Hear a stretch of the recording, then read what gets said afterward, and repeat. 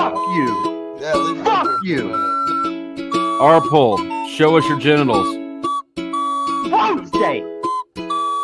Fuck you. You're breaking my heart, baby. You make a mess of me.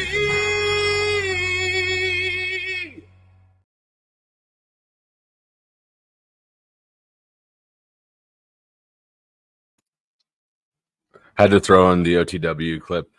Welcome to Flow State. I will drop the link shortly. Let me say hi to people. Hi, Lou. Hi, Andrew.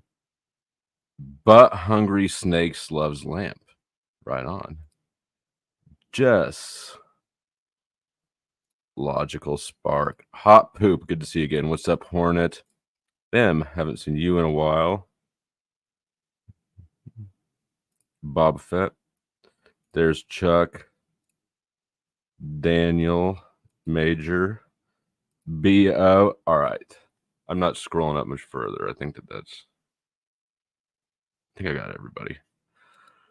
Let's see. So I've been asked, I've heard a couple times that I ran from debating Andrew Wilson last night. So I'll address that because there's a little bit of butt fuckery going on, as you could probably decipher from the thumbnail. A little bit of perception management.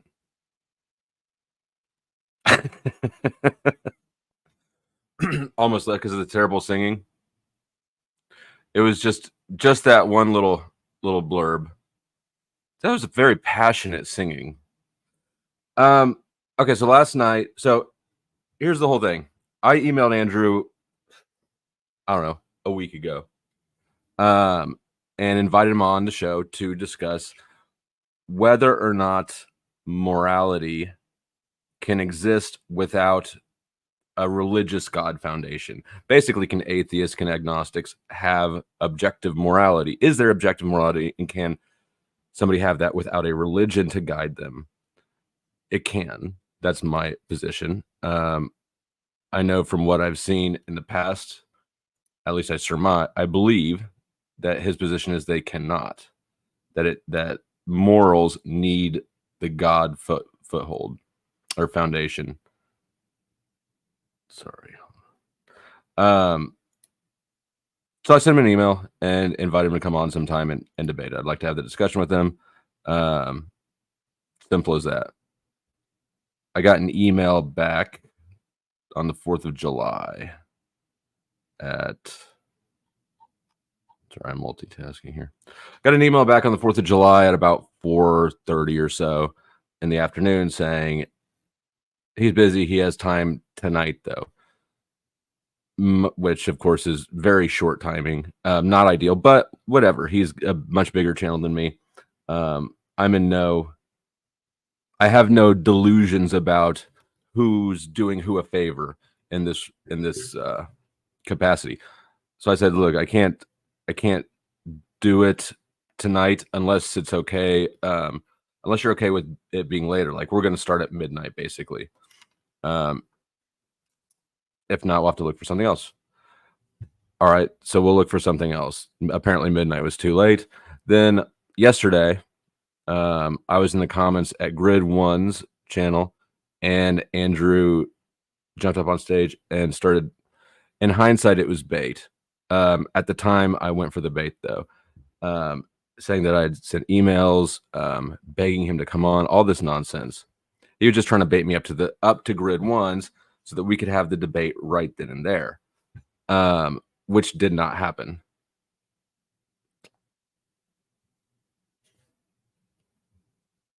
For a number of reasons. One, for some reason, my internet was shitting out. Two, that wasn't the invitation. I didn't invite him to run into me sometime on a panel.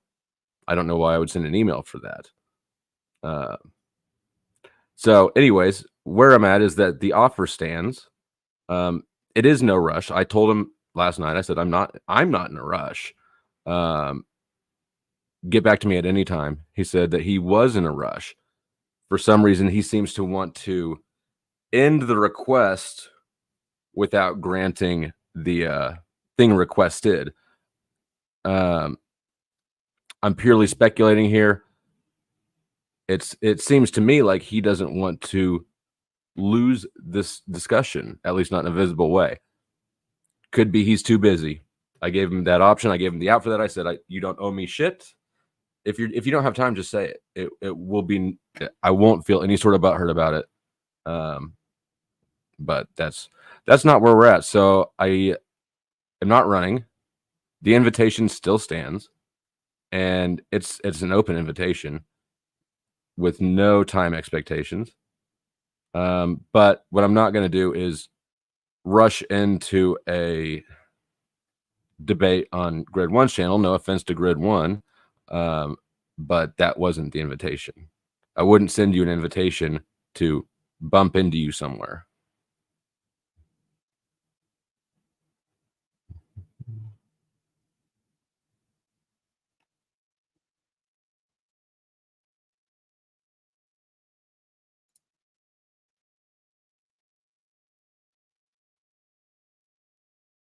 What are you talking about?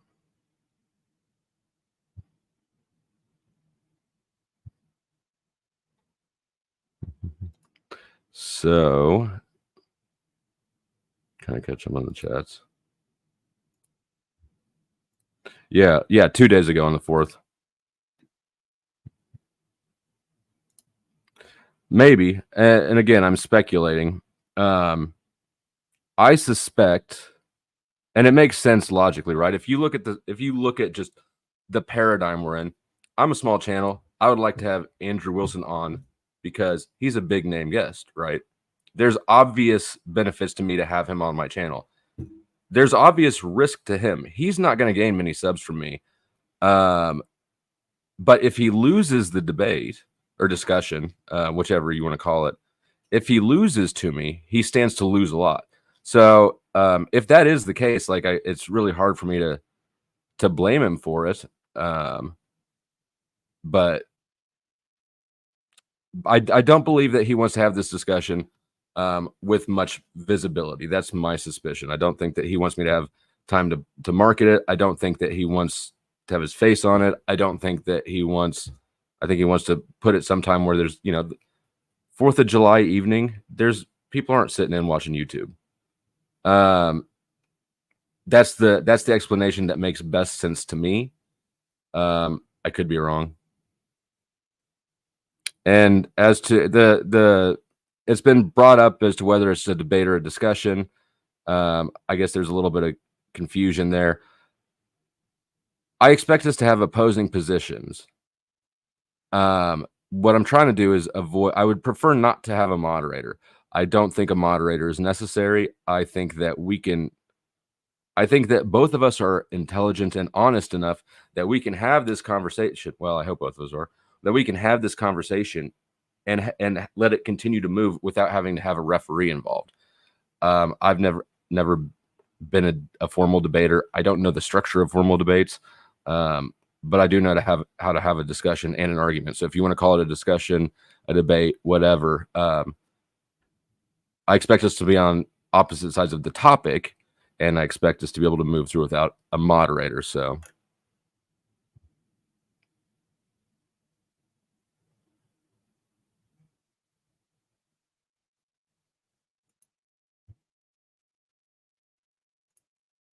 Who are you yelling at?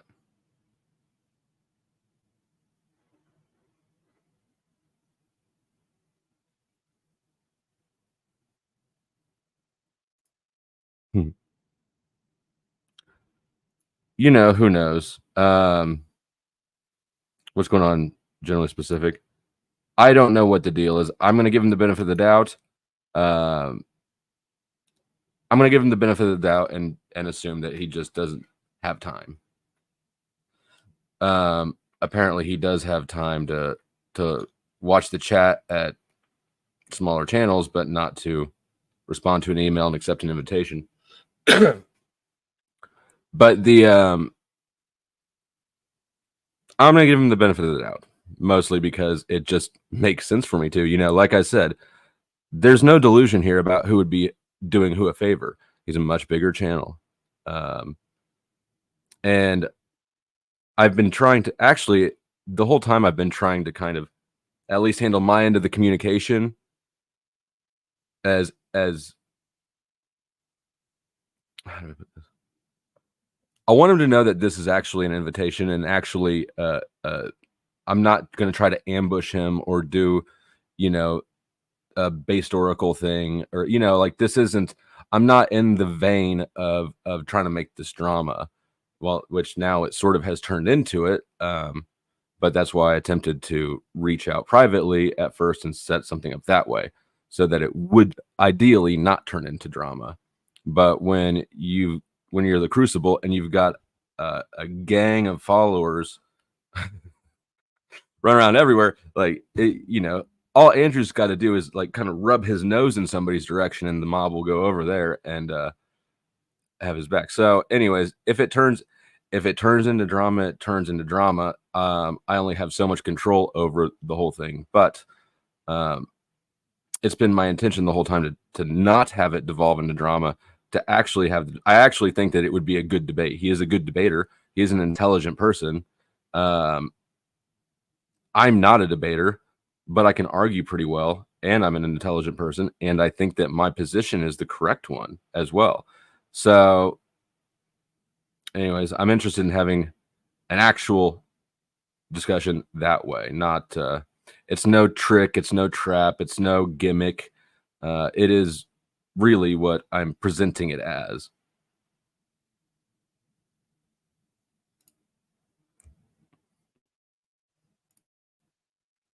What's going on?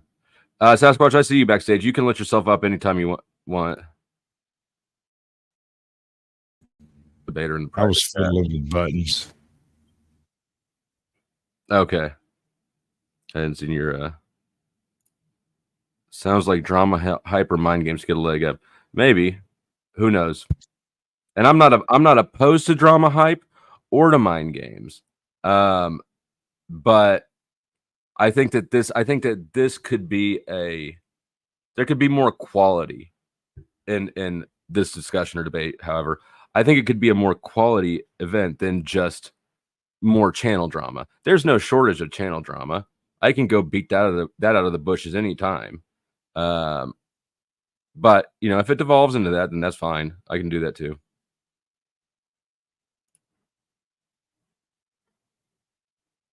This is what I suspect, because his argument does have holes. And I don't know why you would want to stick to a premise that is so fragile, right? Unless it is an appeal to a Christian fan base, right? But if Christianity has holes in it, what would God want in that case? Would he want you to continue lying for your loyalty to the Pharisees, or would he want you to up your shit and correct it? I don't know. I'm not God. I'm just a pope with a pope hat. Just a YouTuber with a pope hat. You got any thoughts? Well, I don't know, Andrew.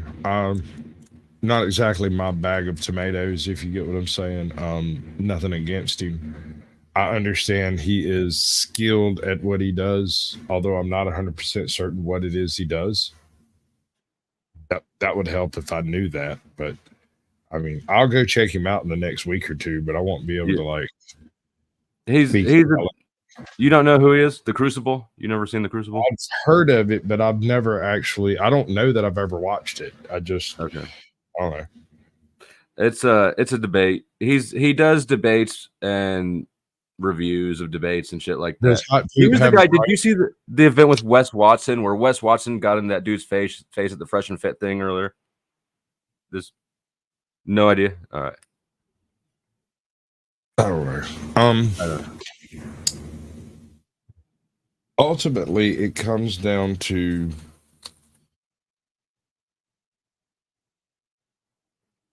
I'm not sure how you want to approach a larger channel as a debating, or I guess you would have to call it a debate counter. I'm assuming you would approach it from an opposing viewpoint previously established on the channel, and then come to bear with as many logical receipts as possible.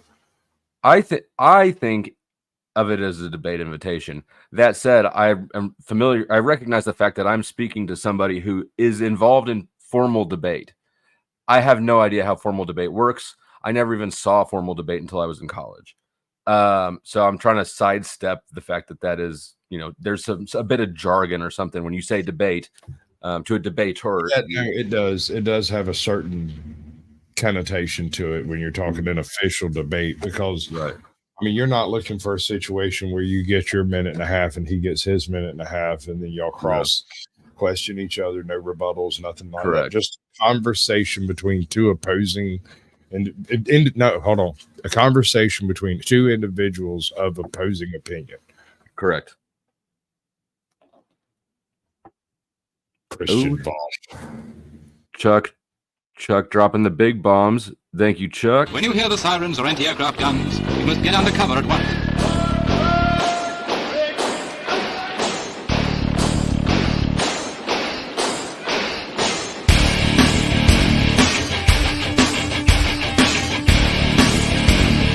If you're in the open with no cover, lie down.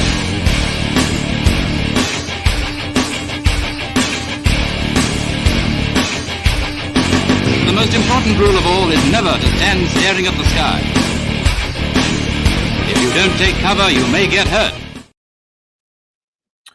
Thank you, Chuck, for dropping the bombs. Oh, wait a second. Hold on. I forgot about this one. I'm rolling in dough with these tips. Moral oral. Yeah. My childhood was ruined by Adult Swim too. I threatened to sue them. I wrote them an email threatening to sue them for the quality of their programming at 2 a.m. Let's see. What else? So much sleep trying to watch Aqua Teen Hunger Force. Dude, I love Aqua Teen Hunger Force. When my daughter was little, I had like the seasons on DVD, and she hated it. Like, I was all excited because I thought this is a cartoon. This is something like daughter and dad can watch together and we can both enjoy it maybe for different reasons. And she didn't like it. She's like, I don't want to watch the Milkshake Show. Fuck. That's tough. Daddy needs his juice. What blew my mind was raising my daughter when my daughter got to be about 4. We had just gotten to the point where like internet was starting to really be a thing and it was everywhere. And I came across this weird Australian show called The Upside Down Show. And I thought it looked kind of funny. I called my daughter over. I was like, check this out. There's some guys in Australia that do this show called The Upside Down Show. And she sat down and spent 8 hours straight watching it. Wrapped. I'm talking cheese poof in the mouth like, They must have had that hypnosis, the flashing hypnosis down pat.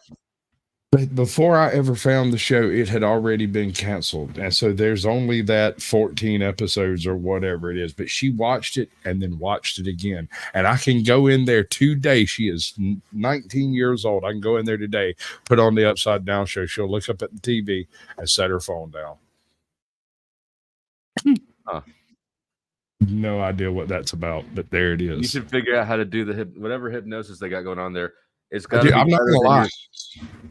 I have studied that show trying to figure out what the hook is in it, because it's just two guys telling stories about things that may or may not have happened. It's not that different from what we do. It's just that it involves an occasional puppet and an animal every now and then. We've got Chuck and Scott, so I mean, it's not that far removed from what we do. Seems he basically wants a theocratic Puritan type society. I can't say that that's true, but it is the impression that I've gotten from him and the Crucible crowd. It is fairly Puritan and fairly yeah. He seemed fairly vitriolic with Based. Like I said before that started, I told you that was a win-win for Based, that he could not lose by doing that. that was because the second y'all mentioned it, I went to giggling, and everybody's like, "Oh, he's gonna get smashed," and I just kept giggling, and I noticed you kept strategically he hammered it. Yeah. He clobbered him strategically. Well, maybe not clobber. I mean, Andrew didn't really lose anything from it, and he got a chunk of change, I believe. But it doesn't matter. It wouldn't have mattered. he could have probably gone live putting on his tennis shoes for an hour and have gotten a chunk of change. Well, as far as that particular setup's concerned, because the payout was on the rear end of everything, like a long con. You know, the difference between a short con and a long con. I can run short cons all day, every day, but eventually you'll cotton to the fact that I'm running a short con. The only way a long con works is if you don't realize a long con is on. Yeah. And fuck, I just lost my thought. I had it was actually it'll come back or it won't. But yeah, I was intentionally and I apparently did not succeed. I've been trying to put to separate what I'm trying to do off from the based Oracle debacle. Right. I probably should have waited. Probably timing. It was inevitable, but yeah. But I mean, I just want to state just off the cuff, there is a huge difference in both the circumstances and the delivery of this type of a conversation as opposed to coming to a direct debate, right? Right. You can't lose a conversation per se. I mean, you can not bring your facts to the table. Can you technically lose a debate? Do they score those like wrestling matches? Sorta. The thing is how clearly you state the premises and whatnot. I forgot that I have an Andrew Wilson emoji now. And by the way, I still have a based Oracle emoji ready to go. But people, I made based and Andrew Wilson emojis, and I said I'd release them at $10 each, and somebody bought the Wilson one, but not the based Oracle. The based ain't even worth $10. Come on, free based Oracle. He's got it locked all up. You know, free based Oracle. He's a good guy, right? Ain't he one of the people? I don't know. He's one of the people. And and that whole thing was interesting there because I think that I disagreed. I mean, I can't say it's wrong, but I disagreed with base premise at the beginning of that debate. And I still haven't watched the whole thing because it wasn't really a debate. It was just it was like just horns locked. I'm not sure Based has ever done any official debates either. So, I mean, if you don't really understand the format of what's fixing to be presented to you, it's going to be difficult to counter anything they bring to bear. So you kind of got to witness what happens in one of these and then prepare for something similar while not trying to crib out of other, which obviously you crib from previous debaters. I mean, don't be silly. Obviously. I mean, I don't think Barack Obama ever said an original phrase in his entire life. He was amazing because he could talk for so long without communicating a single thought. It was unreal.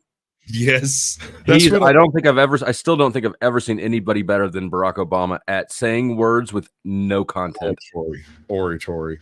Kamala Harris says a lot of words, but she looks dumb doing it. Barack Obama looked like he was giving you the secrets of the fucking universe. Oh yeah, man. He was inspirational. He had people fucking cry. Do you remember there was t-shirts? He was like a fucking rap star. There was t-shirts with the Obama, just his face on it. Like, it's fucking weird. Yes, we can. Right? Hope. And that's the kind of thing you're not going to be in a position to do. That there was no way in hell Based Oracle could have walked out there.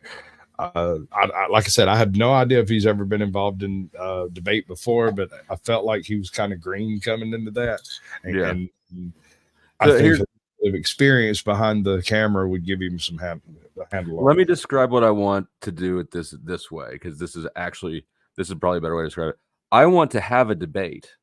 But I'm not a formal debater. So I don't want to be played against the rails of the topic, right? I don't know how much time you get. I don't want to do that I just want to have a fucking argument about it, if it is such. DeFreak, this Andrew's blowing up lately. If approach it as he's busy, that clout and maintain. I'm not sure. I think that I know what you're trying to say here, which is, do the politically savvy thing, assume that he's just busy. That's what I did. That's what I thought it was. That's what I thought it was.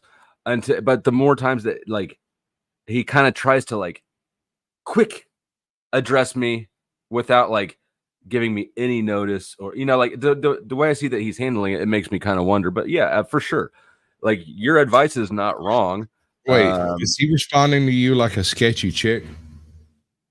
One that's not willing to commit verbally to anything, but does kind of want you to come by to sort of. Yeah, sort of. It's sort of like that late night booty call. Exactly. Yes. That's it. Yeah. You need to stay in that friend zone for a little longer. He'll come around. He'll call you up late one night while he's drinking and be like, dude, I've been thinking about you a lot.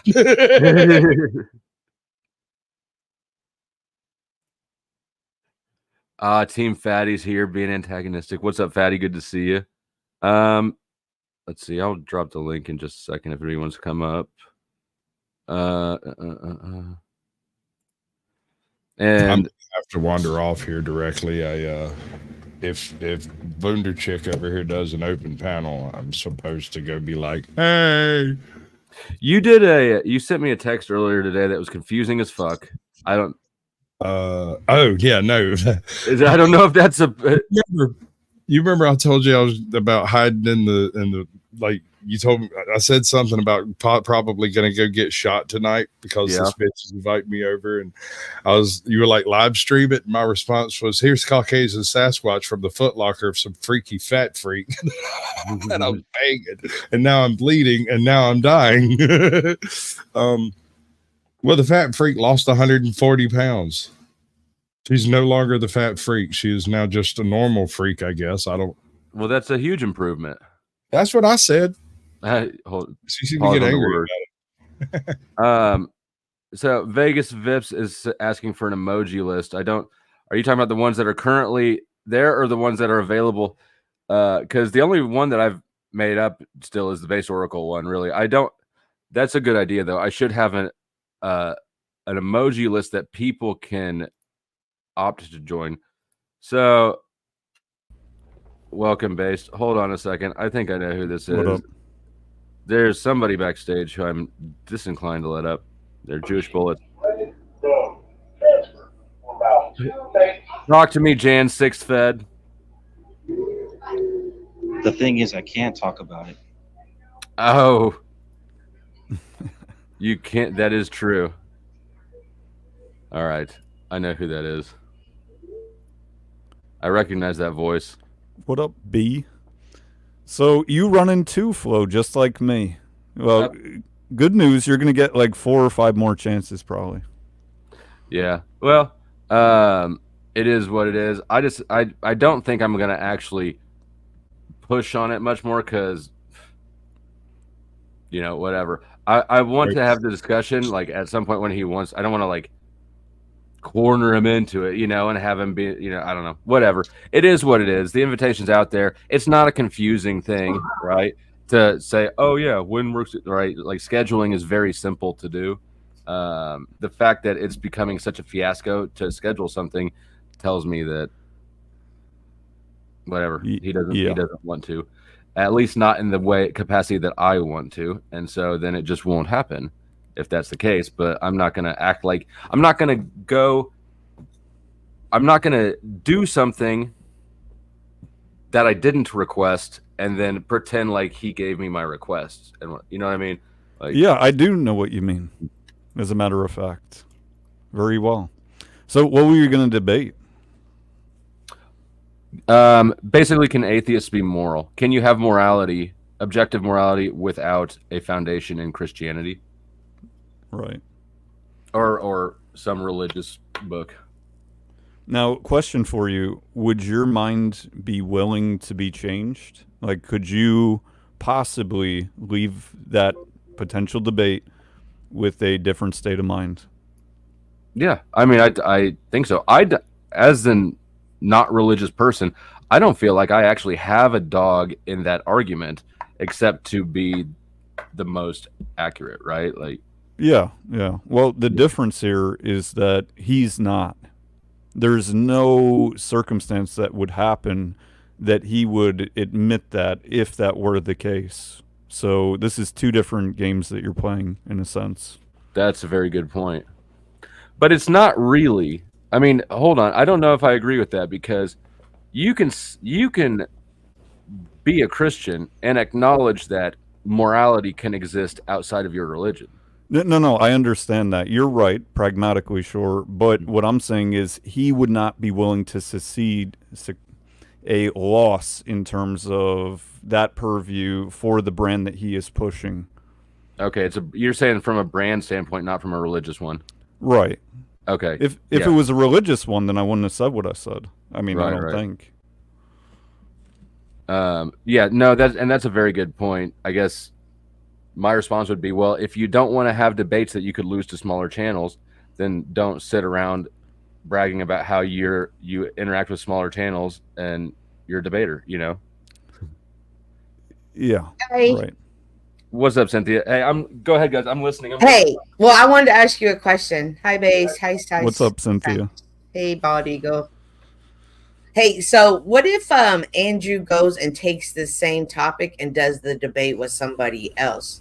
Is that fair game? Yeah, Yes. I imagine he already has done that. Yeah, same.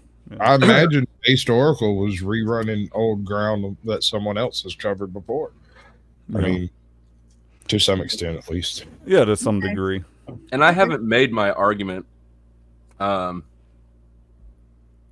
I mean, it's not like my argument can get taken. Oh my God! Oh my gosh! Yeah. Look at you.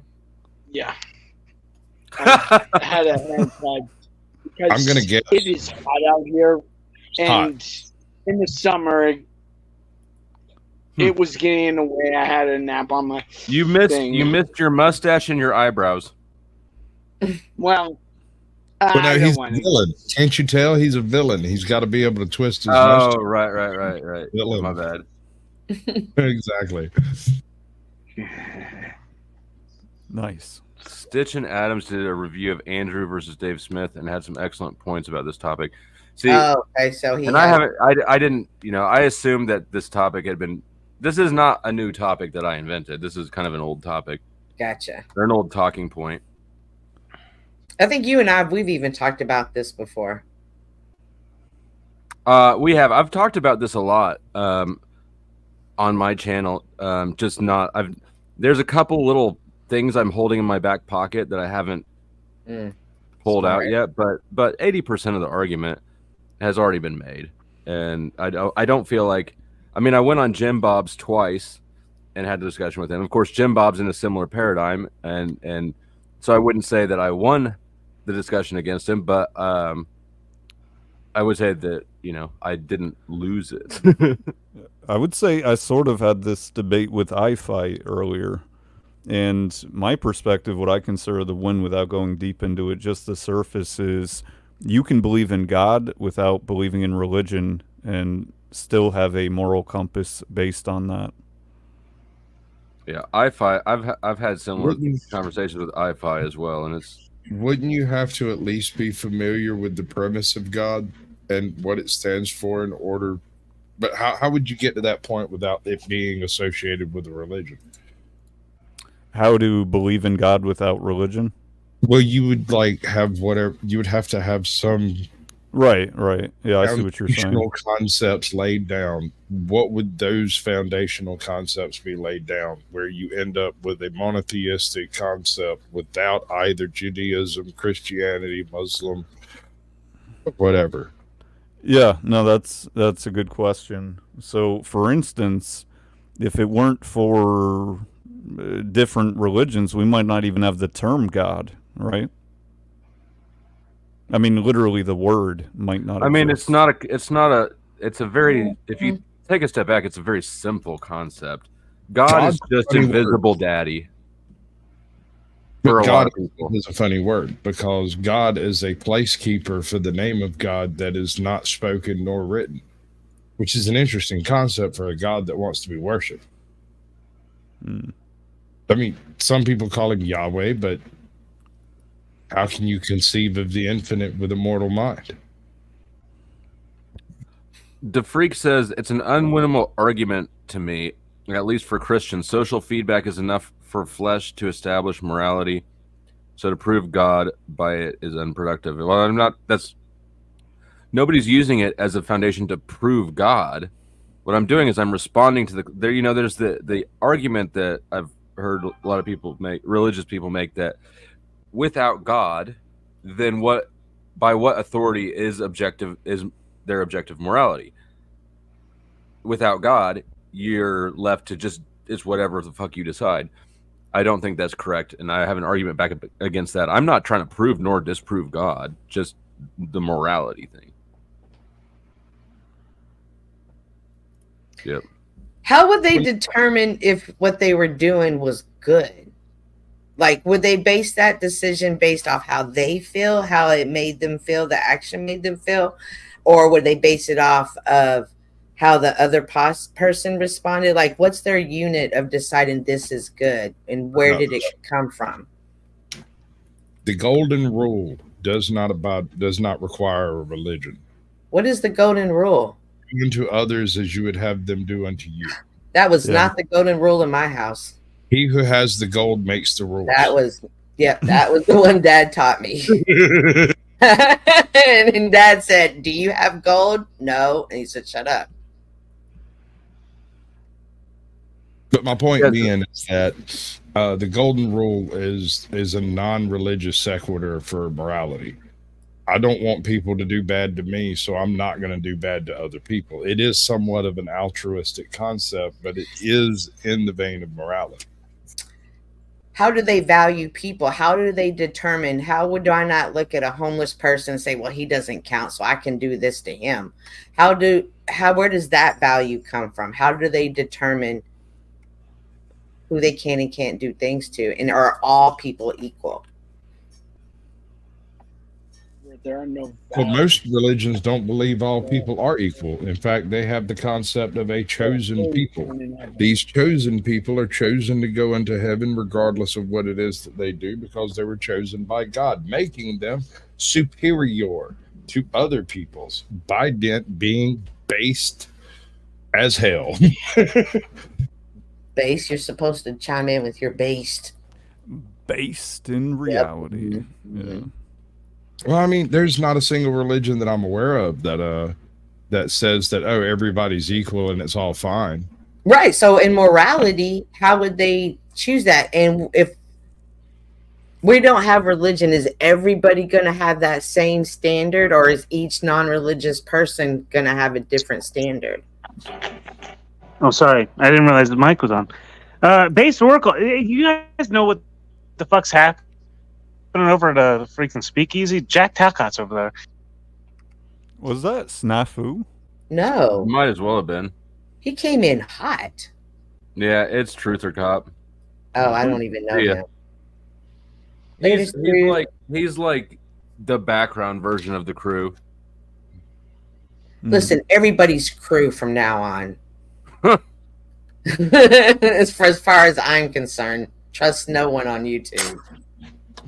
Yes, isn't that exactly what I told you? Like, right? Yeah, but this comes into exactly. So I told you the truth, and you got angry.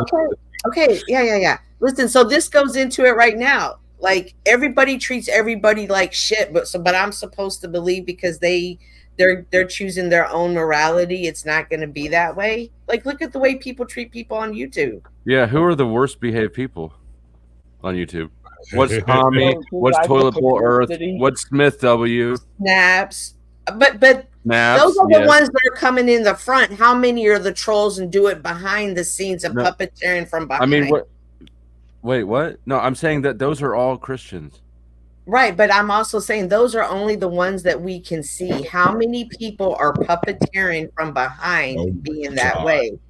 Have you ever seen Untethered Live? I dragged you to Untethered Live once, didn't I? You did? I think I did. Actually, no, I think we were backstage and I just put him on and was like, listen to this madness. I'll be right back. When I got back, you were eating Cheerios or something. Like, you didn't listen to shit. You went and got some food, came back while I was gone. And I don't blame you a bit because he's mad. Mad as anger. And just real quick, you have now been hidden on the channel, Truth or Cop.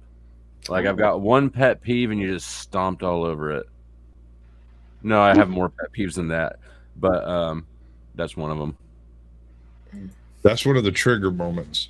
That's one of the trigger moments. Motherfuckers start singing. That's a trigger moment. What is that? What is that? Is that a coping mechanism where they just start singing? Sometimes I move to song. What can I say? I don't know what it is, but if somebody starts like clogging up the conversation by singing or strumming a guitar, like, it just makes me insane. Oh, no, I'm not talking about just like mid conversation if it's the punchline of a joke, but damn it better be good. It better be good singing. Or like, good joke. If OTW wanted to sing, oh my gosh, I would that you're breaking my heart, baby. You make a mess of me. See, that's that annoys me so much as well, Flow State. When someone is just talking and they don't.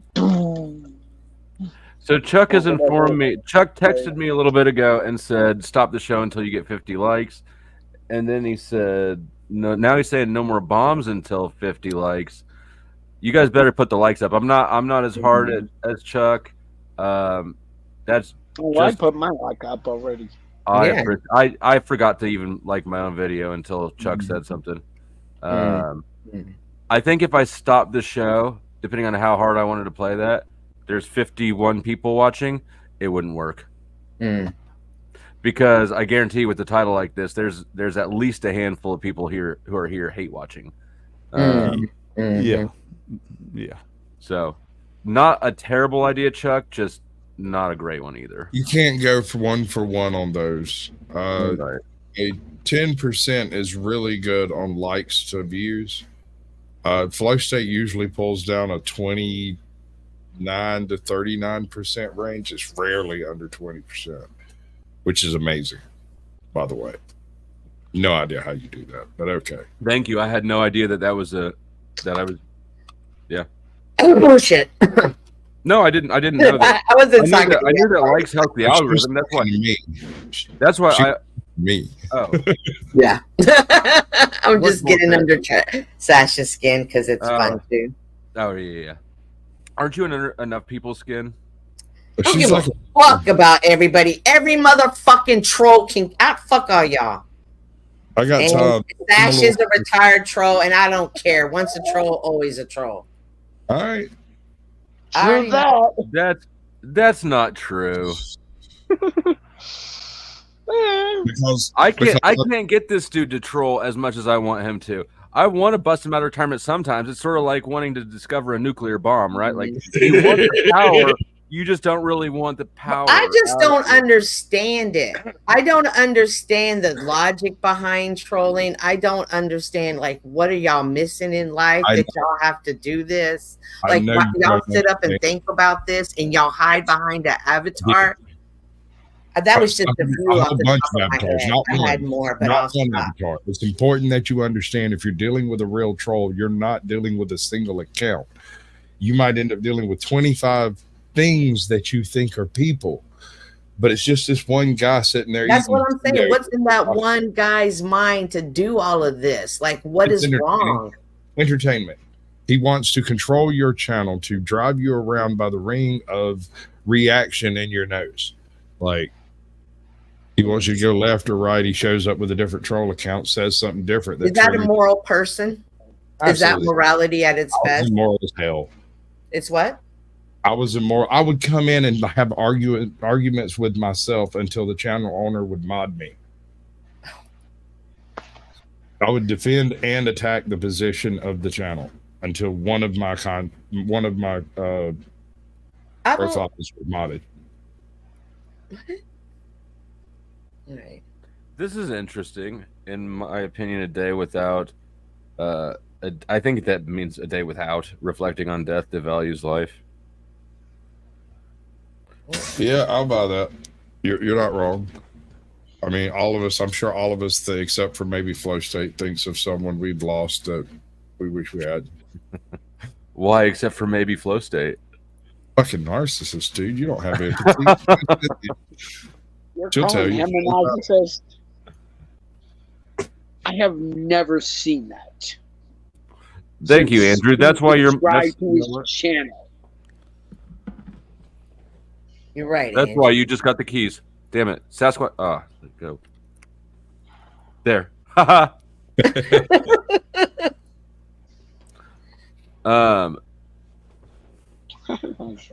Jess, what's going on? Hey, Jess. Mic check. I've seen him ask questions to different people. People that some people will not answer his questions. He calls people out, like I've seen others on First Amendment audits whenever I go around watching that stuff. Yeah. I have no lack of self-confidence nor self-interest, nor am I bothered by those, but NPD is a delusion. I don't think I'm delusional. Of course, nobody who's delusional thinks they're delusional, which is the tricky part. I mean, Kruger effect right there. Well, think about the fact that I walk around with people constantly asking me, where do you come up with these things? Where do you come up with these ideas? And I look them straight in the face and I say, I just stated blatant facts in a very plain and forthwith manner, and you laughed at me. That's not my problem. That's a you problem. I didn't come up with anything. I just stated it very simply, and you found it funny. Just because you're laughing doesn't mean I'm joking. True. I hear you. That's right. Jess, are you there? I was just about to try to say that everybody on this panel is narcissistic because of our desire to be on panels and be seen. But I can't even hear Jess. Yeah, Jess. I see you unmuted, but we still can't hear you when you unmute. Yeah, your mic might be unplugged. Perhaps we should use our NPR voice. So, Jess, have you figured out how to turn on the mic yet? No, it's not working. No. Maybe slash metal? To turn on the mic. I like what knowing what sucks helps us know what's cool. But see, everybody's gonna have a different definition of what sucks. That's what I'm trying to say. Non-moral people with no religion, what are their standards? Where are they getting their standards? And are they all, is there a baseline that they're all following, or does each little person make up their own? Morality is logical. Oh my God. It is logical. It's the No, rules of it's society. It is. I'm about to explain why. Okay. Because in order for society to function, you have to be able to trust that your neighbor is not going to stab you in the back the minute that he can. It's about trust for people. So if you have an immoral society, say one where everybody's stealing, you aren't really going to have a society at all for long. Right. And that's just cause and effect. The cause or the effect of being immoral is that society is eroded and then eventually destroyed entirely. You have to have morals to have society, and we want society. It's better for our self-interest, obviously, and we're social animals. So, but are you referring to laws as the morality of society? No, I think laws are a terrible.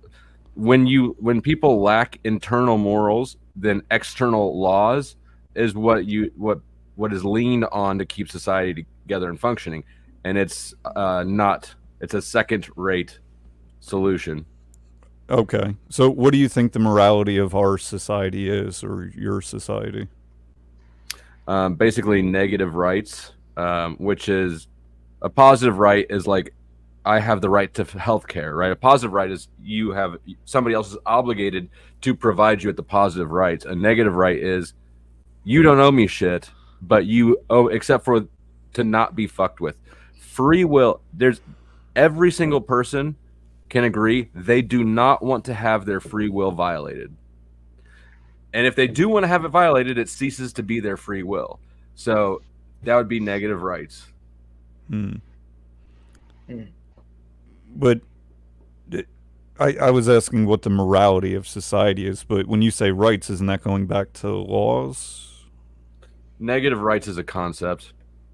Things that infringe upon. Yeah, no, it's free. Basically, it boils down to respecting the free will or autonomy of the others, of the other person, so that in their absence or in their, so that you're not stealing shit from them. Basically, whether it's stealing sex from them, stealing stuff from them, stealing truth from them, you know. But okay, so let's say that society has morality. Everything you just described at the tail end of happening seems to be the opposite from the government, meaning that they are stealing, they are perpetrating in those ways. Yeah, and I am quite anti-government. And I was just pointing out the irony. If society is like that and the leaders are the exact opposite. Yes, and I think that government's unique from an economic perspective. Government is the only, in macroeconomics, there's different imports, exports, government, like there's different components of the economy. But government is the only one that produces nothing. In the economic models, its function is entirely redistributive, and there's what, like a 30% of all runoff rate, where basically 30% of your taxes go just to fund the redistribution, right? So all it does is take money and put it somewhere else. The only way to justify an entity that coercively takes money from people without producing anything of its own is to say that these things cannot be provided without a government. So, roads, for instance, people say roads wouldn't be there without government. So, but what that incentivizes is that in order for government to grow, which government, like any other institution, will want to continue to expand. That's human nature. They need to keep having more problems and more problems that are unreconcilable by individuals in their free capacity. So it incentivizes the existence of government at all, incentivizes it to cause more problems for its own growth. To label things problems so that it grows. That sounds like profiteering in a sense, right? Okay, so I'm sorry, I got distracted for a minute there, but I just want to go back to something Flo said. There are cultures out there that don't see personal possessions the same way we do. And in these cultures, once you've set an item down, you no longer own it. If you're not physically using it or have it stashed in your personal place, which almost all societies grant a person a sacrosanct location, may or may not be a home per se, but it's where you can put your stuff and they won't take it. Beyond that, anything that's set down is open game. How does that play out? Or are we saying that the more intense the society is, the larger the population the society is responsible for, the more laws are inevitable or required? I mean, I would say that those from my perspective, those fine tuning of details is not a matter of morality, objective morality, so much as it is culture. They still have don't steal, right? They still acknowledge that some things are personal and you shouldn't take somebody else's personal shit, right? Or else it's a violation of sort of a societal contract. Yeah, we can hear you now. Thanks. Sorry, I didn't mean to interrupt. Oh, yeah, you're good. So, but basically, to the world of Sasquatch. Sorry. Yeah, it doesn't matter where you draw that line at so much as that the distinction does exist. I'll give you that. One. Jess, you got any thoughts? No, I was going to say, I've seen Andrew debate morality without religion or whatever. And his big thing, he will ask people, do you know what natural law is? And a lot of people don't know what it is. And I just looked it up and call me stupid, but I get it kind of, but I mean, that would be something to look into. I don't know if you know what natural law is, but I do. Yeah. And natural laws is basically, that's basically the foundation of where I get my perspective from is natural law. I heard about it from Mark Passio.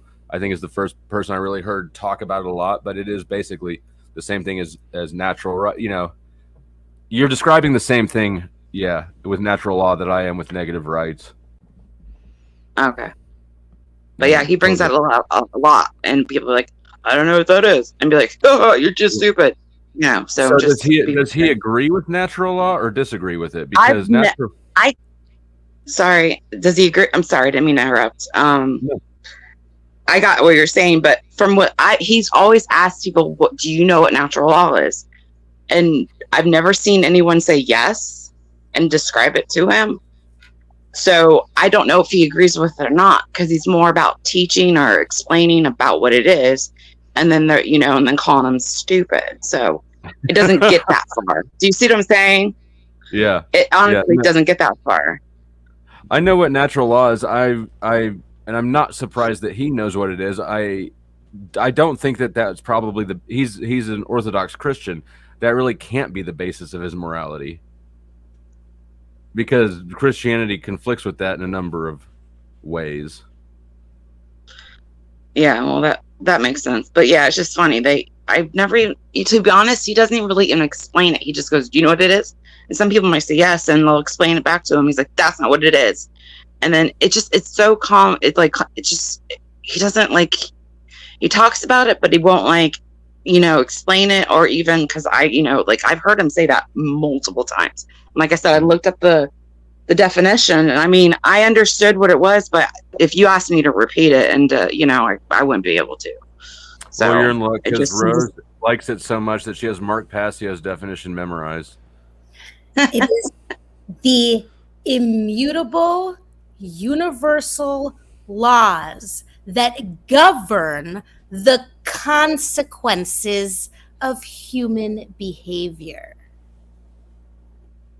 Okay, that makes more sense. Yeah. So it's pretty much like, what is that fucking law where you'll push, not fuck it. What is that law? Not, the force, you give so much force and then so much force will come back. Oh, or whatever. You know what I'm saying? Yeah, equal. Yeah. Thank you. It's like thermodynamics. Yeah, and I totally agree with Mark Passio's way of or perspective on it. Right? It's that he described them before as like the laws of physics. Basically, it's not a laws in like a rule given down where you're bad if you don't. It just is the reaction, right? If you step off a roof, you're gonna fall. That's right. For every action, there is an equal to greater reaction. That's what I was trying to say. And so my perspective on it is basically Mark Passio's, just with a slight derivative, which is that it only matters within a society. It's the rules for society, not massive universal ones. Because if I'm immoral on a desert island by myself, I don't believe it's immoral. Like, what am I going to do? Who am I going to steal from? Yeah, exactly. You violate animals, wouldn't that be immoral? Even if you are alone? I mean, there's a gray area. Yeah. I would say so. In that case, though, you're functionally, aren't you sort of treating the animals as if they're part of your society? And I think in a way, all life forms are in a way. Hold on. Are you saying that if you decide it is immoral to violate animals, you're treating them as part of the society? I'm saying I haven't thought through this particular component yet. Okay. Well, I was going to go to plants next. But yeah. That's another thing I've seen him bring up, is that he'll say like, okay, so morality to you is such and such. So do you think it's okay to sleep with your sister? Or it's just outlandish. Or like, is it okay for you to fuck some, excuse my language, is it okay if you fuck some roadkill on the side of the road? I mean, just like so like outlandish. We're like, what? Right. Yeah. And he tries to, it's like a gotcha. Those diary. those examples are so wild out. You know, it would be better. I do believe it would be better faith if someone were to present a real moral argument. You know, like something simple, something not so outlandish. So I might be able to explain a little bit what you're describing, right? So at times there will be a straw man that he throws out, or some red herrings that on the surface, due to how he's manipulating his word usage, it seems related, or as he would put it, directly related, good faith, even when the intention, which of course you can't prove, is what I would call bad faith. So these are kind of tricks, dirty debating tricks. Yeah, I agree with that. So here's a easier one. If you're hungry, would it be wise to go cook something to eat? Would it be moral to go cook something to eat? It would be. It's not a moral action. So would it be promoting life if you went and cooked yourself something to eat? Well, sure, because it's necessary to survive. So then, if you're promoting life, is that moral? But what if you're up all night eating all night long? Then that's unhealthy because you're not getting sleep. So situational. Doesn't it come down to do no harm, take no shit? So if you're depriving someone of a right, and even if you're lying to someone, you're basically stealing from them the truth. So if any form of stealing would be immoral, any form of harm, because if you're violating someone's rights, that's the act of violence. But if someone's trying to harm you, then you have a moral obligation to defend yourself. And if you use the defensive use of force, that's not violence because you're not violating a right, you're defending yourself. So for this question, the question, in my opinion, should be framed as, would it be okay morally to self-harm, right? So would it be morally okay to eat a bunch of junk food, to smoke cigarettes? Would that be moral to self-harm? If you die, is there a child that's going to suffer in your absence? Then you're kind of harming the child, so you can look at it that way. But I think that people should have the right to kill themselves. Just for yourself. Yeah. Okay. So there's the question. Right. Exactly. There's the answer. Is it morally okay to cause self-harm? So not to the extreme of killing yourself, but let's just say eat a bunch of junk food. And I would say that the answer there is there's not a clear line because it's circumstantial. I think that if I'm alone on a desert island, then I can self-delete, and that's not immoral. I would say, though, that for most people, self-deletion is immoral because they're always just transferring their own pain onto that of their loved ones. So I think that approach would apply to basically all things that are self-harm. So for that deserted island, so let's say you're on the deserted island and you're of the opinion that there couldn't possibly be any food, any water, any sustenance that you could gain. There's no way out. Basically, you've come to the wit's end, and you've decided that there is no way out, and so the end is you self-delete instead of starving to death. I'm fine with that. I'm fine with that. Yeah. I'm almost have to agree with you on that. That'd be a tough decision right there. Now, I don't agree with assisted suicide. I think that would be immoral for the assistant.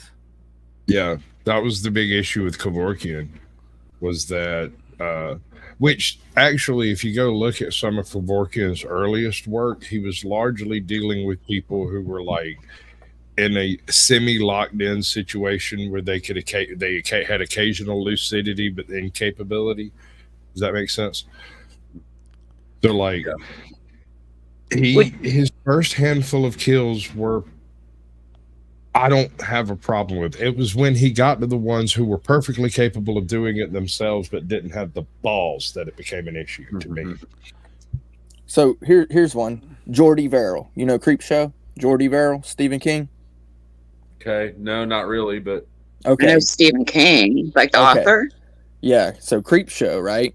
This is the old comic book that he turned into the movie, right? Okay, Yeah, and Jordy Verrill was played by Stephen King. The meteor landed. He touched the the meteor shit, and then went to wash it off, and it started growing like grass on him. And eventually it grew all over him to the point where he was completely covered, and he couldn't even breathe hardly. And in the end, he blew his own head off.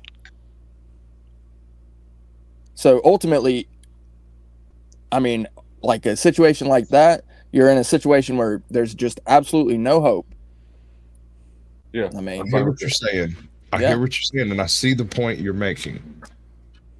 But we were, if you are at all religious and you take anything from most of the greater faiths on earth to heart, one of the very first premises was to go forth and multiply, and that doesn't include killing yourself. If you don't multiply. Right. So would you? Yeah, I was gonna cut you off there, Brick. So back to your food example, and with that, wouldn't both apply to treating your body like a temple? Therefore, you would not be doing it if you're constantly loading up on junk food. You would not be doing it if you want to live yourself. Yeah, the problem with treating your body like a temple is that the analogy is imperfect, and the application of it then will be entirely subjective. Maybe Right. I mean, are temples supposed to last forever? Would you say don't go inside the temple? You might track dirt in. We're gonna leave it pristine and alone. Nobody goes inside of it. No, you wouldn't. So That would be a perfect analogy, because that's another thing that Andrew likes to bring up. You know, someone says your body's a temple. He's like, well, what if I have a donut and blah, blah, blah, and then claim cigarettes save lives, you know, that kind of bullshit. So, but your answer would be really actually perfect, because most people are like, you know. Mm-hmm. Well, I Does mean, that I make think sense? that I sort of agree with Andrew in this regard, that like, because his point is that where do you draw the line? How do you when is it bad? And I'm saying the same thing, sort of. I don't know that there's a clear line, but I tend to lean the other way to where it's like, well, you know, if you use your body, if you get the most out of your body, you're probably not going to be preserving it the longest, right? So then do you get more utility? Is longevity the only thing that matters in this regard? Like, I'll grant that smoking is not a good health decision, but the everything else that you do at all basically falls somewhere in between. Anything can be unhealthy if you do enough of it. Yeah, everything in moderation, right? Including moderation, my girl. Yep. Well, everybody's different. One person may have a responsibility themselves to never have peanuts, and another person has a responsibility not to have shellfish because of an allergy. So they're both having different behaviors in order to achieve the same result. So maybe the moral thing to do is to know what's healthy or not for yourself, which is different for everyone. Let me address this comment so I can bring it off stage, because I disagree with this. There's no way to ever know this. You can't measure the amount of pain, and so you will always be making that decision off at best a guess. And if you're considering whether or not it's moral to self-delete, your assessment is probably going to be biased. So, I mean, I think that functionally, this saying that self-deletion is not immoral if the pain you're going through is greater than the collective pain of your loved ones from losing you. So, first of all, pragmatically, there's no way for this to ever be morally decided because you can't calibrate it. But even morally, that's wrong, because you will never have that information. So you're always going to be making that decision. You can't ever make that decision. Does that make sense? Okay, but Flo, what if you're like on your deathbed and you're going like, and then your family leans over and they're like, "It's okay, you can go now." Then you know. Okay, I was assuming a healthy person otherwise. But that is your deathbed. This is not giving up. This is your deathbed. This is the place you go to die. This is acceptable behavior. You're surrounded by your family at the end of your life. that's a good thing. No. Like we're in a car crash and the person I love the most is in my arms and they're like, and then it's just like, it's okay. It's okay, Bubba. Remember when Bubba Gump was like, I just want to go home, and Forrest knew he was going to go. But what if he kept going on, even though like most of his body was gone already and you just know already? Are you just like inventing torture for a non-existent individual so that we can decide to take him out of his misery? Yes. I will say something that, like, my mom, she died of cancer. I had to take care of her for 2.5 years. And I knew that her cancer was terminal, and I don't know what was going on in her head. For some reason, I mean, she was 68 when she was diagnosed. For some reason, she thought like all these treatments, like they were giving her chemo, they were giving her radiation, they were giving this other thing. I always forget it, but in this other treatment, I always forget it. But anyways, she thought because they were treating her that she was going to fight it. And of course, I was like, "That's fine," you know what I'm saying?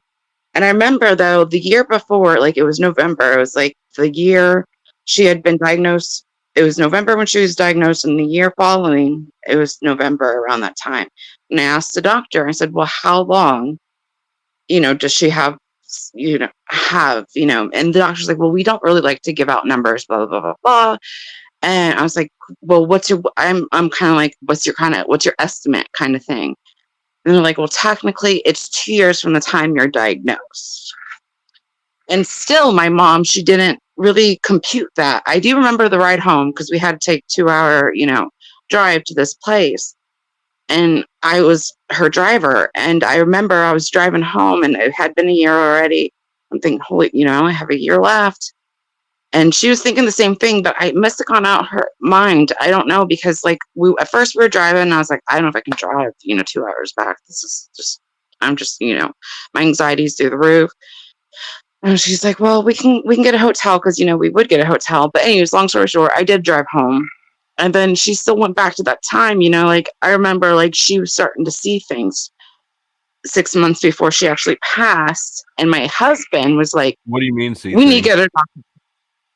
She would kind of hallucinate things and like her and whatever. And my husband, I was like, yeah, we'll talk to our doctor about it when we see him next. I was like, no, we need to talk to our doctor right now. And I'm thinking, she's terminal. There's no, but my husband's, no, we need to talk to, it's like, whatever, we'll talk to the doctor.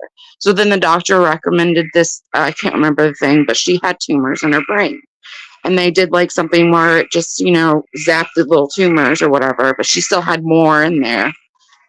Long story short, she was so happy. She was the happiest person because she really thought like she was fighting it. And she was just like so happy. And like every time my stepson would come visit, like he was like 19 at the time, he would come visit and she's like, is that little Chris? Come here, talk to me. And my son would come home from school. She'd be like, hey, come talk to me, blah, blah, because she was in her bed most of the time. And she was like, she wasn't completely bedridden, but she couldn't really move.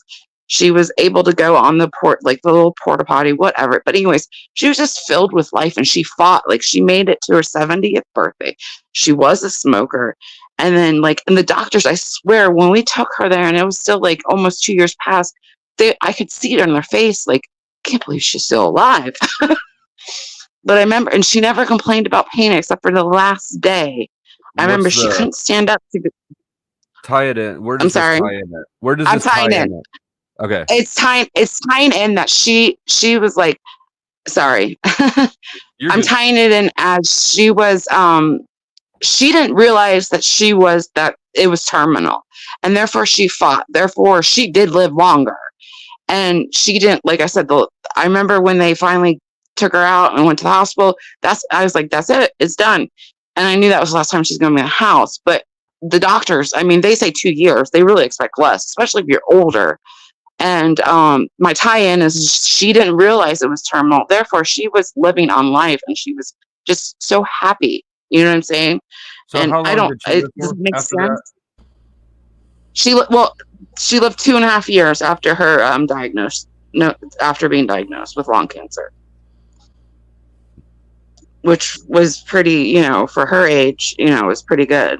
I mean, the doctors were like, holy shit.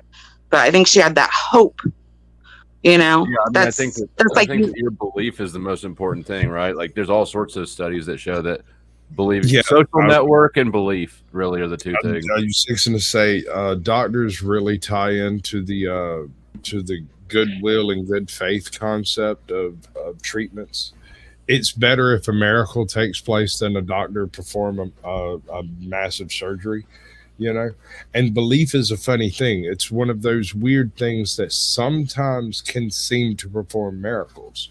If people believe they are getting better, sometimes they do, and there's no explanation for it. Sugar pills have a 30% success rate in curing things as a placebo. There's nothing else, just sugar. Just sugar pills. That's fucking massive. That's like AA has a 5% success rate, I believe. You know, and that's the most recommended treatment for addiction. So to be able to, because they're doom and gloom. Huh? I'm sorry, because they're doom and gloom. They're like, this, you got to fight this every day. This is your disease, you know. I mean, I never liked it, but it's still the best treatment. I mean, like, it maybe is the only one. It's the most effective long-term strategy for sobriety for a person who is at risk of abusing. Oh, they have some new strategy. Well, they have new pills that they're actually giving, and the support system matters as much, because when you stick an addict back into the same support system, which is usually shame-based, they have a tendency to relapse. So they've been trying out, I think, even new drugs for people who are alcoholics, and they'll take a drug before they go out to eat, and then they're able to drink just one glass of wine, and they don't want what? Or else what? No, yeah, I mean, does the pill make them sick or something? Like, is it? No, they just don't desire anything more than that. There is a pill called antabuse, which will make them sick if they drink alcohol. Yeah, I'm not down with any of that shit. I think that, for lack of a better word, what addiction is a spiritual problem, and if you just solve it with a pill, it's just going to express somewhere else. That's true, but they did find when they move people away from wherever their old support system is, and they put them in healthy support systems where they actually have functional help versus shame-based models, people don't relapse. In fact, they've shown plenty of studies where you take addictive people and you put them into non-shame-based environments, there is no desire for the addiction anymore. So a lot of times people relapse because they go back into the same environments that caused the addiction in the first place. Yeah, it was wild seeing after rehab, seeing how many, like, because I met a lot of people in rehab, and then you stay in touch for a little bit afterwards, and it's like the person in rehab, and then you see the person after rehab. It's like, holy fuck, you were a different person at rehab than afterwards. Because afterwards, they're all back on their shit because they're back in the same environment. Right. I mean, I went to Narcotics Anonymous meetings with my younger brother for a while in my 20s because he had to go to rehab and stuff. And it was amazing how many people did relapse. You know, I just, again, I think there was a strong shame-based support system. And when they have that, then the person, I don't know, oftentimes relapses. So I'm not totally crazy about the whole AA approach. I think there's probably new methods that are about to evolve from that because, again, it's like you said, it's only a 5% success rate. I think there's better things out there. I also don't like the 12-step model. I know it works for some people. Chuck is probably still down there somewhere. It helped him quit drinking, but I don't. For me, it seems it's a weird fetishization of substance use, and still it seems like these people's lives still revolve around drugs, except instead of doing drugs or drinking, they're just addicted to the not drinking part. But it still seems like the point of not being a drug addict is you can live your life and it's not all about the drugs, right? You move on to something better than making it all about the drugs, and 12 steps still seems to make it about the drug. There he is. That's true. Shout out, Chuck. Thank you for the memberships. Did I assume that means I represented your perspective appropriately.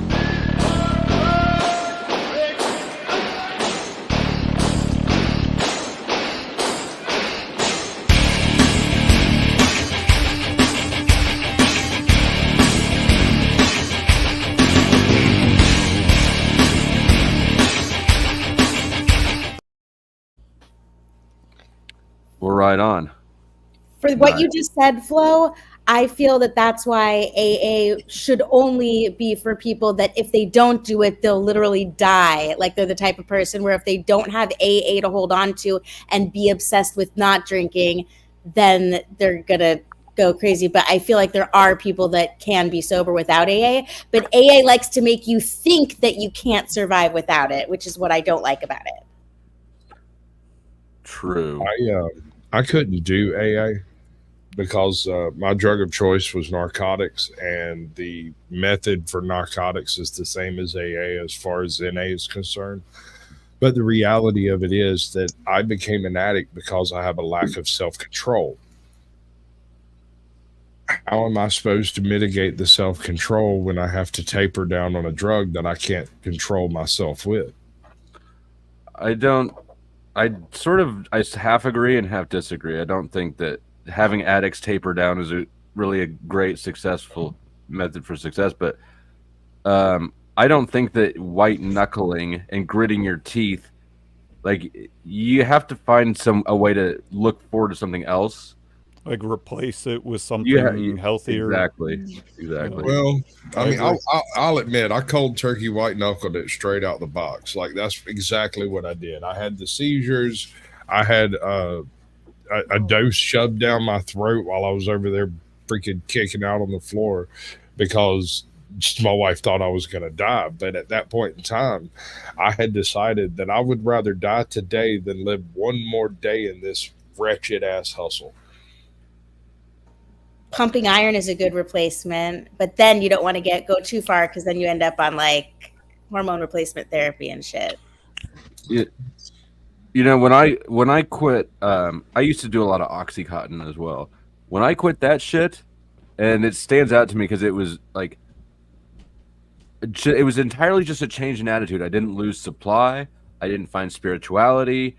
I just looked at the situation and realized I was spending $120 a day to not get high anymore. And that pissed me the fuck off. And I was so pissed off that I had gotten suckered into this $120, $150 a day habit with no benefit. I felt like an idiot. I was pissed off. And I don't think I've done it since then. This is a decade ago, probably. There's that. And that's a good point.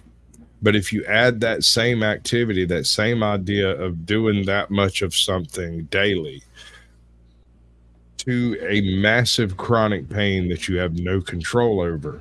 And even the drugs really don't help with the pain. They just make you not give a shit. That's it. They don't actually stop it from hurting. You just don't care that it hurts. You also don't care about anything else. Yeah. So I was on 360 hydrocodone a month. So it was like 1,000 in 3 months. And they were the higher whatever, they were more potent. And what's up? Well, they were hydrocodone. I think they're 7.5 whatever. But this is like 20 years. Huh? I'm sorry, like Rockaset or Lord, yeah. Lortab, sorry. Lortab, Vicodin, hydrocodone. Yeah, Vicodin, another name, right. So it was after a brutal surgery, and I needed them at first. And when it came time, I think about 3 months, and I quit them altogether, and I just felt disgusting. I felt like it was killing me. And don't get me wrong, I needed them at first, but at a certain point, I could still have used them. I could still use them today. I could still have a script today. But I just made a, I guess, conscious decision that I need to get the fuck away from this shit. And that was it. That was the same decision I made, but my decision was 10 years in, not 3 months in. Me too, 10 years. It took me 10 years to make that decision because I realized that it really wasn't helping me anymore, and it wasn't working. My tolerance was too high, and I thought maybe at least if I stopped one day when I really needed, again, like for an emergency situation, that it might work. But yeah, at some point you realize that the only if you keep going, there's not many places left to go except for a needle, and that was right. That's when I decided. Well, I mean, not exactly then, but about that. When I first got hurt, they had me on oxycodone and oxycontin at the same time. They're the same thing. Yeah. But they're Well, the same. The cotton is same extended thing, but release. the OxyContin runs at a certain level, and the oxycodone is rated as breakthrough pain relief. Immediate, yeah. Okay, then I like the oxycodone. I wanted the ones that weren't time released because I wanted to crush them and mix them with the speed. But then the government stepped in, and I couldn't get them no more. That was intentional. Like that, like for me, I was prescribed Vicodin at one point after birth, and then I took it one day, and it was like you said, it didn't kill the pain; it just made you dead inside. And I said, well, after all the drug addiction in my family, I don't want that. Just give me something for inflammation. But yeah, I feel like some of that with the whole oxycodone addiction, it's kind of like the opium wars where it's just been pumped into our society, and like meth is now. And I think it is exactly like that. Go ahead. Drugged out, and they tune out, and then they're more malleable as a people. And if you look at the macro movements of it, right, you've got them flooding the street through pharmaceuticals, and then they shut that shit down, and people start moving to heroin and stuff, and then we pull out of Afghanistan, right, and the Taliban shuts down all the poppy production like immediately when we pulled out, and now we've got the fent epidemic. Only thing I think the fent started before then. It did, but not a lot. But it really took off after it. It was merely put in place so that whenever the change was taking place, the supply chain already existed so that you could just transfer your resources from heroin over to fentanyl, from Afghanistan over to China, and let everything else follow course. It's just as exactly right. Because you can't, if you want people to stay in the addiction, you can't have too big a lag between ending one supply and starting another up, or else people will have gotten out of that state by then. No, I broke my ankle. Was like no. Sorry. No, I'm sorry. I broke my ankle and. Just then. Go ahead. All right, thank you. No, I was just gonna say the first drug one was the opium wars in like China, where the British moved the opium into the people, and that's where you're talking about Christian cultures earlier and objective morality. How moralistic was that to destroy their people? You know, and then we've been dealing with the rebuttal and they're getting us back. You know, the West started that with our morality of attacking their people through opium. And they learned from that, and then have done the same back to us. So I mean, I don't. How does that? Are you saying that makes it fair? I don't get where you're going. I don't think that that's Christian morals. I mean, if that's morality insofar as our society, no, our society was in World War II to help China. I don't know, but all that stuff happened before now, and the current, like, the China couldn't be doing all the fence stuff if we hadn't helped them internally by creating an addiction, creating a war, abruptly withdrawing. So I see what you're saying, Carrie, but I don't know that I agree that that's actually the paradigm of play.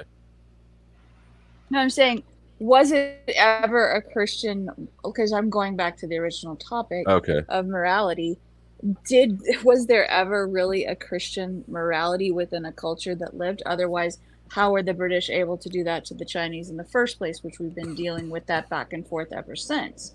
So I don't see the argument. I don't think we've ever actually had Christian morality. I mean, Christianity's been the biggest religion on earth for 1,000 years. That's a bit off base.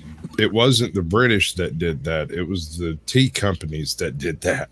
They were British and Dutch, but the Dutch East India Company was the one that was largely involved in the opium trade over there. And have you seen their flag? Thing, right? I'm going to pull it up real. Government Is it knowledge. that most civilizations ended after approximately 200-ish years, and that one could argue that the end of that civilization was a result of some kind of hedonism or excess, which one could say is not very Christian? Yep, I would agree. That's an army.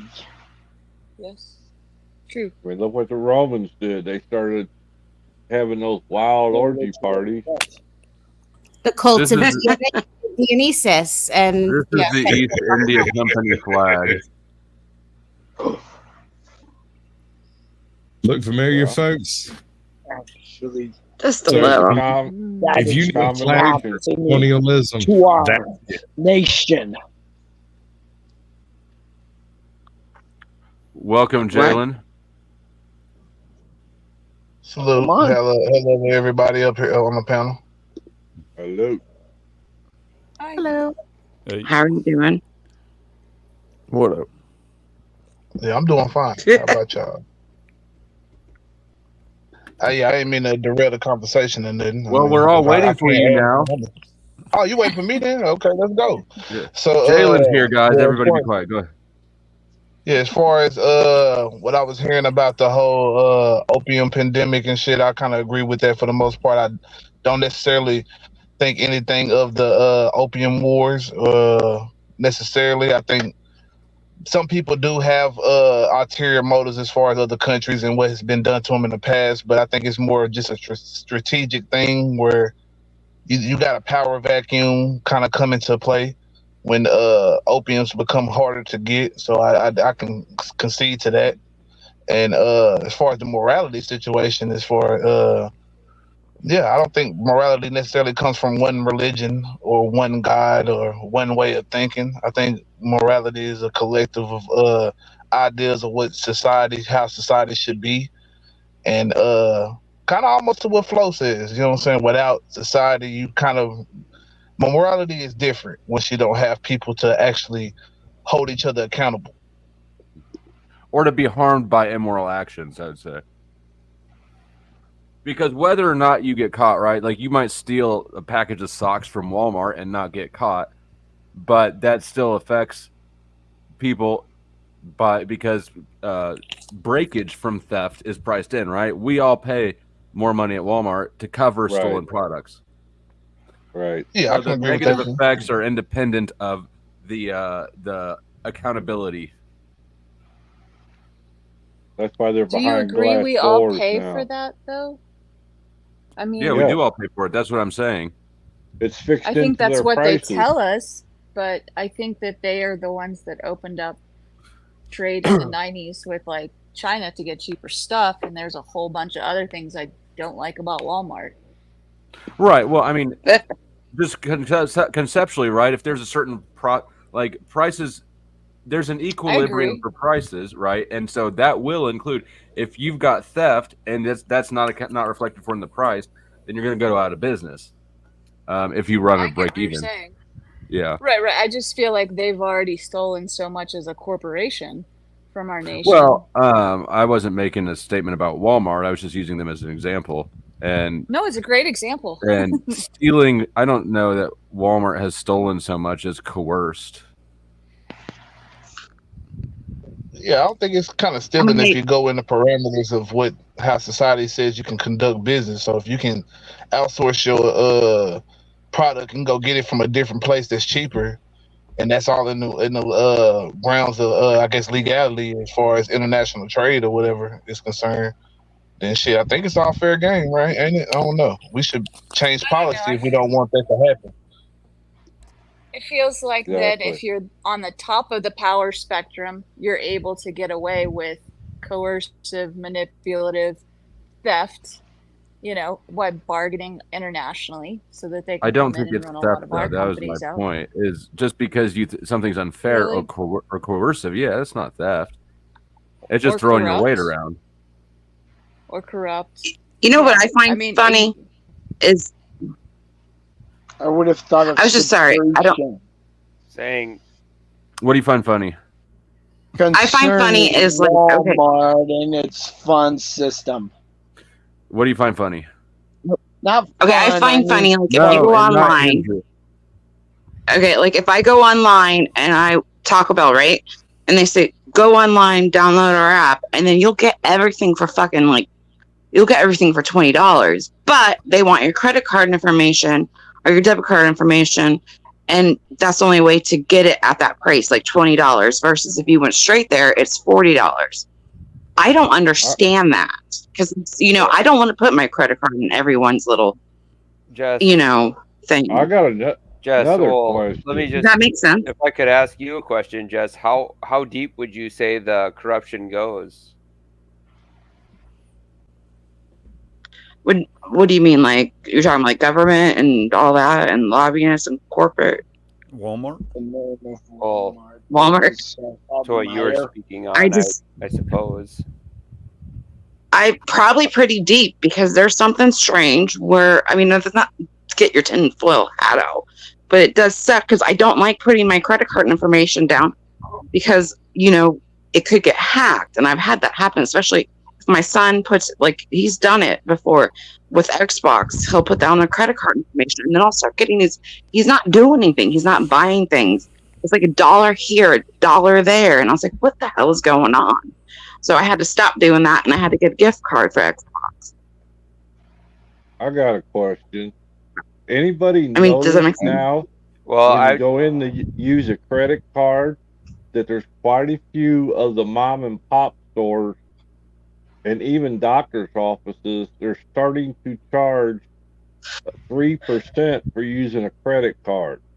And last week when I went to the doctor, I asked what that was about. And the lady explained used to the credit card company would pay us to take their card. Sure. She says now we have to pay them to use their card. I don't know. They've always had to pay. Wow. There's always been interchange. They're called interchange fees. They've always. I mean, I used to sell them as a product at the bank, and that was, I don't know, 10 years ago. There was interchange. There's always been fees. But I'm talking about the mom and pop stores now. There's signs Yeah, that's what I up. told to. If you use credit card, there's a 3% surcharge. Yeah, they're passing on the fee now. Yeah, well, it was already passed on. I mean, it was fixed into the price of the product already. Right, but the company the shop was still paying that fee, and therefore, if you paid in cash, they made more. I don't think I've ever. I mean, I've never known of any credit card company paying the merchant. That sounds like she doesn't know what she's talking about. It could be true. She could be older than me, and I just wasn't around for it. Well, I can remember a business we started, a gas station, grocery store, and they actually paid us to take their card. It was a small percentage. It was like 2%.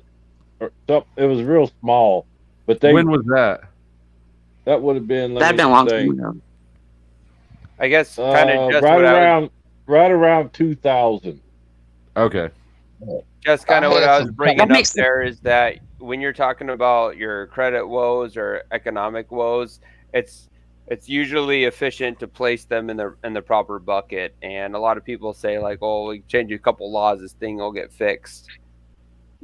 I'm of the mind of reorienting the mind to the actual reason why things are bad, and then if you want to fix it, you should probably start at the root, right? So are they? You're not going to get anywhere. You're not going to fucking get inflation? anywhere. It's going to be the same thing decade after decade unless you actually address the root of the problem. Is it inflation causing it? Because this is fairly new. They do it because they can. It is largely driven by inflation because their profit margins are shrinking, right? As inflation hits, and then producers are getting eaten by that. So they're trying to either recoup some of that margin or push you into paying with cash is probably what. But yeah, that's Joseph, you're on the right. when you you're on the ask right me. track. Joseph, when you ask me how far deep it goes, you know what? Jess, then Andrew, then Joseph. I'm sorry. When you ask me how far deep it goes, you know what? It does go really deep. Because I'll tell you something. Yeah. With the state I live in, you have now. It's a law. There are little loopholes you can go through, but it is a law that you have to get a roof every 15 years, and they just put this in practice this year. So of course, What? yeah, and I even told everyone goes what? I even told my friend, and her husband's like what? And he looked it up and he's like, holy shit, you're right. Must Yeah, be in the like northern. What state has the most hurricanes? Years, of course. Oh, okay. Florida. Yeah. By new roof, do you mean they Yeah. have to like replace every shingle with a new shingle, or is this like repair? No, it's replace the roof. I mean, you can go through loopholes where you have to pay like maybe $200 to this, inspector, and you'd be like, okay, the roof is okay, but not always. It's still like every 15 years, either you get a new roof or somehow you go through the loophole. And I even told my best friend, her husband was like, that is a job. My bad. Is it a penalty for not getting the roof? Like, is it something? You get dropped from the insurance. The insurance companies are pulling out, right? And So you don't get a new roof. default. There's also a lot of If you- coercive insurance policies that are coming to light now too, and Yeah, if you don't listen, because your house is paid for, so you're like, fuck it, fuck you, I'll get a new roof when I need to. Hurricane blows in, it's gonna be the same amount, blah blah blah. I mean, it does suck, but it's like, can you imagine getting a roof every 15 years? It's like a car every 15 years, if not, it's Florida's insane. having a huge insurance problem right now. Yes, they are. Oh my god, everyone's pulling out. If they can pull out, they will pull out. I was with my insurance company for no, I wasn't. My family. I just got a couple questions. I ain't never owned a home and shit like that, and I don't know exactly like how durable roofs really are. As far as I've never really stayed in the same place for more than maybe about 2 years. You can get 50-year shingles, but you're going to pay for them. but Jess, at the end of the day, you're still talking about monetary policy, and that's like you're still 3 levels separated from level 1 on how deep it goes. Let Andrew go. No, and I feel like you're about to take it a direction. Andrew, go ahead. Okay, thank you very much. Yeah, mom and pop shops to Chuck next to me. They're already considered nonprofit. They've been nonprofit for years. Getting surcharged 2%, I think, on the over. I'm sorry. Oh, yeah. Unprofitable, not a non-profit. That's a legal distinction. Oh, okay. I wasn't sure if it was or not, but 2%. Certain people's would have to be on food stamps, for instance. Are they also charging that 2% on EBT? No. Okay, yeah. Okay, so that's good. That would have gotten me my blood boiling if I heard that. No, and you don't pay taxes on food stamps either. Nope. Yeah, like I said, this has been fairly recent within the last 6 months that this is really starting to pop up, be a problem. Joseph, now it's balls in yours. Sure. Though, okay, so all I'm trying to say, Jess, is when we're talking about how things suck in this country right now and we want to fix them, I'm in the camp of addressing the actual problem, and I know it's hard and it's maybe a little bit esoteric for most, but that's probably the best way to go. And so I'll fucking, How do you address that problem? I'll poke at people sometimes. Well, it's first off, you have to shake them loose and let them understand how the Like actual. this? You shake them like this? No. Okay, so to your point, Flo, there's not a lot you can do. You can try to intrigue them a little bit make them a little bit intrigued, maybe make it fun for them or whatever. But if you can't do it to them, you can try to make them question their worldview a little bit. Just say something and do it properly in a way that'll make them think about it. You have to take all that into account. I mean, sounds like shame. You know, it's funny, Joseph, is that I was talking to the insurance company. I was like, how can you make people change their roof every 15 years? That's insanity. And they're like, well, it's because of fraud. Like you guys are talking about stealing. It's because people were frauding the insurance companies, blah, blah, blah, trying to make excuses. And I was just like, whatever. You know? You can ask Flo how much I'm in disagreement with the insurance companies. I have arguments. He doesn't like it so much. It gets dry, but I'm 100% on board there, but that's not your issues when it comes to inflation or taxation or anything like that. It's not the root problem. And I like to steer people into the root problem when they want to debate and represent their views. Let's crash in that mud. What's the root problem? What is that? What's the root problem then? Instead of making a game out of it. Well, the big problem is that the Federal Reserve will do quantitative easing. Okay, it's a big tax on the public. It's a way of leveling the playing field to keep things in homeostasis. Just trying to dumb it down a lot here, but that's a big way, and that's a policy that not Congress, not dumbing down. Okay, sure. Well, whatever. That's a big problem. Bailouts are a big problem. A lot of the way that our country works as far as monetary policy, the petrodollar, we can talk about that too. I would advocate to get to something more national. So just we have a lot of resources. Let's do that, and then not have so many tethers going across the world. So can you be like more specific? Sure. I just read what quantitative easing was, at least on a Google search, and it does not say anything about taxing the people. It says something about buying government bonds to stimulate what the economy. economy. Is it's printing money. Yeah, it's printing money. So the Federal Reserve has two weapons. They have a left arm and a right arm. One of those arms is quantitative easing, and another one of those arms is the rate for borrowing. So what percentage cut they get. And they use those two. That's kind of like yin and yang for them. But the problem with that is that the Federal Reserve doesn't have direct oversight from the U.S. government. We basically get to vote to put who's in it, but we don't have oversight on how they operate. Gets confirmed. We don't. And it's exactly, and they claim the reason the power is lacking there is because they need to be able to have rapid response to market.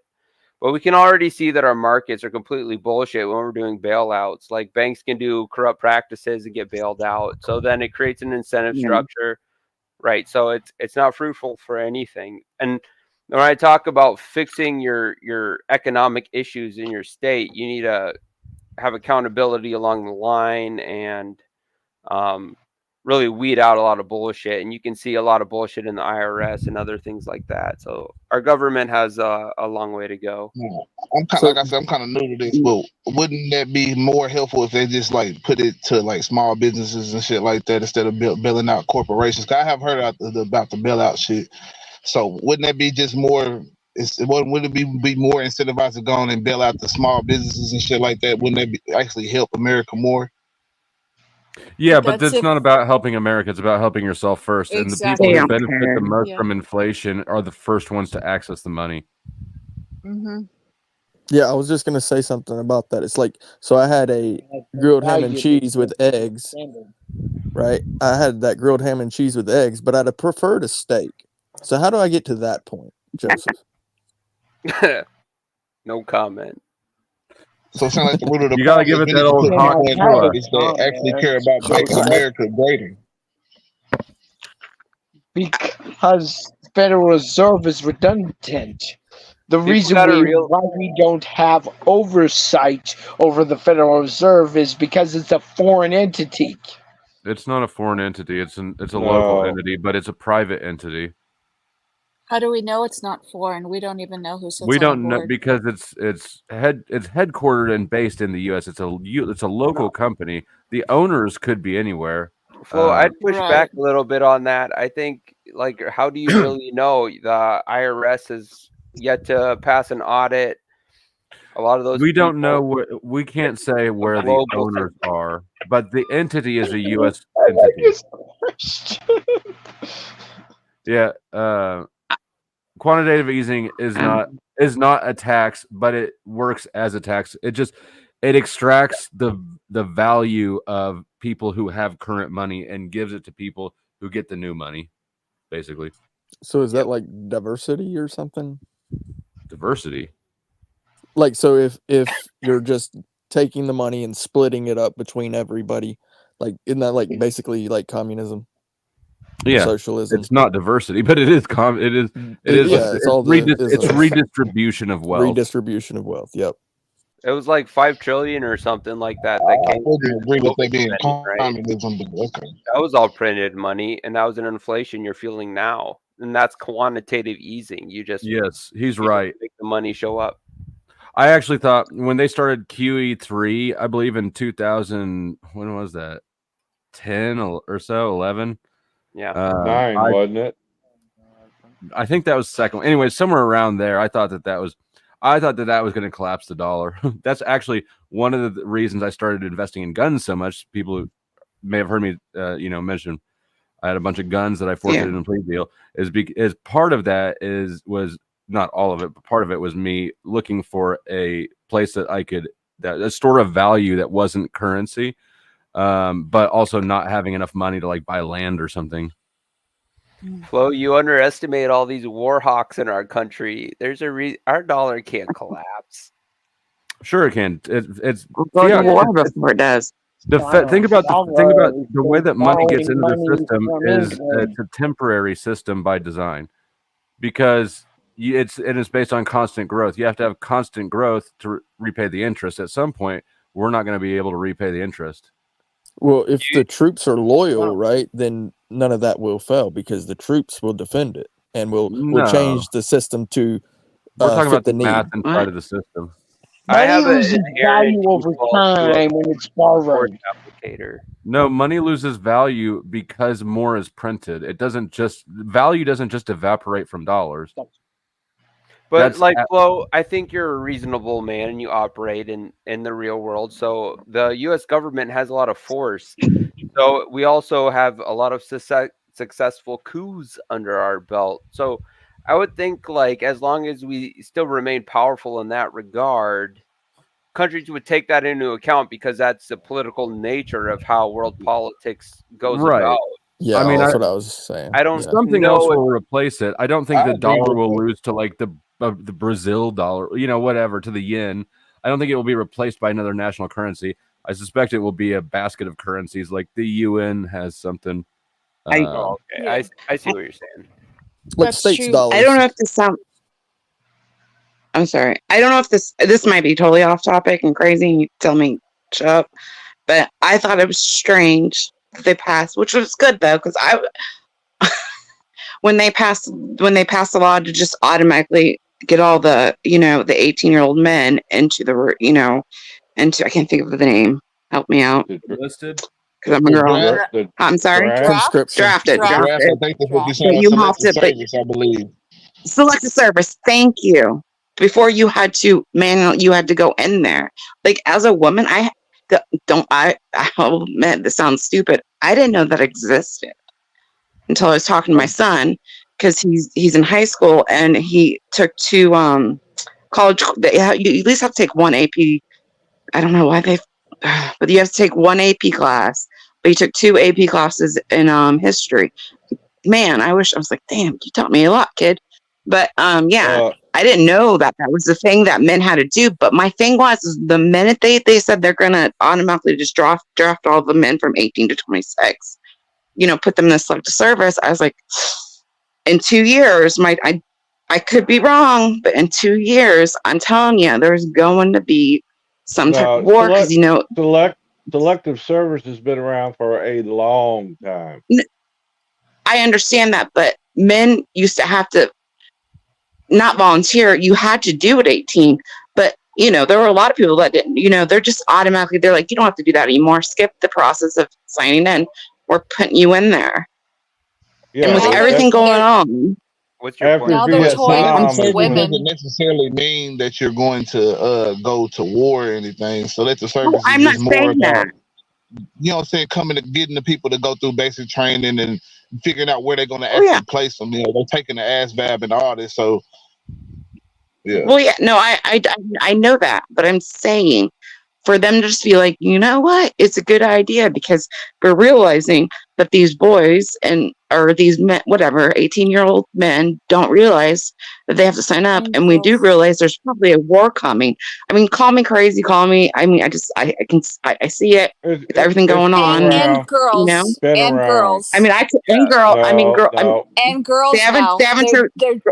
They've started. They're starting the process for girls now too. That died. It ain't going nowhere. It's People not with good. guns are coming to kill your family and your nation, and what are we gonna Well, do? a lot of people don't realize. Read your state constitution. Flo pointed this out to that fella in California. A lot of state constitutions can draft you for state duty. At any time. Just Wow. here it's I had no idea. like every able-bodied male between, I don't remember what it is, 16 and I don't know, 60 or something. 45, something. Yeah. Yeah, it's What? considered part of the militia. I'm part of the militia. I'm not allowed to own a gun, but I'm part of the Kansas State Militia. Attaboy. Whether you want to be or not, you Right. are It included. just is automatically. All they're doing with that drafting is they're just skipping the process of it, but I don't think they've changed any actual laws. No, Well, no, I'm not saying they changed any laws. I just think that was. I just thought that it was eerie this time right now in our lives. We know there's a lot of shit going on. Kind of sounds They to me went like the you guys selective eerie. service that after people should be able Vietnam. to be pacifists while their country gets taken over. They went to selective service after the Vietnam War because of how much trouble the draft was. I'm just saying, I thought it was eerie. What is dextrose? What is dextrose? Dextrose says what they come from in milk products. It's a dairy. Is it? I just see it in a lot of like bad foods, like Nerds gummy clusters. Oh my God, Lo, you're gonna die. Huh. You had those the other night. That's funny. Lactose comes from. Yeah, those things are amazing. Fine. I'll eat some vegetables instead. What do you got? Veggie crisp? Hershey's Nuggets. Those things are disgusting. Oh, the veggie straw things? Yeah, they're nasty. Yeah, those are gross. Yeah, fuck that. It's like fake chips trying to be real chips. It's bullshit. Yep. I bought them for my kid, and he looked at me like I'd hit him with a hammer or something. He's like, "You expect me to eat this?" You can take dextrose. It's oil from either vegetables or cheese. Oh, What is your favorite, Lionheart?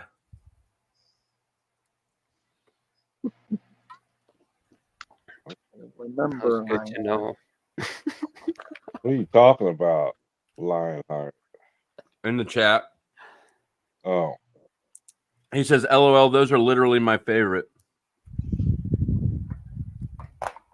Yeah, we were talking about addiction earlier.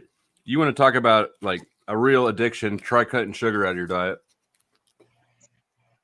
Flo, you want to do a mock debate? On what? Oh, Lord. I got You're show captain, brother. Well, I heard you kinda- ran, or I read I'll be that. back I read in a that. minute. I'm kind of from your point of view, but I'll still try to steel man the opposition. Not really. All right. I appreciate the offer, but I've had this discussion quite a few times, and there's a couple of points that I'm keeping up my sleeve, but I'm pretty sure that I'm on solid enough footing that, like, I'm not Well, it's a win-win for me, Flo, because if you beat me, then you strengthen my own position, right? Yeah, but he don't want to give away his cards. Oh, okay. I didn't know that. I didn't know you were holding cards. You gotta know when he fold them. You gotta know when to hold them. The thing That's with fine. That's fine. objective 'cause I'm a little morality. late. Oops, sorry. Go ahead. I was going to say, like, when you're talking about natural law, a lot of that is based on natural rights, which all of that was written about by Thomas Aquinas, based on Aristotle and Plato's Republic. So that's kind of peculiar to the West and Western philosophy, but it also has the assumption of a divine creator. When you're looking at the natural law part that he brings up, that's based on Thomas Aquinas's interpretation. So you still have someone who's supreme over you because it's based on a God theory with natural law. No, it's Just not. F- I mean, but it works without it. It may be mystery, but it works without God. This is actually one of It my does. favorite subjects right now is natural You're gonna be struck with all of the order of the universe, fractals. That shit's not moral, though. But you're going to be stuck with that because that is ordered, and its morality is essentially an existential dilemma. So this right here, this is based upon life existing and life alone, right? So outside of life, morals don't exist. Right doesn't exist. So what's right and wrong? But life has right. Whereas you look at a rock, sure, there's like a little amoebas or whatever, but the rock itself, the substance of the rock, it doesn't have like a right? But if life is there, then there's where you would say it has a right, and it exists outside of humanity, right? So like a lion to her lion cubs, she has right to those cubs over perhaps some hyena coming and snatching them up, and so she'll defend them. That's my view of it. Like, so that's like natural. What's natural? What you would see in Okay, nature.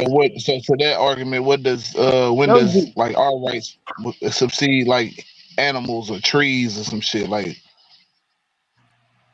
Right, and so those are living things to a certain degree. Go ahead. Yeah, for that, I mean, so it's about what's conscionable, and so what you would see as far as the conscience, right? If there's a higher creature on this earth, right, is it the human being? Well, I do believe history would tell that story to be yes, that human beings are definitely a higher moral creature than any other creature on the planet, because for one instance, we certainly wear clothes, so we understand shame to the fullest extent, whereas animals themselves do not. Plants, there is no shame. Of course, there's not I even mean, really a animals' good wings and assholes don't necessarily be always out either. I guess they fur or whatever is they kind of like sense of clothing. But go ahead. Yep. And so even though they have a smaller degree of morality, in my view, and this goes back to the viewpoint, it's a morality argument itself is based upon principles, and natural law is based upon principles. So existence itself. No, it's. Whoa, I mean, whoa, yo, But hold on. Joseph, No, hold on, that's guys. I'm having an issue right uh-huh. now. Like, there's like, I got to stand up on my chair. The bullshit's rising, and my socks are getting dirty. Well, just spit it out. Natural law. Yeah, spit it out then. I don't know, man. Do you have anything to say, or did you just want to stop the conversation? Oh no, I got a lot to say. Like, one, morale. Let's get back. Let's reverse, bro. Morale. So- What's morale these days? Hold on. I wasn't. Morality You asked as- me. Wait a minute. Morality, as definition, it talks about I rights thought, and what's rightful. Somebody said, "Can I explain?" Sorry, go ahead. Can you do it Okay. succinctly, though? That's the question. Go ahead. I was trying to be quick. Jump into it. Man, you messed me up now. Forget y'all. All right. Oh, The close thing though is kind of bullshit though. Your case in point, because it sounds like without morality. Okay, in every instance where there is a resource, might is right. I don't feel like that was a complete thought. But- Okay, I will say no morality. There's nothing but a resource, and there's a lot of population. Joseph, the clothes thing is kind of bullshit though, because that's subjective. Because first time I ever saw titties and boobs was in National Geographic when I was younger. Wait, what's bullshit? Did it arouse you? The clothes thing, the shame. You're saying you said we wear clothes, therefore we have Whoa. shame. There are people that don't wear clothes. No, I said no, I not didn't say Joseph. that. Joseph didn't say that. I said that. I never said Who that. said did it arouse you? That was classic. That was me. Who did say that? That was But me. Brick was saying the thing about clothes, and I didn't understand was that me. point either. I was just going to let it go because I just. Oh, I I'm didn't sorry. I think apologize. about I wasn't you talking. I apologize. Yeah, so I'm. But I'm the whoever one said who- about the clothes thing and I so apologize. okay, That's fine. this is a question for the panel, and certainly if Flo would want to open it up. Are there objective truths? Yes. I think you pronounced it wrong. Trolls or truths? I'm Yes, sorry. there are objective truths. Truths. I mean, if there weren't, then the what are word they? truth wouldn't exist. This is Well, this and- is and- this Does it is- exist in every language? No, this is the question before. Are there odds? Yes, there are objective truths. Are there objective odds? Are you asking a By question? truth, are you talking about intangible values? Or are you talking about tangible? Like this is a marker, and we know that it is because everybody. That reality is independent of any of our desires, or right. We can all see That's this in the true. real world. Yep.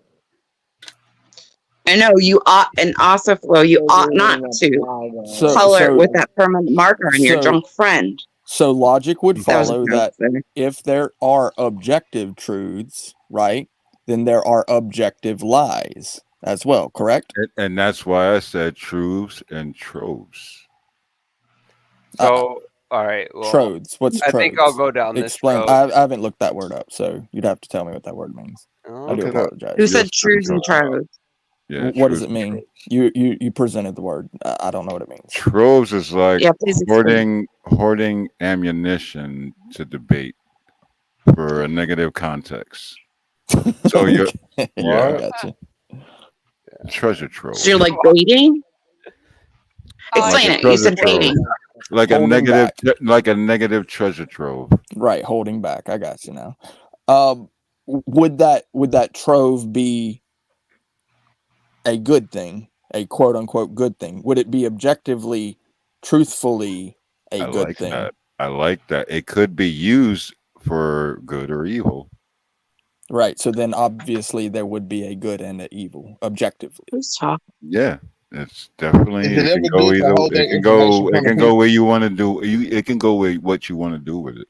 So the fact of the matter is there are objective truths. Absolutely. Okay. So if there are objective truths, logic would follow that there are objective lies. Yes, but there are consistent lies that go within the path of an objective. That's Can you see almost where you like do it into? I don't think you really. There's objective untruths. A lie has implied intent. Are we just basically weeding out politics right now? I'm not sure what we're doing. Valid points. Listen, Natural you law. guys, these Remember, atheist natural types law. We're just talking about wanna- natural law and the base for natural law. Well, these atheist types want to try to like prove. They want These proof. atheist types. They want fucking proof. Like God doesn't exist. Here's your proof, and it's Wait a minute, hold on. like Do you an want me to example, start a like- convo? You guys ready? Because I'm all for it. What's today? We don't. It's nonsense. Today, It's well, always it's been Sunday right now. No, I can start something. It might take. It's only Sunday. Yeah, I Nobody got time. wants to hand the torch off to you. I'm You gonna know, say, I'm no, gonna we're have to talking take it about back. objective Nobody truths and wants shit that to we just can't prove. go along with the some dude, wherever you're wanting to take us. Now I just lost my train. Now you made me lose my shit. Back to natural law. Bunch of old cocksuckers. But what? I'm sorry. Everybody's sort of talking in What's an different objective directions. lie? Mother Happens- Nature Yo, takes Flo, advantage of you. Flo, There it is happens not an fast, objective right? lie. A lie I is got an an intentional example I act. like to use There's for objective justice. untruth. Can I, Flo? Can you explain it to me, please? I'm sorry. Flo, it Yeah, an happens fast, objective, right? and there is objective truth. This is a marker. if I said this is a calculator, that is objectively not true, but it doesn't mean it's a lie. A lie has to be intentional. Right. So you stated the lie. Oh. Okay. All right. Let's get to the real. It's let's deep observable. dive. You were lies and dude. misconception. What in the fuck, dude? You have got to stop interrupting every time. Lies are intentional. Right. That's simple. Or misinformation that you Okay. think is true. Right. Okay. So if I like, I'm sorry. Go ahead, Phil. I'm sorry. I apologize. Brick, were you in the middle of saying something before I got up some dude's ass? Yo, that's no Diddy, bro. No Diddy. Oh, maybe Diddy. You keep fucking around and interrupting people, and it'll get Diddy on you. All right. So, in my view, if objective truths exist, then the equal and opposite must exist. I would be able to view that something is, in fact, a lie. That's not the issue with the argument. The argument is there objective morality on the earth? And then once you get into that question, you'll say, well, look at this part of the animal kingdom or this. They live in a social community and they abide by these rules, which are sometimes they hurt each other, sometimes they live in a sense of homeostasis or whatever, like a wolf pack. And then you'll say, what I'm doing here is I'm trying to lay down foundation. I need a base. I'm trying to tell you.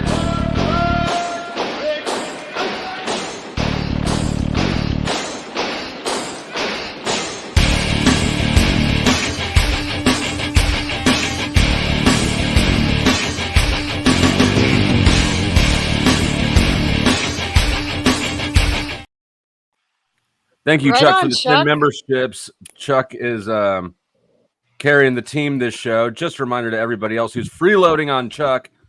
There is Cash Apps. There are memberships. All the things. Pay me some money. Help. Pay me some money and help fund Andrew's chemotherapy. Oh shit! Nice. Holy shit! You went there. You did. Damn. Anybody who wishes to hear about the objective Andrew, truths? I'm so sorry that you have cancer. It's amazing that the chemotherapy is not affecting your Flow. Watch the cancer grow. I have an objective lie that I'd like to bring up as an example. See this? This is one of yours. I have it. Have what? You don't really have one cancer. of yours. It's a joke. It's a grift. Oh, that's alcohol. It's no. It's alcohol. Okay, so I'm using an example of an objective lie. Okay, so one of y'all had this before. I had this. Just using that as an example. Andrew, I didn't mean for you to mistake this as I your chance to talk. took it. How's that objective lie? No, don't. Okay, so taking something that doesn't belong to I gotta someone wrangle this back together. else. We don't need an example of an objective lie. We all know that there are lies. There's Show us objective an- truth, objective Yeah, but untruth. Hold on. It's very simple. There are true things, there are false things. Lies are intentional. Now, I don't think that we need to go all the way back as far as Brick wants to go to address the issue. I think Brick is going too far back. Do you agree, Brick, that wherever you're thinking, we can just start at where we're at now? Absolutely. Okay. So if there are morals, if there are morals, right? There are good morals and there are bad morals. No. And that is just reality. The premise is if there are morals. There are good morals and there are bad morals. When you say bad morals, do you mean positive morality that is bad, like you shall murder somebody, or do you mean like immorals, as in the opposite of morals? I could do something better than that, Flo. Let me ask him a question. I hope it is better than that. I hope it is better than that because I just asked him a question. No, Right. I'm a supersede. I want to hear All right, Flo's hold on. answer. No. I want to hear some dude's question. I want to hear him do better. Yeah, moralistic value wise, is that a Bible or a religion, or is just somebody yelled at you to go get a switch off the tree, or is what you feel in your heart? Riddle me that. That's not a better question. That's That's not a a better horrible question. Laid it right down there, right there. Moralistically, I said the That's Bible, absolutely horrible. what you feel, what's realistic. You're gonna get a 10 minute no for that one. sense. Makes no Right. sense. I liked Flo's question. I unfortunately didn't hear Flo's question, so can you repeat that? Repeat that, please. I don't even remember what it was. Oh It was yeah. about moral, immoral. When you said there's bad morals, do you mean things can be immoral, or do you mean there can be moral systems which promote bad things? Yeah, bad morals. The fuck is that? Bro. Okay, so you said can there be moral systems, or can there be moral systems that promote good and bad? That's the question, right? That's not what he said. That's not what he said. Okay, can you present it again then, Flo? Because I keep getting confused. Come on, Flo. Doesn't even Spit it matter. You're already pedantic to the. I have 1,000 voices in my head. I'm wondering why. I was wondering why I was muted. Okay, you had said there can be good morals, so there has to be the opposite. There has to be bad morals. When you say bad morals, are you referring to immorality, or are you referring to confused morality? Like, are you saying that it's a bad moral would be stealing? It's not good to steal from something. It's the opposite of moral. Or are you saying a bad morals are like human sacrifice is good, where people think it's moral, but it's Right. not? Okay, yeah, no, I get it now. So there is good and bad only, in my view. However, we have consciences as human beings, as animalistic creatures. So we can train our consciences. I am not any more clear on what the fuck you're saying. What's a bad moral? So when you're a child, you would understand things a certain way, right? To be moral or not moral. Well, good or bad, right? But as you grow older and you are disciplined and you become more disciplined, you are trained up in your conscience to understand that there are some things that are just clearly bad. For instance, I'll give you an example. I stole $11 out of my stepfather's drawer. I stole. Look, do you want to hear what I have to say? Or just Go ahead. continue to talk over me. Go ahead. Okay, I stole when I was like 7 or 8 years old. I stole $11 out of my stepfather's drawer. Now, he sat me down and told me that it was wrong, and he explained to me why it was wrong is because he needed to buy lunch so that he could go to work, right? And so that he could go to work each day. And so he didn't just stop there. What he did was he tanned my hide, right?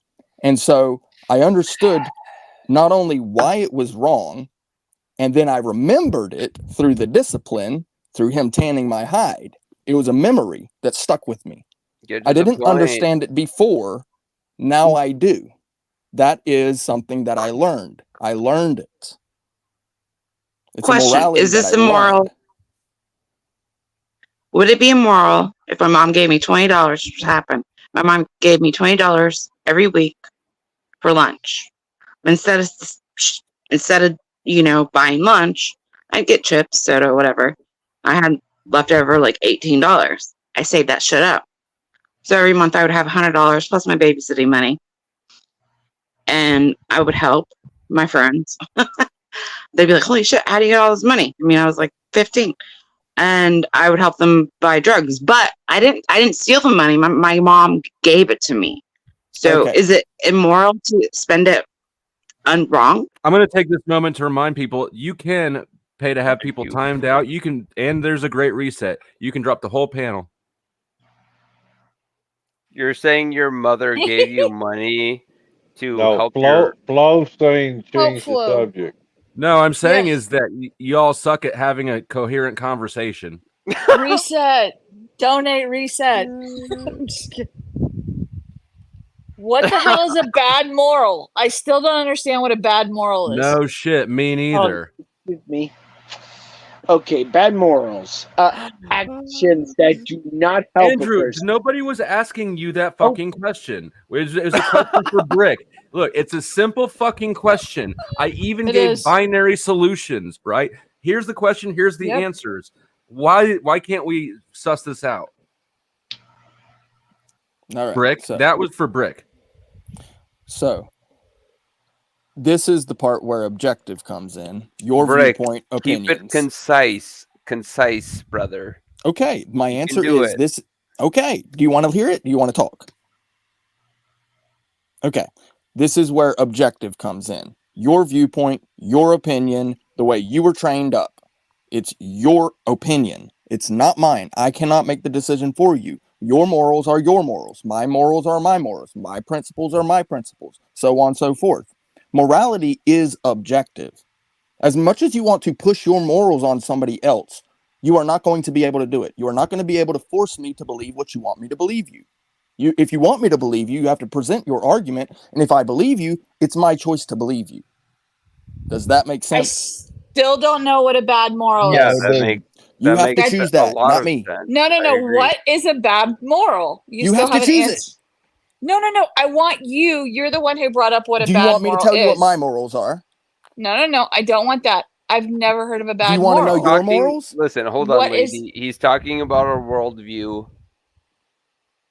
Understand Morals are it. based upon your I own don't- personal worldview. And to, Well, what is to a confuse bad it to something moral? else is Can to you give me confuse it to something example? else like Christianity or natural law or any other governmental system is absolutely ludicrous.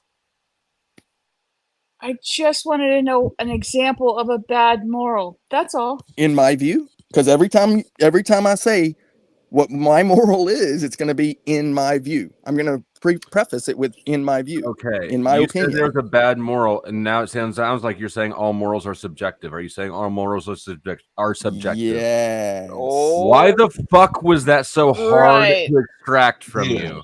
Okay. Now Because I people understand. talk over me. That's not why. That's. But you I've said said it after time and just a time minute again. I've ago said that morals objective. were objective, and then you turned around and just said morals were subjective. So I don't get Thank that. you, Jalen.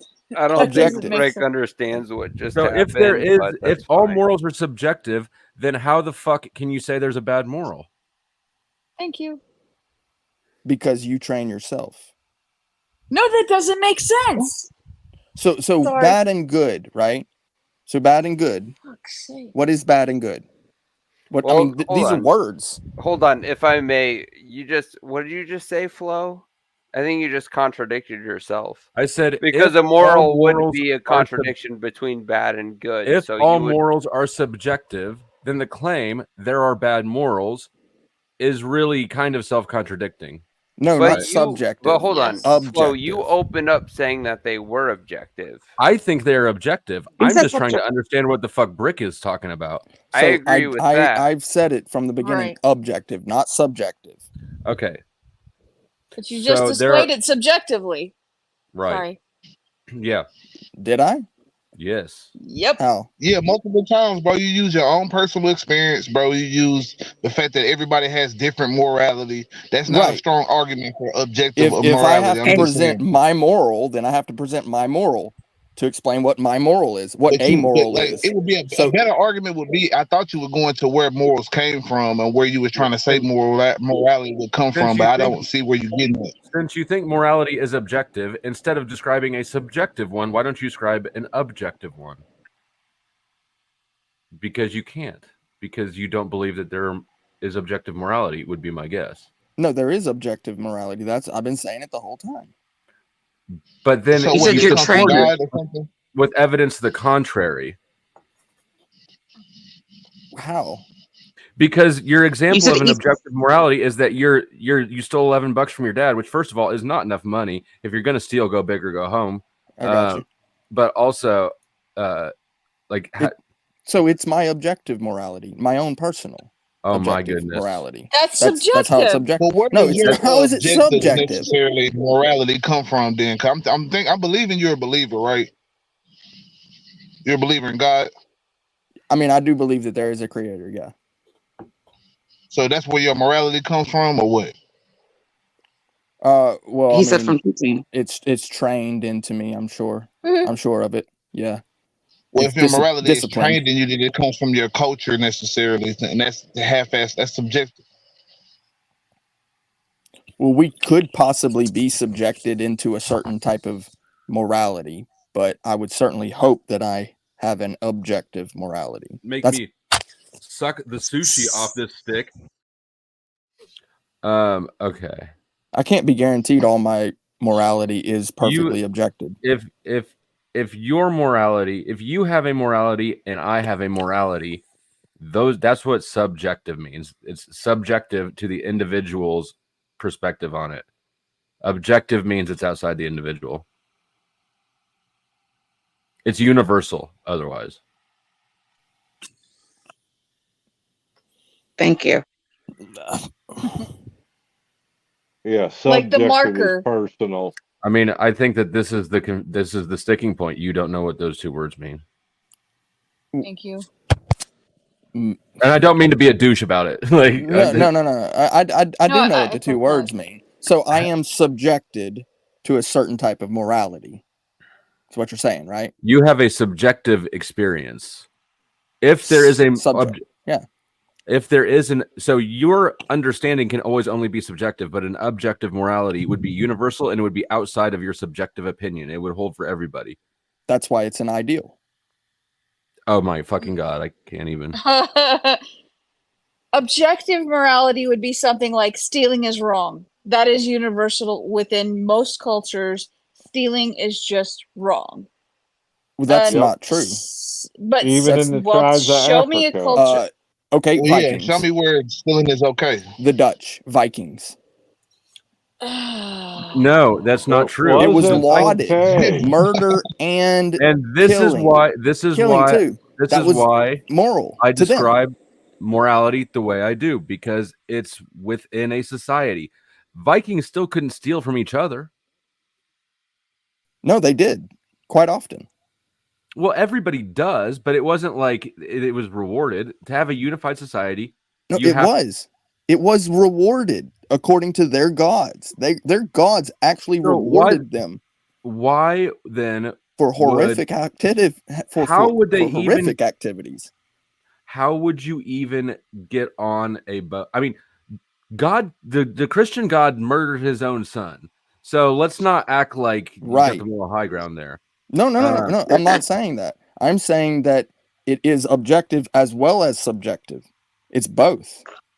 I'm not disagreeing with your subjective morality. But objective would need to mean that where does the morality come other than God, which is kind of subjective in itself, because most people, I ain't gonna say most people, but there's no consensus on what God is. Is there a God in the first place? So that almost becomes objective itself to put your morality on God. That's why I was asking. So I mean, yes, absolutely, yes. I would be subjecting myself to him, absolutely, 100%. But when I look out and around the world, I can plainly see that there are some objective moralities, right? So, for instance, here's one: a sacrifice, right? In this culture here in America, we can't do that. But back in the day, there were groups of people who literally sacrificed each other and animals. That's just an objective morality that they had. They had that morality. Not objective. It's not objective morality. Not objective. It's observable. It's a morality that they did. They did that. It's observable, but does it make it objective? For them, yeah. Because I can see it. So like the lady said with stealing. Like stealing, even though there is people that will still steal, because there are always going to be outliers to whatever norm system that you try to put in place. for the most part, all different cultures, whether they have Christianity, all type of different other variables in place, have a certain set of rules, like thou shalt not kill or thou shalt not steal or these type of things. You know what I'm saying, about how we treat one another that are objective. Right. So the goal here would be to bring out the best in humanity. I'm assuming, right? However, No. The goal is to determine if you know the difference between objective and subjective. And can you then explain them? What is a bad moral? I mean, you just, Brick, if you say that is objective to them, that's an oxymoron. That phrase doesn't make any sense. That's like saying it's a jumbo shrimp.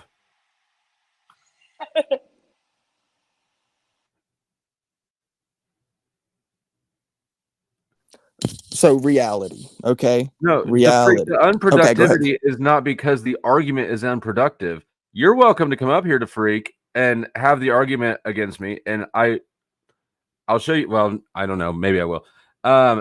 It's not unproductive. The problem is that we don't understand words the same way. No, I do.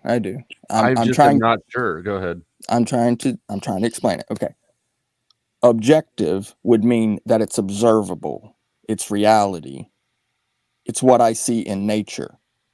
So I just see it. That's what objective is. An objective morality is one that's independent of the individual. You're using the word objective wrong. I mean, that is a right use in some context. Very little. Yes, I do understand that. That's what natural law presents as an argument. If you say that something is moral because the morality is observable, then there literally is.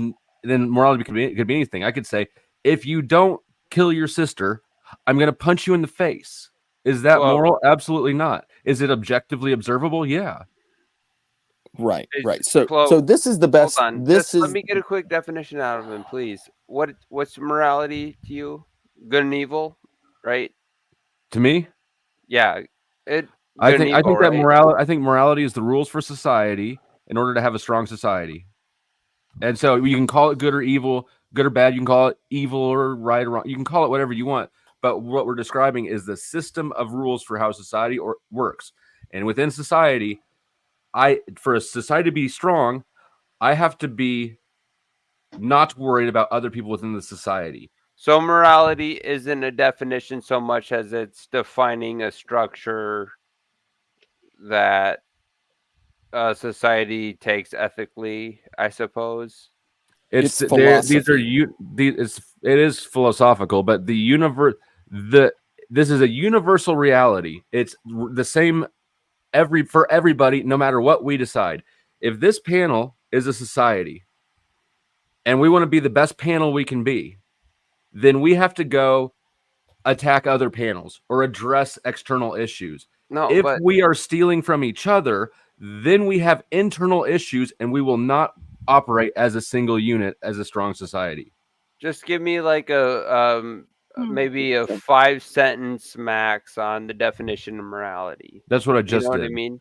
No, I just gave an example.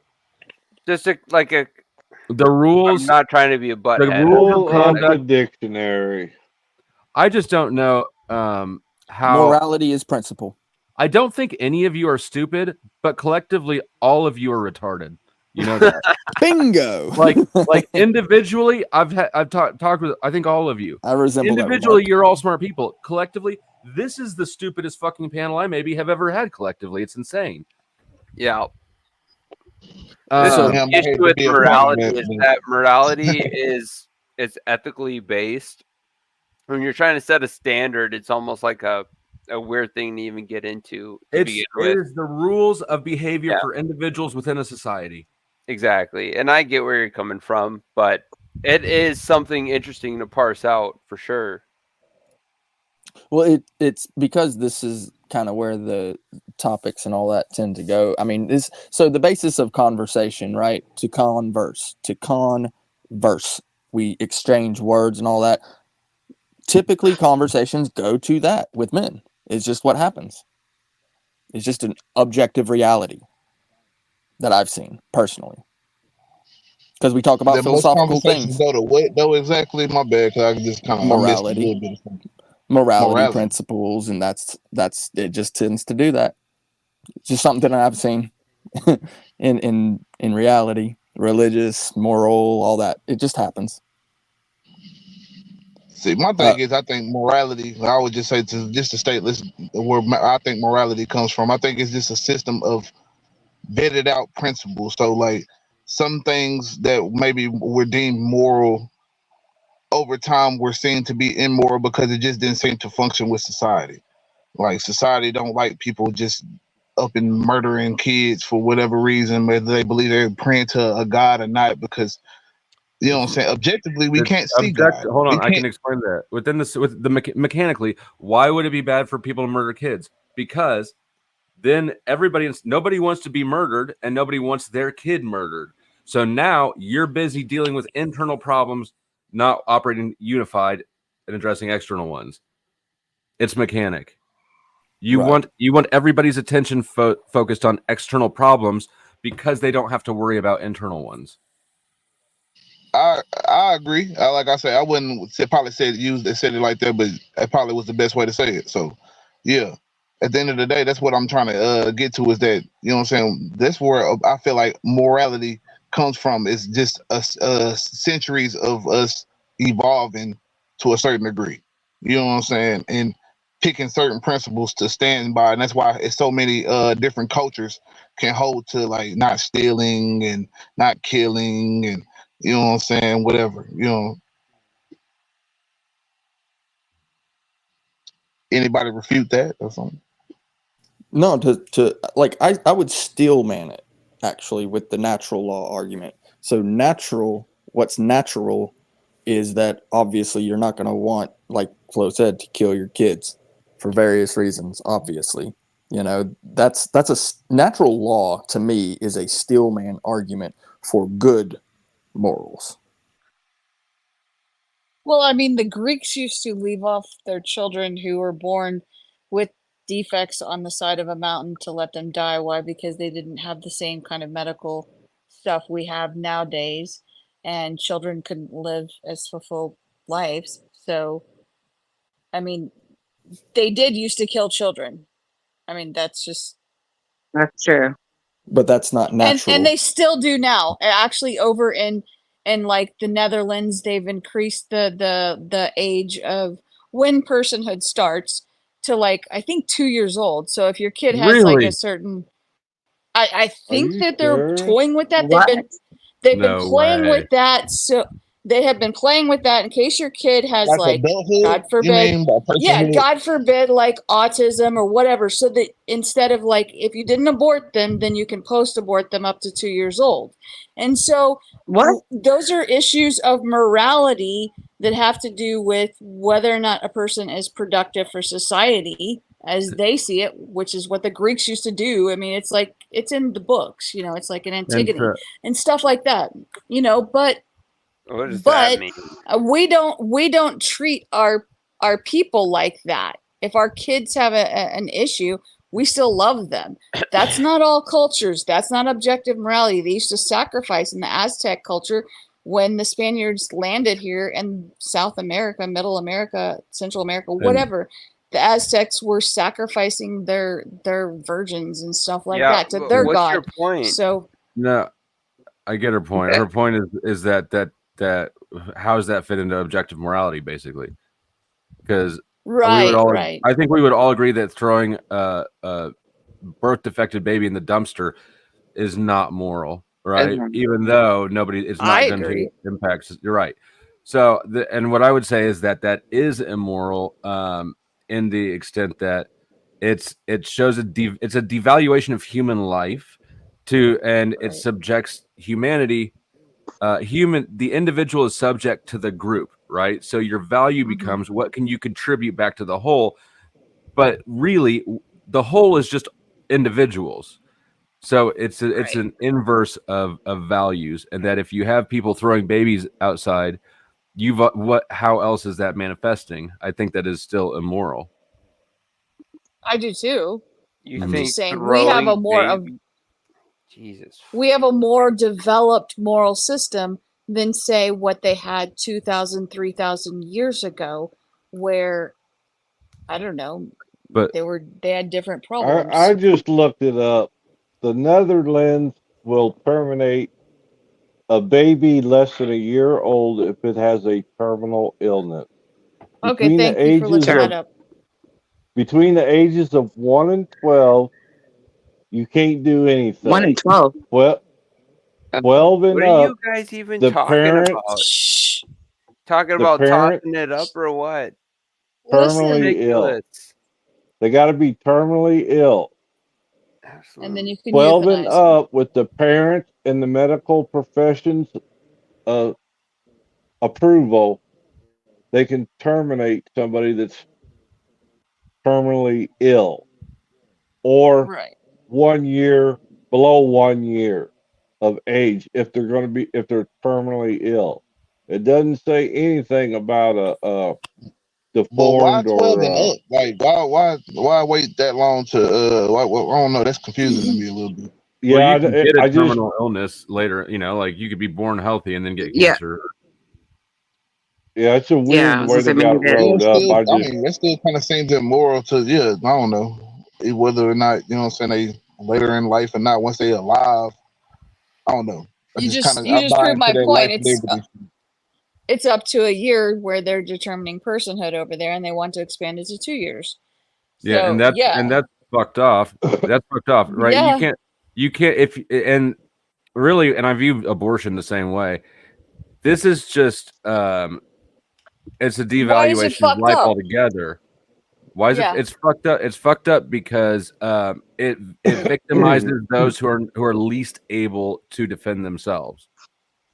It's only for the terminally ill in the Netherlands. Yeah, and I happens- I hear you. I have zero faith in their ability to stick to that. You slippery. Yeah, I know give it's a them slippery an slope fallacy, but my argument, my resistance to that would be a slippery slope one, as well as the fact that this is a group of people that most needs to. If you protect defenseless people the least, that's not protection at all. That's an inversion of values. And that's not sustainable. I don't see how that would be sustainable to have that value structure. Well, I yeah. don't either. So like it's like this: a baby born with congenital heart failure, right? Would you say he's terminally ill? And would you right? So ultimately, that is something that is treatable, right? I don't know if it is or not. The baby can live. Yeah. The way you phrased the question made me think, well, it's got to be terminal, but I don't have any idea. Right. And it is terminal. That's because all humans die. So that's why it's so immoral, is because we all die. So anybody who would kill like even just the weakest little baby is just immoral, in my opinion. Andrew, what is the difference between ethics and morals? Thank you. I was just gonna say if a person get cancer, you know what I'm saying? Like now you can just kill them person that got stage 4 cancer. I don't know where do they draw the line with this? Because that would be my biggest question with all this shit. My problem with what they're doing in the Netherlands is it's so close to Brussels, and that has had the largest human trafficking for the last 30 years in the West. Insofar as the Western countries, it is the worst. So if you have teenagers now who've been prostituted out in the sex industry for so long as human trafficked, then you're allowing them to kill themselves, which they are doing. Yes. So then you have them expendable on two fronts with when you switch the morality. And that's what I mean. Like the West morality, it's not objective insofar as differences between here and there. And it's moving in here. I mean, we have human slavery. Why are you asking the internet? Just fucking take.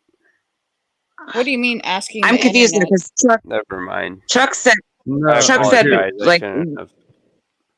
But Chuck, did you not say one? Hold on. I want to hear what do you mean? Why are you asking the internet? Why are you asking the internet why it's asking the internet? Well, are you saying that your young women are being turned into sex slaves and nothing's happening? Was that the gist? What's going Was on that since the the thrust of it? 1990s? I knew about that. Didn't have anything to do with the internet. That had to I do with think she was friends that just I talking had from about the whole overseas. body autonomy argument about it, and the fact that you know what I'm saying these people can be self-deleted or killed themselves. You know what I'm saying? Thank Whatever. you. Jalen gets me. Sure. Yes, exactly. That might have been an inappropriate reaction. Sure. My bad. That's why I said never mind. Cool. But I mean, those are different moral systems than what we have over here. And I thought murder would be objectively wrong. I checked out. I checked out mentally for a minute. You're welcome, Joseph. Sometimes I have to dissociate, not to just drop you. But what was the question? All right. Fuck, I don't remember.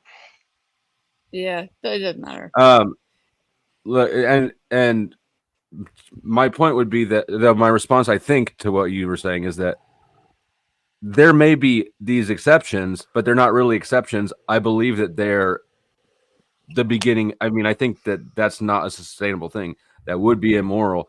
If people don't value the lives of the others within their society or their community, whatever, then that will lead to exactly what I'm saying. The purpose of morals is the purpose of morals is to keep people unified.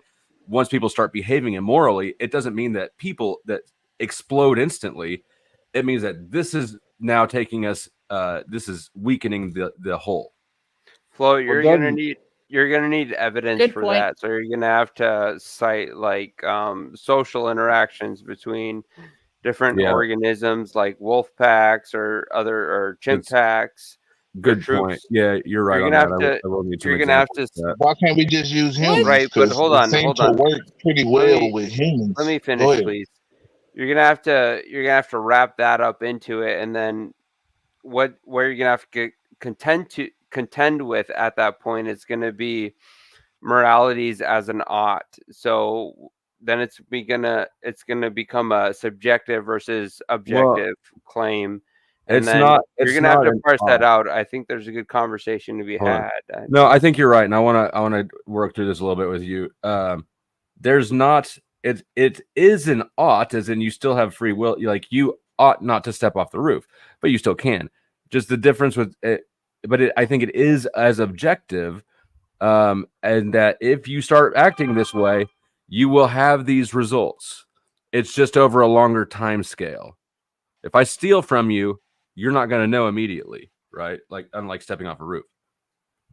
Right, but ought claims become different when you're talking about humanity. So, like, you have cultures where people kill their babies, or you have cultures with different morality at that point, and then it's hard to juxtapose that against an ought claim of what morality is. So then you could take the point of view that morality is just the way a social group conducts itself, right? So, like, wolves have an alpha male or something like that. You could get into that argument, but when you get into an ought claim with humanity, it becomes different, and then you have to contend with all those other arguments that come into play. But you're right. I will need examples. And this is the man you need to thank right here, Chuck from Tennessee. But my pleasure. My pleasure. Thank you, Chuck. Circumcision You're welcome. is done orally. What? I don't think yeah, mine that's was. I don't think mine was. What was that? That's Rumham true. says That's true. circumcision is done orally. Not all things are evil, but most had penis in old man's mouth. I'm pretty sure mine was not Yes. done orally. That is Jewish tradition. Yes, that's very true. It's just I'm not Jewish, on so the eighth day. that didn't happen. Well, yeah, you're just probably if you're I circumcised. got in the trendy hospital. penis the sanitary way. I think. I don't know why that was mentioned down there. I don't know where that came from. Alright. Random. Make me Just suck. That's not what I wanted. You need the cringe one. I know. That's what I'm looking for. Where the fuck did it? Oh, there. I've never. Never mind, sir.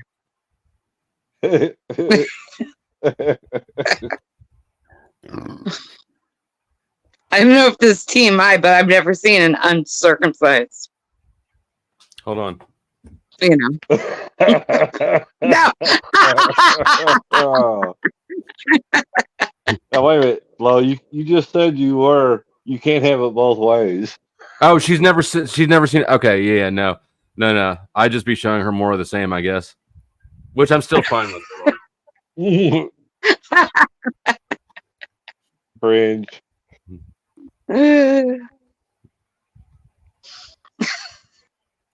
By the way, I'm men, naked on the show. When I do the show, I'm naked. Then they look.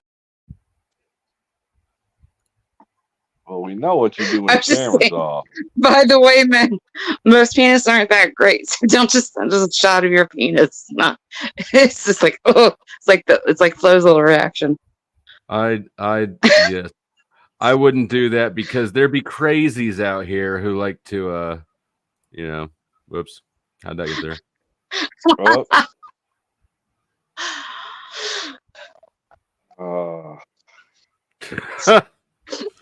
Sorry, Chuck. No, I'll stop it. I'll stop attacking. You're fine. Your You're girl. fine. You're not bothering me. That's between you and her. Okay. Sometimes I get white. I get a little bit. I hear some galloping off in the distance, and I wonder if that's Chuck's steed. But no. That's between you two. I'm not getting in the middle of that. Okay. Is he saying that Chuck White Nights? I was suggesting that there might be a little bit of it there. I haven't seen it happen straight up. Wasn't. Okay. It only happened once. When I thought you That's were what Lindsay going said. over the. I'm sorry. I frequently go over the top, but I'm almost never going in the wrong direction. At least I think. I could be wrong. It's a pretty I wouldn't say wrong direction, just over the top. Yeah, I agree with that. When was it? Just out of curiosity, I don't remember. It's been a while back. You were going hard in the paint over on Lindsay situation, and I thought you were just going a little too far. Reasonable. Well, David, you should jump back to the beginning and listen to the beginning of this, and then answer why would Andrew then not just schedule a debate with me? Why does he keep trying to blitz me and spring it when on Flo, he tried to chat with you. He's trying to manipulate you. Yeah, he's trying to manipulate me into doing it someplace low visibility, instead of just responding to the request on his terms, term. On grid ones or at random. Like I didn't even turn him down. Even when he said on the 4th of July at 4:30 afternoon, I can do it tonight. I didn't even say no to that. I said okay, but it won't be till later. And then that wasn't picked up on. Right, on the 4th. So he's trying to engage this in a way that's on his terms with low visibility. I don't think it's because he's going to demolish me. Otherwise, he would just demolish me. Exactly. You're not so ridiculous where you don't think somebody would try to coax you in having the debate when the challenge is for obvious presented. Reason. Seems normal. I do find it funny though, because Michelle, she was talking to Grid One and said, I wish I could debate Andrew. And they're talking about Andrew, and poof, guess who pops on the panel? Yeah, and that's what happened yesterday in Grid One's thing. So it's like, I don't like people tech. And it was funny because Grid One goes. Grid One even talking about Andrew and Grid One, or I wasn't discussing our thing with Andrew at all in Grid One's text. They're talking about something else entirely. One of his well, like you said, I think there's a game being played. And they DM'd him. Not a game. He offered to do it right then and there. That's not what I requested. I know. That's not how it works. That's yep. Why? Like So I don't know if it- you can look, entail nefarious intent to that. I'm speculating. I don't know how else you say that. I told him, I said, I'm not in a hurry. I understand you're busy. We can do this whenever it's convenient for you. And he said, I am in a hurry. Why the fuck is he in a hurry to get this over with? Who's got the feedback? Yeah, that's you, Puck Elf. You got feedback echoing going on. I don't know, heat of the moment. Yeah, I just fixed it. Yeah, sorry. Stuff. He hadn't had the heat of the moment going on for. I emailed him like a week ago. You think the heat of the moment starts after a week and lasts 2 days? It was disingenuous. It was It disingenuous. was disingenuous. Yeah. Did he have parameters of which he wanted to debate you on, or He wanted did y'all to have debate any- me. He wanted to. I invited him onto How my is channel it- to have hold this on. discussion How is privately. it disingenuous to say I'll debate you Oh, right come now? on. You Really? guys got to be No, fair look at the here. Oh, you clues, gotta be though. sober. Michelle. Joseph, I said I Michelle, want to invite you onto my channel to discuss this topic. He didn't. He took a week to respond, then said I can do it right now during the 4th of July night, and then the next day, blitzed me in Grid One's chat, lured me up there. He did it. He did this successfully. He baited me up on the panel by making up a whole bunch of bullshit lies about the emails I sent him.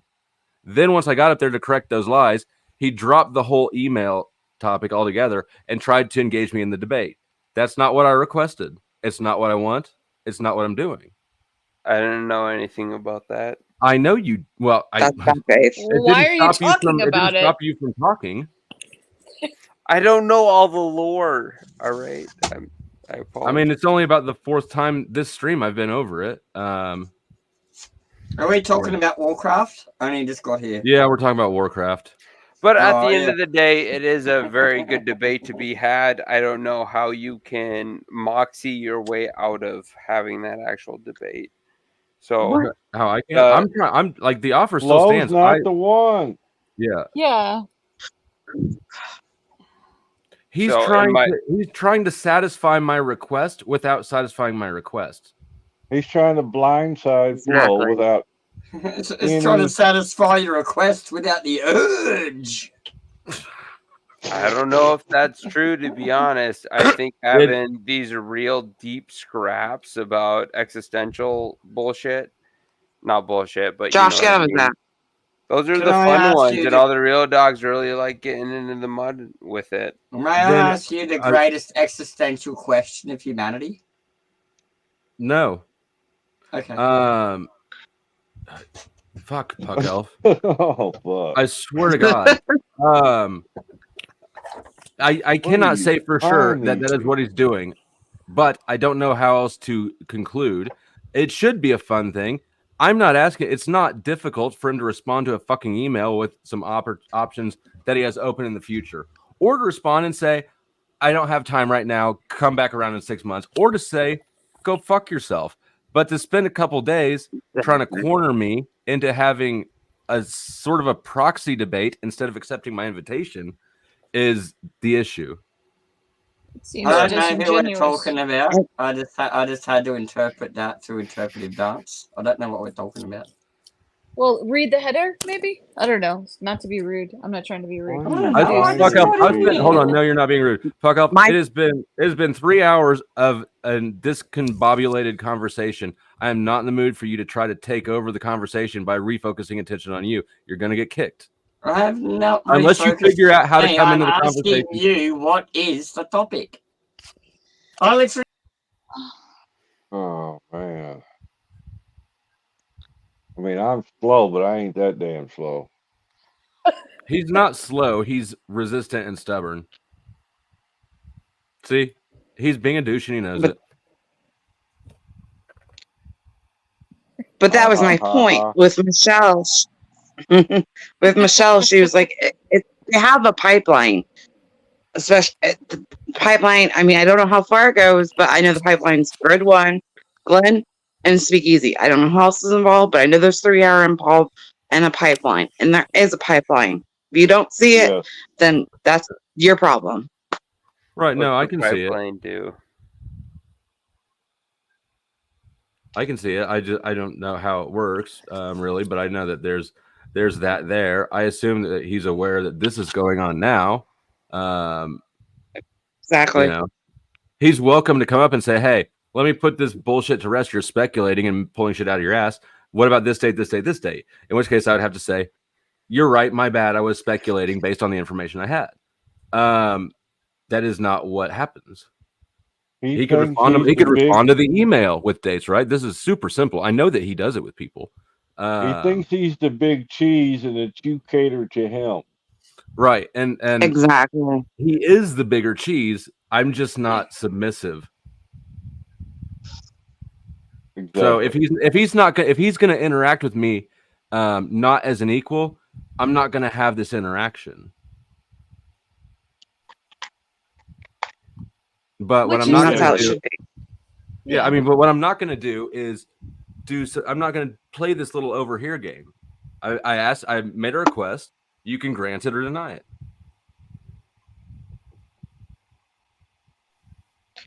Yeah, it wasn't like the base Andrew thing that was going on forever.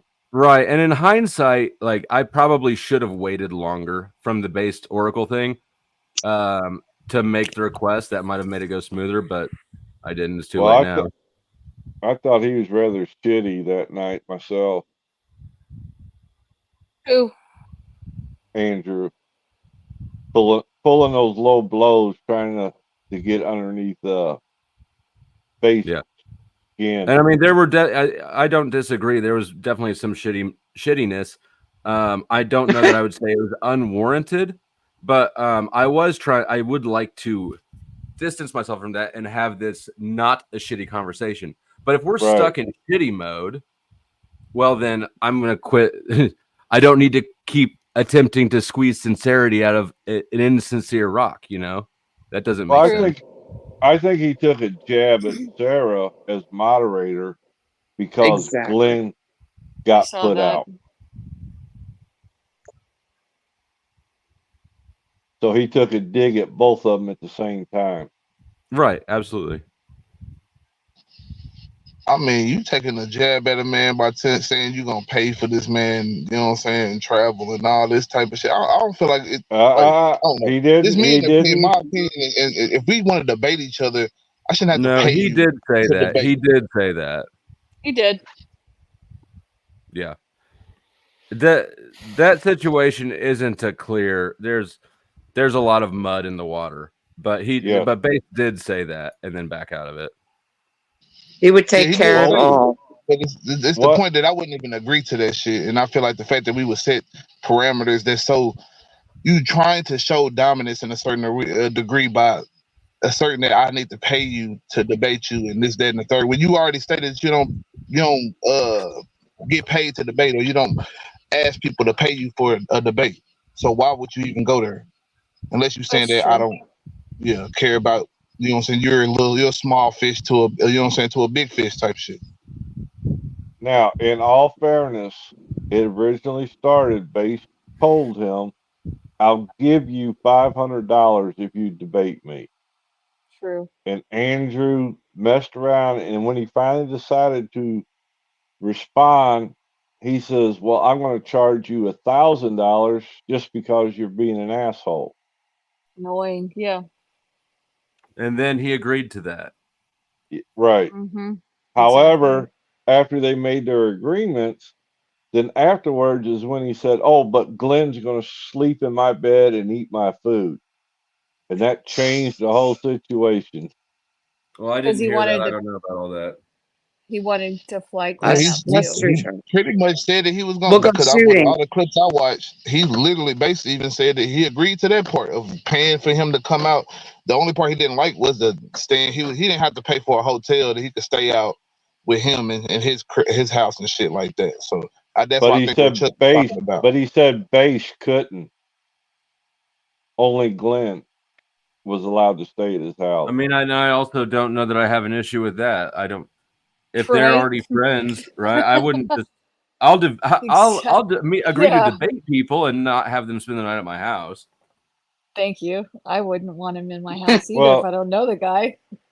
The moderator. I would say unbiased.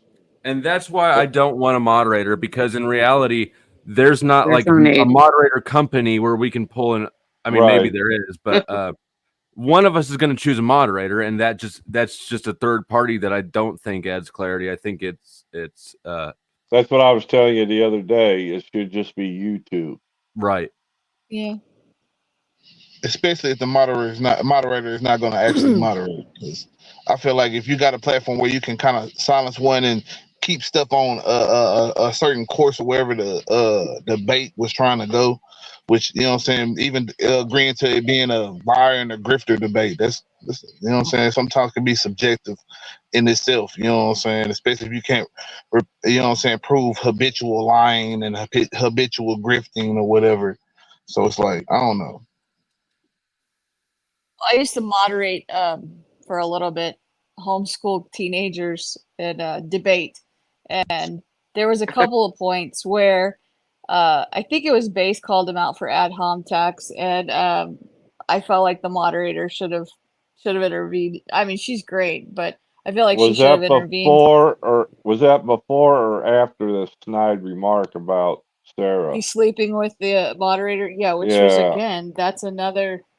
That was fucked trolling. up. Yeah, that could have destabilized her to a certain degree, where she felt like she couldn't necessarily interject in maybe with something that was being said now because she might show bias. So I can get that. Yep. Right, but And that's when Chuck would have white knighted. those are again logical fallacies that a moderator should call out. Like, you're not going to win the debate when you keep throwing the logical See- fallacies and someone calls you on them. If they call you on them with your logical fallacies, the moderator is supposed to intervene at that point and say, no, if you're keeping points, then the point is awarded to the person who calls out the logical fallacy. I'm not even entirely sure what moderators are supposed to do aside for keep track of time when you have time debates. Well, they're supposed That's to true. keep it on point and flowing, Right. as opposed to getting into a screaming match about one subject for 2 hours on who's got the And bigger I also thought they PP. the ones that presented the questions or whatever, you know what I'm saying? Like, I guess they shit kind of different because I guess you already got the basis. It's going to be a liar and a grifter, and you're supposed to be proving these points. But it just seemed like it went to a lot of just personal attacks, you know what I'm saying? Yes, it Especially did. on Andrew's side when he was kind of diminishing, oh, yeah, you're nobody. I'm just doing this because I ain't had nothing to do type shit and all that shit. Like, that's not really proving a point other than just, yeah, I'm a big fish and you a little fish, and I was just here just because I ain't have anything else to do, you know? But wasn't Exactly. that debate even set up the same way, right? Like Andrew contacted Sarah on Yep. short Yep. ass notice. Yeah. This is a move he does. It After seems. after he claimed Base backed out, he turned around and then got, like you said, got a hold of Sarah to set it up. Which makes you think, if your Base was, he was done, he was like, fine, it's done with.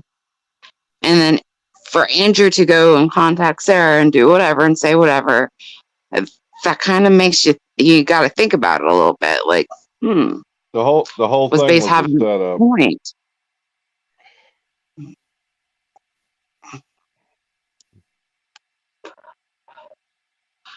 They think they're playing chess, but they're actually I playing definitely agree checkers. with Base You more. know? I just didn't think he presented his argument, you know what I'm saying? I don't know, concise enough. I don't know. To me, I agree with him. It's just that I think it took him a little minute to get to the shit that I feel like he was really could damn him on.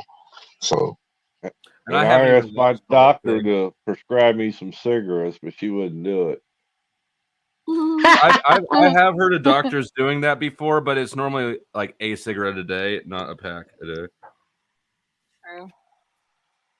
I was just being facetious. That was my favorite line. Maybe if Cigarettes, doctors could do that more often, then we'd be able to get our cigarettes covered by insurance. I got my first bait from my doctor because they wanted me off cigarettes. You know, I've heard the places around here that the free needle exchanges at hospitals, I heard they also give out like pipes and stuff. What? Oh my God. What? Yeah, I heard that they give out that there's a needle exchange. I can't remember if it is. I think it's one of the big hospitals downtown. You can get new needles, but you can also get new meth pipes. Is meth that Which is bad funny. in your city? I mean, No, it's that's just what light bulbs it's are not for. right. Light bulbs. That's what a light bulb. But like, you know, sharing a needle and sharing a pipe are two way different things. Oh yeah. Exactly. Maybe. Maybe it's Oh like yeah, the C absolutely thing. they I are. don't know. Yeah. No, it's not You even share close. a pipe if you're smoking the ganja. Yeah, or Why would it it's be like different?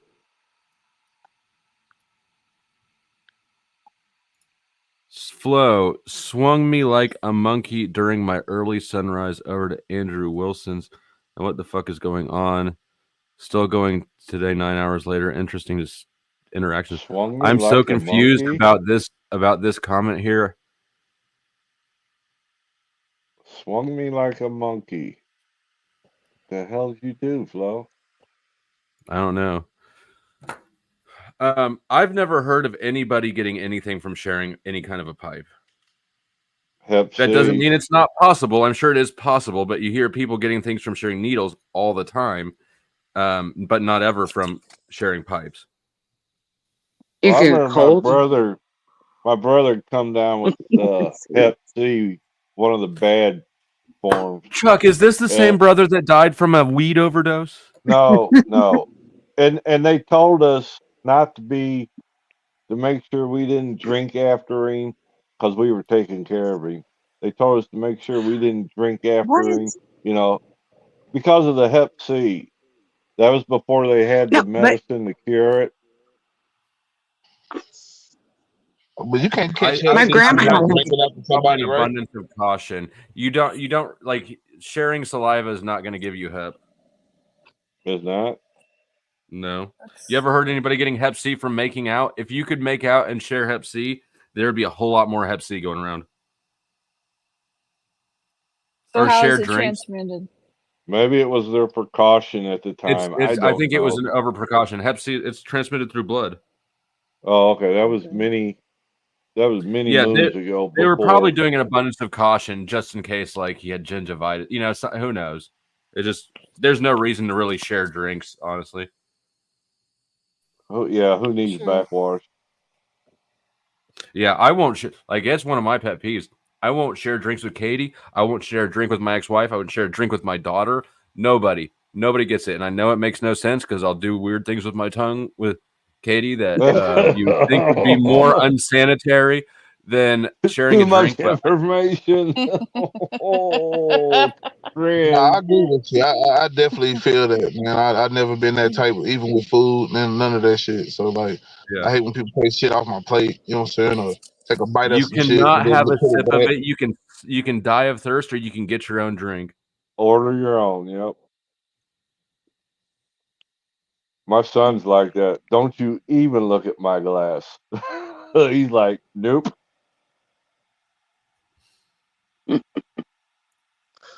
I accidentally pick up the wrong one at a restaurant. He'll look at me. He'll give me that stink eye. Like, put it down. Put it down, or order me another one. I'm Can like, you okay. Can you just buy needles out of the cabinet at Walgreens? There's never a needle user. I guess I was one time, but I thought you had to have a prescription, like for prescription insulin. I'm not sure. I know that I've seen a lot of people like take old needles out and like scrape them on the concrete to try to sharpen the dull points because they've used them up, they've dulled out. Jesus. But I've never. I don't know. I had to get B12 shots, and part of my prescription was the medicine and the needles. But the needles, I mean, those were huge. I mean, Jesus Christ. I mean, I don't even know. I've never even dealt with needles, so I wouldn't know. But I know like my prescription was the needles. If he's trying to set up debates consistently, I'd say that's because he's studying said topics and has his talking points already and trying to catch you cold. I don't, in my something opinion, I don't know. How many people were on the panel, Flo? It was Grid and Glenn and Andrew and me.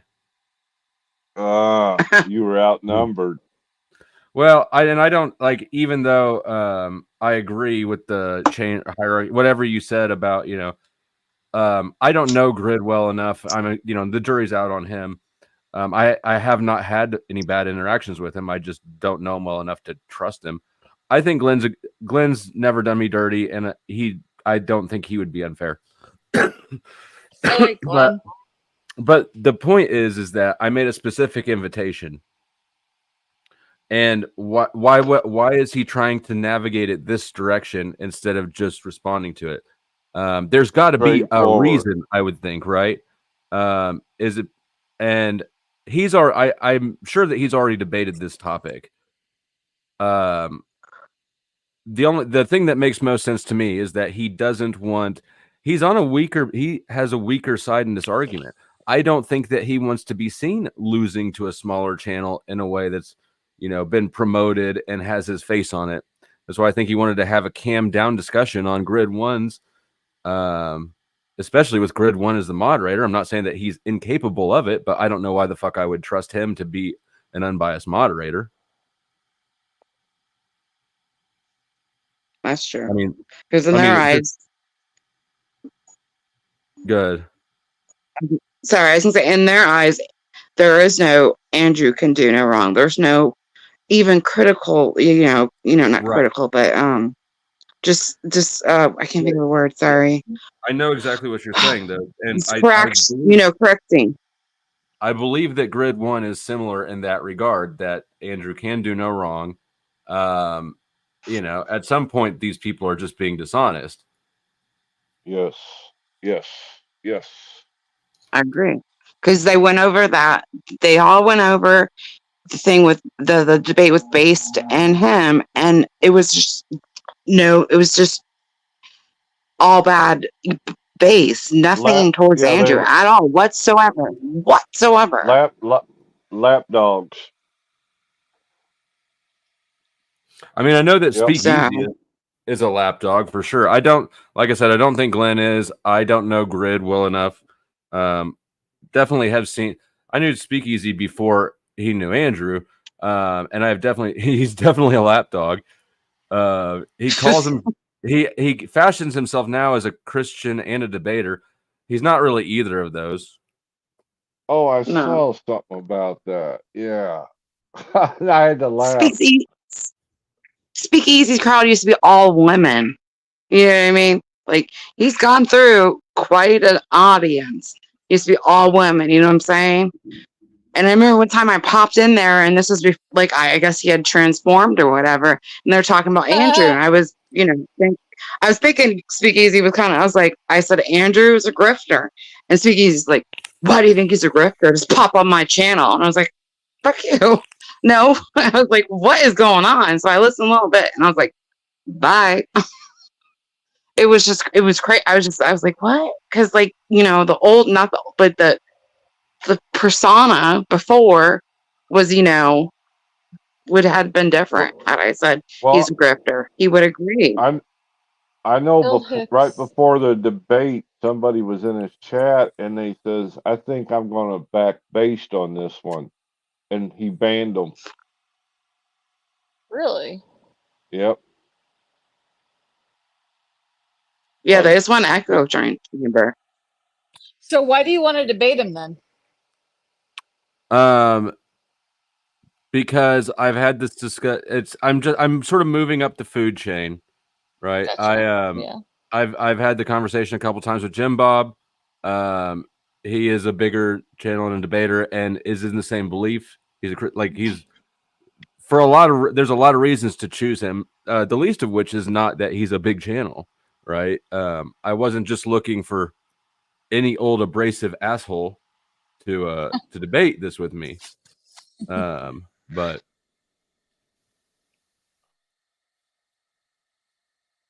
welcome somewhere in time. Your monkey comments are confusing. Sorry about that. Mm. Sorry about that. We were thrown over earlier in the morning, right? I'm having my coffee, and then Oh, we ended up. Yeah, I don't. did I Who was have that I guy? redirected to Andrew before? I think that was this morning. Hmm. So I'm just trying to correlate the same person that you're talking about. Oh, okay. So this, Do you get what I'm no, it saying? was, I didn't do one this morning. That would have been yesterday morning, and I don't know where it Oh, sent okay. to because I chose the destination. Oh, it was Glenn. I was sending you guys to Glenn, I think, and he ended like immediately when I ended, and he probably redirect. Yeah, if you guys ended up at Andrews, that was unintentional. That's probably what happened. So is that who you're talking about? Is the same person? He's got like a baseball cap, like the flow state. Hey, very nice. Hold on, let's get a look at that. Let me get you full screen here. Right on. And a shirt too. And the shirt. God damn. That is looking good. Hold on, let me get that out of there. Awesome. Right on. That's all the gear. Looking good. Looking good. Wow. That looks awesome. And there's the Nightbot's about to drop the link if anybody else would like some of that merch fantastically modeled by Somewhere in Time. Somebody's Panda Express is barking. I don't think the dog liked the outfit. I'm trying to get groupies teach me your ways. I don't know I don't know what my ways are. Groupies.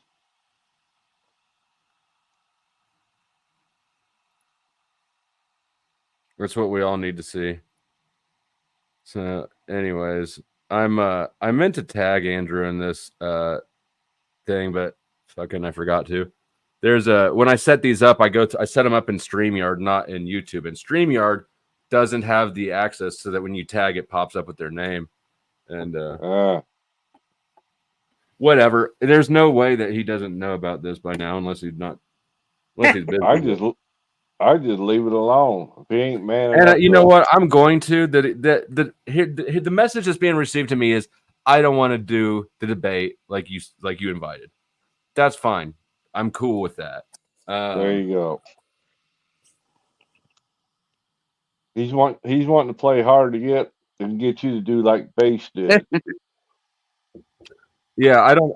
Who knows what game? But it's definitely a game, and I'm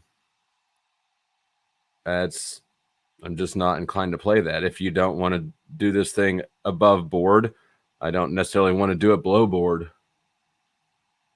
I think that's what he was trying to do to you on that other panel. Was below board. The other thing is, I wonder why my internet was fucking up then, and it doesn't. Like ever since I changed internets, I now have the fastest internet available in the area. Right, the fastest provider at the fastest package they have. I shouldn't have any internet issues, and I rarely do. I don't think, unless I haven't. Is it your internet or your equipment? I don't know. It's got to be it's got to be the equipment or something. I don't. Did they provide you the router? Sometimes, they provided the router. We're in the same area. We've been having a lot of storms though. Like the last 3 days have been pretty heavy in my area, at least down below you. Yeah, that is true. That has been. But you're on fiber now, aren't you? Yeah. Yeah, so fiber shouldn't be affected by the storm. Fiber is underground. It's buried, but if the power is weak or something, I don't know how all this shit works. There's too many things have to interconnect, At the terminal, yeah. And another thing is, I don't know if this has anything to do with it, but it seems to me that whenever my internet does start bugging out, like on one of these streams, it's when somebody on stream has like when they're cammed down, but they've got one of the big Uncle Fatty things, like Uncle Fatty does. Uncle Fatty, I swear to God, half the time my internet bugs out is when Uncle Fatty's here. Glenn had some animation of a car driving around. I don't know if that had anything to do with it or not. I'm just sort of speculating from the hip, but that should affect their internet, though. You would think. Depends if he's got better equipment than me, then it wouldn't. Yeah. What same thing happened to Base to Freak? What? Low RAM. Yeah, it could be. I don't know. This is like a $700 lap. I mean, it's not new and it's not especially expensive. I really probably do need to start upgrading equipment, but that's a whole. I don't know much about computers. That's a whole area of expertise. Like, at this point, I'm gonna need better equipment, but I got to learn about equipment as well, and that's kind of a headache. Yep. I got a question. I bought a 900 in literally 1999, 2000. I used it in 2014 with the software or the connection. If I was to get internet now, 2024, we're talking 10 years later since I've had internet, would my computer correlate to any of that, or is it just void? Yeah, it still work. I got old ones that I still run. I have a question. Yeah, let me respond to this comment, and then Sorry, it's go ahead. yours. The Freak says, Flow State, if you don't hear from Andrew in a few days, just go on Glenn's and say it's because he backed out. So you're backing out, but he backed out, and the pre-debate drama will build from there. I was hoping to avoid the drama nonsense altogether. I mean, if I wanted this to be drama content, I just would have made a hit piece on Andrew from the get-go. Can I cause drama pieces right now? I want to stir things up. I think Somewhere in Time ought to be your new plug for your merch versus the other Molly had. Just Who was saying. the other one? You had Lindsay. Oh, right. Well, she's gonna have to slut up her shirt some. No, I like Somewhere in Time's better. She's cute. Yeah, she's cute. Whoa. Better. And in both of the clips now, Chuck's in the background going, "Hey." Yeah. I'm gonna take off. Nice chatting with y'all. Have a good night. Good chatting with you too. Bye. Take Have a care. good night. Bye. You too. My question was, why do you not use? Because OBS is free, correct? Yeah. I have Why OBS. don't you use I that? have OBS. Mhm. I don't use it to interface with streams because it's not especially user friendly. I actually just downloaded it as a screen recorder when I wanted a screen recorder. I don't know how to run it. It has all sorts of capabilities that I don't get, and I just haven't had. It's too big of an opportunity cost to learn at this point. Gotcha. Well, I mean, it may be worth it in the future. I've heard a lot of people say that. Yeah, it's not obvious how to use that thing at all. It's a very unuser friendly platform. Yeah, I've heard people I know people that did StreamYard and they're like, after a while, oh, I gotta go to OBS, and then they would regret it. But once they got used to it, they're like, oh, it's not too bad. But yeah, it lets you do more things, but I just fucking forget it. I've actually I used it for pre-recorded videos sometimes, and I can't tell you how many times I've recorded videos or sections of videos and then found out I didn't have audio. You know what you should do, Flo? One out there. Go ahead. I was gonna say you should make your advertisement main screen for a minute. Does that make what's her name? Your advertising. There you go. Somewhere in Time. Sorry, I'm not sure what her name was. Screen name. There you go. Sorry, that sounded weird. I mean, no, that's good.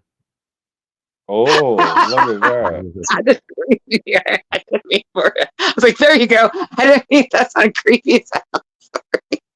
I'm gonna clip that before I forget it. You're gonna be getting dick pics again, Flo.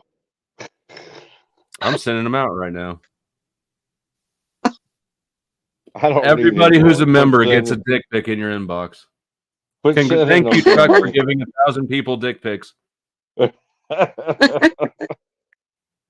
You'll have a mass unsubscribe.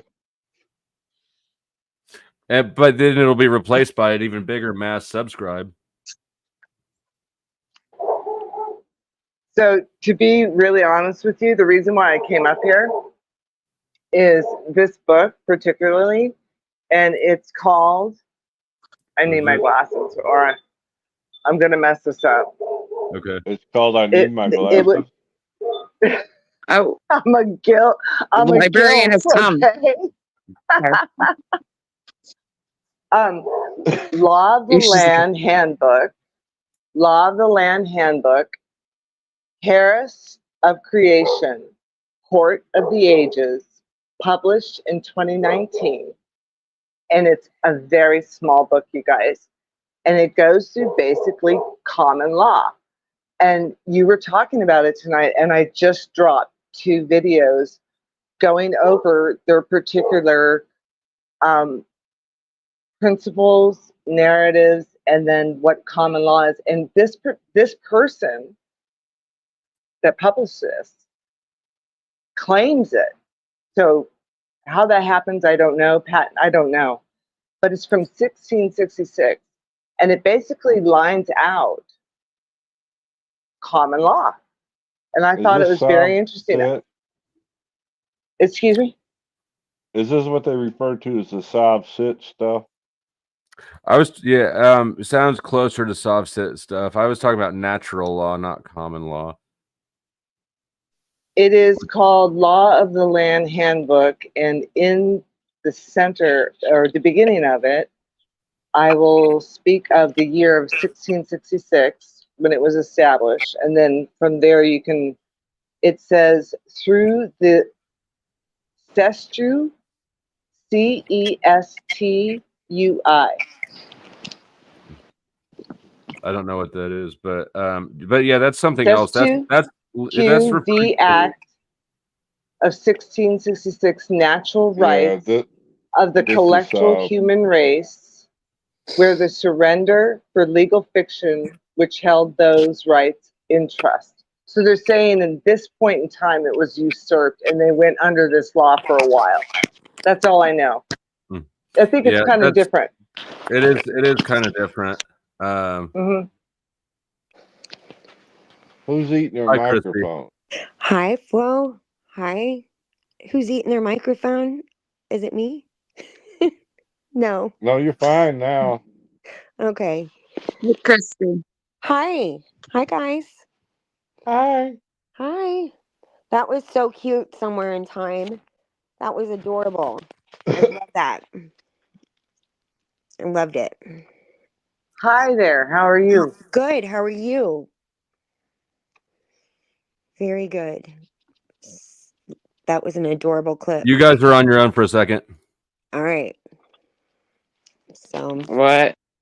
All right, now we can really Let's see back. You gotta remember, See battle Christy, mice, what he does. When the camera's off, remember what he does. I know, this is true. This is true. He's on the Somewhere in time you said you were I'm sorry. Oh, well, you guys somewhere know in what I time do. you said you were Yes, you told us. Somewhere in time what? I was asking somewhere in time you said you're a gilf, right? A gilf? Oh, yeah, a grandma? yes. A grandma? A grandma I like to, Mm-hmm. And that this made me realize I'm about to be a gilf. Because my stepson. How exciting. So I can't wait to get my dick wet. To get my dick wet. A gilf? A grandma. It's like a MILF. Yeah, like a MILF. Chuck. You know what a MILF Like a is, MILF? right? Chuck, Yeah. once you become a mother and then your children have their children, then the men apparently in our society recently as of maybe 20, 15 years, refer to women of my age that have 2 grandbabies as a gilf, which is not girl, but grandmother I'd love to fuck. Holy crap. You've never heard of the MILF acronym? She's young. I mean, you're young. You got to be in your early 40s, mid 40s.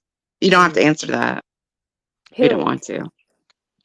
Cougar. Miss Somewhere in Time.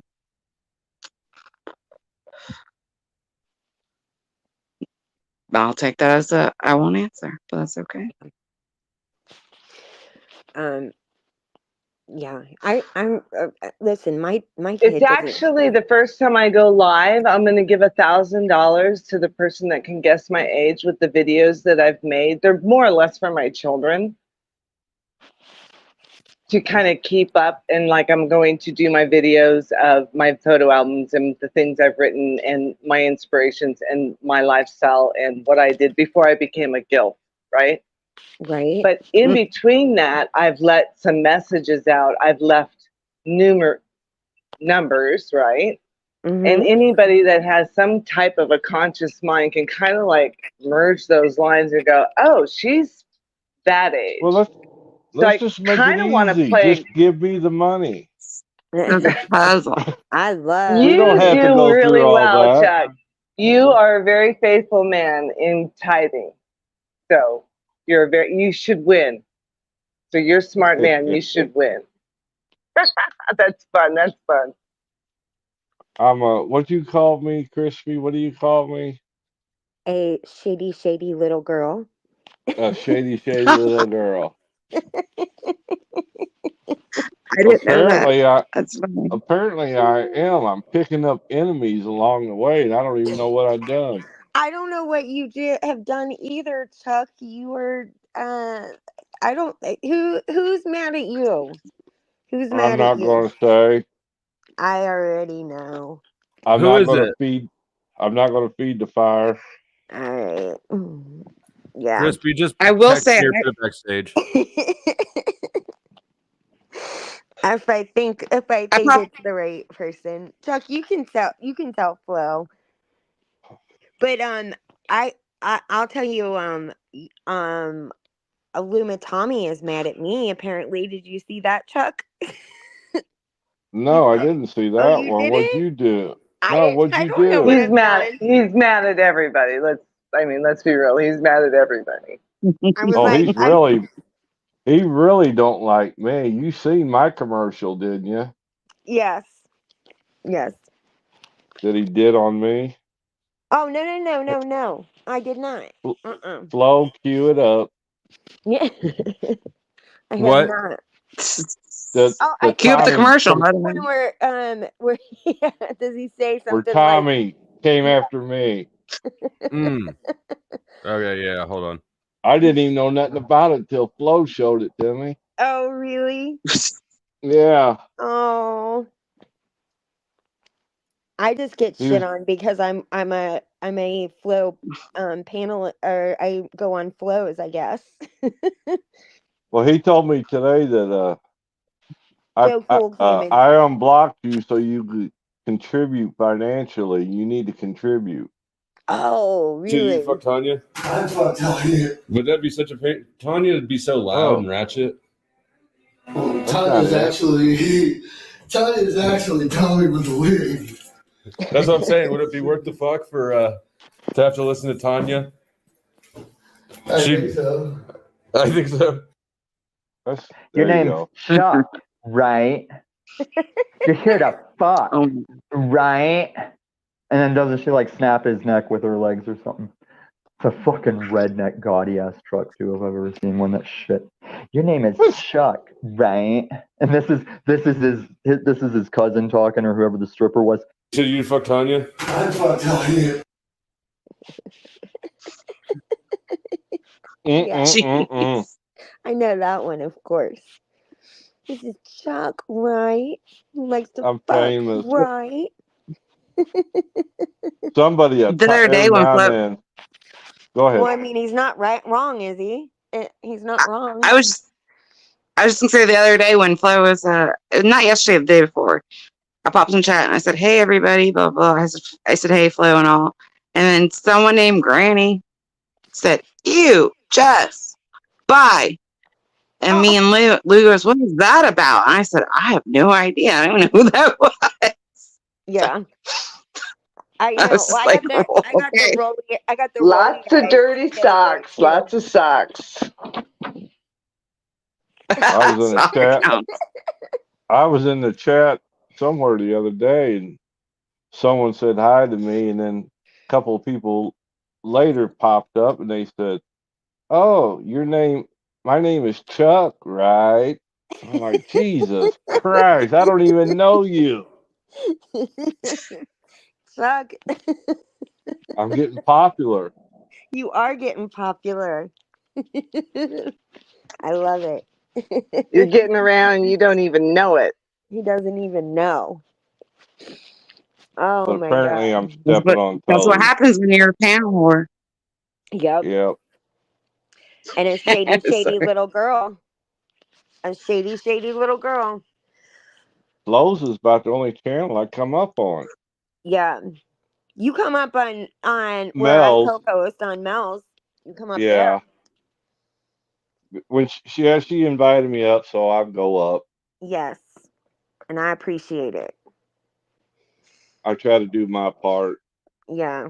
Thank you. Mm-hmm. I appreciate it so much too. Did you see Flo's got a new clip of your boyfriend? No, who's my boyfriend? The singing guy. The what guy? The guy that Dirt. sings. Let's get the dirt. OTW. You're breaking my heart, baby. You make a mess of me.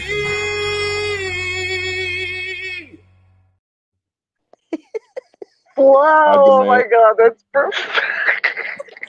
I need a refund. I love it. I'm gonna have to ask for a So mass that's refund. mean. I have I'm Did it fond. make you wet? No, it did Nope. not, but I'm fond. Moist. I'm fond of it. No, Somebody clip that. no, do not. I'm driving. Stop. Stop it. She's drier than the fire pits of hell. Oh no. Oh What the fuck? wow. What'd you think of the song, Oh my god, my Christy? cat got out. I think it was great. What do you mean? Shady, You need shady your little ears checked. My God, that was disgusting. No, he's a really good musician, though. He I really guess is. because he got the Paul's balls down in his throat so far is why he Oh, sounds like that. oh, oh no. This is why I call you a shady, shady little girl. Hey, he's the one that shit on me. I didn't shit on him. OTW did? Oh yeah. Oh, I really? I used to support OTW like I do Flo. Really? And he gave me a wrench. I never used it. I didn't care about the wrench. Yeah. But when Paul showed up, this was before they actually hooked up. When OTW was courting Paul, and Paul showed up, and he seen my name. He said, "What? Why's Chuck got a wrench? Take his wrench away." OTW, poof, took the You are wrench. kidding. Didn't say a word. Next thing I typed, I seen I didn't have a wrench. I didn't say nothing about it. Yeah. So I sent him a super chat like I usually do. Yeah. And Paul saw that and got pissed off because I gave OTW money, and he told OTW ban him. He did right then and there. Are you kidding me? Nope, I'm dead serious. And ever since then, I said screw it. I ain't got no use for him. Oh my god. So you tell me who's spineless. I mean, And now, last month, OTW made $70. Yeah. Fucking dollars. He works damn near. He might work more than me. I don't know what he does after hours when he's making thumbnails for himself. I don't know how long his shits take. I've heard him talk about it. He says it takes 5 hours. I just can't. I can't anymore. I tried once, then twice, got blocked, and I'm done. 5 fucking hours, and he's making 2 thumbnails a day. I don't know. I find that hard to believe. Like, there's no way. Who was that said they got banned? From where? Someone. Oh, I get banned. Look, I'm banned over there again right now. What happens is, and then every time I bring it up with OTW, I say, "Hey, unblock me," and he unblocks me, and then the next day I'm blocked again because Paul of has Paul. keys, and Yep. he is so devoted to Paul. It's like it's I'm actually cringing just thinking about how degrading it is. I mentioned it to him once. I got a question for you experts. Can a moderator give another person a wrench? No. Okay, I don't think so, and I'm running into the herb store, so I'll be a few minutes. So I'll be back, but I'm here. Okay. All right. No, a Because, moderator cannot. Only a creator can. Snafu came up on Jack's show and said one of his moderators gave him mod status. So, I don't know if you've noticed, Moose has about 6 YouTube channels. Yeah. I believe that what Moose does when he transfers things is that he just makes entirely new email accounts so that he can give the whole account over to somebody. Mm. Can you do that? I mean, yeah, because You can give like someone think the about it, when you keys. give somebody mod status, right? I send an email invitation to Sasquatch. If Sasquatch handed over his whole email account to somebody, then they'd get they'd get it with it. Interesting. Because Moose threw me under the bus on Jack's tonight. Really? All because I made a little joke the other day in chat, and he was butthurt about it. What was the joke? Yeah, what's the joke? Oh, Was it a dad joke? No, somebody was writing him about being a trickster or something. Cynthia. And I just typed in chat, yeah, Moose is a snake, and then I put LOL. You know, just kidding, LOL. Yeah. But he didn't see that part apparently. Yeah.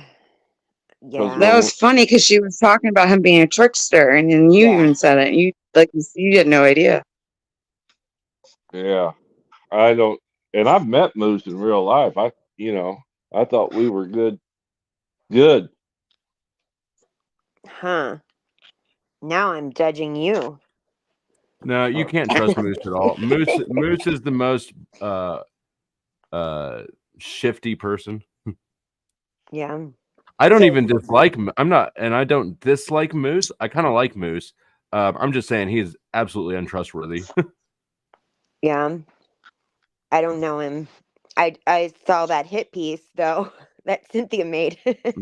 Oh my god! Yeah. I'm surprised my name didn't come. Oh, never mind. I let the cat out the bag, didn't I? Yeah, you sure I missed did. it. What'd you let out? Nothing. Tell me, Crispy. What did he say? about Cynthia's Oh, hit piece. You're going for one of my pet peeves. Singing. I was just trying to overtalk Crispy was all. I know. You can't overtalk me. Are you kidding? That's a fact. Can't out talk her, can't over talk her, except when Hell she's asleep. no. No. I'll whip my dick out and talk way faster than you and louder too, Chuck. And it's a big motherfucker. It is. I thought about you the It's other a day snake. when I went to the ear doctor, Crispy. You did? What happened? Yeah. He had a wall full of these pamphlets, and one of them was Afrin addiction. Oh, you really? Yes. I didn't realize there was an addiction. It is an addiction, and it's a rough one too. Yeah. And so, but listen, I've been using it for about 25 years. So. Oh shit! But Do they got rehab? But I don't use it. I don't use it like more than like 3 days in a row. So I just use it every now and again. But I use a Vic stick all the time, and I think I'm allowed. I don't think that's got like an addiction thing to it. But I've been using Afrin a long time. Well, my Yeah. brother used to take the Vicks out and load his Coke in there. Well, that's what you said, but I'm not doing that, Chuck. That would be another kind of an addiction. Yeah. But yeah, Afrin, I'm telling you that Afrin is crazy. One time I one of my girlfriends, she was using it like nonstop, and I go, "You can't use it like that." And I was like, "You can get addicted to that." Well, anyway, she threw it away in the garbage, right? And in the middle of the night, I hear her like rumbling around. She was in the garbage. She was in the freaking garbage like a crackhead. I'm like, Yeah, oh looking my for a God. fix. Yeah. Yep. Yeah, she could not breathe without it. Yes, it's very serious. I'm not Chrissy, did you sure go? if it's Chrissy, like did you do a lot of raves when you were younger? no, no. I didn't know that was a thing either, but I guess that's like some kind of a thing in the raves, like the Vic sticks or something. Yeah, Somebody said that on here the other day. Yeah, because I use the Vic stick yeah. a lot. Because Flo doesn't like when I breathe.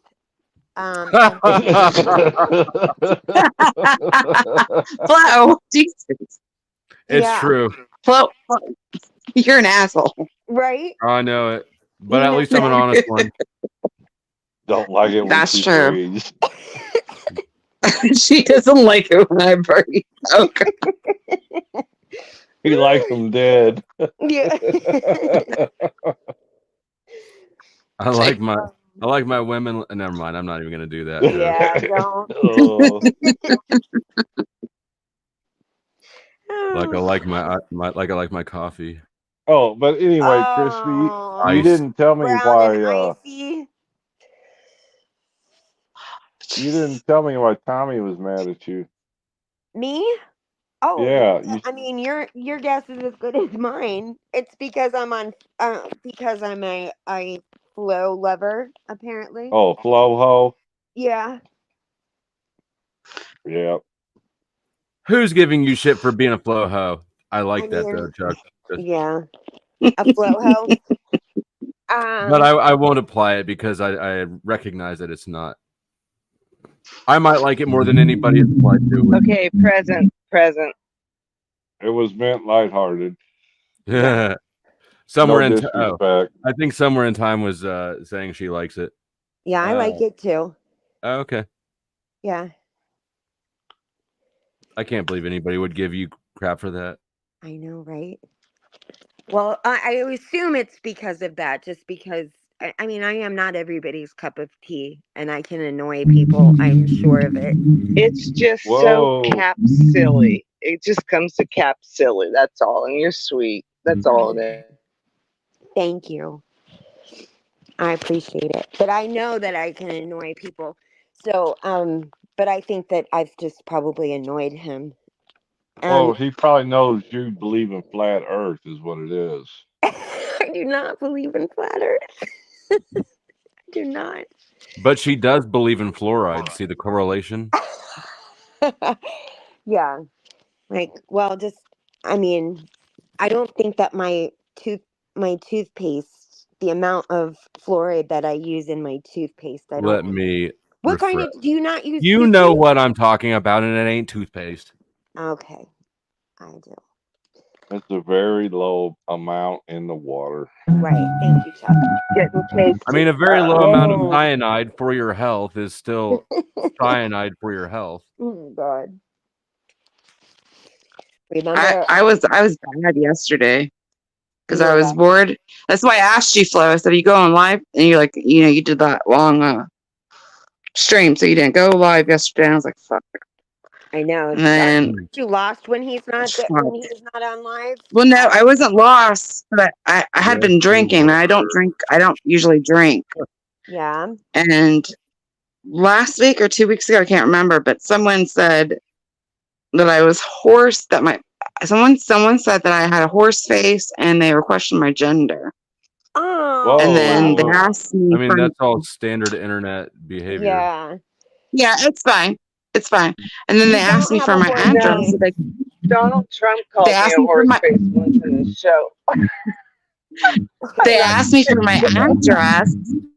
They asked me for my address, and they said they wanted to send me a bit in a bridle or whatever, the chain Yeah. that goes around the horse. So yeah, I was like, damn, I haven't been like, Yeah. that's elementary school shit. And then they were live guests last night, and I had my liquid courage, Yes. and I went on the panel, and I didn't know what they were talking about. I wanted to talk about that shit prior, but I stepped into a whole shit of like menstrual cycles and why women are bad for army services. And Who at was first I it? got in there, Yeah, you can type it GS and back. Richard. Okay. I'm sorry, well, you asked it. Wow, Oh, I really Lord. want to chime in there. I never was on birth I control, stepped nor in did it. I I ever didn't take know. hormone replacements when I stopped my meth Oh. and Hey, stopped. somewhere in time, you got really bad feedback right now. Oh, okay. Yeah. But like I said, I stepped in it. I didn't know. And I said, no, go ahead and finish the conversation. And they started talking about how women are, are less than in the army service. And it's like, well, if they pass the physical, they pass the physical. I was thinking on my head. And they kept talking about it. And finally I jumped in and I was like, oh, and I was like, I can't remember who it wasn't Richard GS, but it got to the point where Richard, I don't know if anyone's ever seen Richard raise his hat up. His hat, he raised it up. I was like, holy shit, I think I got him a little bit. And because I was being polite, but of course, GS is going to gaslight you and thinking that you're the one that's starting stuff. And me and Richard are actually having a conversation. Richard said, yeah, women in the armed forces, they get 2 days off every month. I was like, what? And finally we got down to it. And he was saying one time they were digging a hole. I was like, I don't understand. Wait, you guys are older than me. And I said, you're telling me that women in combat were women in combat were not in your time frame. You know what I'm saying? And then Richard's like, no, well, we were digging holes for them to shoot or something. And the girl was like, or the lady was like, I've got cramps and I got to walk away. And I said, wait a second. So that was your one experience with it? He said, yeah. And I was like, well, you made it sound like all the women in service get 2 days off in a month. And then and then of course, GS is like, blah, blah, blah. And then he put me backstage. And I left. I was like, fuck it. I was like, fuck this. And I left, but I listened to what GS, like, before I left, because I sat there for a minute, like not a minute, but for just a little bit. And GS had said something. He said, well, if you want to type something respectful, then you can stay. And I left. And he's like, oh, she left. And I was like, what the fuck? I'm not going to beg to be in your show. Fuck you. Right. I didn't say that, but I was like, I was just gone. I was like, peace. Well, Lou But the I other day stepped in it. Yeah, you can. Wow, too. interesting. I was over on Glenn's the other Sorry. day, and Lou was just losing her mind in the chat. So was Hoover. They are About so what? red. They're red pilled over there.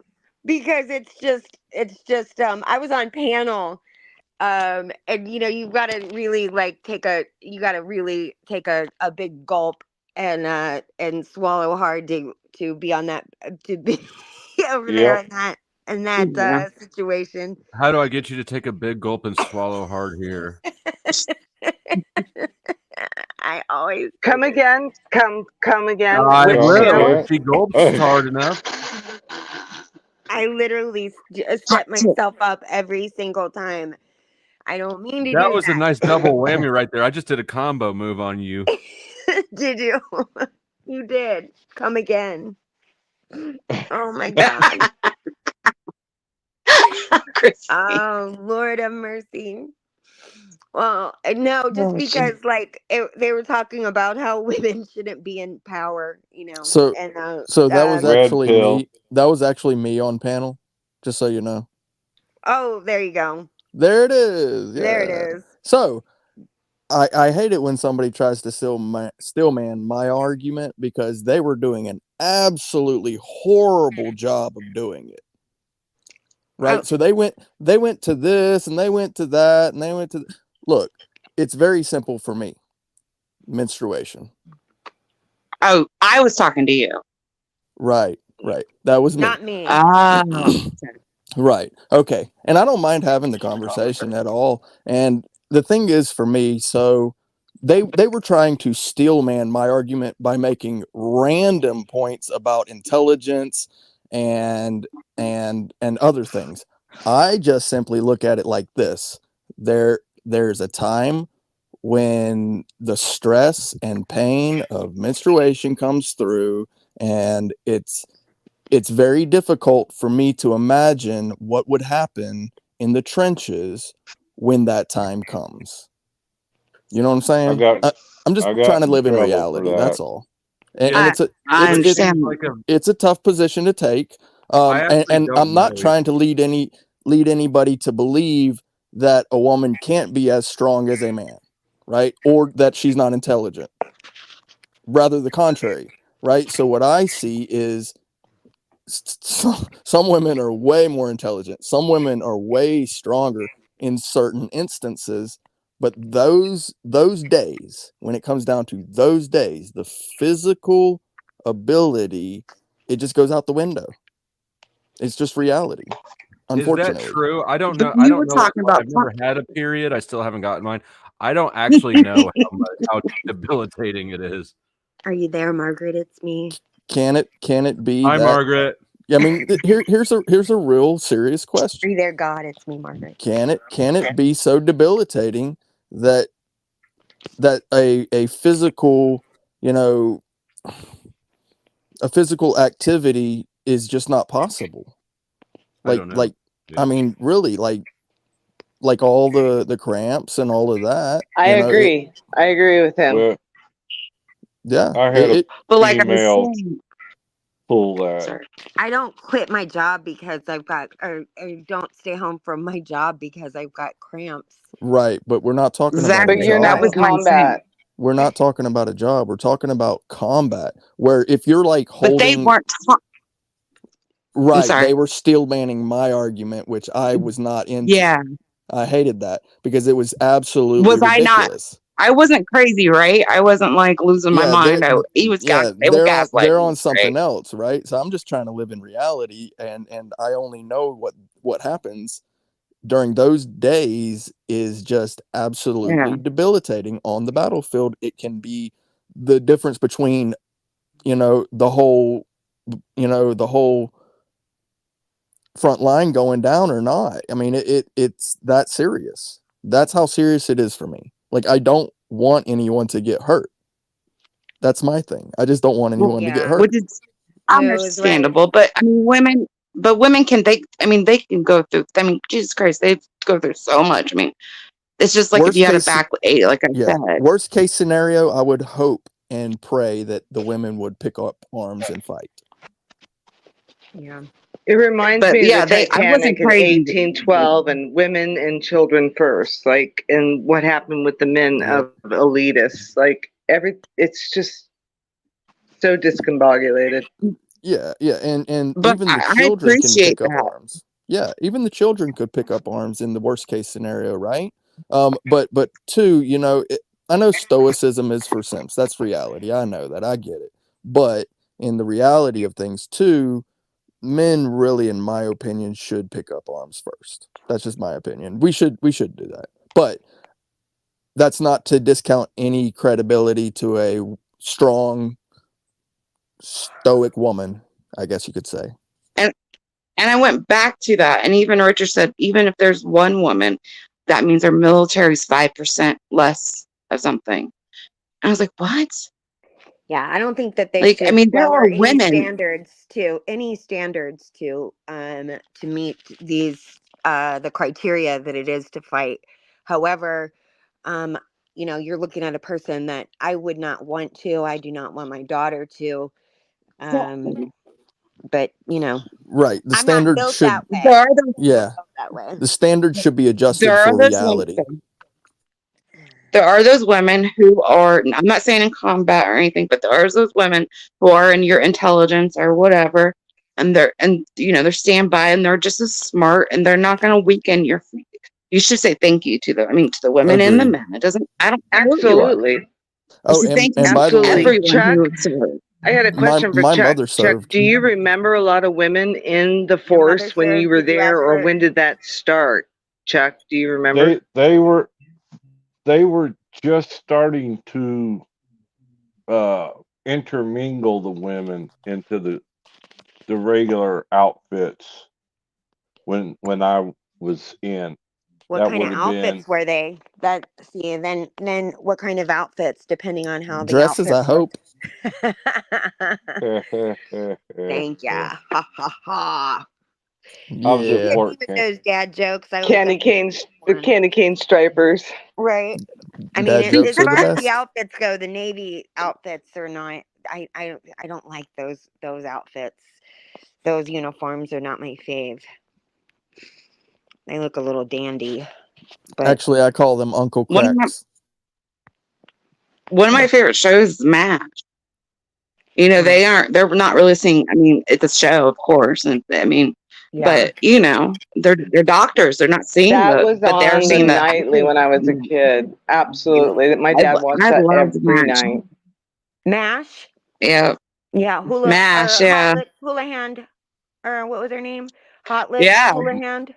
Yep, Margaret The blonde, Houlihan. Margaret Hot Lips. Yes, that's it. Margaret. My dad used to watch that all the time too. So my dad was a But paratrooper, right? Chuck, what? But now you mess me up every time when I say. 101st Airborne. Well, I know it's 101st Airborne, the Screaming Eagles. But what did you say he jumped out of? You always Helicopters. I know, but not helicopters. You said it was something else. I said it was something else? No, Yeah, I you said it did. was helicopters. Oh, a Black certain kind. Hawk? Yeah, Oh, maybe. Hueys, Blackhawks, yeah. Yeah. Depending on he was probably had Hueys when he was in. Yeah. I don't know what that means, but There's a my brand of grandpa served in the helicopter. Air Force. um, Yeah, my grandpa served in the Air Force. I mean, he wasn't on the front line or anything. He was the head chef or whatever. And he actually got a medal because I guess the people, I mean, not the people, but the chefs, like he would sift through the flour, and there'd be maggots in there, and he'd sift through it and get ew. that shit out of there. And he got some type of medal for it. But yeah, he was like, "What the fuck?" World War I II don't was know. wretched. My dad had there were 6 of them, and 5 of them served. And I know there was some wretched stories he told me. 5 of them served out of 6 boys. Wow. But I don't know. It's what it is. If you're not, I don't know. There's just not. Oh, I can't. But I do Some of appreciate these the. Go ahead. some of these guys get too hung up on it though. That with the military and to the extent that they take it. Glenn was saying the other day though that he said that women were getting off or women, I shouldn't say that, but he said that they got off on murder for or they were using that in court, that they were on their period, and so they were able to say that they were temporarily insane. And I don't know. Yeah, I don't know that case. I come In from menstrual, and the men are using it too for their transition. It's getting ridiculous. Yeah, that sounds about right. So Is that true, Flo? I mean, since Flo's transitioning, he ought to know. yeah, you shady little girl. What's that? Is he being shady? Yes. With a plaid I'm skirt being on. What was shady. Provo wearing the Yeah. other night with a skirt? Should have been plaid. I don't What was know. that? Oh, I've seen him wear dresses on his show. Oh, It's scary. listen, I cannot. one time I was dating somebody and he dressed up as a female for Halloween and I got the ick and I never could ever get back with. I couldn't kiss him after that. I never went back. I never went out with him anymore. I just got Did the he ick shave from. his legs? No, he did not. But it just made. I don't know. It just I wasn't attracted any longer. Was his name Carrie? Carrie? No, it was not. But that's Klinger. okay. Was it Corporal Klinger? No, it was not. I remember Corporate Klinger though. Yeah, he was like the first cross dresser on TV, I think, right? Oh Well, yeah, he's trying to because he get. wanted to get. He He's didn't want to trying be to in get. war. Yeah, Right. he's trying to get Section 8. Yeah. And there was what was the main guy? Hawkeye, Benjamin something. I forget his name. But I Pierce. remember I hated that show, but my dad used to always have it on when I was a little kid. Oh, I love that show. I bet you did, Chuck. I bet you did. You probably were hot for I hot liked lips. it. Hot lips. I rewatched it because I didn't understand it when I was little. I mean, I think I mainly remember the last episode because that was like the highest rated ever in television history. You probably watched But it on Nick at Night. Did you watch Nick at Night? I used to love that. oh, I love Nick and Night. But now it's I just did Friends. It's too. just Friends. Oh, It's is just it? Friends. I'm like, Jesus Christ, how many Friends episodes can I watch? Oh I know my the god. Oh no, Kate knew Oh, you don't Friends. like I'm Friends? sorry. Oh, I love No. Friends. I mean, I love Friends, but I mean, that's all it is. Yeah. I'm talking about when I was a kid. Nick at Oh, Night. Yeah. They used to have like with Get Dick Van Smart. Dyke, Married Yeah. to I loved all of that. I watched it like in high school and I loved it. I loved it. Get yeah, Smart was one of the me too. shows I loved. Brady Bunch. The Brady Bunch, of course. I loved that. Yeah. All of that stuff. Remember the Mod Squad? I do remember the Mod Squad. Yeah. And we call that our mod meetings. I call that the Mod Squad. As a matter of fact. Yeah. We have meetings sometimes. Oh, you think you're special? Never have I had a Mod Squad meeting here though. You have meetings. Tell us. We do. We have secret At work? meetings. They're Yeah, I really got kicked important. out of a show because they were having a secret meeting. You did not get kicked out. I did too. You're so dramatic, Chuck.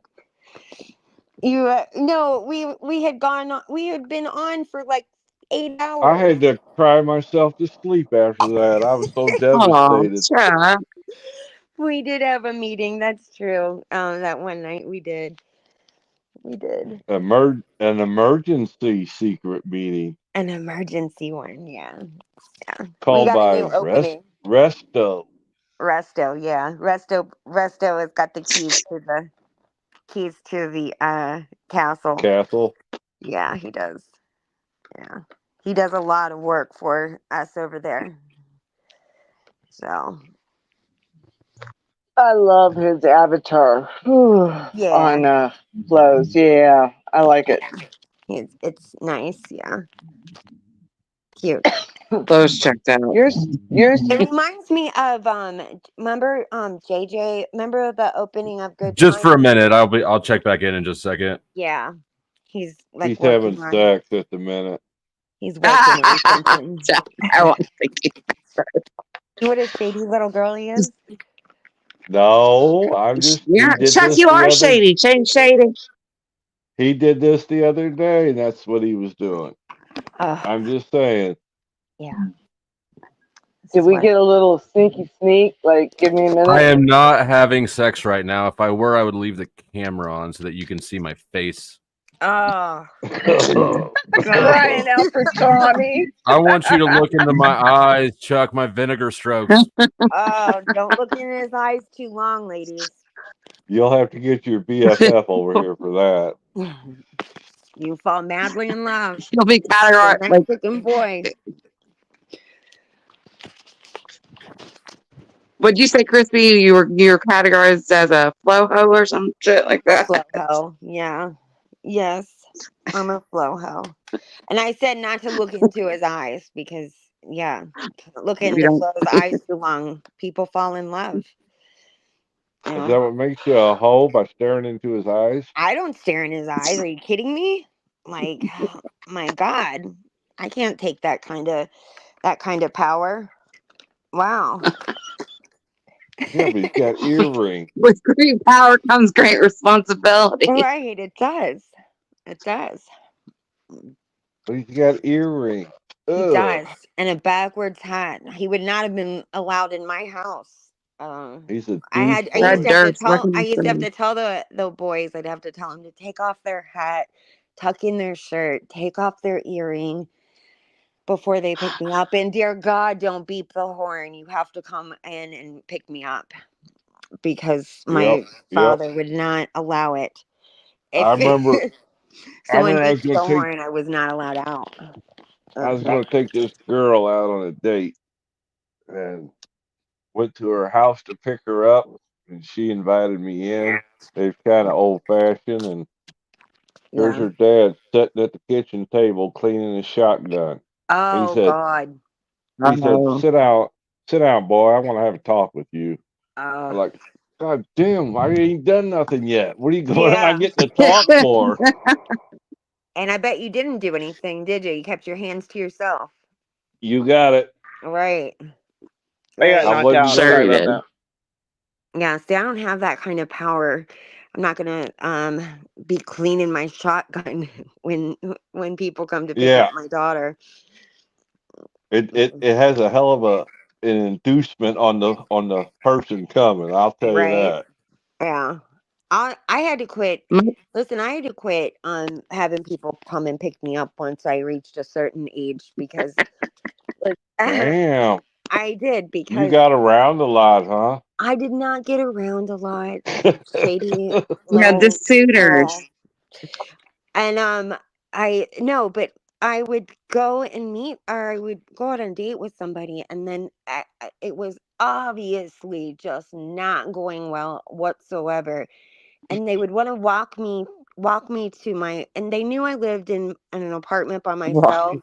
So they would always walk me to the door and like want to come in, and I'm thinking, not ever would I let you in my apartment. But they would always want to like give me a good night kiss, and I felt bad when anybody would try and kiss me, and I I mean, I felt bad. I felt like I had to kiss them back, because I just would. Taking I it by felt bad force, for 'em. yeah. Yeah. Mhm. And you're like, goodbye. Yeah, like I tried to, get away with the little like halvesy hug or whatever, like thank you. So then I made like a policy where I would meet him for drinks, and then and I maybe had a work thing later. And if it went well, I didn't have the work thing, obviously, but if it didn't go well, I had the work thing. So That's smart. Yeah. Yeah, my husband, we have a neighborhood bar, and my friend, like me and my best friend, we grew up together like since first grade. When I was 22, but anyways, she always wanted to go to the bar, and I was like, and I was down usually, but this time I had to stay, right? Because I would wear contacts, and I was like, I can't wear makeup. I have a sty. I have my glasses. I feel like shit. No, she's like, just come with me. It's okay. No one cares. Oh, I was like, God. I don't want to go. Because I was Yeah. like, I can't wear, I can't be not myself, but I can't put on a little bit. You Because were all I just really dating him wore at the was time? You were dating him? no, I wasn't even dating. My best friend, she wanted to go to the bar. This is how I met my husband was at the neighborhood. But Yeah, that's anyways, what I I was like, mean. I don't want to go. And then she's like, just come with me. And I was like, whatever, I'll just go there. I usually just would order a pitcher of beer. Sorry, is this Jess speaking? I'm so sorry. Yes, I'm sorry. Yeah, And yeah. is it But I'd because order a of pitcher. it was a personal flaw that you felt? I had a sty at the time, like because Yes. I would wear Okay. contacts, and when you wear contacts, sometimes you Gotcha. get yeah. Yes. So I had to sty, so I couldn't wear my contacts, and I couldn't wear makeup. Anyways, she's like, just come, and I was like, okay. Well, at first I fought it, and then I finally went, and I ordered my pitcher of beer, and we were sitting across from my soon-to-be husband, and he had his backwards cap, And he looked exactly. He had like the bluest eyes. And I remember telling my best friend, I was like, his eyes are so piercing blue. And yours And are then so like, piercing red. and then I was just drinking whatever, and he kind of came over, just talking to my friend. He was talking to me too, and everything. And then that was it. That was it. I've been together for 17 years now. Oh, he was a And I just keeper. went He there with didn't my care about normal your self. size, like your big pussy eye. He didn't give a shit. I was like, I feel like, I feel like shit. And he didn't give a shit. He's like, you're beautiful. I was like, oh. Well, that was But nice. yeah. Yeah, So he didn't give a shit. I usually I say give meet you him at a bar, kudos. leave him at a bar. My Wherever bars. you met him, it was natural. It wasn't a swipe right, swipe left type of ordeal. Like, I look at my Oh yeah, children, I don't even even. though I'm not in a situation where it's even, that's not validating. But for my children, I look at both of them. I look at their relationships and at the age they're at. And I really feel grateful that one of them met him on Yosemite hiking and was literally just like looking for like directions, and they have in common, that Yeah, that's it's nice. just really, really good. Like, it feels Yeah. good to me. And it's been 3 years, and that's my oldest, my daughter. And then my son met, which has my granddaughter. And he met her back in our hometown. So they have that in common. That's And always great. yeah, and they met naturally at the lake at Lake Mead. So to Oh, me, that's that so makes me feel nice. good that it's not some AI plastic, like I'm some telling you what, fucking catalog. yeah, I don't even know how to say it. I Sorry. watched my daughter on those dating apps or whatever, and it's crazy because everybody swipes her, no matter I'm like, how would you even? Does the swipe mean they choose you or they don't? They choose you, I guess, is what it is. Everybody Left chooses or her, right? or whatever it is. Like Oh. she will, and she takes like about 2 seconds, and she's like, but it's every type of guy. Like every type of guy is interested in her. So I'm like, God, I was like, you must. I don't know how she would. I don't know. She's gone out with a couple Crispy. of people. If she Yes. takes after you, aota, 50%, she's gonna blow them out of the water. So Yeah. Hey, pause now. Yeah. Whoa. Slow. She's What? yeah. No, I'm not saying anything. Yeah, she's got a different personality than I How old do. is she? 22. Why is Does she she on talk it? as much as you? She does not I talk mean, like, as much as me. Yeah. I'm She does I'm not. an old guy compared to her, so I don't get it. Like, I would assume that if your daughter is somebody that everybody swipes right on, what she even need to be on there in the first place? It sort I of seems know. like, Exactly. is she crazy? She's probably crazy. She's not crazy either. She's not crazy. You know what they say, Flo? The Yeah. fruit Probably don't fall crazy. far from the tree. She's not crazy. Look, dudes like me will go talk. I don't think that dating apps are good for anybody, except for guys that aren't afraid to talk to women in person, because we have a distinct advantage. And it sort of seems to me that unless I'm just too old to be in touch, that girls wouldn't even need to go to dating apps unless they're crazy. No. Unless they're what? Crazy. Crazy. Yeah. No, she just I guess It's she works laziness. a lot. I could just be out of touch though. Who knows? I don't know. You're Kids getting older. You know what? You kind of are out of touch, because I'm at an age. Excuse me. Oh, I can do. I've moved out here to Midwest where you are, and it's not a sociable. And I wasn't even into it really where I came from Vegas, which is my hometown. Like, I was a part of it. It was my career and that whole bit. But to go out in it, to hang out at bars or any of that whole thing really isn't my taste bud. So to find a genuine guy that is. So that's why you moved here. That's why you moved to be closer to me. I just sent that to you, Phil. She just sent that to Mrs. me Flo, yesterday. save me! Wait a minute. There is that church, right, Flo? The one Oh, that there puts is. up, You're right. yeah, for out of towners. I say the best way to meet anyone is either like a dog park, church maybe, or dive bar. I'll emphasis on dive bar. You know what I mean? Like those hip. Who likes a hip bar? I mean, I don't. Maybe it's because I'm old, but even when I was younger, the dive bar in our neighborhood. Literally, we have a neighborhood bar. It's great,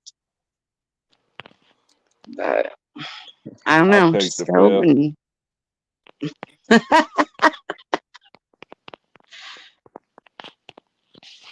dog park, dive bar, church, or something where you're doing not online. Just I Dog don't know. park. I mean, Yeah, here's dog the thing. park. I met have a Miss Flo dog? at a regular park. I don't have a dog, but 3-year-old daughters work even better. 3-year-old daughter. I've never, my dog's 6 years old, and I've never taken it to an actual dog park. I know there's a lot where I used to live, but I've never taken my dog to a dog park.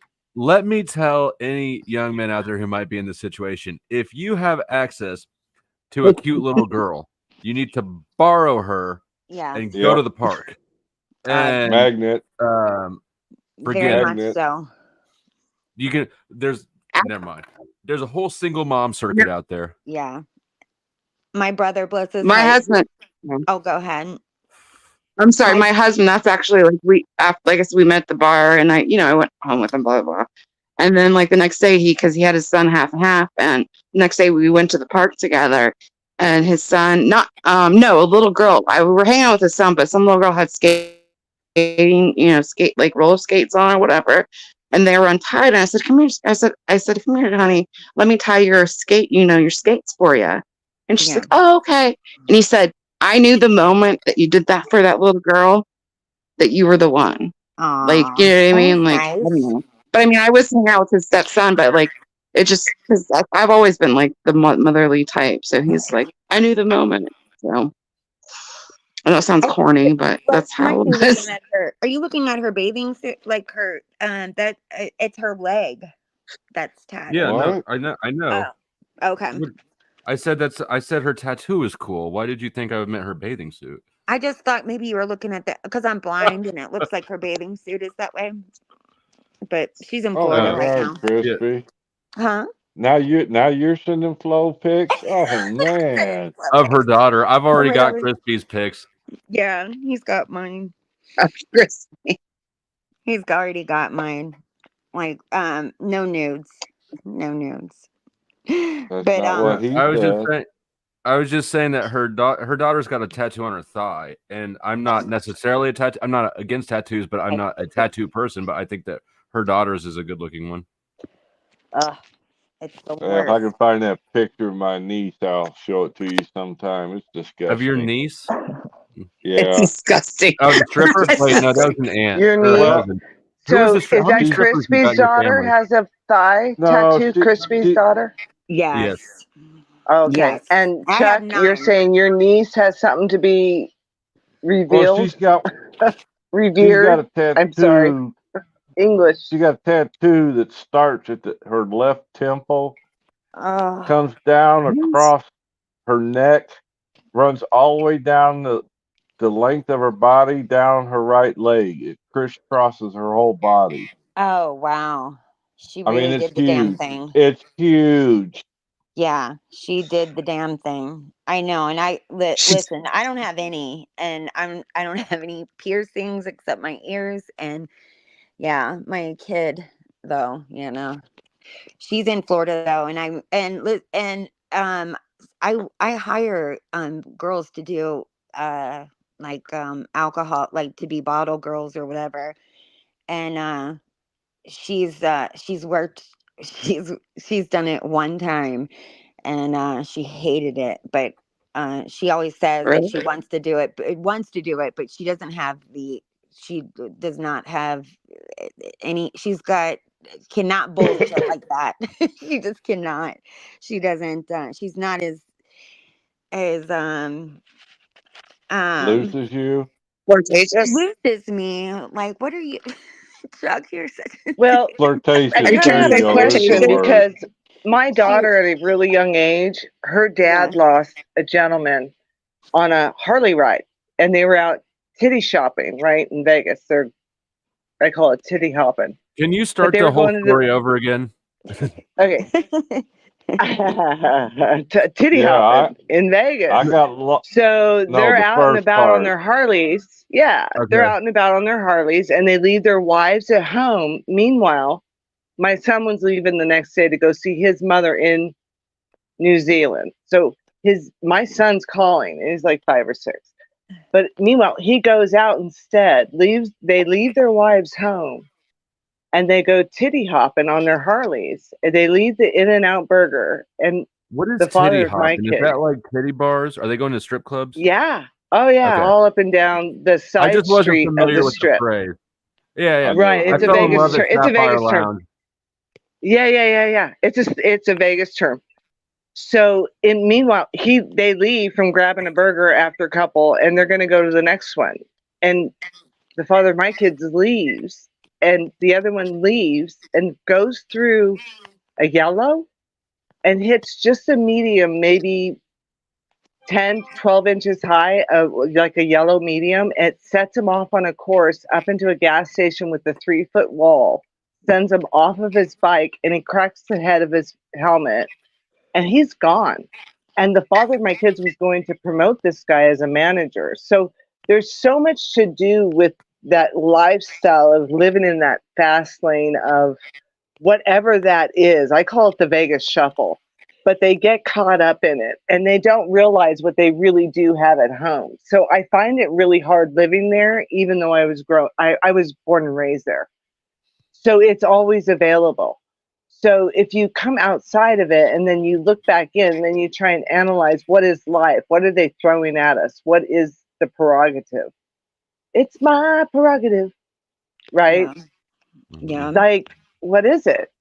So I don't even know where that's coming from. I don't even know why I got tipped off on that, but I'm a little bit high, so excuse me. I can only imagine how to I felt like I needed to come home and take a shower after 2 days in Vegas. Yeah. Of course, I was probably doing all The all the grungy things, all the things that you do in Vegas. It was both a bachelor party, a bunch there's like 10 of us, 15. There's 15 of us who all went to high school together who reunited for a bachelor party to go to Vegas over Halloween weekend, and we stayed at the Hard Rock during the Freaks and Fetishes ball. It was a wild weekend. Yeah. That's one of the wildest weekends. That's the Hard Rock Cafe. And then they also have Comdex, and then they have the awards for the porno at the same time. Like, it's the most craziest crowd. You've got like your nerds mixed in with the porno crowd, which your nerds are home watching their porno after they do their hard day of tech. It's the craziest crowd, guys. I went through it for 13 years and witnessed it. Like, he's not lying. It's crazy. Have you been to the Sapphire Lounge? Yes. Go ahead. Yeah. The first night there, we got VIP. There's 3 stages, I think, if I remember, and they're all elevated, right? And the first night we got the VIP section that was underneath the main stage. That was fantastic. Underneath.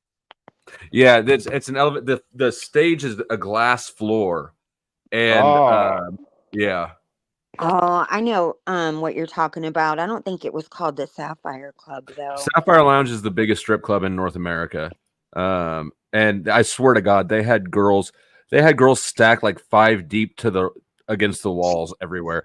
It looked like, how when gymnasiums, when they fold up the bleachers, all you needed, all you needed was a license, and they would come in on the weekends, work their regular jobs in California, and blast it on the weekends with their photo ID and the backstage.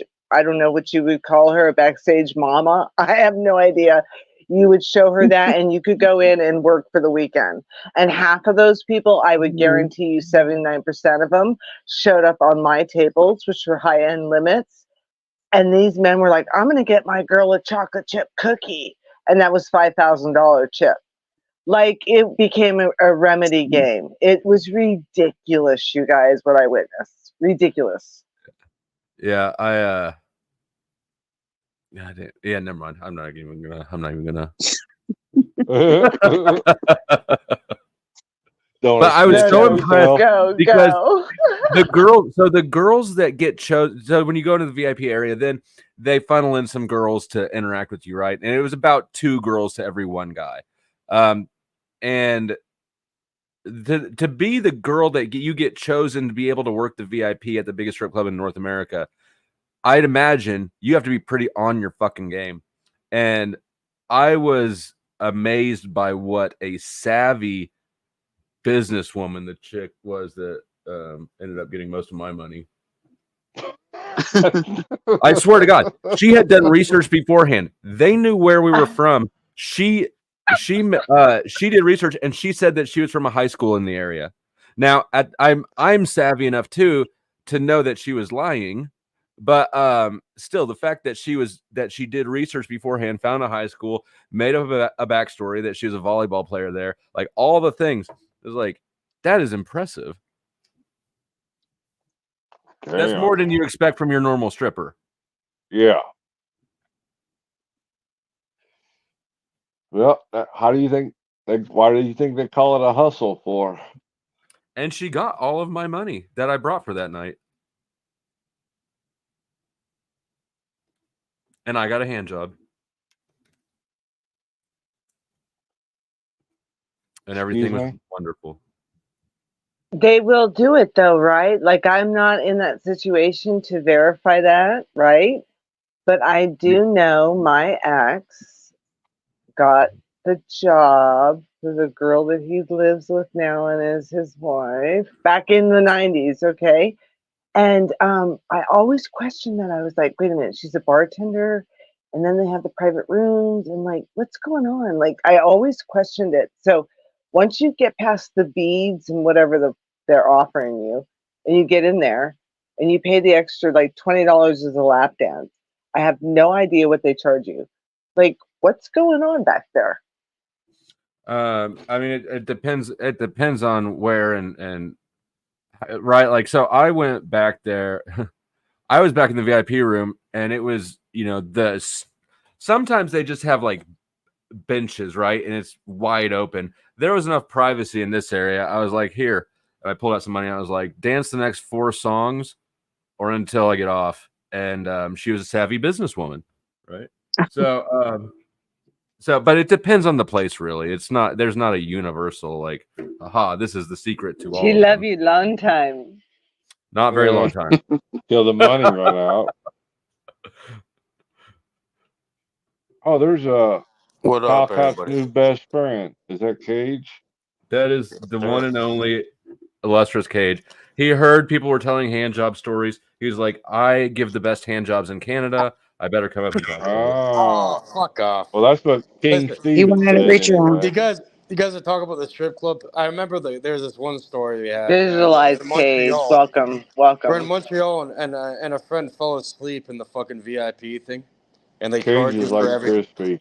They charge you for every fucking song that goes by, and then we had to get into like a Royal Rumble. We had to get into a Royal Rumble to escape it after. I bet you did. That's a lot. That's a ton of money.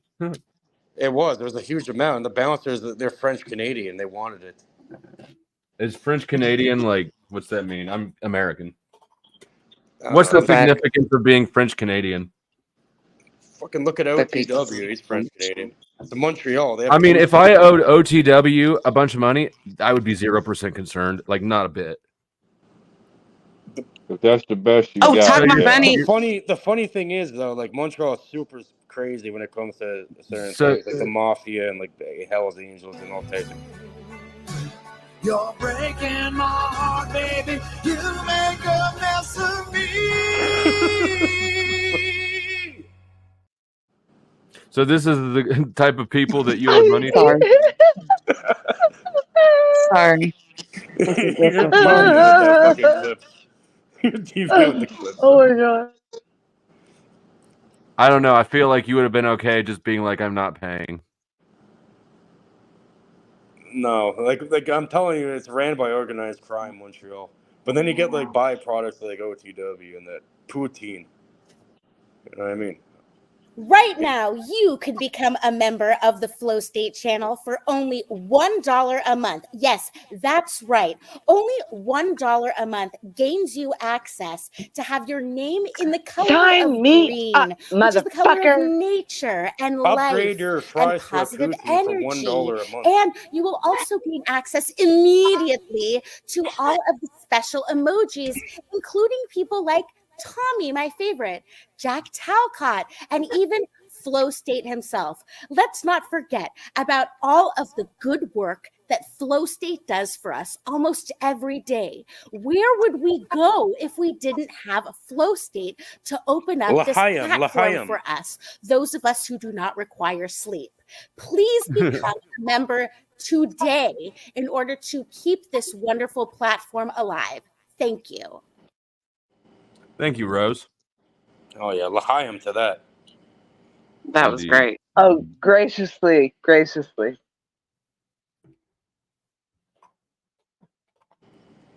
Yep.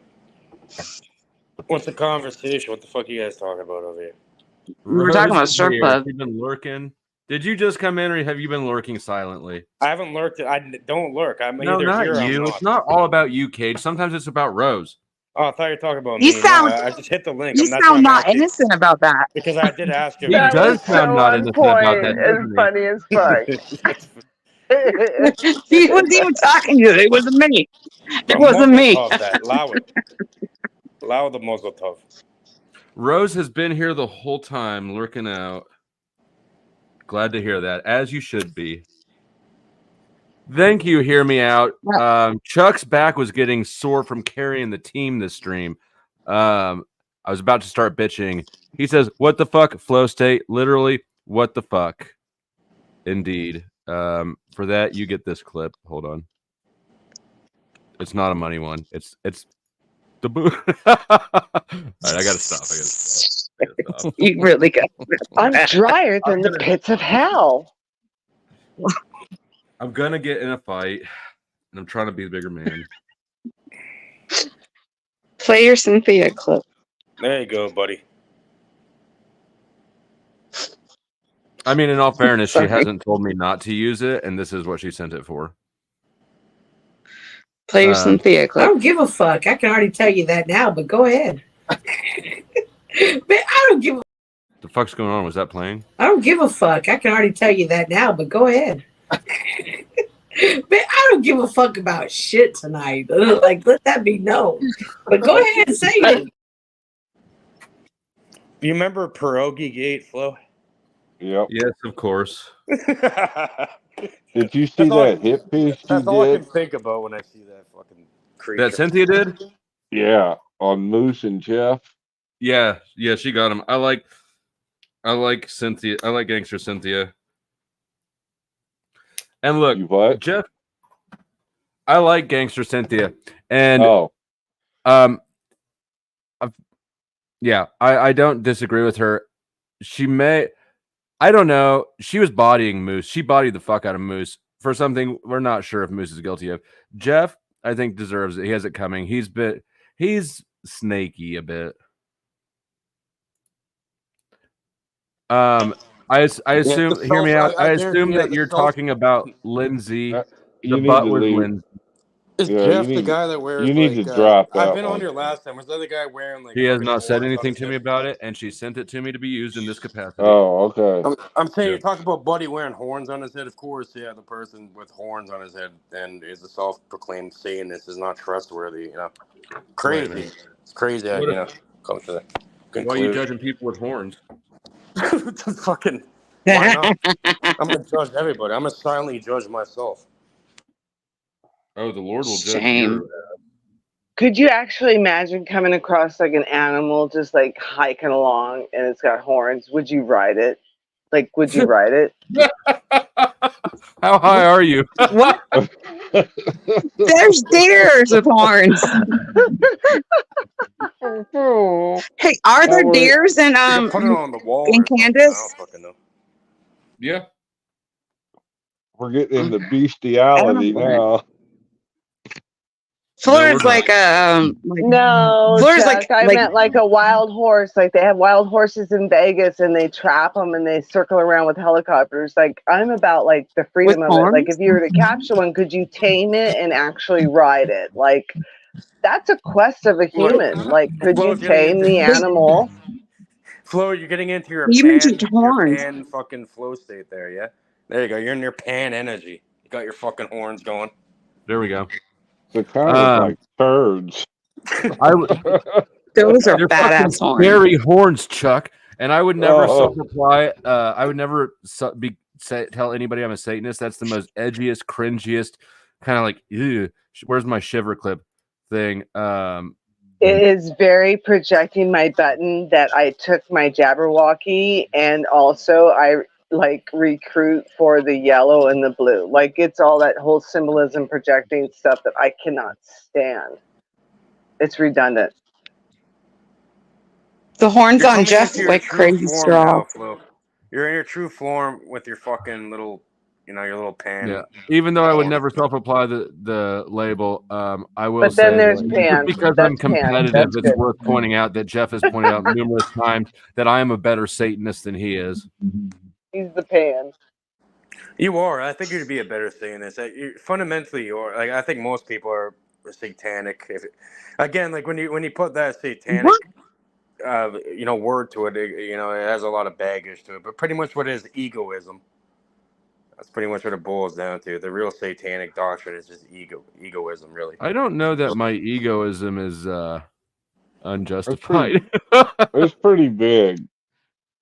But you gotta Yeah, run but the it's show also here. reasonable, right? Like I'm not above being wrong. I'm not above like admitting things like Yeah, maybe true. Andrew doesn't have time for me. I totally get it, right? Like I'm 3,500, he's 105,000.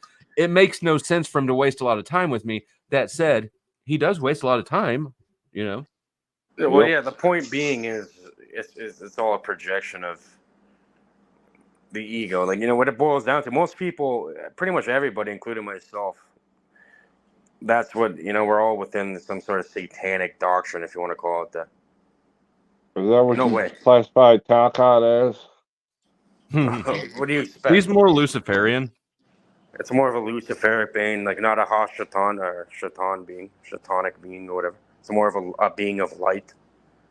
The Luciferic being. But I mean, There's like that. Satan is an adversary. It's an adversarial energy. I would say that if to that extent, I am adversarial, as are most of the people who come here. Yeah, you're a Shatanic being. You're like less. You're not a Luciferic being. You're more of a Shatanic being. What would a Luciferic being? What would that look like?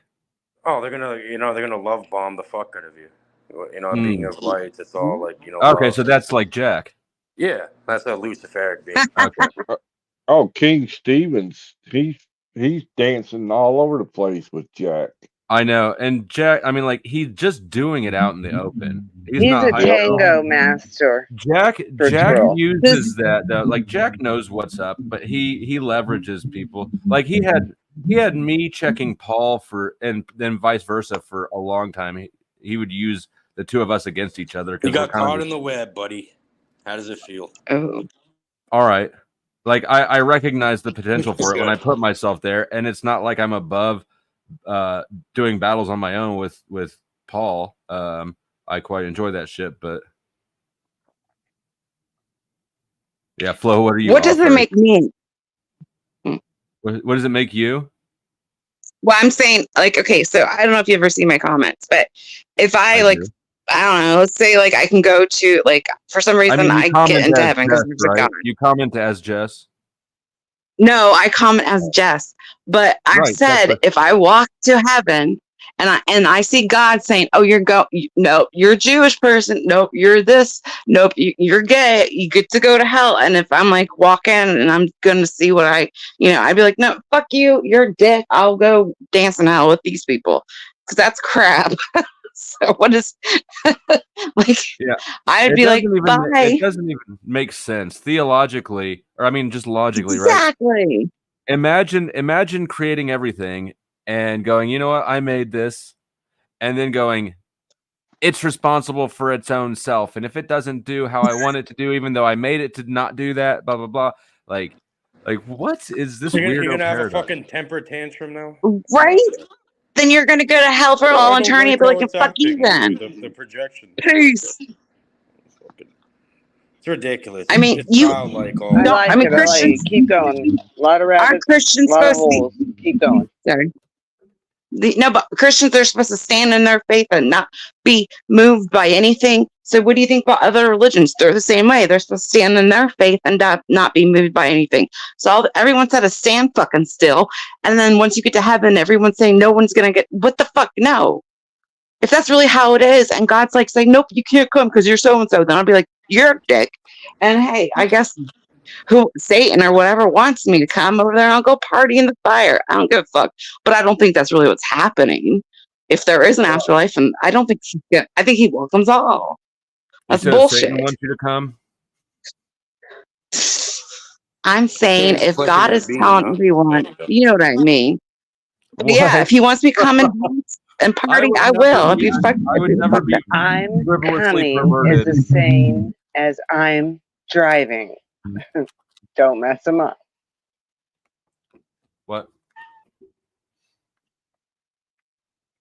Time for our sugar fix.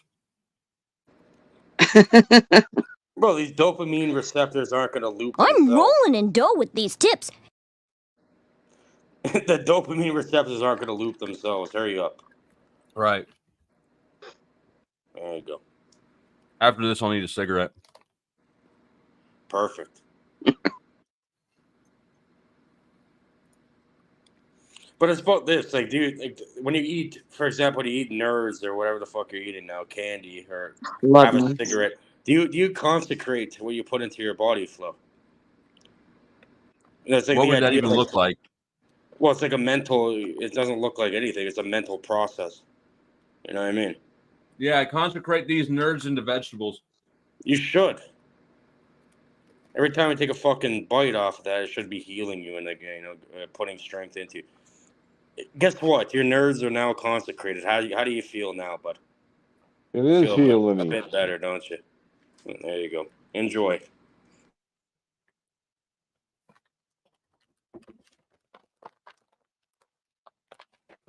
See, that's consecrated silence when you eat that. There you go. Father is coming after individuals that are his church, not after religion. Yeah, I don't claim a religion. Of course, it's not because of that comment, but it could have been.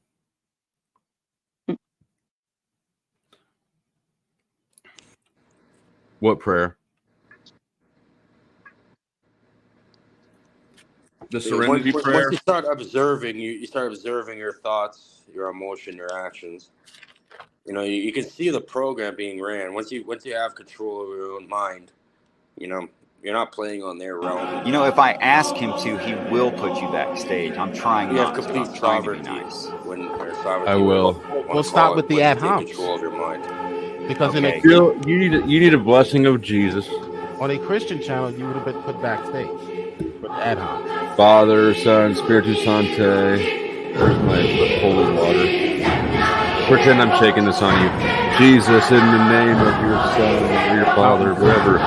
Cast the demons out of Jill so stop filibustering and I don't have to send them into purgatory. That's the devil's juice. The devil's juice is Mountain Dew, code red. Shit when I said the first time. There you go, bud. You're allergic We're to all holy anointed. water. Can't be allergic to the consecrated water. That's crazy talk. Just the fluoridated water.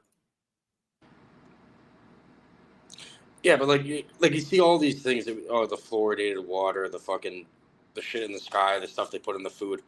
At the end of the day, it only really affects you. There's the nocebo and the placebo effect. So if you think it's going to have some detrimental effect onto you, you know, it's pretty much a self-fulfilling prophecy.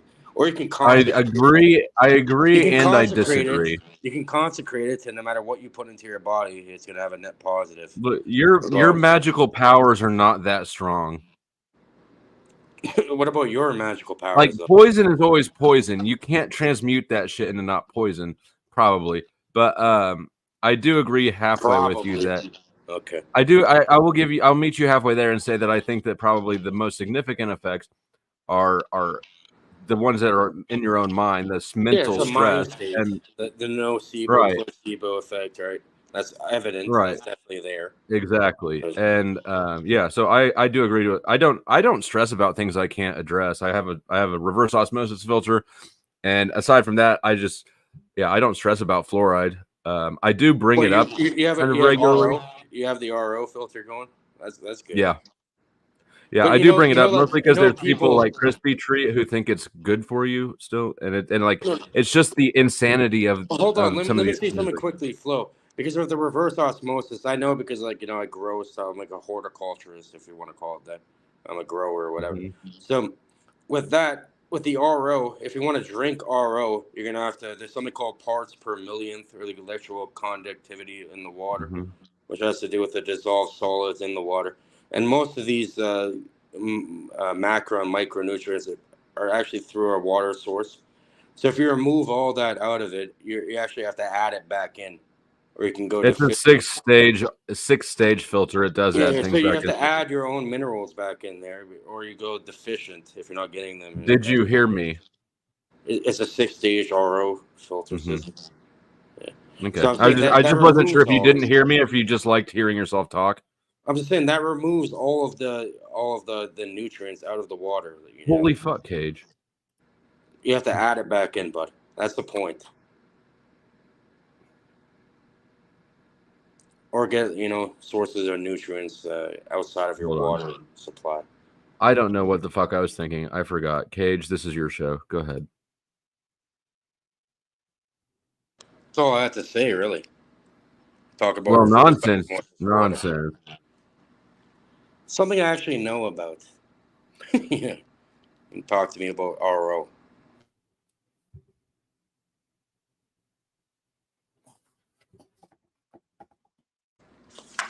I'll show you guys, since it's my show, I'll show you guys the garden. Might as well. We have great, it's growing crazily. See it like a couple days. Fucking. Star.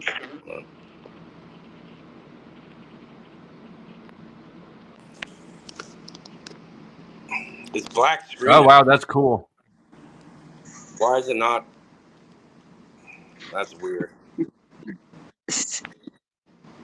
Hold on. Good You don't job. have floodlights? Bro, I think Bless it. I think he's waiting for Hold on, OTW I gotta to take the refresh stage. this in order to allow the camera. Commentate on what we're looking at. And I just said, hi, Barbara. How did this get to be my show again? This was supposed to be Cage. Huh, I guess he left. I guess he was tired of it being his show. As was I. Nah, you got here late. Moving right along. Just another clip channel. You got here late. The offer is still on the table. I'm not going to go over it again. But the short answer is no. Of course not. Tricky.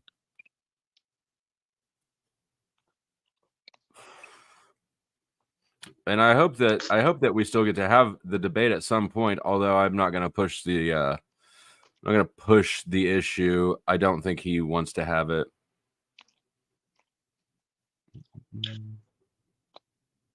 Let him come to you like he did with don't push it, leave it alone. I saw that you clipped it. Yeah, and I mean I am prepared. I just want to set it up and fill it a little bit and do it here and actually just the two of us. I don't want to get blindsided on one of his homies' channels like 15 minutes before my ex-wife is showing up on the 4th. So if he doesn't want to schedule something, that's fine. It's not the end of the world. I get it. I'm a way smaller channel. He doesn't have a lot to gain from it, but you know. Is there basic objectives of the debate? Well, mine would just be like, for me, the objective would be, one, to make content. Obviously he's a much bigger channel than mine, so there's that benefit to me. Also, this is a topic which I find interesting and important, right? So the subject matter isn't nothing either, and it's one that I bring up kind of regularly and have discussed many places. Nobody has demonstrated that I'm not correct. Did you say your ex-wife showed up on the 4th? I guess it was the 5th, but she was coming out to. She's out of jail now. Did you spring A her? little support there. What's the subject, if I might ask? Because I am a little bit off base on what you're getting at for the subject of what you're debating. The subject was, can morality exist without a religious foundation? Because I mean, you probably heard the talking point. Somebody's got feedback. Is that Cage? Yeah, it's Cage. I muted you, Cage. Those are good, nice looking strawberries. You probably heard it said that without God there is no morality, because then everybody would just be up to their own whims as to what is and isn't moral. Right. So it's the antithesis of that. You could say, can atheists have morality? Would be the same way of putting my point, but I try to avoid that because I'm not an atheist. I'm a nothingist. I'm a non-ist.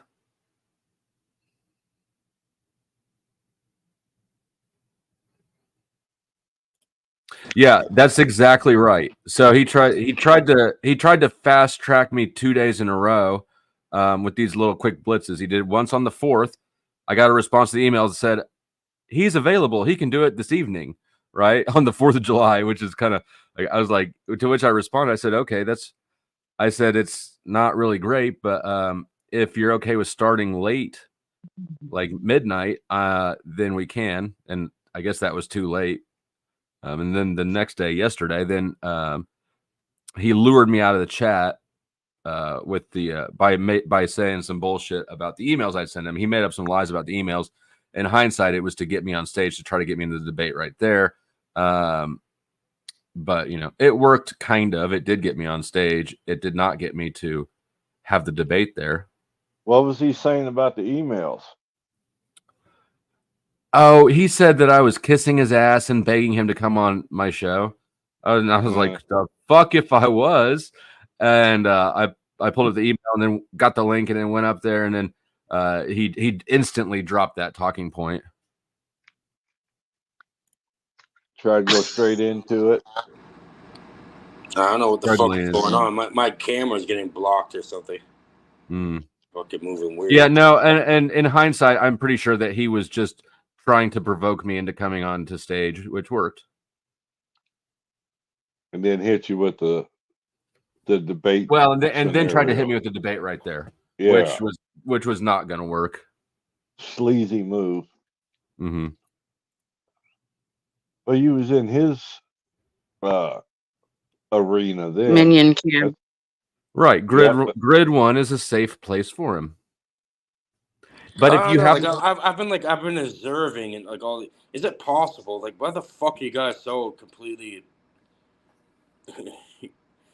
You guys are fucked in your heads, bro. All you talk about is like, someone on the internet is. I think you need an OTW clip. Cage, you're on the internet. This is Back why off. the internet. We're just talking about people here. Cage, come on, you're with us. Every time Get with Cage the comes up program. here, I end up kicking him because at some point he starts like, what the fuck do you do? Okay, Cage, if you've been watching this shit from the sidelines, like you're doing the same damn thing. Yep. Good stuff. Morality or not, if you do not believe in and father, in fact, does what? What? Those that do not believe do not go home. You don't go because you're good. You go because you choose him. It's that simple. Now, LCJC, riddle me this. Why the fuck would the test of whether or not you get to go to heaven be whether or not you will believe a story that there's not a good reason to believe? Like, what? The most gullible go to heaven? Is that how it works? Cage, you're obnoxious. Nobody wants to hear you bitching All about right, what but you you're think we should completely talk wrong. about. I've told you multiple times that I'm only here when I'm here. If I'm Cage, not here, nobody then I'm wants to not hear here. you What? talk. I'm only here when I'm here. Of course. Yeah, when I'm on the panel, I'm here participating. Then I'm here. If not, then I'm not here at all. Ever. Okay, then how have you been watching things from the sidelines? I haven't. I You hit the just link. said you were. No, I didn't. Where do you come up with this shit, bro? Rewind. I don't know what they're putting in your water over there. Fast forward. Don't worry, I'll get it. I don't know what. Actually, a better question is what's being removed from the water. It goes back to the ppm.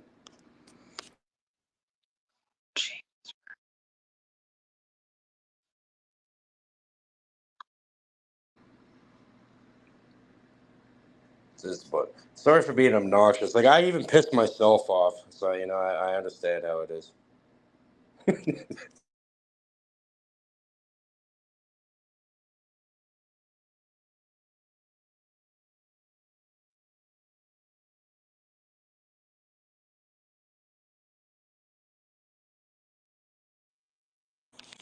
The Your silence. plants are So many looking thoughts. awesome, So many Cage. thoughts coming into your mind. Are they your own? Are they being influenced? Are they really your own? It's the main question. Observation. Look in the silence. What thoughts do you have of your own? He's looking back at the footage, I believe, like you said. Yeah, he's not gonna find it. Like I'm not gonna fucking argue with something I know I never said either way. Not gonna happen.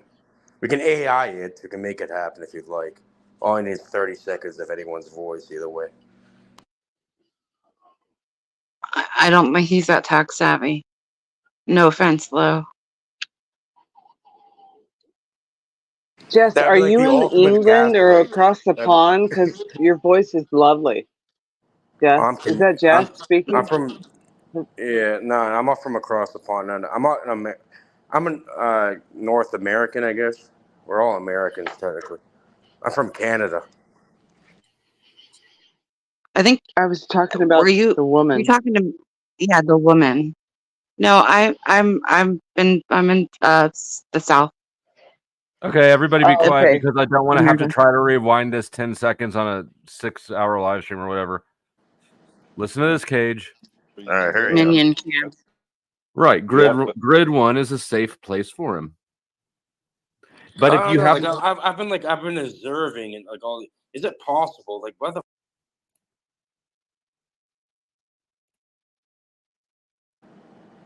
how have you been observing, What was that Cage? word? How does that prove anything you're saying? All I heard, I said I've been observing. How is that something? How do you possible? observe? Whoops, what'd I do? I muted this time. How do you observe something if you don't observe it except for when you're here? Because I'm participating in the conversation. I have the observation Get the fuck out of here. of other people. No. What does that word observing mean? He got one of them there internets. Now we're caught up on semantics and shit. Get the fuck out of here. What? Explain it though when you said it. What did you mean? It's out of context. You have to, see what's being said before and after that.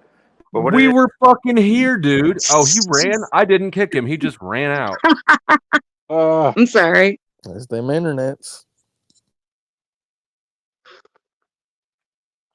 Cage I apologize, marches Flo. to his I pressed them a little no. bit. Cage, For what? Cage marches to his own drum. Were you dancing? I don't know what she's listening to, but damn, it sounds good. Yes, it does. By the way, some more in time. Thank you for the compliment. For a minute, when the man was speaking, I was like, maybe I sound like a man, but I don't think I do. You got it. You were right on my level. You got what I was saying, and I was just complimenting you. Absolutely. Yeah, she said Jess, and all he heard was Cage. Do I want to engage this? I don't want to engage that right now. Never mind. It was tempting for a second. So did you bail your ex-wife out? Fuck no. Oh, okay. What was she locked up for? Good time. Identity theft. What? Mm-hmm. Damn. Yep. No one wants my identity. I'd be like, I can't buy Check. shit. Check or I credit can't card? even get groceries. I don't know. I don't know. Oh, I would okay. imagine. I would. If I had to guess, I would say credit cards. Just because that's way more common. Yeah. Sure. But I don't know any of the details. I don't really care to be involved in any of that at all. Your boyfriend's Just back. co-parent. I talked to her. Yeah. I mean, I have custody. My boyfriend's back, and you're gonna be sorry. Hey, la. I know. Oh no. Floyd. But no, I have no desire to be involved in any of that shit. The only I talked to her because her little brother has been around here some. He's cool. We're buddies still, but he Jake, he was on the other night. That's her little brother. I did talk to her briefly once while she was in jail on his because she had called him, and she asked if she said, if I make bond, will you pick Can me you up? mute Cage's mic? I mean, I'm Sorry, about sorry. to just kick Cage all the way out. He just can't figure it out. Damn. What kind of noise? But yeah, I said that if she got bonded out, I would pick her up from jail if she had a place to go. But I wouldn't. But I'm not going to pick her. She's not going to come to my house and figure it out. I seen Nick Ricada on tonight on Camelot's channel denying every allegation there was. I mean, that's exactly what he should do. Well, he shouldn't be on camera anyway. He's a lawyer. He should know better. Yeah, that is true. And I might as well address this because my shit died. I had to come back quickly. But either way, the thing you brought up, the context of that before you kicked me off before that time, after I said more from there. I didn't kick you off. It's pretty much, I observed that people constantly just talk about each other on panels. Is that like a difficult So you didn't mean, okay. So you meant something else. That's fine. Yeah. I can't prove you didn't. It's pretty obvious what's going on. Like it's constant. I mean, it is obvious what's going on. And it's pretty. I don't know. It's like for me, it's like middle aged, or even like middle aged like old motherfuckers. Cage, not Ken. Moving like children. Cage, I've been kicked a couple times. Cage, I've been kicked a couple times. And the next subject forward, I'm not sure who the person is we're talking about. So when we do get there, could you fill me in on who that is we're talking about? Because I'm not sure. Sorry. No, what Cage is doing is he's grandstanding. He's virtue signaling. We were talking about other people. He virtue signaled himself by going, do you have to do this? It's constant every fucking time. You're incapable of. I know. You know what else is constant? Right? You virtue signaling. This time I'm kicking you out from. See ya. That was me. Yeah, he wasn't going to stop. He never does. He never lasts that long. He can't help himself. I mean, who says the word observe is just so like that's you're watching things happen. There's no other way you can define that. Yeah, you know what I mean? Look for logic with. I mean, he's Cage, see you later. I hope I didn't do that, but my mind was on the next person that we just tapped onto, and I was like, I don't know who this person is. We're about ready to talk about. Can you remember what we were talking about? Oh, I think we were Andrew Wilson. You don't know who that is? Hold on. You probably I'm sure there's a few people who don't know who he is, but will recognize him. if I should. I really don't know that much about him. I don't. I'm not as familiar with him as a lot of people are. You know. Just some random guy on the internet, I'm assuming.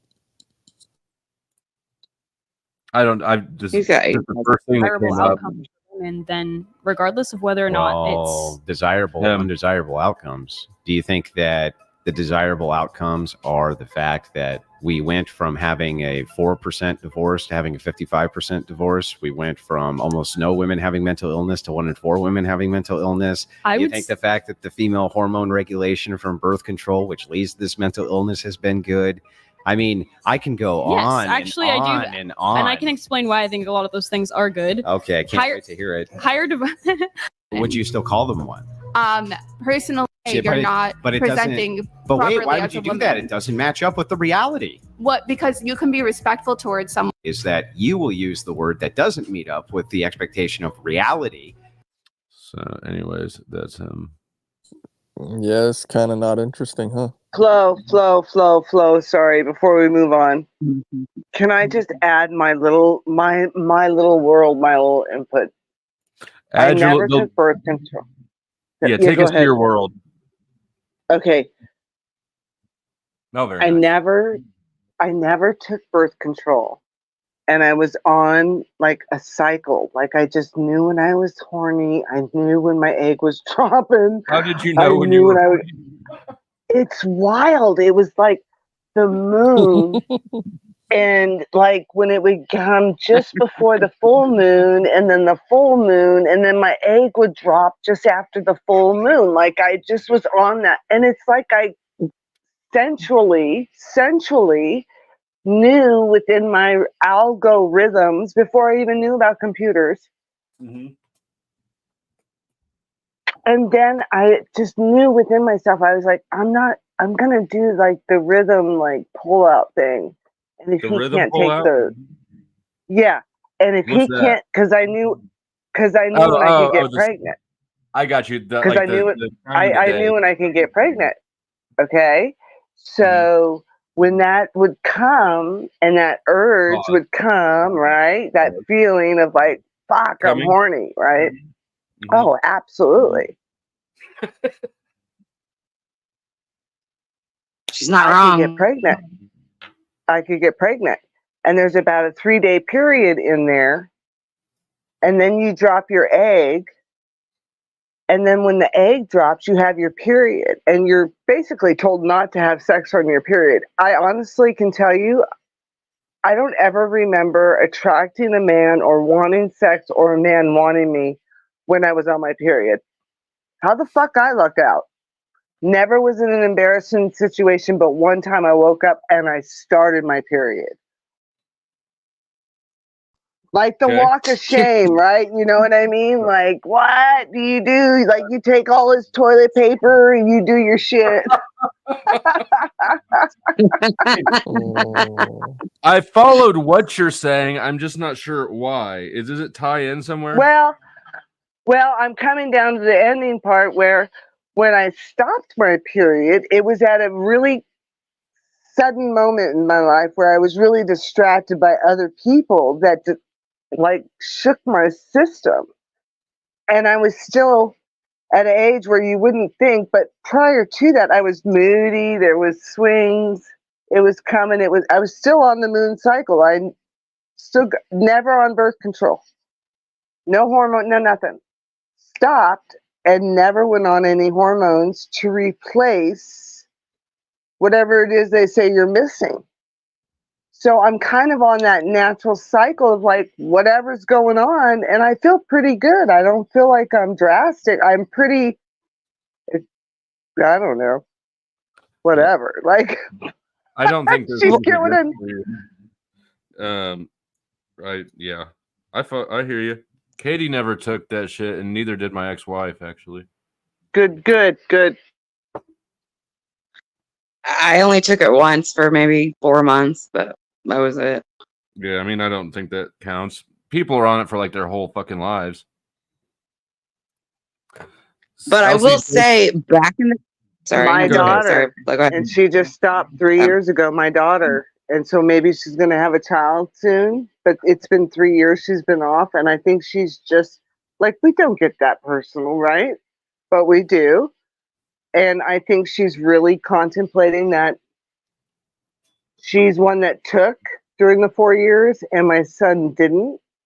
And she's actually encountering some neurological problems, and she's a physical therapist doctor, which is so bizarre to deal with it because my son has my 2 grandbabies who are healthy, and he did not get shots for them. It runs deep what's going on out there. You just have to be aware, and she's finally coming around, but she was put into that situation 4 years ago where it's like a battle out there. And you're dealing with people that are trying to like let you think something that you didn't go to school for. You're not inclined to know, but you kind of know, and you don't. And then it comes out, and it's like, oh my goodness, I'm dealing with something, and they're relying on you now, and they call on you, and you're just like, you're within your boundaries of not overstepping it, not being righteous, proud, and all that, and whatever. Not saying I told you so. Thank you. Ha ha, you have myocarditis, like not doing that. I will say, when he was saying that women weren't as crazy back then, but I do know that, they did a lot of women, they locked up a lot of women for quote unquote hysteria back in the day. And, a woman would go to the doctor, and the doctor would manually, with the roof, I'll just be the clit, and they used to do it, and, they have get off, whatever. So the doctors are the ones that made the vibrator for women because And if they I were were a their doctor, I would hands were probably hurting. do exactly the same thing. That's why I can't have any positions of authority or power. But they I'd be did like, it for "Oh, their you know what? well-being. You know what the problem is you need to fuck me." They didn't fuck them. They just got them off. And their hands started hurting, and they're like, well, here's a vibrator. Here's your prescription. But no, That's true. Look it up. I know I hear what you're saying though. The bigger point that like things weren't all that great back then. And yeah, exactly. People romanticize the past all the time, and I think that what Andrew and a lot of the ortho bros have done is they've capitalized on the backlash against the insanity of modernism or whatever. The men can get pregnant too nonsense. I mean, back in the day, men could beat the shit out of their wives, and the cop would be like, "Good boy." I mean, what the fuck, and I don't mean hitting them, putting them in place, quote unquote. I mean, beating the shit out of their wives and kids. I mean, back in the day, it wasn't the greatest back in the day. And right now, we're seeing we've evolved, and it's 24-hour news cycle. Everything's at our fingertips, so we see everything that is going on. We just know a bit more. It hasn't changed. We just know. Like this sort of shit, right? Like everybody's personal and public lives have blurred to a great degree. Yeah, I agree. Completely agree. It's just everything's out there, and you can just touch it, but you know more. I mean, this shit has been going on forever. It's just it was hush. Oh, my child got hurt, and then you know what I'm saying. It was hush. Shh. Oh dear. Oh, shh. But now people are blasting it out, and that's what's happening. Yeah, nothing's changed. Drives me nuts The is same. like it is the same, and I the Christian nationalist movement and all the hyper conservative, and this is coming from somebody who used to be a Proud Boy, right? But that group was not that conservative. It was more libertarian. Anyways, like the backlash, right? The reaction to the excesses of liberalism and its insanity. Like it's like why can't you guys see that your authoritarian extremism isn't better? It's the same. Just I don't understand it. They want the government in their lives, but they don't. It's so weird. It's like, just if I go have a doctor's appointment, I don't want the government there. I want to be with my doctor and talk to my doctor. I don't want to have my doctor have to look at a form and see if it's okay. Mm-hmm. You know what I'm saying? Does that make sense? I mean, it does. Doctors are and doctors. I'm sorry. Go ahead. No, doctors are that whole industry is compromised. That's true to an extent. That is true, but there are good doctors. Like, I've had my one good doctor I've had since I was 14, and he's been a great doctor. Like, and I trust him, and he's like, he's not like, he's never pushed any, it's just been that kind of, pushed any pharmaceuticals or anything. What is a copulins? Sorry, this comment here. What is a copulins?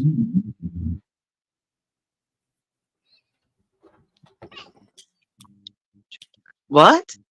I'm going to add, while you're waiting to understand what a copy lens is. My daughter's a doctor, but in the same return, just what I was telling you the story before about the neurological and what we're facing now and 4 years out, whatever that realization is. I also am looking and had been looking for a doctor here that took advantage of the fear factor and over treatment, and just, this started in 2017. So I understand where you're coming from. And there's a level of trusting who you're going to, just for your basics, just to get your blood ran, just check out your vitals, go to a woman doctor, make sure your insides are good to go. You don't need to like prolong and just keep going to doctor after, like, I think it's unnecessary, but that's just me. But that's what I've seen in the last 4 years. And then they want you prescribed through like a telegram. Like, this is all new stuff, right? Being on like a Zoom call, basically. Oh yeah, the telemedicine thing. Did they ever say what they said was what it was? I don't know what they said. Be careful, whatever. What was? That comment that you highlighted last. And sorry, I was on another tab. No, I have not heard. No. Sorry, I'm looking at something else. So before we go much further, I am gonna go ahead and hop down. But before I go, thanks for having me up, Flo. Thanks to the panel. I think I figured out what we were talking about earlier, the difference between objective and subjective, why the confusion was there. So basically, subjective is changeable. Does that make sense? Subject changeable. Subjective is, well, that would be correct. Yes. Okay. Simple answer. Okay. Yeah. I had to think about it for a second. Yep. No problem. But yeah, because objective is obvious. It is what it is. Please don't go. Please give us your mind. Please don't go. We've talked enough. Please don't go. No, but I do gotta go, and I'm gonna get a little bit of rest.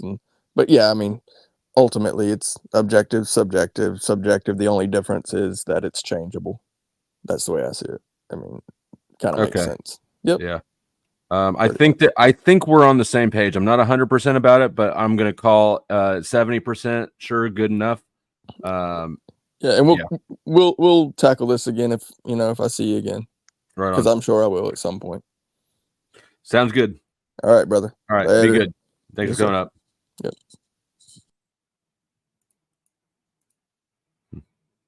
What was that comment? I'm not sure.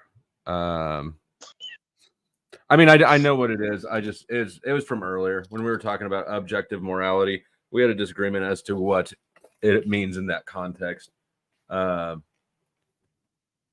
Yeah.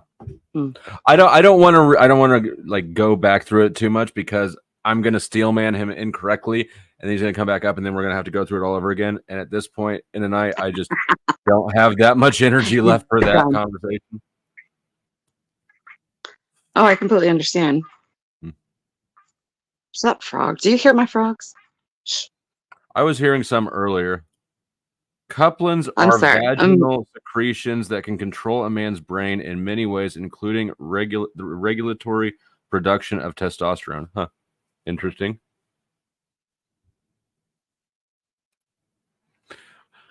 What things do you think are legit and what are BS? In what and like refine the question. About what? I like the direct questions and answers. I like it. Yeah. Well, I just don't know what I feel like this question's is at something like I think it's BS when you're paying for something and then it asks if you want to round up to $1. No, I don't want to fucking round up to the next dollar ever.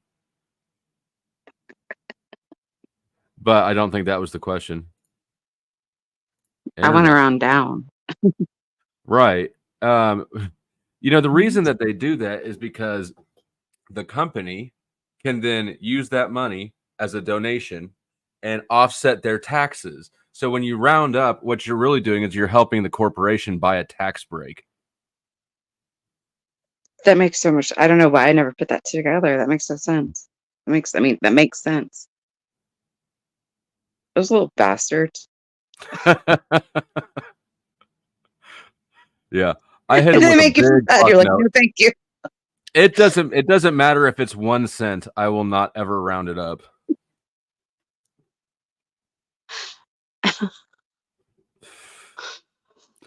But internet topics is still vague. What things do you think are legit and bullshit? I still don't really understand the question. I think that a lot of the red pill talking points are bullshit. I think that a lot of the Christian talking points are bullshit. I think a lot of the atheist talking points are bullshit. I think rounding up my change at the end of grabbing like an iced coffee or something, if I happen to be on the road, and saying, "Do you accept this?" And they're like, "Oh no, we're not allowed to accept tips." Like, I think that's kind of absurd for them not to be able to throw that in their change purse, but it has to go into the register bucket to cover somebody else. I don't think that's fair. Yeah, I just it's not fair. don't. Maybe it's because I'm from Vegas and whatever. Like, round it up and keep the change. You know what I mean? Yeah, I mean, I would do that. I will do that sometimes when the tip goes. Honestly, I'm sort of a douchebag tipper because I tip hot girls better than anybody else, like by a decent amount. But yeah, tipping is which different. is understandable. Men do. Right. They do. Like, I recognize that it's unfair, but I don't intend to change it. Right. No reason to. They give the penny to the fund, but they keep most of it. Yeah. Yeah. And I don't even like if you start rummaging around what charities do, like, you know, I was it Taco Bell or KFC? One of them was like, "Do you want to donate to the blah blah blah blah blah fund?" It was like Feed Hungry Children Fund or some shit like that, right? No, it's our 501c that are getting us into trouble at the borders right now. That's what's causing us the most infiltration, the most problems, is their whole attitude towards welcoming arms to the, illegals instead of doing the process.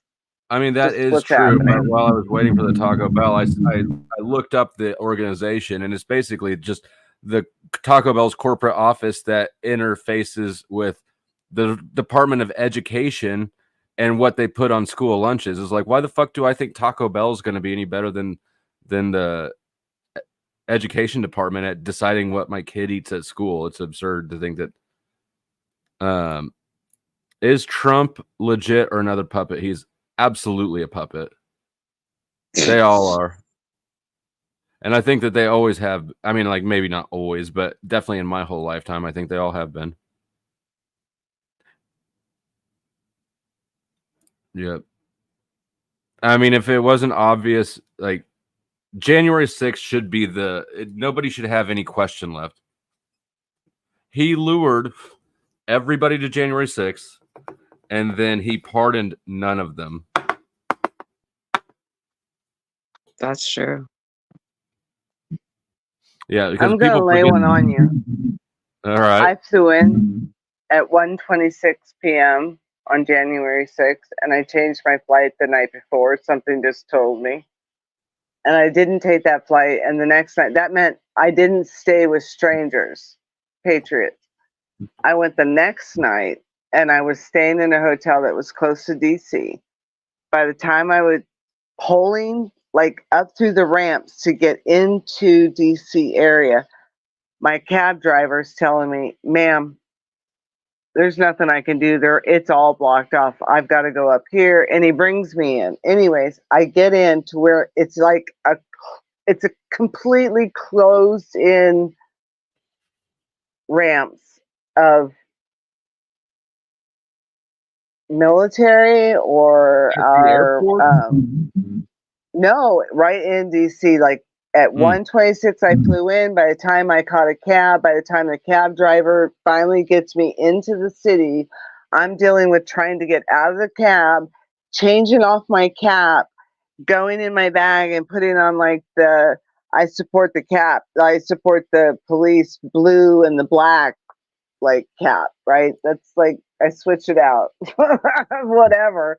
And I get out and I'm like, I'm going to a hotel room because I have a business appointment tomorrow. I'm not in with that. And the lady's like, okay. And she opens up like a cage, whatever, a barrier.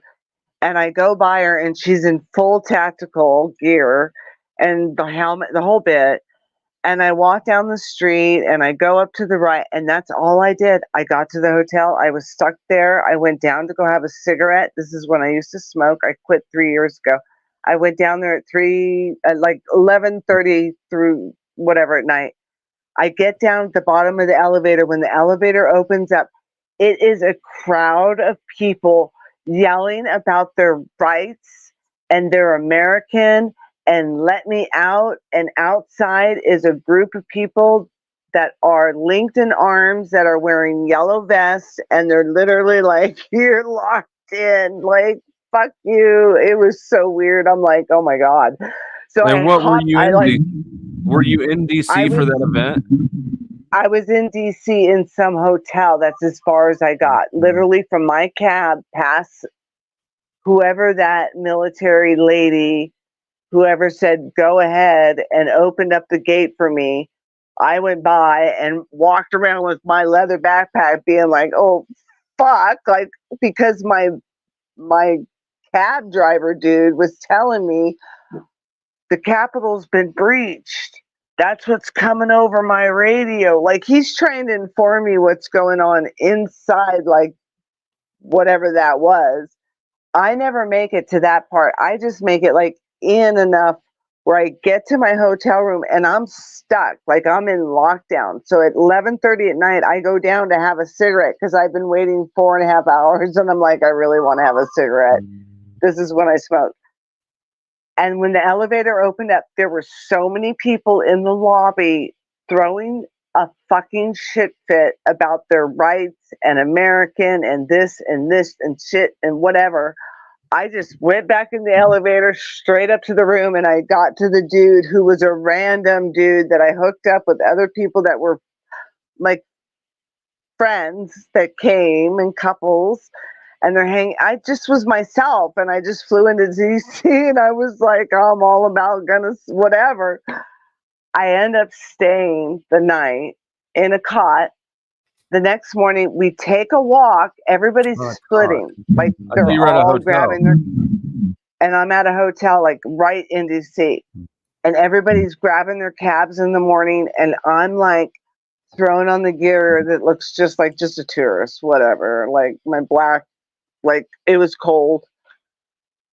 And we roamed around like all of the sites taking pictures. And then all of a sudden, like at 6:30, because we got out early, at 6:30 in the morning, here we see these Navy.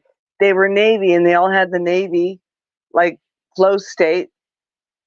They all had the Navy across their chest and they're running across where the Vietnam memorial was. I just remember it very distinctly, and I was just like, hey guys, and they were like, How you doing? Like, no worries, no problem, no nothing. And then everybody splits. Like, literally anybody that actually patronized the event was gone. I stay 7th, and then the 8th, I go to a vagabond. I literally go, like, on the other side of, I didn't even realize it, but it's where they painted, where it says, Black Lives like in yellow and black, like it's a road, but next to it, it's like, I am not sure what you call it. Oh my God, it's slipping me right now. Was Like a it vagabond, but BLM Plaza? nomad. It's like a nomad. So it's like for people that are just nomads and they're kind of rolling with their backpacks. Like, I thought this is adventurous. I'm going to do some shit. So I book a room. This is before I even left, before I stayed at this nice hotel before. No, like everybody's left and I end up in this nomad with like this group of people that are like, ma'am, you know we're not supposed to be friends with you, and you're like staying in this place and we're like in bunk beds and there's like 4 people and we're sharing a kitchen, and I'm like, what? So you were, but Like, did you go down for that event? oh yeah. I was, but I Okay. never made it. Like I was in lockdown at 6:30 at night. By the time I made it in at 1:26, my plane landed. By the time the taxi driver actually got me into to where I needed to be, like in this parking lot, not parking lot, but like a street that was completely blocked off, and all you could do was a U-turn and get the hell out. Like, the dude's like, I got to get rid of her. Like, he had an accent in the whole bit. Like, he's like, open the door and get the fuck out. Like, he wanted nothing to do with me. I bet it And was. I I just bet got out. you were staying downtown then, right? So you were Yep. probably by BLM Plaza. I think it used to be called Liberty Plaza or something. Yeah. The second night I was in a Nomads. It's literally called Nomads. You get like a ticket or like a key so you can get in and out. I left I had the best coffee, you guys. I had like the Indian coffee that I get, like fresh coffee. So I bring it and I've got my creamer and my shit, whatever. They told me the night before, and I'm so trusting that I left it out in the kitchen. And I woke up the next morning. So my ass rolls down to because I don't have my coffee. Somebody took it. Whoever. So I Was roll it by a down and hookah I'm bar? like, dude, when I roll down the street, they're selling dope in the grocery store, like weed, like a joint. And I'm like, are you kidding me? I could smoke like in DC. I can just buy a joint. They're like, yeah, just act like you're buying a pencil or whatever for 99 cents or some gum. I'm like, score. So I go back. I've got my little weed. I'm happy. And I meet this black gal, and she and I take a walk down the street and hang out on these benches. And she tells me about her life and living in the streets of DC and how she's like, you and I aren't supposed to be friends. And I'm like, it was the most unique experience. By the 8th I left, I'm in the airport, and they're still questioning men, mostly men.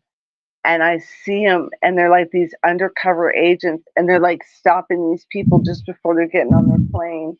And I've got like my headphones on, and I'm acting like I'm into my shit, but everything's turned on like 0, like I can't hear shit.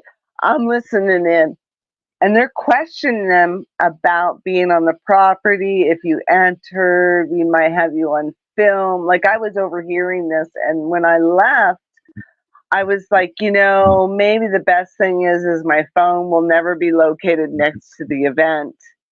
Yep. I was just in the hotel. Yeah, that is how they found everybody.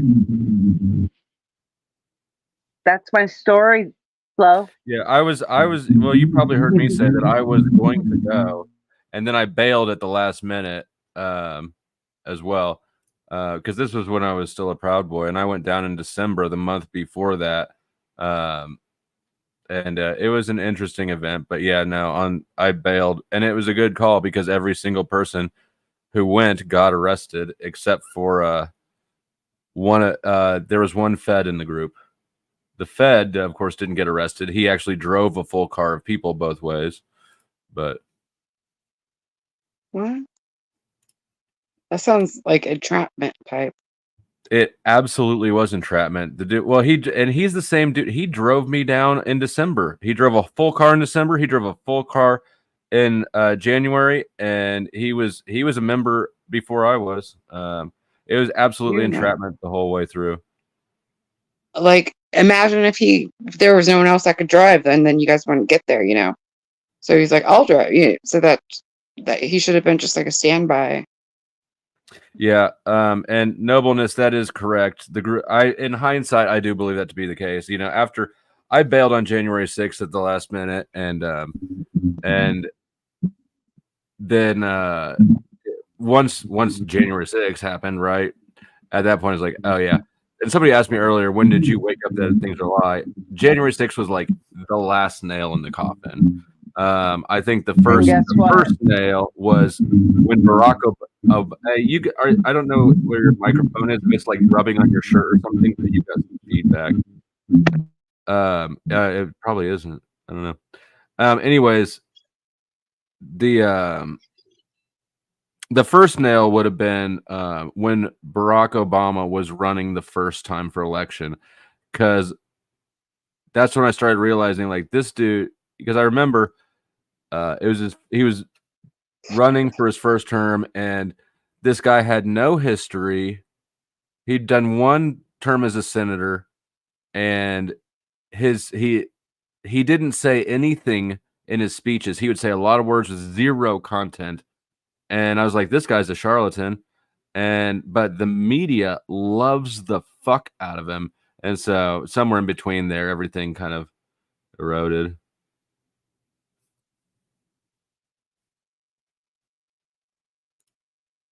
How many feds do you think were in this scouting out in their group? There was one in our chapter. It wouldn't surprise me if there was one in every chapter of the Proud Boys. And then there was, like, I think that the feds were likely the ones pushing the thing forward, though, right? Like, who is that one guy that's all over film saying, we got to go inside. We got to go inside the Capitol. You know who I'm talking about?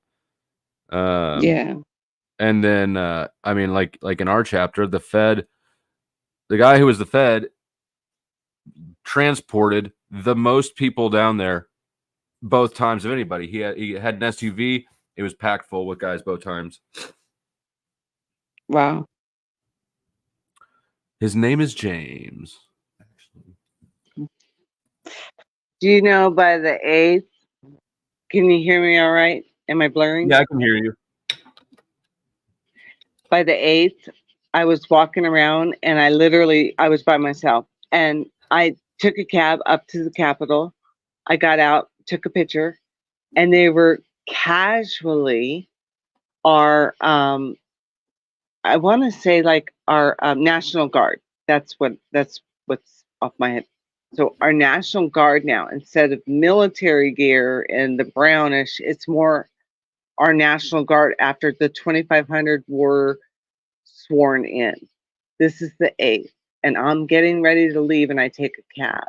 And I said, can I get out real quick? I'm going to take a picture real quick. And the guy's like, oh, yeah. Like, he thinks I'm just a tourist, and I'm doing my thing. And so I get out, and I take a picture, and I'm watching these guys, and they are casual as it gets, putting these fences up with the wires that are going inward towards the Capitol. They're not even second guessing or looking at me like I'm some patriot and I'm going to cause any problems. I do my thing. I'm walking around. I'm literally just taking pictures. And then I grab a plane, and that's when I over-listened to a few people, and I rolled out, and that was on the 8th. So that's what was going on 2 days after the event. Like, the shit was going up casually after everybody is exited. So what's going on is anybody's guess, right?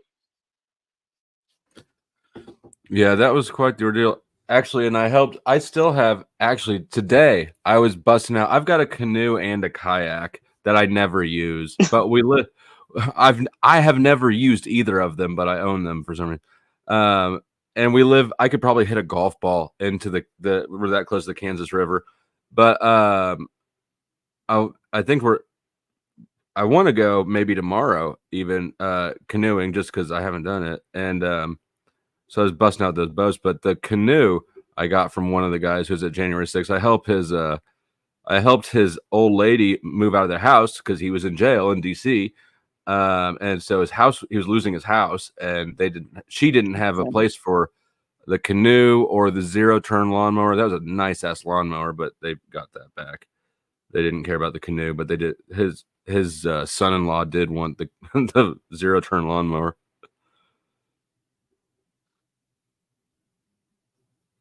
Damn, I missed something. Be careful. With what? What? Canoeing? You said you wanted to go in the canoe? I've been canoeing for, just I haven't used either of these. Just before I'm a spider freak, just kind of like you, and like just my look for God. spiders. You're right. Sorry. No. I am too. I'm I absolutely do not spider. leave my shoes out. Like, people who leave their shoes out. Fuck that. I am. My shoes stay inside. That's part of the reason I'd prefer to canoe over a kayak, because the thought of just sliding down into that thing where you can't see what's down there is. Sorry, I didn't mean to freak you out. I was just thinking it. It's cool. I was already there. I'm already a bitch about spiders. Ask me who kills if there's a spider in the house, ask me who kills it. That's right. You already know the answer. Yep. I actually saw that video. You were in your garage and you like freaked the fuck out. So did Katie kill it or did you? No, that was an emergency situation.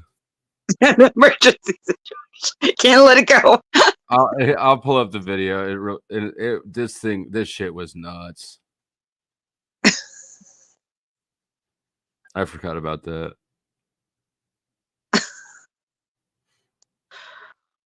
What is it called? There's sometimes you can't take your eyes off the spider. Sorry. No, I had to get it with I didn't even hit it with anything. I got a propane torch. You'd rather burn your house down and live with that spider. And I had to hold the torch on it for like 5 fucking seconds before it would die. This thing was terrible. Was it a huntsman spider? Like the flat one? I think it was a wolf I gotta spider. see this video. All right, here it is. That's what it calls. Flow state goes full bitch mode over huge spider. Empathic people have no place for things like I see it right there. The things that you need, the whole series, we have no place for it in our minds because we're constantly holding other things. So if you write it down, then you put that pocket right there in your pocket. So then you walk out and you say, all right, what's on my I'm looking for something to hit it with. That's putting on the map. Because I get I personally, I get lost in the sauce sometimes because I'm constantly, with customers or something, I'll be in the middle of work and they'll come home from work and they'll be telling me about their day. And just talking to you. Break what I'm doing, exactly. I'm torching it this whole all time. That emotional baggage that they're bringing home from work because I'm the first person they're seeing because I'm the one in the front yard making a difference, making a change in their life that they can physically see. This huge fucking spider on the floor in here. Are you up on a chair? No, but I'm standing back. I'm hidden behind like my seat, and sorry. That thing's fucking big. Pick him up in a cup and let him go. Too late. Spiders are beautiful. Pick him up in a cup. I know. Of course, that dude was big, and he was just sitting on the rocks, like right by where I'm sitting. Spiders when are the aliens come, absolutely that's what they're going to beautiful. say about you, Flow State, with all your testosterone. They're going to say, "Look at that huge hit. We got to get rid of him first." Yeah, fuck that shit. I'm not ashamed to say that I don't like spiders. I'm scared of those things. I'll turn in. Guess who kills the spiders in my house? Not me. Yeah. At least you can admit it. Arachnophobia, they call that, right? Can you see that thing? You can't I see hate it. that On movie. my phone. That's a little. I can't even see it. That's Right. at least Ooh, a there it is. tarantula, maybe a bird spider. Wow, you know what? Holy You guys fuck! are brave as Fuck fuck. that spider! Here you shit talkers go. The spider on a piece of Fuck paper. You that can see it spider! more clearly. That That's thing's an emergency. You're huge. right. That thing is huge because I know them. They're in my area. I It's at can least the size of an totally justify what he's talking about. Oh my Fuck that. god. Terrifying. We I don't know what they're called here in Florida. Usually in Australia they call them huntsmen. They're harmless, but they're the size of your fucking hand, right? I swear to God they are. And they usually on the top of they usually go on the top of the ceiling. That's when you see them. They're fucking huge. But one time I was in the linen closet looking for a towel, and all of a sudden I saw these black little fingers. Like they look like fucking fingers. Just kind of creep around like the corner. I was like, what the fuck? And I turned my head, and it was at one of those spiders that's, I swear to God, I'm not joking, I'm not being embellished. They're as big as your goddamn hand. And I screamed. And my roommate's like, what the fuck, Jessica? And I was like, you don't understand. You got to get up here right now. He's like, why are you yelling? I was like, just get up here right now. He was pissed. But he looked at the spider and was like, oh, I'm sorry. And he killed it for me. But he was pissed at me at first because I was screaming like a fucking little bitch. But it was huge. And I was like, I'm not letting this motherfucker go, but I don't know what to do because you are way too big. You will beat me in the fight.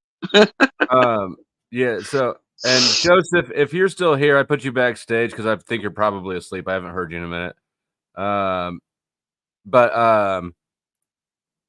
Vacuum cleaners work good for spiders and bees. I actually bought a shop vac after this just for spiders. I have a fucking spider vac.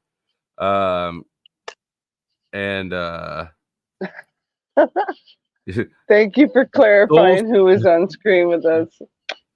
Thulsu says, do you ever talk about love, and can we talk about relationships and marriage? We can. The link is pinned if you care to do that, but come on up. In what Let's capacity, go. I suppose, are you? Yeah. Love Wolf spiders are great to have around the house. They eat bugs you don't see. I know. I understand logically all that shit, but did you see how big that fucking thing was? Yeah, that was fucking, and the body. Ugh. It was that. fat. Look, that was after I had kept the torch on it for like solid 4 seconds. Did you see the So flame it had on it that shrunk up propane a little torch? bit. Dude, that would Yeah. kill a person if you had a flame like that on you. For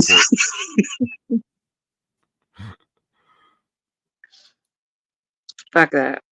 Yeah, no. I'm okay with snakes. Snakes are fine. Sharks don't bother me. Alligators and crocodiles are kind of freaky, not gonna lie.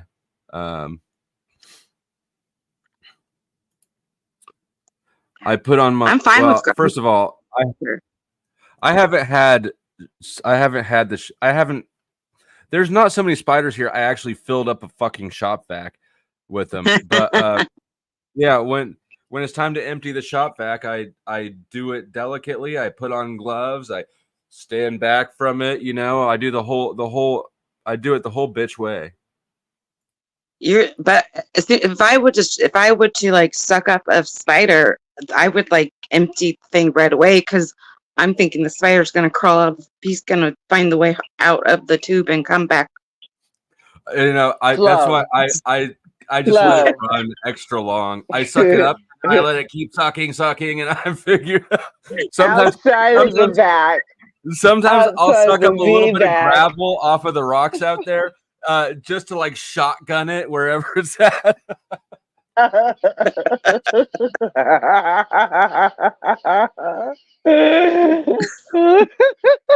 serious on my spiders. Stuff that. That's funny.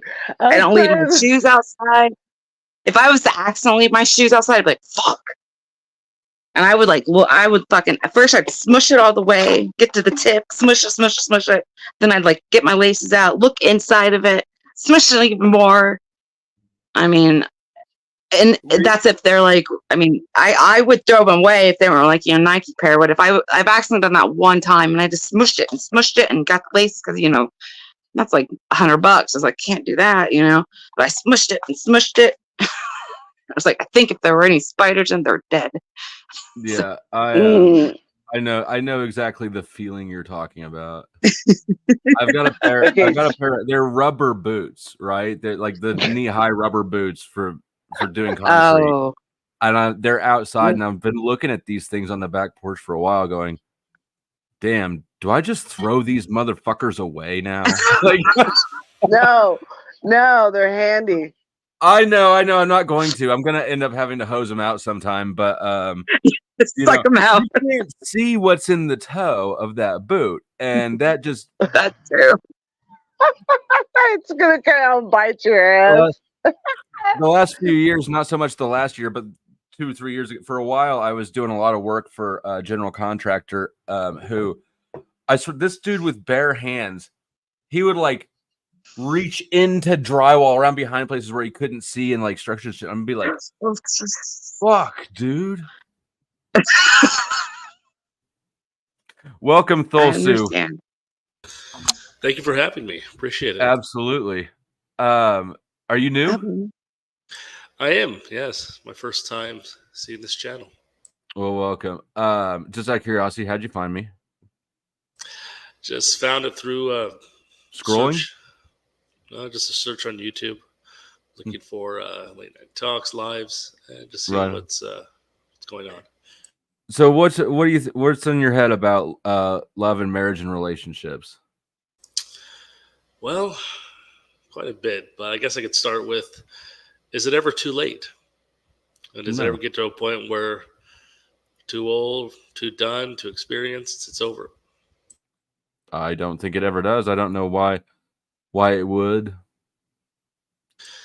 Well, I mean, if you're thinking realistically, we certainly get to a certain age where the dynamics and expectations of a relationship change or shift.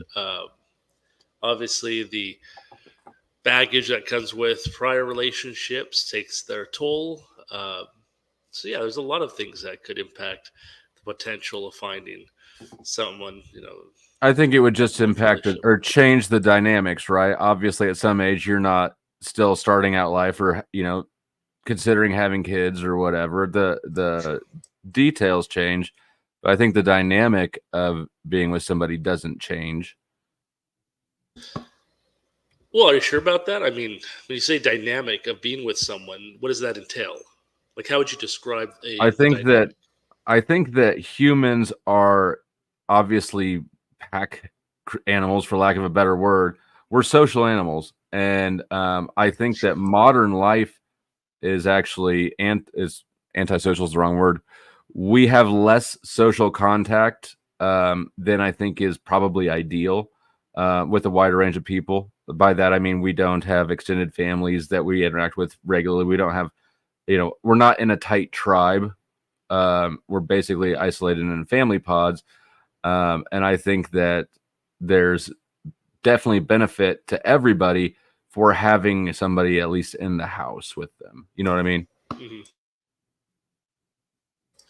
Well, I agree. We, at least in the United States, our culture is more valuing of independence as opposed to a community state or communal state. And you're right, we're social creatures. But in terms of relationships, marriage, and such, we seek pair bonding, right? Mhm. At least most people do. Yeah. So if you look from sort of a historic, almost anthropological perspective, usually the community, the kinship group will sort of set you up, so to speak. There's some elements within the society or structures to arrange for it. It could be a literal arranged marriage, or it could be some type of gathering or get-togethers. But there's usually something that facilitates relationships. because again, it benefits the tribe, the groups that people are together having children, right? It's communal. It also leads to evolution. But today we're sort of in a unique position. Today we are, again, speaking of the United States or Western world in general, we're in a situation where people are oftentimes isolated. So it is not uncommon, and it's probably becoming more so, some countries longer than others, where a person will go almost for years or decades without a long-term serious relationship or children, or creating a new family. So the idea that I was proposing initially was: is there a point where having a relationship is no longer feasible? Or at the very least, we have to compromise what our definition of a relationship is. So, without a doubt, you're correct about your I have assessment. faith. I have faith. I am single, but I have faith at my age. So just chiming in. Go ahead. What you're absolutely correct that people are much more isolated now, and it is not uncommon for them to go their whole fucking life single or isolated. But I don't think that changes human nature, and I don't think that there's ever an age where people stop benefiting from having a partner. So I guess my question would be, what do you think, at what point and why would you think the opposite would be true? Because I don't see any case for the opposite being true. When you say opposite, do you mean where you like the belief that at some point it's too late, right? There's no point where it's like, I'm 75 now and I don't need people at all, or I don't enjoy them or benefit from them. Well, again, we can speak in a general sense of needing people, like say a community or help, right? Especially as we get older, we certainly need help. No, I'm speaking in a more intimate, close sense. Okay, so from a more interpersonal and romantic sense, that I think there definitely becomes a point where there, at the very least, is a shift or transformation in what a relationship entails and what the expectation of a relationship are. So, for example, when you're young, right, there's certain expectations in terms of relationship, such as, are we going to have children? Are we going to have a home together? Are we going to build our lives around each other? Is my job going to affect you, etc.? As we get older, though, oftentimes things such as a job have already been established, right? Sometimes even as you get too much older, things such as children become basically no longer available. Like if you get past the age of having children for women, men, I suppose that's not an issue for, but it does impact women. So definitely at some certain milestones within our life, we are forced to essentially transform what our expectations of a relationship are. So if, for example, you are in your 40s or 50s and you're wanting to have a relationship with someone, you need to expect that the other person will likely have a history, could actually have children, right? And you have to sort of accept, is that something you want to participate in? So then it becomes yeah. Sorry, I mean, if you're in your 50s, odds are you're not going to be meeting somebody who's also just ready to start out having kids for the first time. I mean, that's right. That's obvious, but I don't think it changes ultimately the dynamic of wanting or benefiting from a relationship with somebody else. Yeah, Well, I mean, for sure. Well, let me I don't throw think this out. energy exchange ever changes.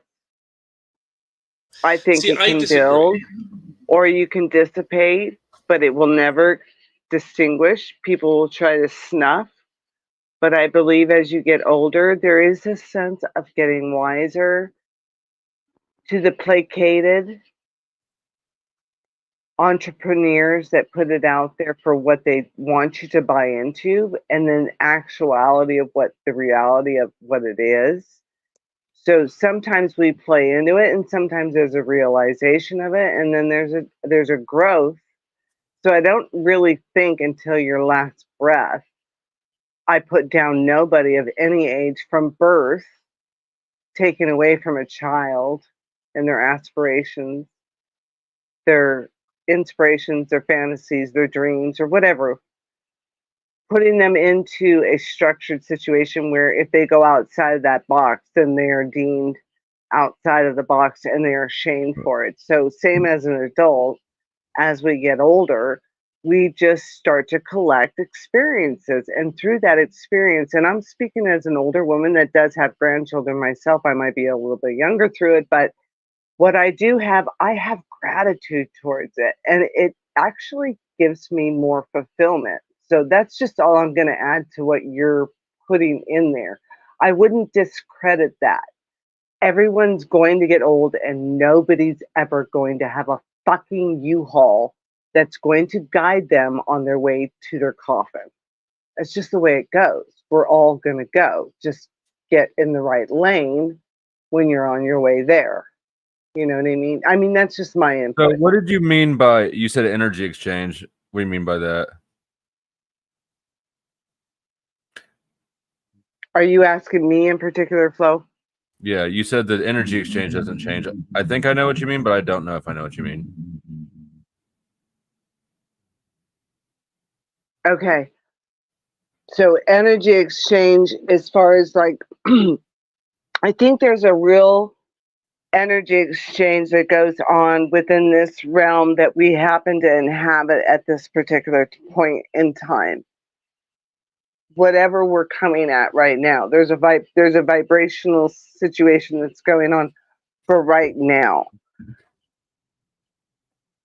I'm not sure what this gentleman was getting at and what he was pulling from, but he was sensing into an area of sensibility in people that get older. Now, I'm not talking like a Biden getting older and doesn't know where the fuck he is, like clown world shit. I'm not talking about that.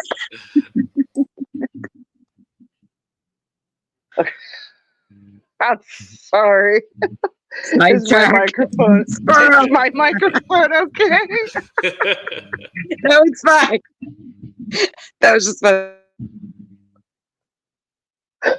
Oh, I'm gonna tap out for a second. I just smoked one. I'm kind of hot. I'll assume that I know what you're talking about because, like, I don't know if I'm 37, and would I be looking for a 19-year-old to start a family with now? Absolutely not. I probably wouldn't be able to stand her because kids that age are annoying. But I don't. Aside from getting older and moving into different phases in your life, which is going to happen with or without a partner, like it just, I don't feel like the dynamic. I assume that you get your libido drops as you get older. Mine's, at some point it'll probably happen. I remember being like 23 and talking to these women at a bar, and they were 30 in their early 30s, and they were talking about their husbands, and they were telling me by the time you're 30, you'll need little blue pills, and it freaked me the fuck out. Now I'm 37. I'm like, those bitches were just fat. Well, I will say, have you ever heard of the Villages, like in Florida? It's old people place. Oh, yeah. It's called the Villages. And like, they have actually the highest, I don't know what they're doing up there, but they have the highest like sexually transmitted diseases up there. I'm sorry. Oh, yeah, I've heard about these old people at these retirement homes. The Village. They're swinging and shit. Yeah. Not even retirement homes too, but like, they, the communities are like 55 and plus and shit, or 65 and plus, and you have to be an old person to live in these communities. They have like the most amazing like clubhouses, like they have, but in my state it's called the Villages, and sometimes it's like a joke because they get it on. I mean, of course I'm sure they have their blue pills, but yeah, they're like freaks. Like the boomers are freaky. I'm telling you, and there's I don't know what the breaking age is, but older women are freaks for sure. But were you talking more about love or any type I of was talking relationship, about or? sex just now, but the conversation was about love broadly. But Yeah, I was speaking really more on interpersonal relationships, and I guess I mean, listen, sex does play a role in it, certainly. Go ahead, But like you please said, redirect us because we went way off. I apologize, and I have No, no no, we idea got what your name off is. Please of topic. introduce Yeah, we yourself. got off the point. All right, I'll shut the fuck up. That was fun.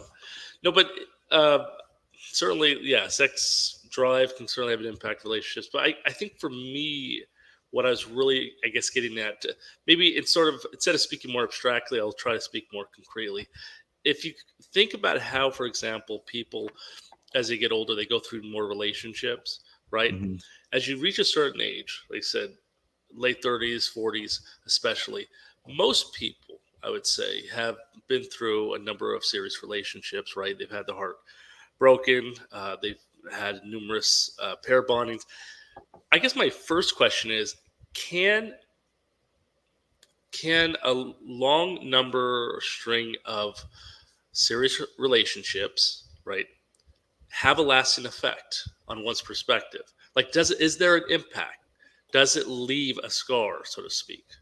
I And does mean, that impact one's future attempts at relationships? Can I ask your name first? And I'm going to reply so strongly. What's your name? Thulsu. Who? Thulsu. Thulsu. Is that with the F? Thul. THULSU. Thulsu. Yeah. I've gone 30 years from exactly what you're talking about. From believing in my heart, right? Attaching with the heart, believing in the word, which was from the mouth that spoke Are it to you me. having the same conversation as us? I think so. Well, TF, what's up? No, he was like the word. He's saying if was she is she off topic or am I? Tulsu. I want to hear more. No, keep going. I can tell you. With I a little more. apologize then. No, that's okay. No, Keep going. come at, no, just please come at me with the basic, and then maybe I'm off. He was asking if a history of prior relationships leaves an impact on the people who were in them. Correct. So what I was referring to is my relationship and the impact.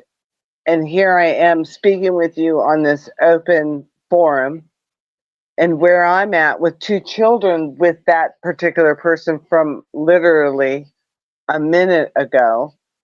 And what drew me in, what was that magnetic attraction? What drew me back after 4 years?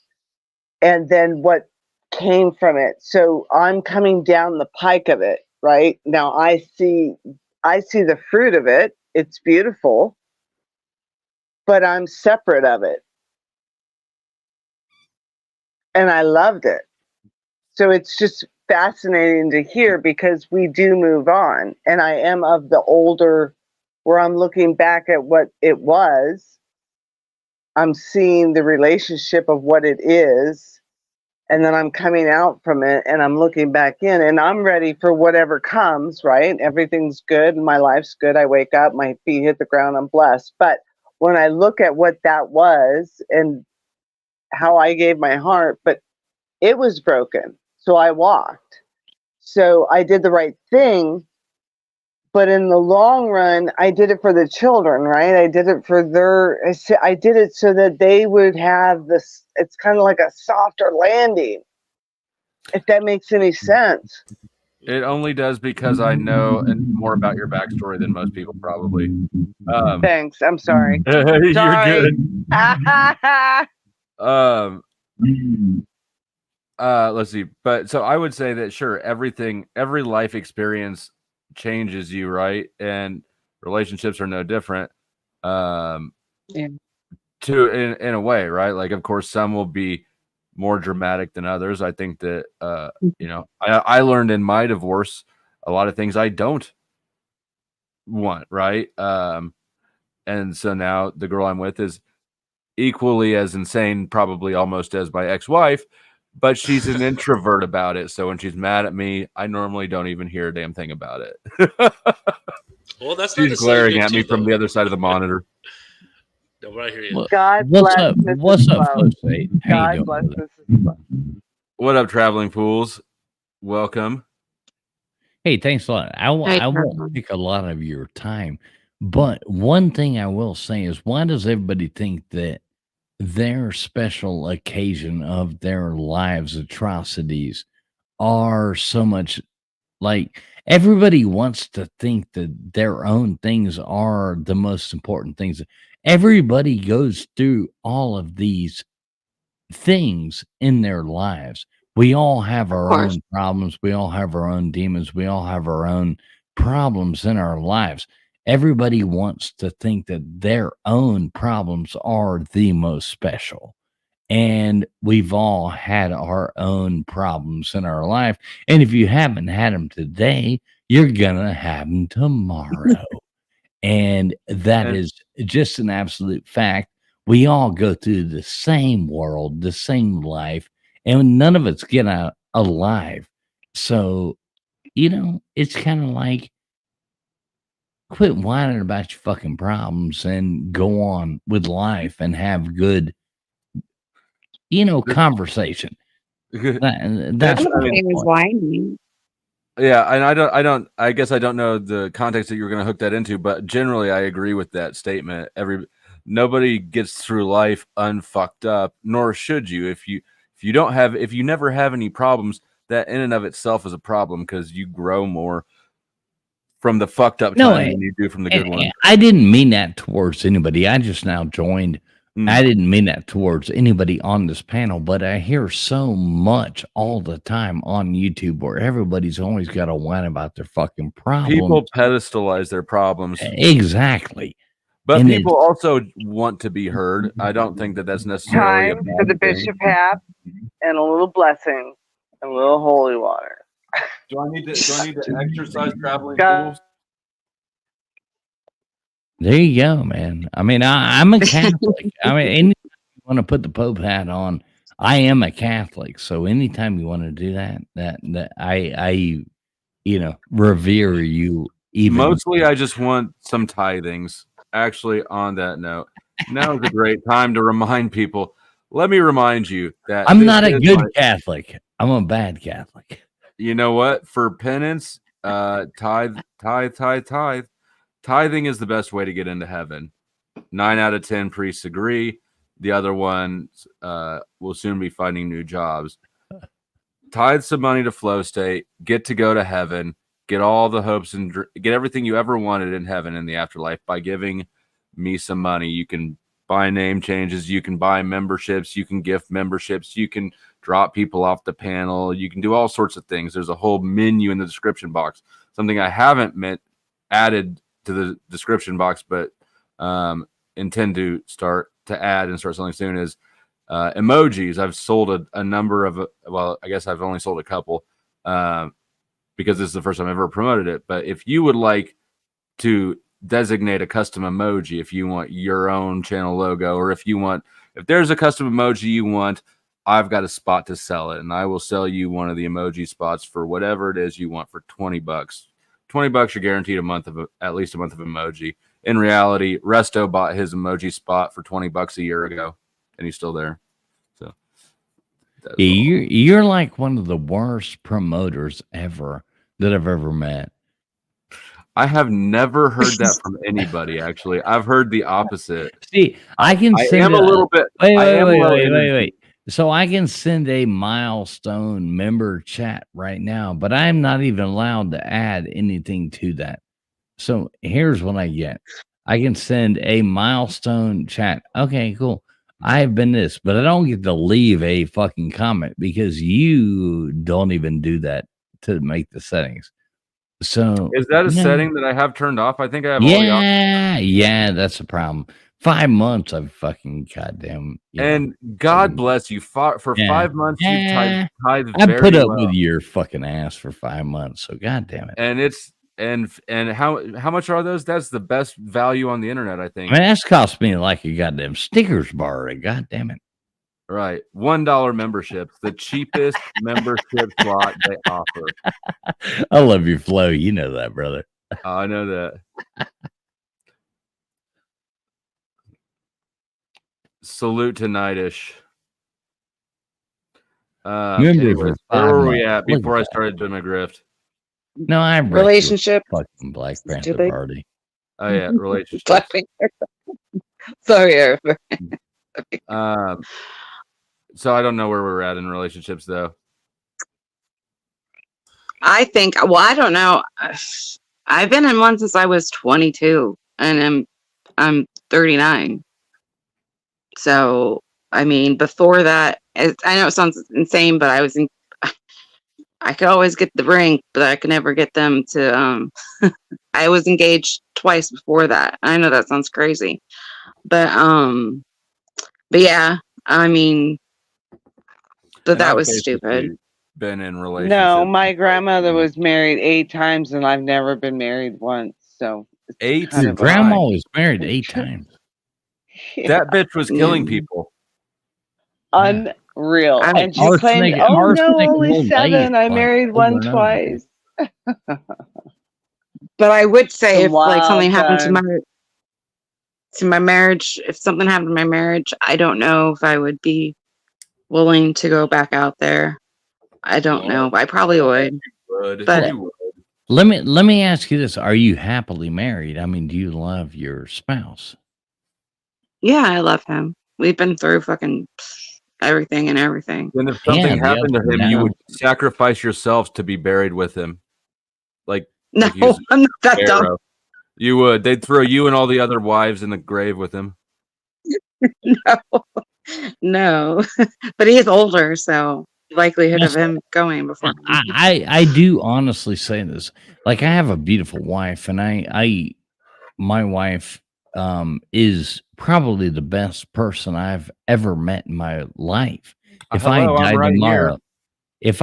tomorrow, I would really hope to hear. I would young really man. hope. I'm not a young That's man. awesome.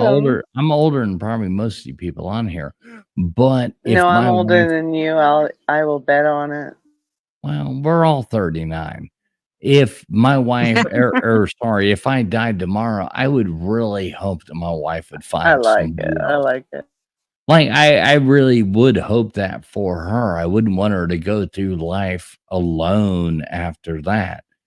Unfortunately, I do believe my wife probably would, but I wouldn't want that upon her.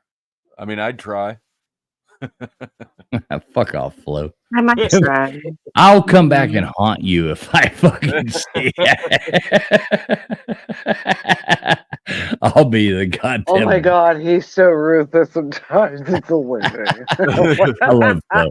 See, I love shit talk. I do love shit talk, but I do mean that. Like if I died tomorrow, I would hope my wife would not live the rest of her life without love, and I mean, me and my husband were actually separated for 6 months, and it was rough. I mean, I left. I stayed at a coworker's house. I paid rent. Had my son with me, but I would basically, like, every other weekend, I would go. My son would spend the day, spend the weekend with his dad, and I would go there. I mean, because we weren't like you're there when you're married. Like, breakup is you're not fucking breaking up. I hate people like we're breaking up. We're married, motherfucker. But yeah, but we were trying to work things out. So I would every other weekend I would stay at I would stay at the house. And it was so weird. And I don't know why my roommate, she was a woman. It was weird. Like, what year? For perspective. What year? What year? It was 2009. No, 2018. Sorry, 2018. But I would go to my, and she would eventually, after it was because it was like around this time is when we split, and then towards like in the Christmas time. But my roommate said, you either stop going over there. I'm thinking, what? Or you're not going to live here anymore. And I'm like, and I don't do ultimatums. So I said, my husband kept begging me to come back. And I said, finally, she was the reason. I mean, I was like, fuck you. And I told my husband, I said, spider. not to spite her, but no, because I did want things to work out. But once she put that ultimatum, and my husband was like, pretty much, he was at his, he was about to get someone else to move in the house because he needed help and stuff. And I was like, I'm Do you moving work as in. a And team? Can I ask? I've never had it. Do you work as a team? oh God, yes. Me and my husband, after that, we got back together. And I don't know, after All right, everything. hold on. Let me interrupt you. Hold the thought. No, you don't I'm have sorry. to. Don't even do it, Flo. Don't even do it. Okay. I don't want that. I'm just trying to have a channel on. Okay. So yeah, don't break the conversation. Keep going. Oh, I apologize. No, I'm almost done. But yeah, luckily we got back together because everything that once we got back together, everything hit us in life. His mom got diagnosed with cancer. My mom got diagnosed with cancer. Everyone around us was fucking dying, and we were the only ones that. I mean, serious. I'm not joking. His mom died before mine a year. My mom died the year after, and then now my aunt, she's bedridden, and we are, we take turns taking care of her. Like it's bad. But Wow, like we're best you're friends. on We're a best friends, spiritual. and we're like like I wouldn't be able to do this without, Yeah, and Shannon and I, so we went when I was it might have been a blessing that she gave me that ultimatum. Sorry, go ahead. Well, why do so many people think that something has to be? It's always the grass is greener. It's always the the blah blah blah. You fall in love Oh, I with don't think somebody, be in love with those people, and you know what? Life sucks. Life kicks you in the fucking nuts, right and does. fucking left. There's going to be great times in life. There's going to be bad times in life, and we're all going to have to Exactly. deal with that. These people who fucking bail, right? You see it so often. They're like, "Oh, I'll just move on to the next greatest thing," or "I'll just move on to."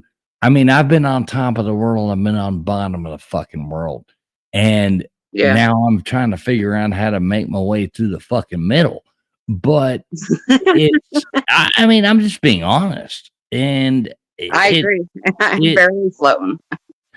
these people who look down upon people because they're on hard times are pieces of fucking shit, and these people who glorify people who are on big times are delusional fucking just assholes. So we all got to find just a happy way to make it too. Good for you. I mean, good for you guys. I'll be praying for you. I hope everything works out for you. Oh, well, thank you. Absolutely. Like I I always ask agree you and advice. I understand because I know before I was 2, I lost my mother. And since then, within just immediate family, I've lost over 5 people and watched their Yeah. last breath. So I can understand the connection. There's something to this life. I'm still figuring it out. I don't have all the answers. And when you say you connect, I completely agree. Yeah, But I mean, like I about 7 months ago, I got that on the door. I had to sit there and like, what the fuck? I thought it was about to be arrest, and I had to get a police officer at my door and tell me your son has passed away, and that, I mean, totally changed my life and totally changed so many things. I mean, as you can understand that, like your I'm perspective on so, so many things. so Well, no, sorry. I don't want that. I don't want that. So I'm sorry. not. Please don't say I that. understand. Please don't When I say told my that. story, I'm I so didn't want to sorry. Will you stop I sympathizing completely with this man? understand that. We all, No, when I tell my story, people are like, "I'm sorry, I don't want that." I'm just telling that's my experience. So I understand what you're saying. I right. understand what you're saying. It's gonna be you Yeah, but I'm tomorrow. It's gonna be human. you So the allow next me to person. give It's him a gonna be little you. empathy. I'm I human. don't I'm want the empathy. human. And I appreciate it, but Oh, I I don't had want seen it. that too. But it's gonna be you, the next person. It's gonna be you, the next person. Rather which family member or rather which. I mean, we all gotta live with it. It's all gonna happen. And you know what? It's gonna be me tomorrow. And you know what I mean. Hopefully not tomorrow. Not. I mean, knock on wood. There. I Knock hope on I wood. don't die tomorrow. But it's gonna be every one of us, or every one of somebody who we love. Or none of us are getting out of here alive or Yeah. anything like that. So, nobody's story But I swear, is nobody's story is No, baby. No, special. you haul in the Nobody's back of story that is special. hearse. No, you. That's my point. Is nobody's story is special. Oh, We've all got oh, we've yeah. all got the stories, and we've all got things. Everybody wants to make it about them, but nobody's story is special. We're all going to deal with it one day or another. Why do people fall out of love? Say that again. Why do people fall out of love? Because like the same reason that everybody has an equilibrium happiness, right? Like think about the most euphoric thing you've ever done. Who knows? The best heroin you've ever had, right? Whatever it is. I knew you were going there. There's people are meant to have an equilibrium. We can't just stay in the clouds all the time. Everything has a balance, and relationships are no different. But I what rebuttal happens that? when you still love someone? Can I For sure, they're out of rebuttal? love Can with I you, rebuttal and vice that? versa. Yes, Can I you can. But hold on, let me clarify first. By what I mean by that, by like falling out of love, I just mean you're not still in like, what is it called, limerick or limerick or whatever it is. There's a word for it when like you just meet somebody and limerick. But I'm not referring to that though. I'm really referring just more in a general sense of being in a relationship with someone and honoring it and having a genuine sense of love towards them. It doesn't have to be the honeymoon phase. It doesn't have to be well, I don't sexual. know. It just it's the basically salad days. I'll leave here too. I know I like to talk too much. No, you're good. I know I really do, but I can answer this question. I You're can answer. fine. Your voice is really actually just kind of inviting. So keep going. I know. Yeah, you're Sometimes people say I talk too much or whatever, and I don't want to be overimposing, but I think the biggest problem people have is that they forget about the reason they fell in love with somebody. So they start taking things to, okay, if you come at the beginning of a relationship, all you can think about is why you fell in love with somebody. And at the end of a relationship, all you can think is, well, why you hate this person. People need to remember why they fell in love with somebody. So many people. No, I always remember that with the two Well, children that I have with the same father. I always remember. But I You think that might. he's right Good in for you. general, I think. But I think so many people dwell on what they don't like about somebody rather than what they do like about somebody. And I Agree. think that causes if constantly you are thinking about what you don't like about somebody, it will consume you. If you are thinking about what you do like about somebody, it will consume you. So either way, Absolutely agree. that's and I'll shut up now. I'll sit back in her background. Sorry. Before you shut up for too long, did you see the short I made with? No, I tagged you. I have not.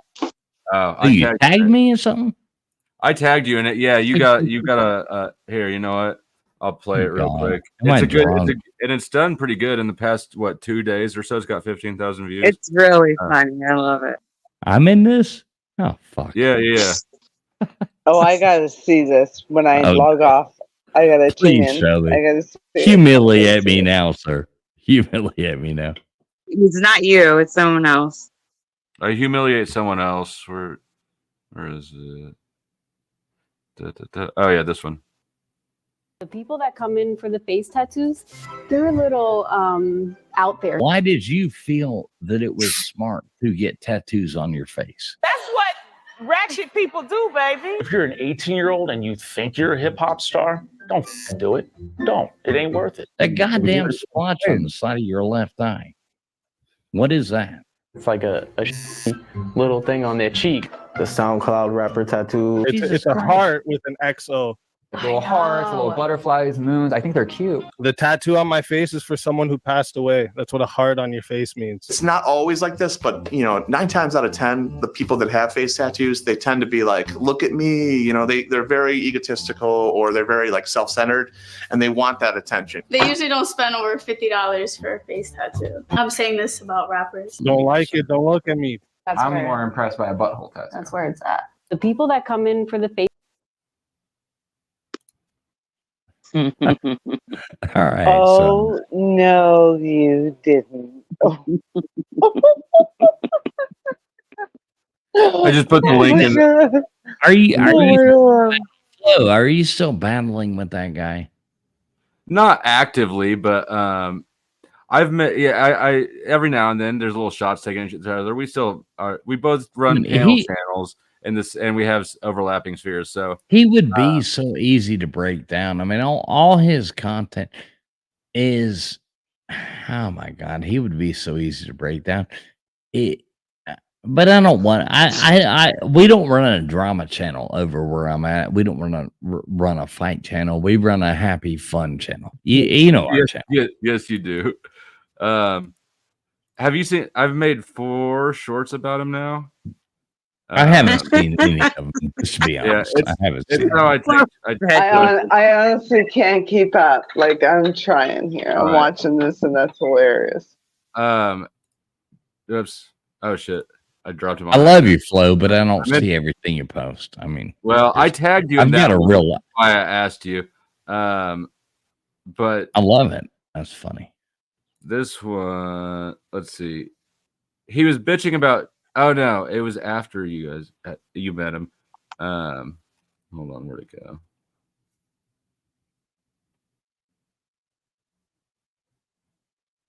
Am I retarded? Probably. Keep going past it. You wouldn't be here if you weren't. There, this one. Yeah, this one has 11,000 views. I always gravitated to the black people for some reason. And it's just I just connected more with I don't know. I've always felt a little different, and I always felt like I wanted to have darker skin. I just wanted to be like all my friends and stuff like that. So in middle school, I started thinking about doing plastic surgery to become, see if I could do the opposite of Michael Jackson. And then I was like, you know what? Fuck that. You know what I'm saying? I'm just gonna be me. You know what I'm saying? As I progressed into adulthood, I started trying to find other ways to darken my skin, but it never seemed to happen. But then I found out about the tanning injections, and I wanted to try it, and I tried it, and I like it, and I finally have dark skin, which I've always wanted. I always. If you know, you know. Is this saying? I mean, God help us all.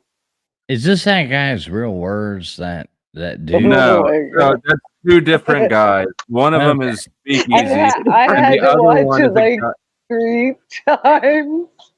Yeah. No, it's not the same guy. Is that called transracial? I've watched Speakeasy's stuff since then, and I think he does have some funny stuff he does, and he just tries to stir the pot. And he's making his channel off like going and stirring the pot on other people's things. I don't have anything against Speakeasy. I really don't. I think he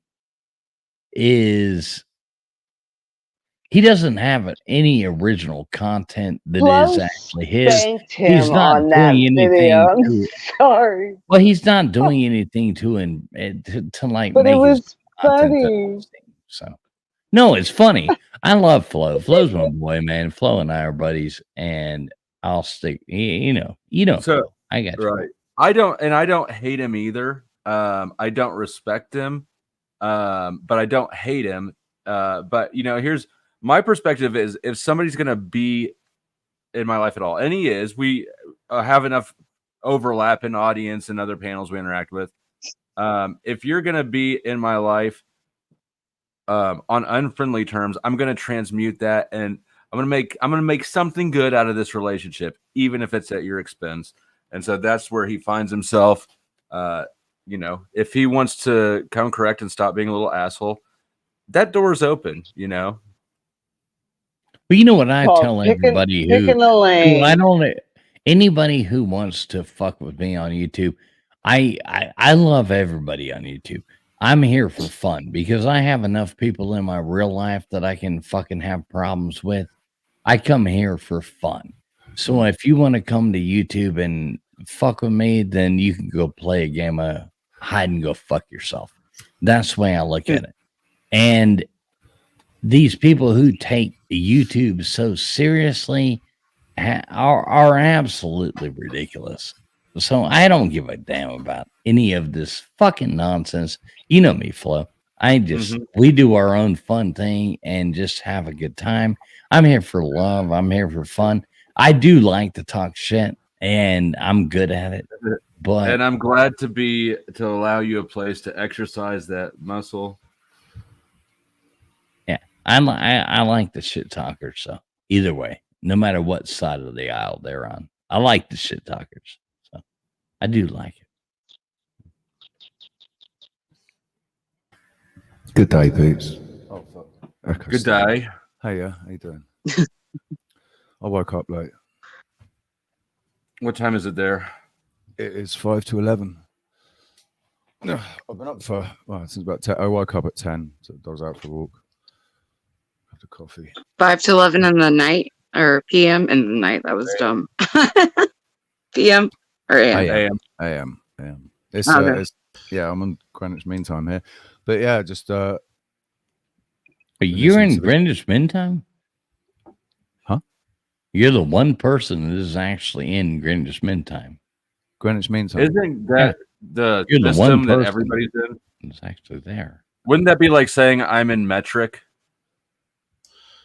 No, it's a specific time zone. Only if you weren't in Liberia. It's used as a reference. It's like native 7, etc. Yeah, Greenwich. They moved it from Egypt to London, didn't they? And so in Tenerife, down here in Tenerife, I'm on London time. Wait, they didn't move Greenwich Mean Time from Greenwich, did they? Greenwich is near London, isn't it? Right. I mean, So I have another question. 07 in London. Hello. I'm not in London. I'm just in London time. What's I'm in the other Tenerife. question? Can I be in Greenwich Mean Time? Correction. Can I be there too? I mean, it's that. I'm just gonna change the whole topic. I could not care less about time zones. What is the new question? Yes. So before the new question, quick, I apologize. Really quick, I'd like to talk. I promise. I'm very kind. I have something to do real quick, so I'm not leaving. I'm leaving, but I'll be right back. But my avatar will be here, but I'll be right back. That's all I wanted to say. I apologize. All right, and I'll be right back. Okay. And if you guys are gone, then have happy life. I'll but probably be gone by then. But it was. All right, that's okay. We know that. All right. I'll be right back. So this is sort of an extension, I guess, on the love topics. But what is your all's opinion regarding paying for intimacy? Paying for intimacy. Buying a hooker. Yeah. Every guy wants to go to us. I mean, Jesus Christ. I don't have an issue with it really. Like, I don't know. I bought a hand job in Vegas once, but like, I don't have a strong opinion either way. He's still complaining about that because he said that wasn't fast enough. It was, man. Let me spare you the details. Whoever she was. I think there's a lot of different people become prostitutes for different reasons, don't they? Unfortunately, the trade's been exploited by the criminal element, so it's become a really, really nasty, dark, seedy place. But I think men and women have always wanted sex, and so I think that trade has always been. It's always been there, and it's not, it's not been a forced thing, or it might be a circumstantial As long as you've got thing. a butthole, you'll never be broke. Is that what you're saying? No, no, Oh.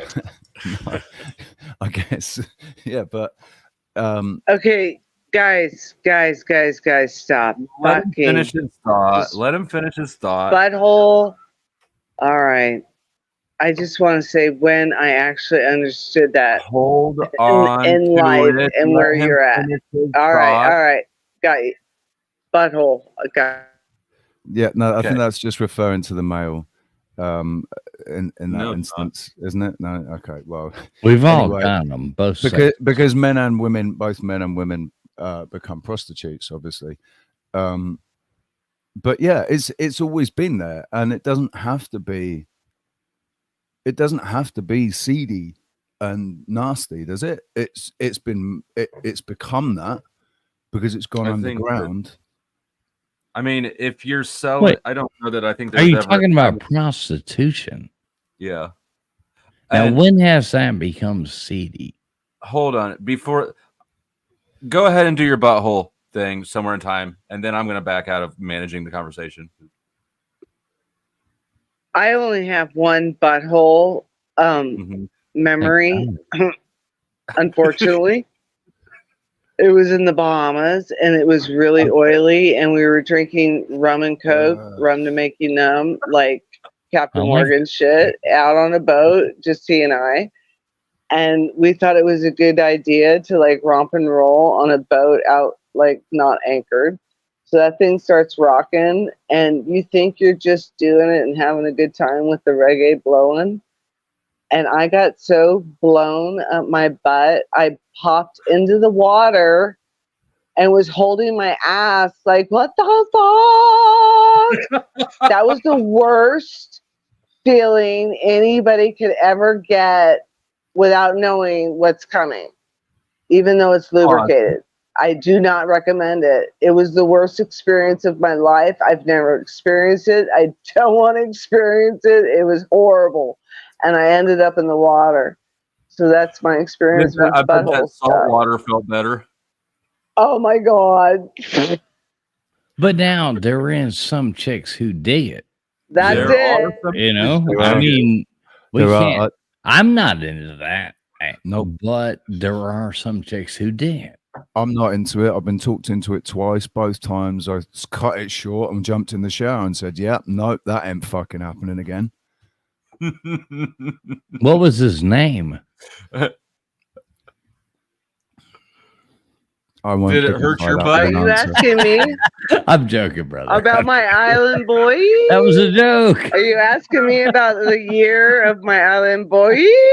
No, I was trying to do that. That's hilarious. Stefan. His name was Stefan. I love how we jumped from love to butthole sex. Right. You can we did that stop to talking us. about You anal did and that get to back us, onto the sir. love, guys. I didn't do that to us. Yes, I you wasn't the did. one- You I were the didn't one bring- who. I didn't bring up butthole sex. It was That was me. that was Okay, flow first state. of all, I did that. I introduced the butthole, but all of y'all jumped right into it. No. I think that basically anybody who's selling sex is probably not in a great spot in their life. Some are just freaky, but there's always, I think there will normally be kind of a seedy element. But I still, I don't think you should go to prison for it. How about that? Well, what about, say, pornography or to a lesser extent OnlyFans, which blew up, during the pandemic? I mean, large numbers of women, young women especially, just making a lot of money pretty quickly with it. I mean, that blew up. So More are do you think making that has any almost no money impact? at it. Well, do you think that had any impact on I think society and OnlyFans has a relationships? negative impact on society. That said, I do think that it should be allowed. I don't think it should be illegal or anything. it's an opportunity for exhibitionists to exhibition themselves, isn't it? That But it's also like a lie, because there are a lot of people who think that, oh, I can go do this and make a lot of money. Most OnlyFans stars don't make shit. It's like YouTube, right? In that sense, it's just like in that YouTube. sense it is, but the impression is different. And on YouTube, if I make a video talking about how to change the oil on a car, I didn't just give the whole world permanent access to pictures of my butthole after I had boat sex. Yeah, I mean, certainly certain Ooh, things are brother. considered more valuable, have more impact. You know, showing pictures of yourself in that state, from a societal perspective, it's going to have completely different impact than, like you said, doing some instructional video on cars. But the thing is, that has a lasting impact on relationships, right? So those women who are going into those fields, will that carry over then to their relationships for the rest of their lives and how they're seen? That's it. I was going to say, how will you feel if you fall in love with a girl, or the other way around, a girl falls in love with a guy, and then you find out, 6 months into the relationship, you find out that they've got an OnlyFans. I'd be disgusted. Yeah, I would be completely turned off. Yeah, that'd be fucked up. But and I think that is a lasting, a negative impact. Yeah. And I've talked about this before. I think Definitely that not women, worth the journey. It's not Right. worth the journey. women are So- lied so to, wait, 'cause wait, men say that it doesn't matter to them because we want something in the moment, right? But in reality, if you think about it from a long-term perspective, I mean, I wouldn't want.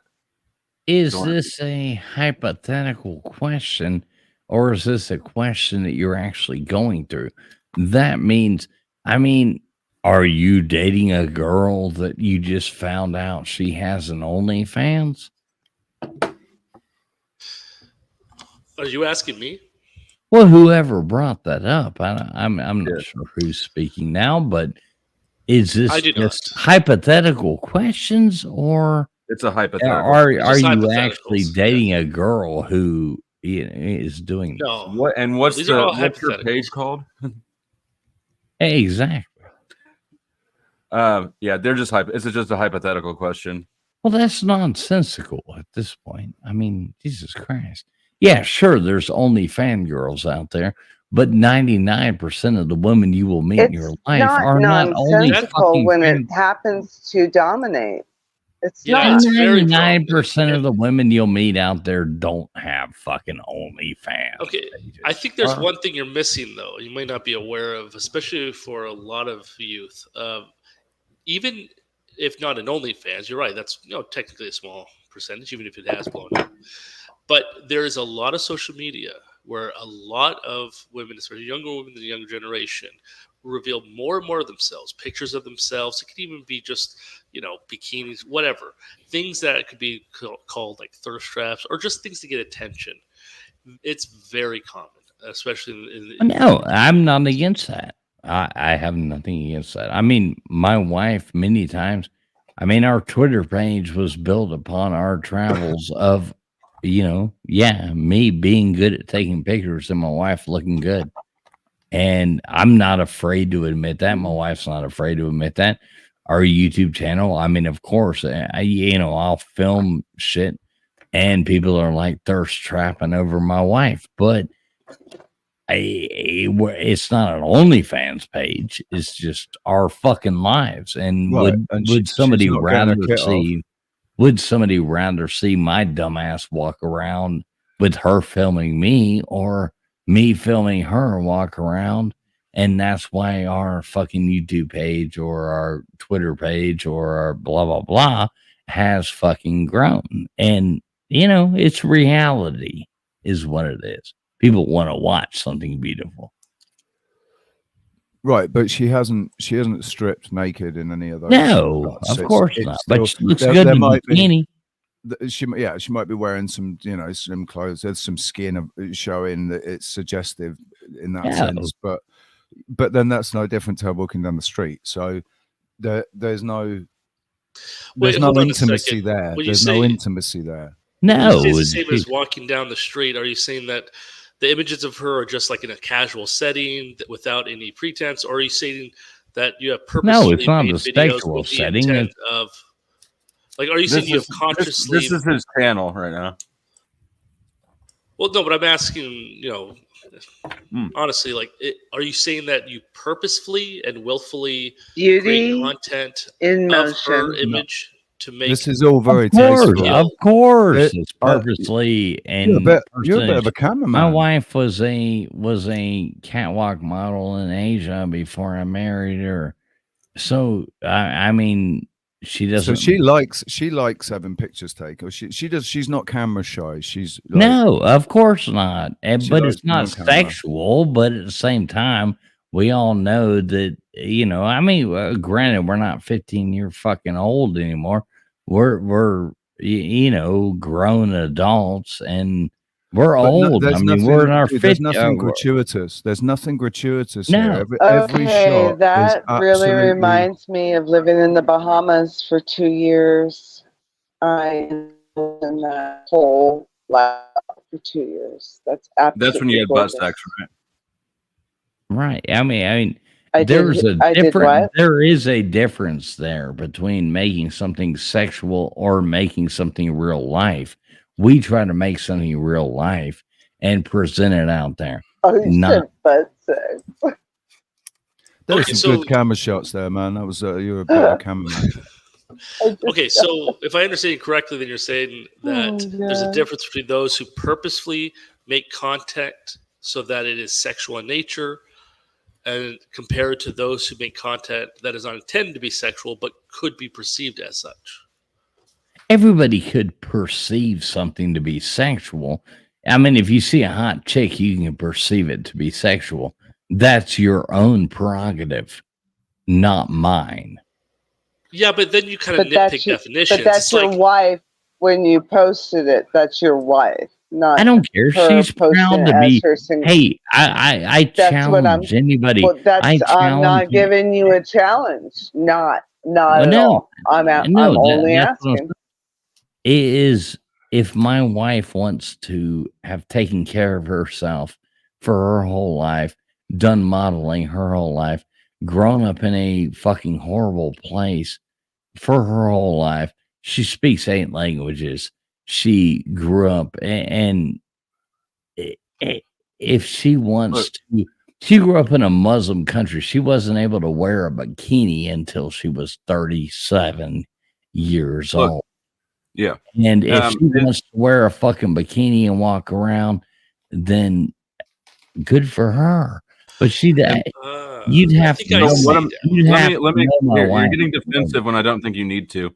Look, this is the way it is, though. It's not sexual content, but I've got his videos sorted from most popular at the top. yeah, no, And 18 plus. No, I get it totally. No, it's right, it and so definitely is as you can trap. see, Yeah, like thirst there's just some traps. things that hit better, right? No. There's obviously an intent to And she sexualize. knows Yeah, that. of course. Yeah, I'm not naive. I don't think we need to No. act like we're stupid. We're adults here. Right. Yeah, no, okay, well, I mean, I see it now. Traveling. It sounds like Traveling Fool is getting defensive, and I don't think he needs to because nobody. No, I'm not. I'm not defensive at all. Why not? I don't need to be because I'm not a fucking liberal, fucking butthurt person. I don't give a damn. So, what is your He does not recognize as a Karen. No, he's not a Karen at all. Here. None of What's your thoughts on these things? Thoughts on what? On what things? On the questions you're asking about. First of all, can I ask how Okay. old you are, ish? I'd rather not say. Let's see. Leave that to the imagination. Let my words speak for me. But yeah, what specifically would you like me to give my opinion on that I've asked? Do you think that there's an age where people are too old? Yeah, I do. Where I are think you it's staying? Where are you staying? well, depends on it's different for men and women. I think for women, there is a point where it's no longer feasible to really have children. Who's got background noise? America, right. It's just, dude. The only all I'm thinking. I've just Is he clicked talking- on and I am mute. I just muted 007. I don't think he's talking to us even because it started off far away and came back. But go ahead. That's no problem. So I would say it for women, starting with women, the ability to have children is definitely a milestone where if you're going to have a relationship past, say, menopause where you can't have children anymore, you're pretty much going to be, you're not really going to have the traditional relationship. At that point, you really just don't want to die alone. You just want to be with someone. I guess you can still have sex, the physical aspect of the sex, but you're not having a family. You know what I mean? So there's that aspect where it just changes. You've also. Do you think that that's why people have relationships? No. You mean why? Having kids is not why people have relationships. And if it is, if people do get married or whatever just to have kids, you're gonna fuck up at parenting. You're showing them a bad example. I was just going to say this guy's 31 years old. No, I think and never been laid. I would say that the purpose of a marriage is to form a family. Yes. I think outside of that, we can sort of role play a marriage, right? This is why I say someone gets older, they're really just role playing it. They're not actually in a marriage. They're having a relationship with someone. Say who's a marriage between? Sorry, what's that? What parties are involved in a marriage? I'm not sure I understand the question. Oh my God. Who takes wedding vows? Who takes wedding vows? The husband and young wife. People? Yeah. So are you not asking the like what kid. age? Who the fuck gets married? Who gets very vague question. What I'm saying is that you don't I'm sorry, understand. but I am laughing in the background. I don't think that you're conceptualizing marriage at all in the right way, or Gotcha. like you're confusing an entire Flo family. and I don't agree with a lot of things when it comes to religion. I still can be friends with my friend Flo, but who the fuck takes wedding vows? I mean, who keeps them? I do. Okay, but so, you get the point. Well, the point is that, like, even though I don't know if you're actually married, legally traveling fools or what, we're not. Yeah, I am. Yeah, I am. Okay. I've been married twice to my same wife. Once legally, once in the Catholic Church. So yes. But my point is that the relationship, the relationship is an independent thing from kids. It might involve the kids, but to think that the point of having a relationship with somebody is so that you can have a family is absurd. Why the fuck would you promise to love somebody forever when you're going to raise kids for just 18 years, maybe, It's whatever. not about kids. It's not about the kids are not in there. I'll tell you why. It's about the proclamation. You proclaim your love to somebody, and that's what it fucking is. So marriage is about the family. Marriage is about children.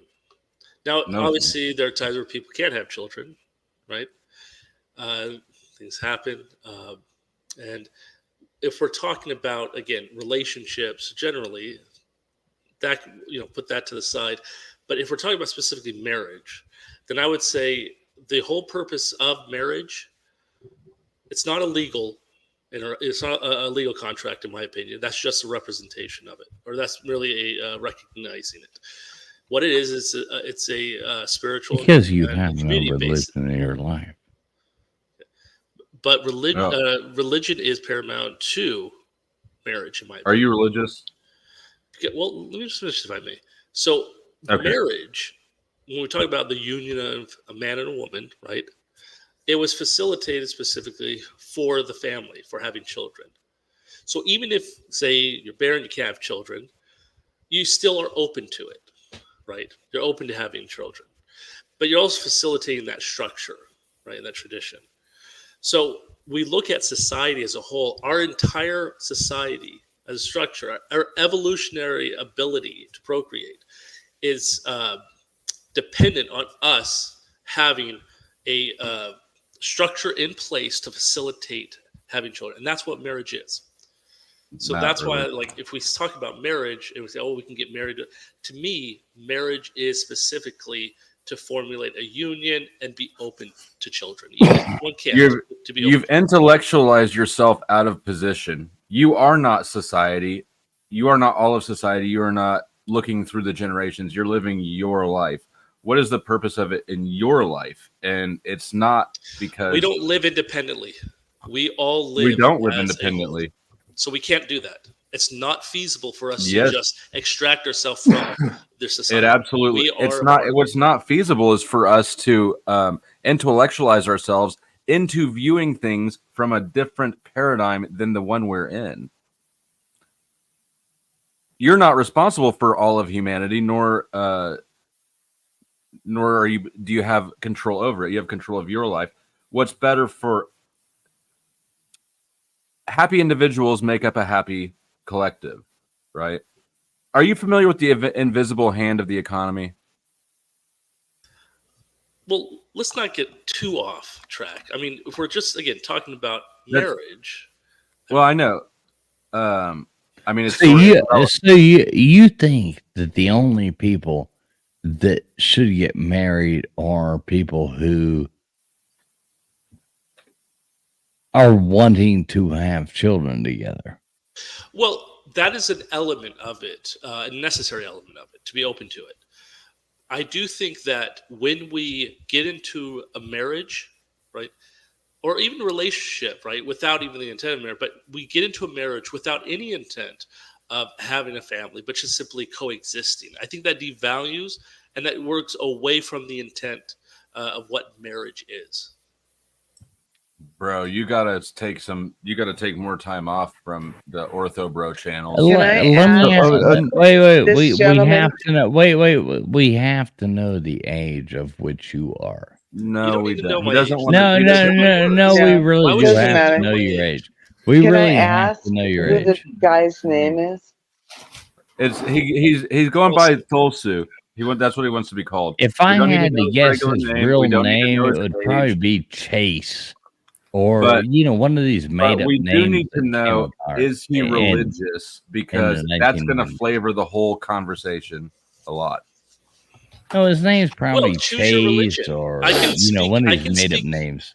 Listen, I can speak abstractly. I can look at something. I don't think from that a you can spiritual, because theological you're perspective claiming that there's a outside. purpose for marriage, and I'm wondering where Yes. it comes from. So, do you want an anthropological perspective? Would you like a theological perspective? Oh yeah, I want would like a a lot of theological. perspectives. Wait. Like, I don't want you to use big words like anthropological. no, we can. But I would like evolutionary perspective. These aren't big words. theological. These are. I would like hope these are- theological. I I would don't like want- theological, sir.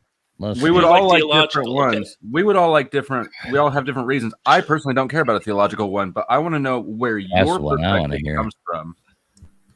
I think my perspective touches on all those disciplines I mentioned. I think I could go through a theological argument on what marriage means and how it's That's defined, what the I would benefit love of to it. hear. Let's I go could go through an theological. anthropological perspective on how Ah. historically mankind is structured. I understand that you can marriage cope and what in it's all. All right, these quit terms. trying But to I could also sound look at- smarter than you are, sir, I'm and not trying to just sound. I'm not spit trying this to out. do anything other than being honest and trying to be clear. That's all. All right, because we all know you're smarter than all of us. Well, So just not. go on and spit it out. Let's Well, hear your he's not theological saying one. that. But I No, do. he is. No, he is. No, Well, I mean, not Well, any like more the- than anybody with an opinion thinks that they are. We're all saying, right? I We've all know. got opinions, I and know. so we're all doing it. We all have opinions. We think we're right. No, I get it. I think we're all forgetting what the original point of marriage was, though.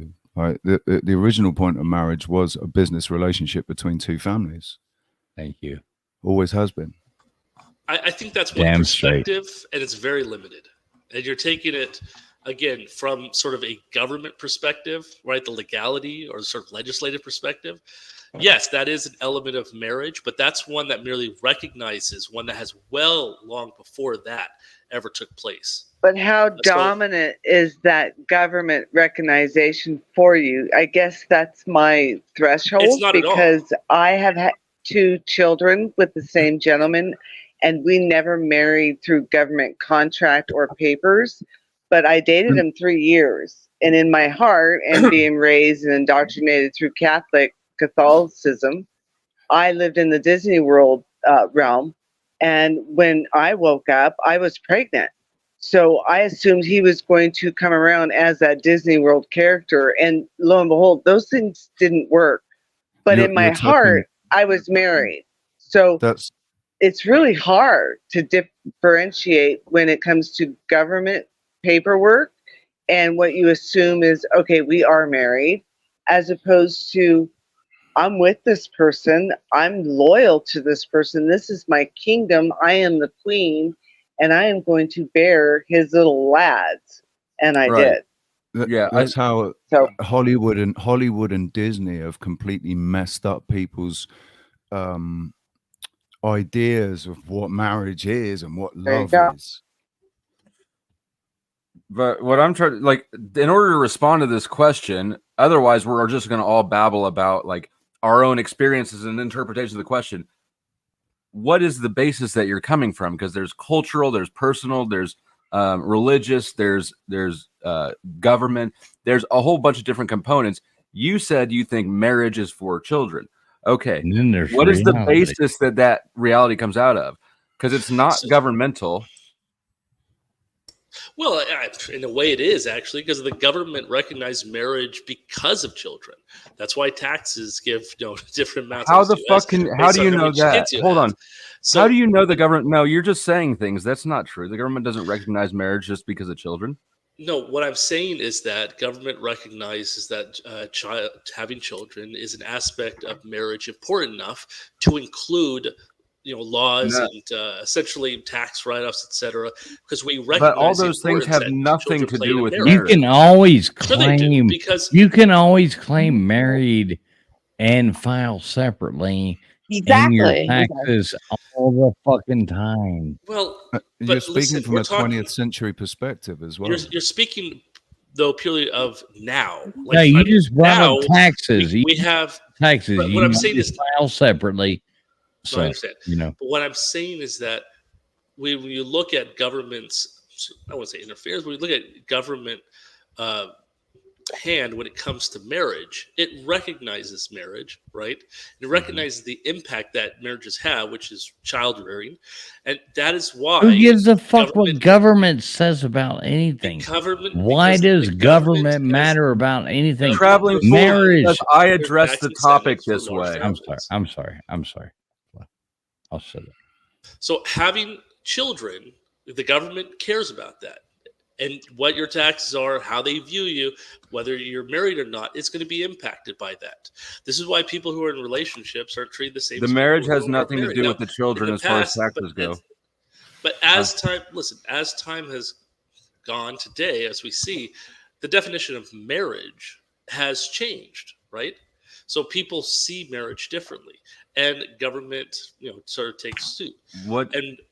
What we who see sees the government today? Who sees marriage differently? It could change. You see marriage. Marriage differently. These are claims that. Go ahead. Well, this is what I'm. This is where I'm saying how the government, and so this, I guess the social or even spiritual definition of marriage are completely separate. Like what the government says is marriage is merely a recognition of, right? But it is not but it is not truly what it is. Okay. It's similar to how like laws should reflect morality. Do we agree that the laws are not themselves morals? Do we agree that A, we don't care about government, and B, the government recognition of marriage actually doesn't have anything to do with kids? 100%. Wait, sorry, say that again. Both. One, the government is not important in this context. That's not where we get our lead from. And two, even if we did, the government's recognition of marriage is independent of children entirely.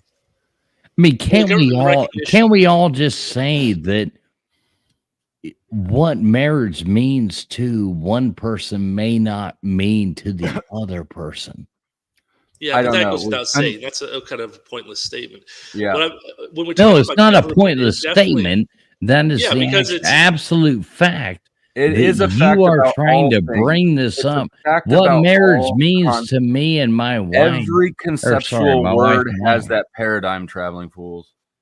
Well, I know, and So that's what I'm saying is that what his argument is absolutely absurd because everything he bases his on is government. No, And it's not. In this instance, no. Is it in this context? It's only in this context. no, my marriage with my wife He's nothing answering to questions do. in the context I asked him. If you Yeah. don't understand what we're talking about, then listen and catch up. All right, I'll drop out. See you guys later. Well, just Love you, love you guys. You don't have to Love you go. guys. I'll You don't have to listen, go, I'll just, listen in like, the background. just- No, you just it's all not- good. It's all good. No, let me just See ya. clarify again because we've No. said a lot, so it can be confusing. So just to reiterate, so my opinion when it comes No, I'm to not what intelligent marriage enough is, for this it- conversation. So No. see you guys. Okay. So when it comes to what I personally see as what marriage is, right? What defines marriage? That definition of marriage doesn't include government because, in my opinion, the government's recognition of marriage is inconsequential. Now, that's I not to agree. say I don't think there's an importance to it in And practice I or brought it up reality. to weed it but- out so that we could thin out. I'm just trying to eliminate things, right? So I started with government. I want to eliminate that as important. Yeah, the government's opinion on what is marriage or what is not marriage is inconsequential to me. My definition of marriage stands outside of that of what government's perspective. So where does yours come from? So my definition of marriage, I would say, comes from the practical nature of child rearing, like literally having children, but also of community, like the Okay. ability to have a man and woman right together faithfully, and not say in a polygamous relationship, not in sort of extra. Not in a, there's a term, I don't want to use it, but basically where people are not reliable and just kind of sleeping around with people. So the monogamous relationship is sort of solidified within marriage as it should be. But again, it should also facilitate children. And the reason why I keep mentioning children is because we could easily have relationships like dating, monogamous, where we're just hanging out together, we're just living together, right? But until you have children, the dynamics of that relationship are completely different. It is not until you have children that you have to start seeing outside of yourself and even your spouse. So even if you look at it from a religious or from a secular perspective, the moment you have a child, your entire not only legal responsibility, from the law, we're talking about government, but also from the community state, you now are responsible for someone else. And so from a psychological perspective, you've shifted. And that to me is what marriage facilitates. And that's why children are so important to what defines. That's not fair. That's not fair. What do you say to a person who can't have kids? Again, this is what I said before. The issue about marriage is that you're ready for it, right? I just got here. For it. What's up, Flo? Yeah. He kind of hit that. What's going on, man? Thanks for coming up. Now, hold on. Dolsu, sure. I feel like you're lying about where your perspective comes from. Why is that?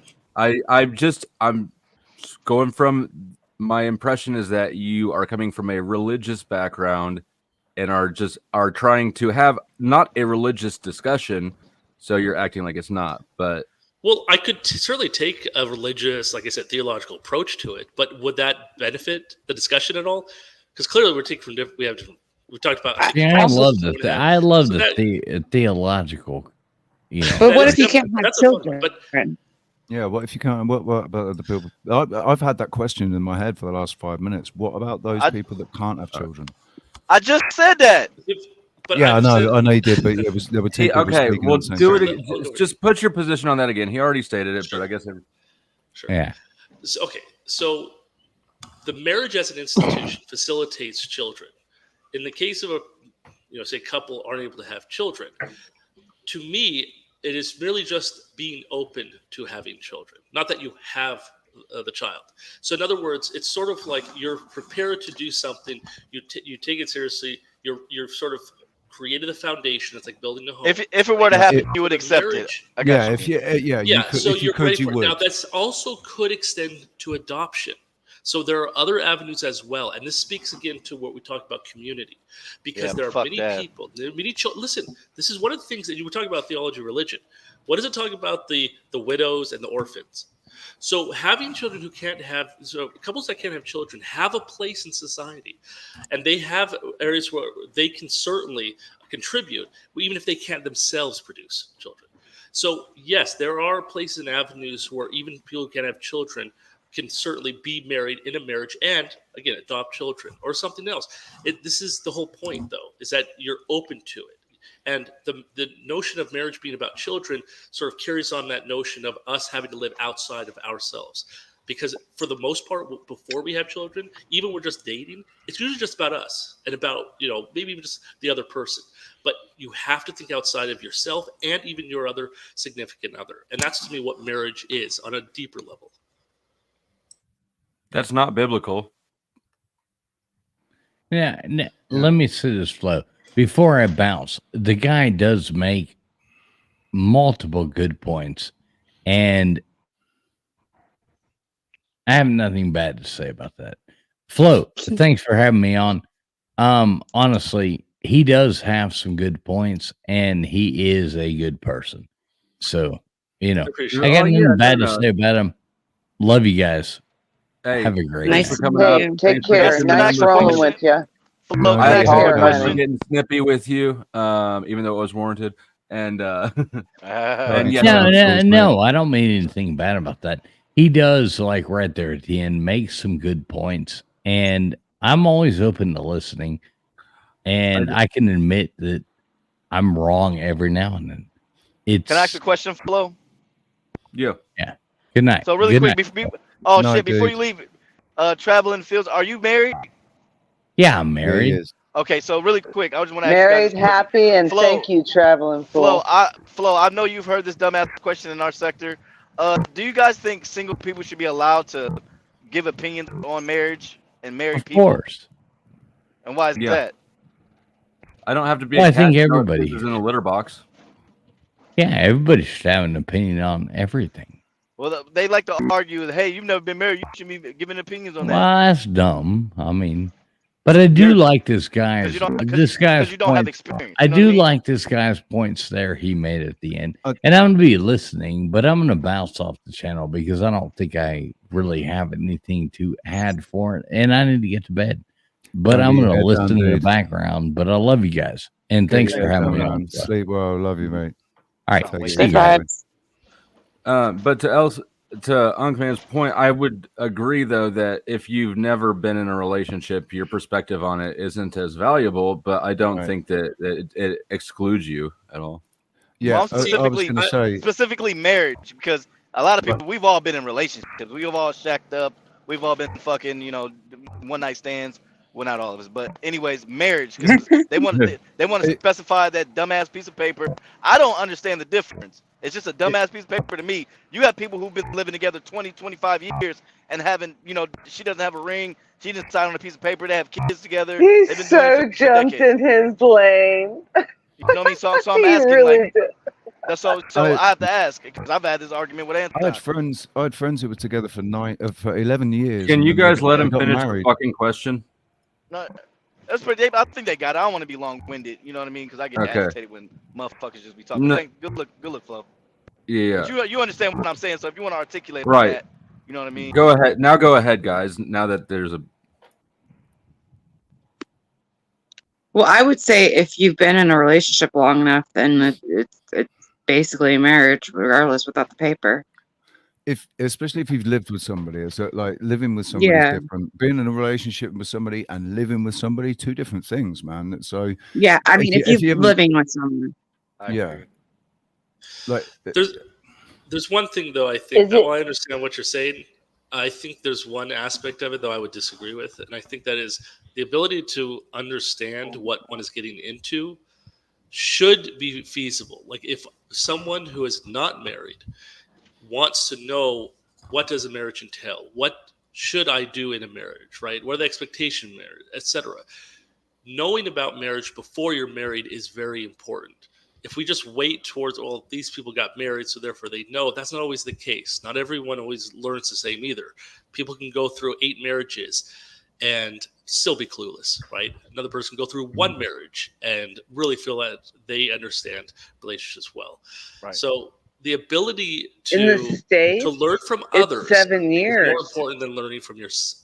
But what I'm saying is the ability to learn from others is more important than learning by experience. False. That doesn't mean that learn by experience is bad, or False. that it is 1000% not. false. You just said the same thing. 100,000%. Let me explain though, because it doesn't devalue experience, but there are going to be certain aspects of life where if you go through it, they can have damaging effects. And I'll give you an example. No, you don't need an example. Addiction, Like, if you go through an addiction, you got to land you the plane. need to know. You need to have discernment. I've been before through you get addiction. into- You need to land the Exactly. plane. Nobody needs an You example need- of this. Everybody understands the concept perfectly without an example. Okay. And I'm going to have to 100,000% disagree with you about learning from other people's experience. Yep. Other people can't live your life. Have you ever met anybody who you think got wise from never experiencing anything, just reading about it? Let me ask you something. How did we progress as a society? How did we? Do you think we evolve progressed? as a society? Do you think we progressed Do you as a thi- society? Okay, I don't know. Look at 10,000, 20,000 years ago. Look at any aspect of, everything that Men we can do. get pregnant now. If- Can't you tell we've progressed? Oh Lord.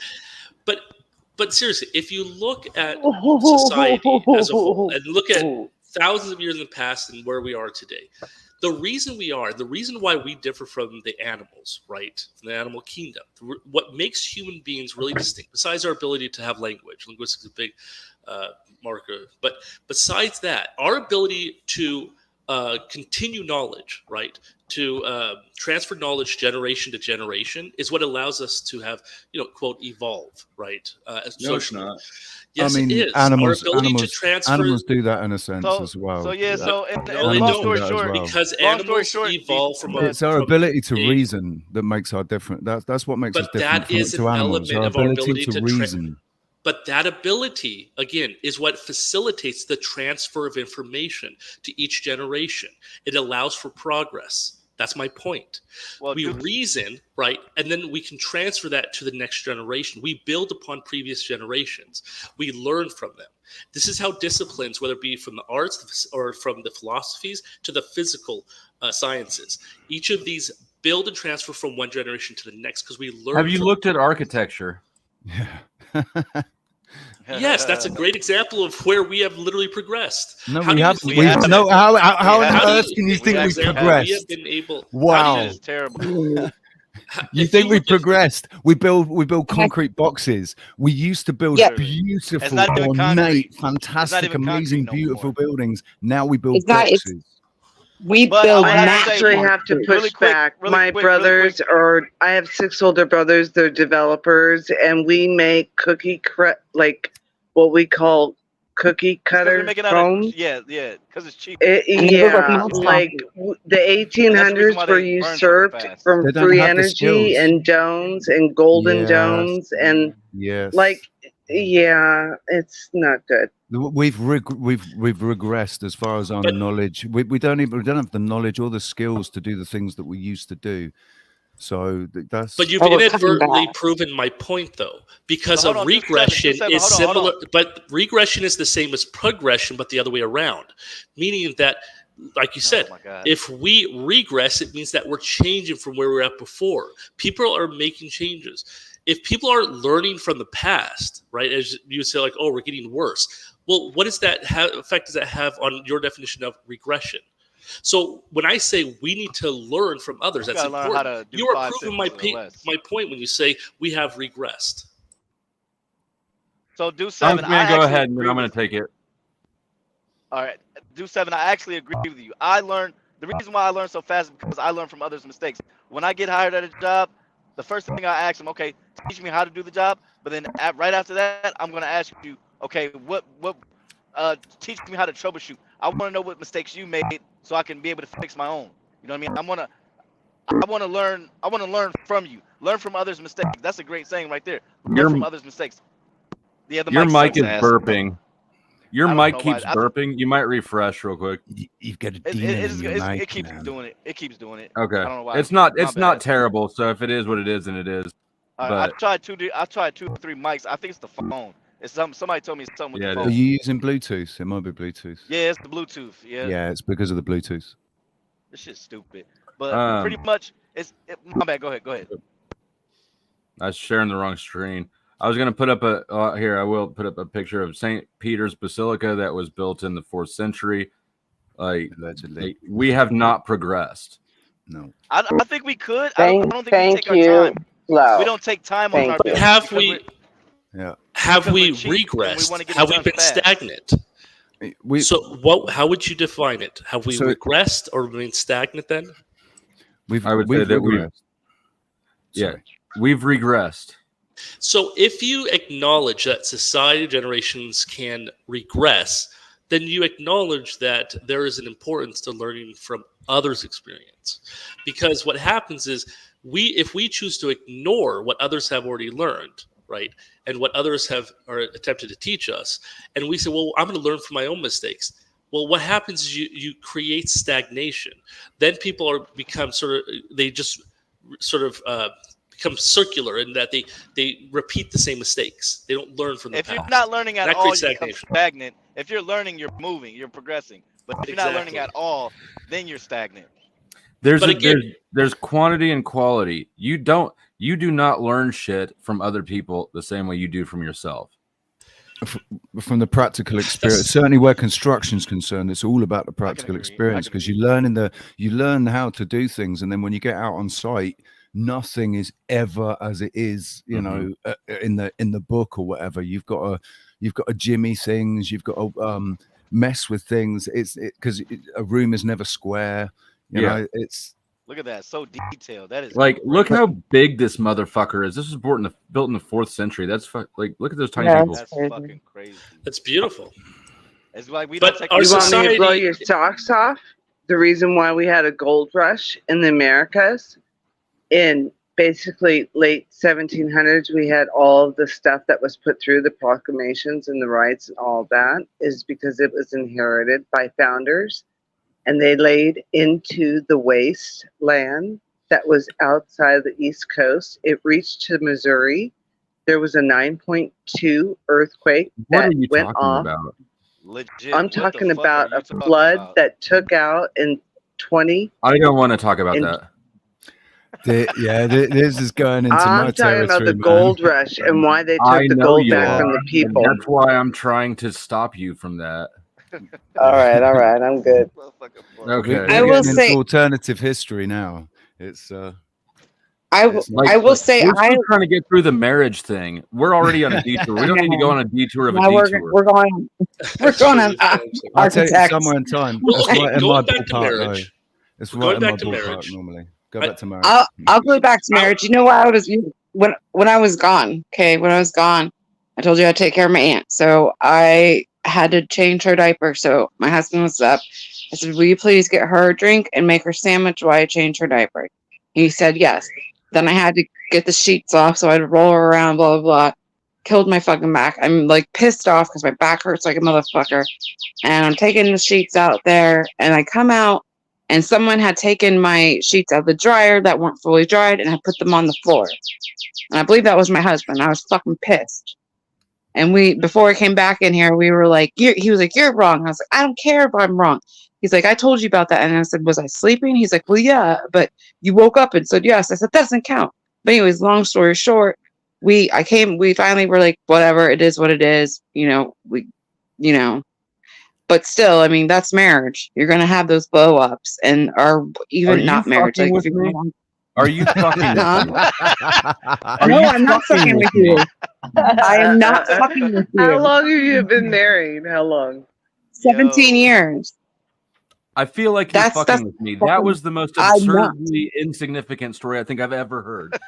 No, I'm just saying it was the stupidest fight. That's what I'm saying. That's marriage. And some I people like just be like, "Okay, bye, I'm out." But you can't just break up. Yes, you And can. you know what? Get over that shit. And a lot of those little instances happen, you're right. They can build up, and people think more of it than it is. But I'm not fucking with you. My back hurt like a motherfucker. I went out to the laundry room, and I was like, and then I found my sheets that were on the ground, and some of it, they were, but they were. I'm just telling you, it was, that's marriage. You get pissed off at people. People do stupid shit. Did you tell your aunt to lose weight, or did you continue to wipe her ass? What? Did you tell her to lose weight? I wiped my aunt's weight. No, she only weighs 175 pounds, but she's dead fucking weight. Did you tell her to lose weight? She weighs 100 pounds. Dead weight is dead weight. Unk man, stop being an enabler. Sorry, that's the truth. So how does someone prepare for marriage? How does someone who's never been married, right? How does someone prepare for marriage? I don't think you can interact with people. Don't overthink it. Same way a woman prepares to have a child. There's no book. Actually, Flo, yesterday I had this conversation actually on this highway, and I had to tell dude, like, I refuse to marry someone who's not my friend first. He said, "Oh, what are you before you become married?" I said, "Well, you have to be my friend." You probably know him, Black Dawn. And his answer was, "You have to be your girlfriend, boyfriend." What? What the fuck are you talking about? So, but my answer was, be my friend. I think a lot of these relationships and marriages are failing because you guys aren't fucking friends. You guys really don't like each other. A lot of people shacking up. One, because they fucking have to because of finances. Two, it might be out of lust. And three, I don't know. You motherfuckers just might be bored. I don't know. You're probably right. I think that's probably true to an extent, but I don't. Yeah. I mean, it depends on how you use the word. But I mean, I would not say that like find somebody who's been your friend, somebody who's just platonic. That's Unk man. LL. Yeah, I'm not saying it like that, but okay. So right. I'm just clarifying.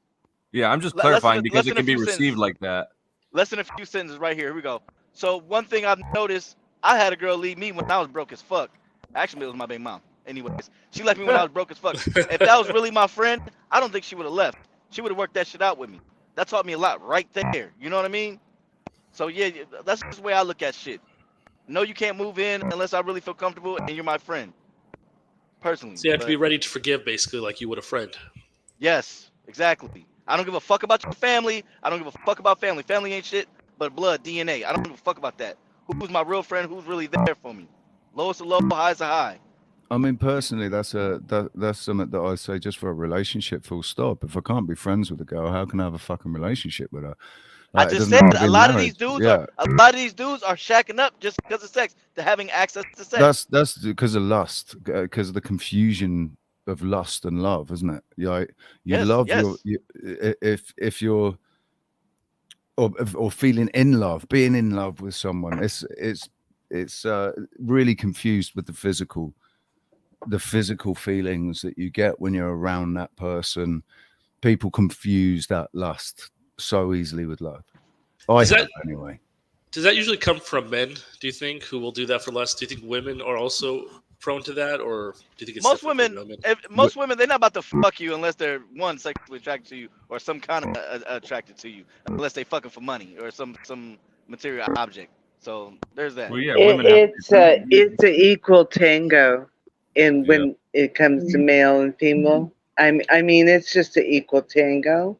Yeah. It just depends on who takes the lead and who steps in balance with the other, and who follows, and who steps on toes. Like, I look at it like a dance, the rhythm of life. That's just me. But go ahead.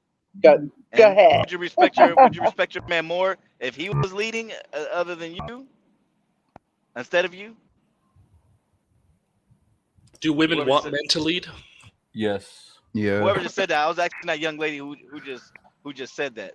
He said waiting for one of us to that was for somewhere in time, but I can answer for her. The answer is yes, of course. Okay. Yeah, well, the way she said it, I'm just like, well, you don't want your man to lead, but we don't want to go down that rabbit hole.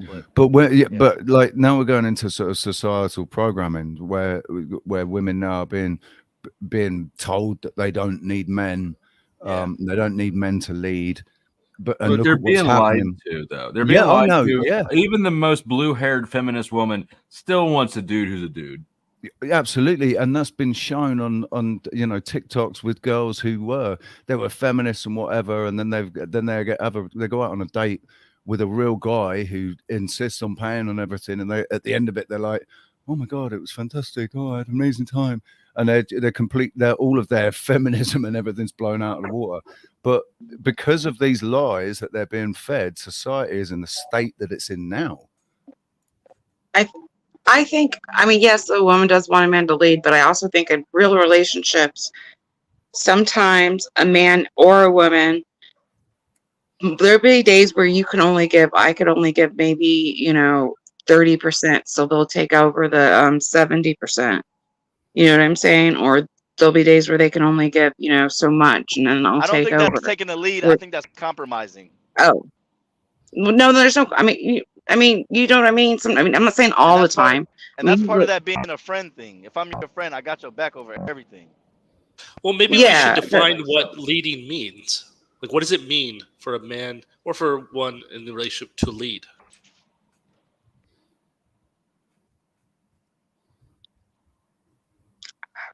I don't know, because Well, that might be the issue. Maybe people don't know what it means to lead in a relationship. I mean, I don't know. You just talk about problems, you talk about the issues, and you decide what's going to happen. And most of the time, you guys talk about it, and that's what happens. You know what I mean?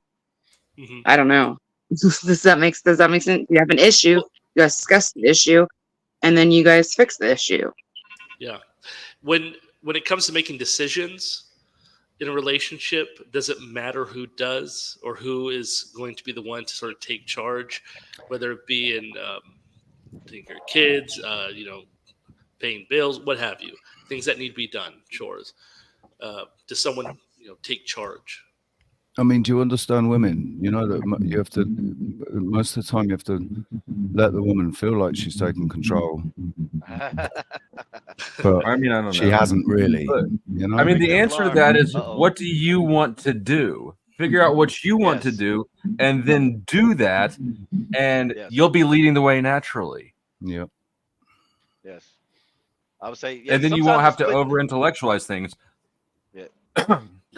No, go ahead, Flo. Yeah, most time you guys have the same values. I mean, most time you should have the same values as the person you're going to be with. So therefore, you still have the same value. You know what I'm saying? Like, you have the same values, so you usually come together, and you usually come to the same decision. Usually, I think it's time for a lot of men to wake the fuck up and realize, because back when I was in my early 20s, I thought it was a woman's job to wash dishes, cook, and all this other bullshit. But then me and my baby mom, we broke up. I'm 35 now. That was like a decade ago. But anyways, we broke up, and I was living by myself. I'm like, I was sitting in the room, like, I'm doing all this shit by myself. So if I were to get in a relationship, I could do this shit by myself. You know what I mean? So I think when you do get in a relationship, it's both of you guys' responsibilities to take care of the home, the children, all that other goofy shit. It's not one person's job. It's everybody's. Like, we're a family. It's all of our jobs to take care of this shit. Kids, you got one fucking job. Go to school, get good grades. Don't fuck shit up. That's it. You know what I'm saying? Aside from the housework, yard work, I guess yard work, you can leave it on the man, but I think one of the issues with the relationships is that the people get into relationships because they're trying to find their other half, because they're not complete until they have their other half. And when you really need to be complete within yourself, you need to be good enough on your own. It took me a long fucking time to learn that you need to be good enough on your own and happy with yourself and able to take care of yourself and not need anybody else at all. And then anybody else that comes into your life then is just a bonus. I've not actually been in a relationship since, I've been single for 2018, so 6 years. I've been single 6 years now, and it's taken, I'm 47 in a couple of months. It's taken this fucking long for me to work that out, that you really do have to be all right on your own, completely on your own. before you're going to think about getting into a Do relationship. you think a lot of people get in relationships depending on another person to Yeah. do all that other bullshit? With expectations of the other person to do these things. Yeah, I think that we're societally taught wrong. I think that men think that women need to, that the way to be a man is to get my bitch to serve me and then and then lie to her and cheat on with other bitches. And every woman thinks, I don't want to do a fucking thing. I'm a queen. I need to just sit here and have my rich husband give me money. Everybody's full of shit. Yes. I will bank my pole on the edge in that. Absolutely. It's complete society. It's society programming society through media, basically. What we've been watching on TV and reading, watching on the films and on TV. So how do you break that delusion? Because but societal programming can also, but Switch the societal TV off. programming can be good too, though. There can be some edifying aspects to cultural norms or traditions, and one of those is sort of the family unit. So not to go back, what I was saying about, but they've broken down the family unit.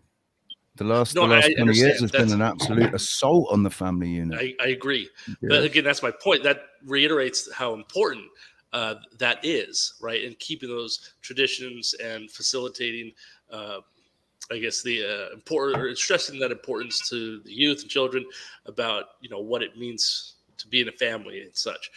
But the thing is that one of the issues I think really is, and I hate to go back again to the children when it comes to marriage, but when you have people who really just look at relationships It's as okay. self-serving. It's okay. Children are everything.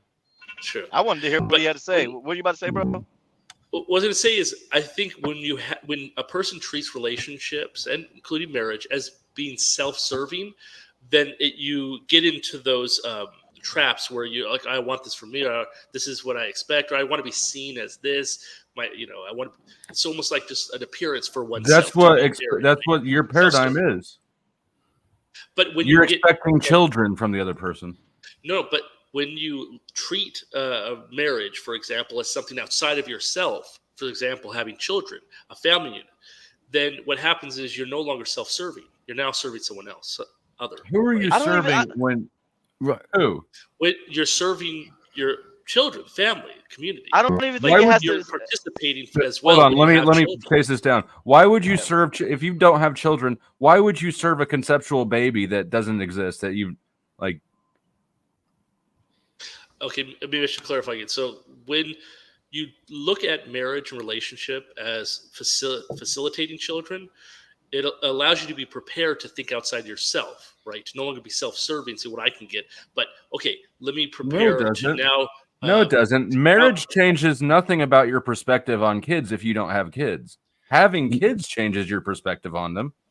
And also, you're forgetting that there are people out there that actually don't. They just don't think the same way. So the whole having kids That thing is will become a really, completely. excuse me, it's really bizarre because I dated 3 years not realizing the person I was falling in love with later told me to my eyes, I see you with as the mother of my children. I had 2 children with them. So in that whole bizarre whirlwind of whatever, there's no government papers, but it was just the heart. And we did have 2 children. So we know. Oh, it's so crazy. It's crazy. But then what is it? I don't. To that gentleman that said that about the kids, I don't think it starts with the kids. You said someone you serve. Like I said, my friend, I'm serving my friend. If we got each other's back, I'm serving her first, and then the kids. The kids are there. It's like that. It's like that dumbass question. If the boat sank, who are you saving first? I think we both know. Me and my wife were going to say save the kids, but honestly, we can make another motherfucking kid. That's all I'm saying. Once you've made those kids, though, you'd say like you said the way you said that. Then you serve your friend, and then you have kids, and the kids are there, but you serve your friend. But then you serve your kid. Once the children are there, then you serve your children. The focus, yes, the most important thing becomes what the two of you have made. Right? Yes. Yeah, and the point is, you're That's well said. You're not just serving yourself anymore, right? You're not just self-focused. You now have someone else to take care of you that you're accountable for, and that is what that's the shift, right, in a person. It's a major I mean, shift in what a person is. But I think it's a delusion to think that people should get married not for each other, for yourselves. Like, yeah. At the end of the well, day, it benefits each other. It's not as if we're doing to the detriment of the other. No, I think it's important the marriage, the kids, future kids should not be the like Reason even why a we're top together. 10 motivation for getting to marriage. If you Yes. get married It should. because of future kids, you're fucking up your relationship because you're not valuing it for what it is. I dropped a link Completely in the disagree. back chat and the back chat and the front chat a little bit ago. I searched Bible verses on marriage. And I clicked the first link. It's 22 verses on marriage. 0 of them mention kids. Fuck them kids. So the thing is, when you look at Is it sleeping with someone? Is that what it is? Because I'm really not versed up on it. What? are you talking about the Bible quotes or the Bible? I think the reason the Bible is so strict about sleeping with. Where's that echo coming back from, man? That's really. It's Unk Man, but No, I don't think that's not me. That's it's somewhere in time. So, well, I'm Yeah. addressing. I just wanted to lop off the religious issue because even though he doesn't want to talk on religious grounds, I believe that's where he's coming from. And so the culture around Christianity is that it is biblical, but it's not biblical. I think it's biblical because it Okay, talks about okay. essentially Didn't mean to sleeping with throw you off. somebody. Just checking. But because of the fact that children will most likely be a result of that union. So Did you say? Are you telling me that you think it's biblical? Did you hear what I just said? Right. About the link backstage and on front chat. 22 Bible verses about marriage. yeah. I know you didn't. None of them mention kids. It's a Christian culture. It has nothing to do with the Bible. It all leads to children. Right. You It say talks that. about Leads to children. sleeping. Okay. I'm talking about the Bible verses are about sleeping with somebody. Right? Shut up. Here's what I'm trying to do. He has a perspective that's wrong. I'm trying to eliminate reasons one at a time. I've gotten rid of government. Check. Now I've moved on to the Bible. I don't give a fuck about other shit. Tell you what, I'll take a look at your verse and we'll go through. It's too late for me And to act like it's not annoying. Okay, so okay. Let me understand your perspective here. You're saying that these Bible verses that you just linked, are you telling me that they somehow prove that children are not paramount to marriage or not integral to I'm marriage? saying the Bible does not say that children are the reason for marriage. Hey, thank you for. Is that a signing off? Okay. No, I was saying respect, bro. Okay. Slow. Respect. The Bible says a lot of things about marriage, but it recognizes that marriage is not a union for the children. It's its own thing. It needs to be valued in its own right. Yeah.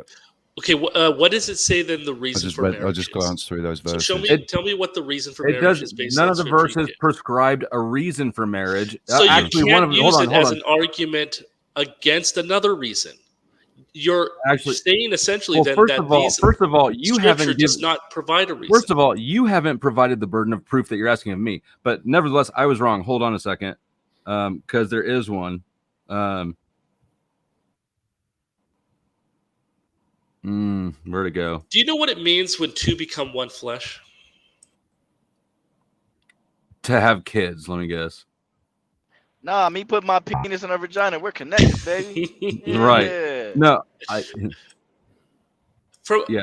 I agree with you. If you look at, for example, just outside even Scripture, you just look at children in the most literal biological sense. You have literally shared your flesh in the sense Genesis 2:18. The Lord said, "It is not good for the man to be alone. I will make a helper suitable for him."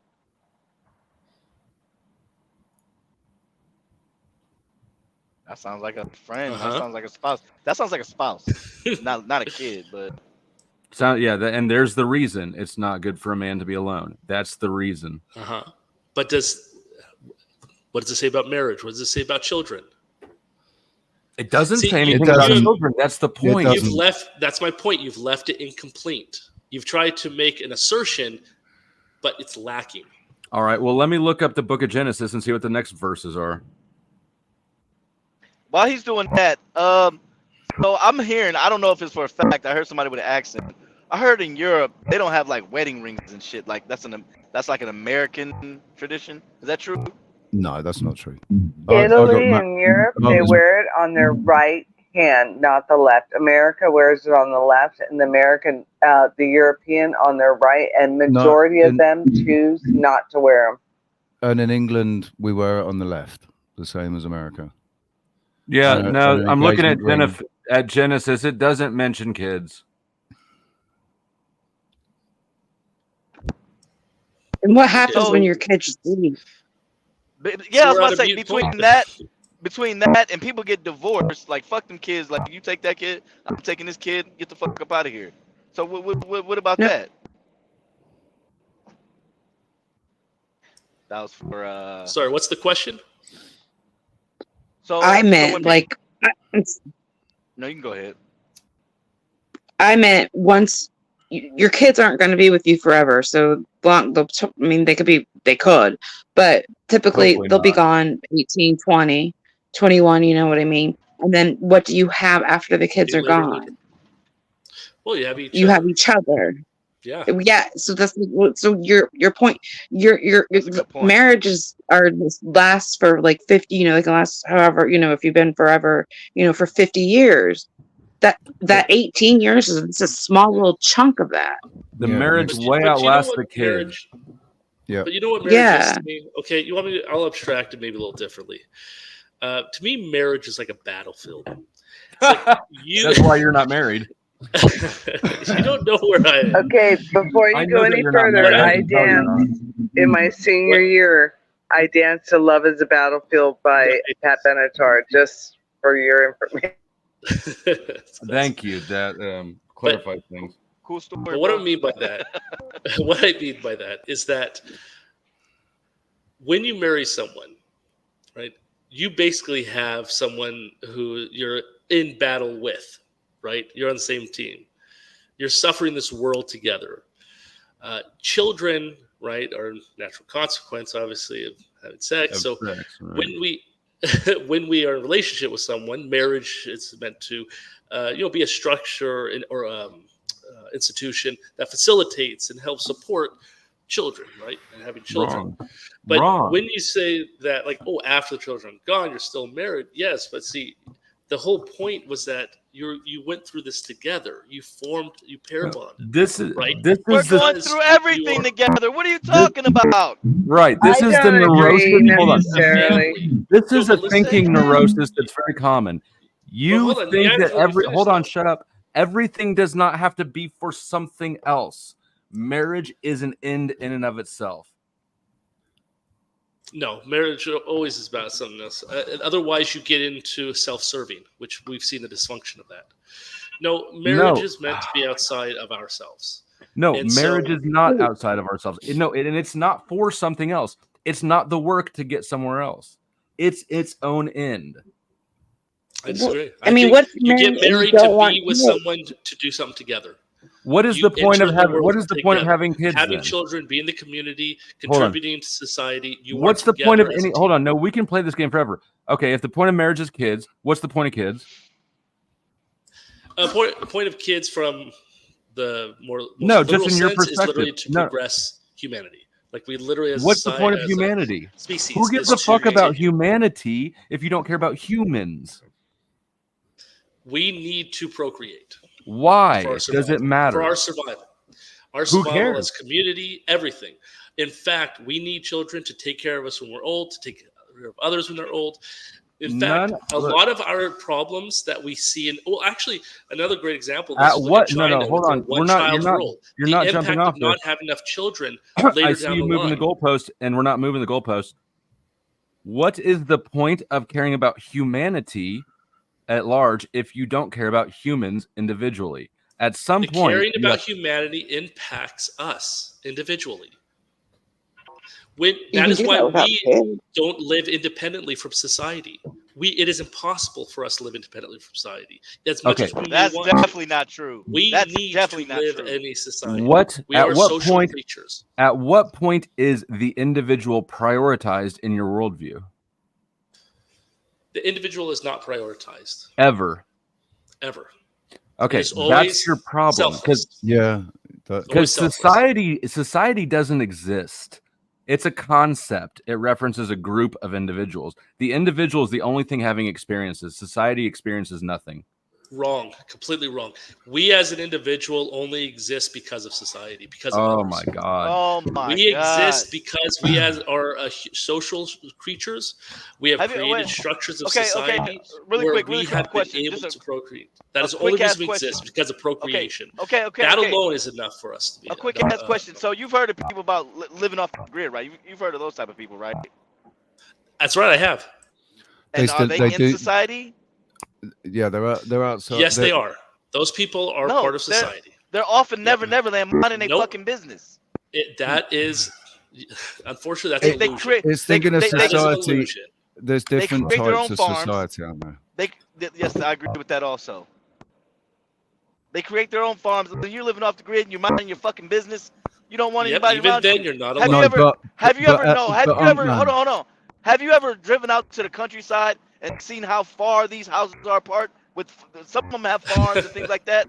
Some of these houses are truly in Neverland. Leave me the fuck alone. You understand that? I'm confusing myself between society and community. People that have left society still need community. No, Community exactly. is not society. So this is the issue. Society is the fucking issue. But my point is that we do not live independently, right, alone at all. We are dependent at some point in our life on someone else. It could be the small, as in the family. It could be larger, as in the community. It could be even bigger, as in the nation. But the point is that we're social creatures, and at some point, in some aspect, and you can try to find some. You can try to find cherry pick some instance. Oh, there's one person. That doesn't matter. Even in those instances, there's some aspect of community that you could still derive from that. But I would argue most of us are only here because it's easier. A lot of us live in these cities and society just because it's easier. If we had the ability and the animals were a surplus, a lot of us would live out in the woods. We wouldn't give a fuck. But we love technology. We love electricity. We love everything like that. As a human, we don't need to do this. We don't need to be in these cities. We could live off in the woods by ourselves, but this is easier. No, we couldn't. Yeah, no, we couldn't. Why couldn't we? Why couldn't we? You know why? You know why we couldn't? Because this reminds Government me of. wouldn't let you. Well, yeah, not just that, but it kind of reminds. Okay, I'll use an analogy. Those people in war who were what do you call them? Conscientious objectors. I want you to stop using analogies and start addressing the points head on, because you're filibustering and shifting. I'm not filibustering. I'm using a quick analogy. Just please allow me just one. Go ahead. Just one moment. My bad. I lost connection. Damn. So a person who is a conscious objector, right? There was like a movie about a guy who was helping people medically, right? But he wouldn't take a gun, right? The thing is, in order for that person to do what he could do, right, and not use gun and violence, required that other people use guns and use violence to facilitate, literally to get his back, right? Because there are people trying to kill him. In the same way, those people who go off the grid, right, and who have the luxury of doing so, they can do so because, they live in a site or instances wherever they are that allows them to be off the grid, right? Not everyone can do that. That's not a feasible thing for all humanity. Right. On top of that, if you have children, you if you have marriage, it even makes it more so. You just proved my point. We don't need to do it. And I lost connection when I was saying it. We can create fire. We can create our own homes. We can hunt. What can't we do alone? That's why he's saying that's the whole point of progress. What he's saying is that the only reason you can't live alone is because there are other humans that will not let you live alone. Well, more than so than just that. I don't agree with that. I don't agree with that. Also, I kind of agree with you, but I don't agree, because if you want to be left the fuck alone, you're gonna find a way. You're gonna go find some space and be left the fuck alone. But I understand what you're saying. If it came down to it, would they come take your shit? Yes. Whole You point can of be war and everything be like that. left alone, but you do still have to interact with society. It's because I there don't are believe certain so. things. I mean, I've got a couple of, I know a couple of people that live off grid, but they still have to go to the shop to get their water, you know, to get their water or gas or whatever. Yes, You know. yes. But if you wanted to be the ultimate, Humans like ultimate can human, survive alone. We know that humans can survive alone. We also know it's a not an ideal living situation for there we basically go. almost Thank anybody. you. There you go. Thank you. I mean, We I also know like to say, that society is not conscious. It's not a thing. Yeah. We're never gonna. Me and Methuselah or whatever his name is, Thulsa, are not gonna agree on anything because we fundamentally value opposite ends of opposite things. True, we may have differing opinions on certain sort of axioms, which they're going to make it more difficult. Look, so here's my take on people who value society over the individual and who over intellectualize things. I think, and I don't know you. I have no idea if this applies to you, but I believe that people who hold your worldview tend to over intellectualize things out of fear. They're afraid of engaging in their own life, so they over study things about life instead of living it. And all of these conceptual, the ideation and the theoretization and the philosophy, all of that serves as a buffer between interacting with life, really, which is dangerous and risky. Well, I'll tell you, people who intellectualize it, theorize all this stuff that you mentioned, they still live.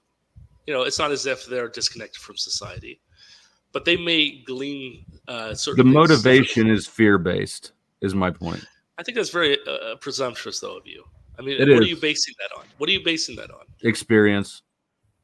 Wait, hold on. You're saying you yourself experienced it, or you're saying you've seen other people? I have seen a lot of other people doing it.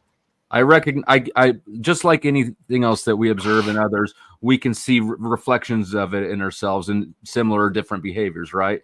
I understand thinking about something instead of addressing something, right? It's a placebo activity. If you're scared of something, you think about it and try to figure it out and look for the cheat codes, and it pacifies you. You feel like you're doing something towards it, but at some point, you're not actually making progress. You're just distracting yourself from addressing a problem. Now, is this something that others have told to you or have No. revealed to you, or is this something you have discerned yourself just by viewing others? Well, explain. 'Cause I got it. Yeah, both. I mean, both. I mean, I just articulated that myself from the hip, but everybody knows somebody like distracting yourself. People distract themselves from their own problems by helping other people solve problems, right? Things like that. Distractions. I didn't invent that. Okay, well, maybe to be more specific, what do you think I'm afraid of in this situation? I don't know if this applies to you. I'm speaking Okay, fair enough. in general. You haven't told me anything about you. Do I need to? I mean, could I just talk about what we're talking about? Would that be sufficient, or It's do I need to be more personal? it's sort of insufficient because that relies on me to trust that your intentions are not are interest. Right. You know, if you leave out your own context, then it also leaves out information. Like, you know, I'm But in a it also- relationship and have been divorced, right? So you have information about where my perspective comes from, where you've been, and who you are. That impacts why you have your decisions or your opinions. So, kind of. But that sounds to me like another reason why I shouldn't, because it sounds like if I were to give you something, that But the you thing would is make I don't presumptions about. trust you enough to believe you when you say this is why I have my opinion.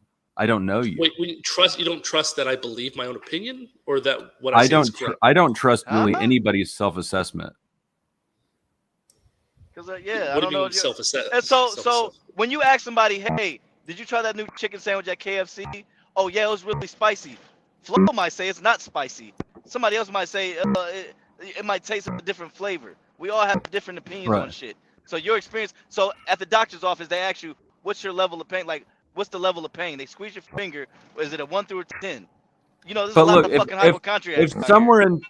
if she told you that something wasn't spicy, if a white woman told you something wasn't spicy, and somebody from Taiwan told you something wasn't spicy, you would take that into account. You'd be like, all right, well, this person or someone from Eritrea, right? Like, who's telling you information matters? But that's just a generalization presumption. In fact, that doesn't sound like a good thing. It sounds like you've now made assumptions about a person based on a superfluous trait that maybe statistically or anecdotally you that's might, all we have. might That's all associate we're with working it. with. Yep. That's all we have to work with what you're giving. But that's illogical. That's illogical. No, because it's if you not say, illogical. for example, oh, someone's a white person, so No. if they say something spicy, I'm going to assume, I'm going to make What's- an assumption right. based So on what it their is a race about what conversation they're- in good faith. It's a conversation in It's good faith. not because we're illogical. trusting you. It's very logical. It's very logical to so? apply statistical information in the absence of specific information.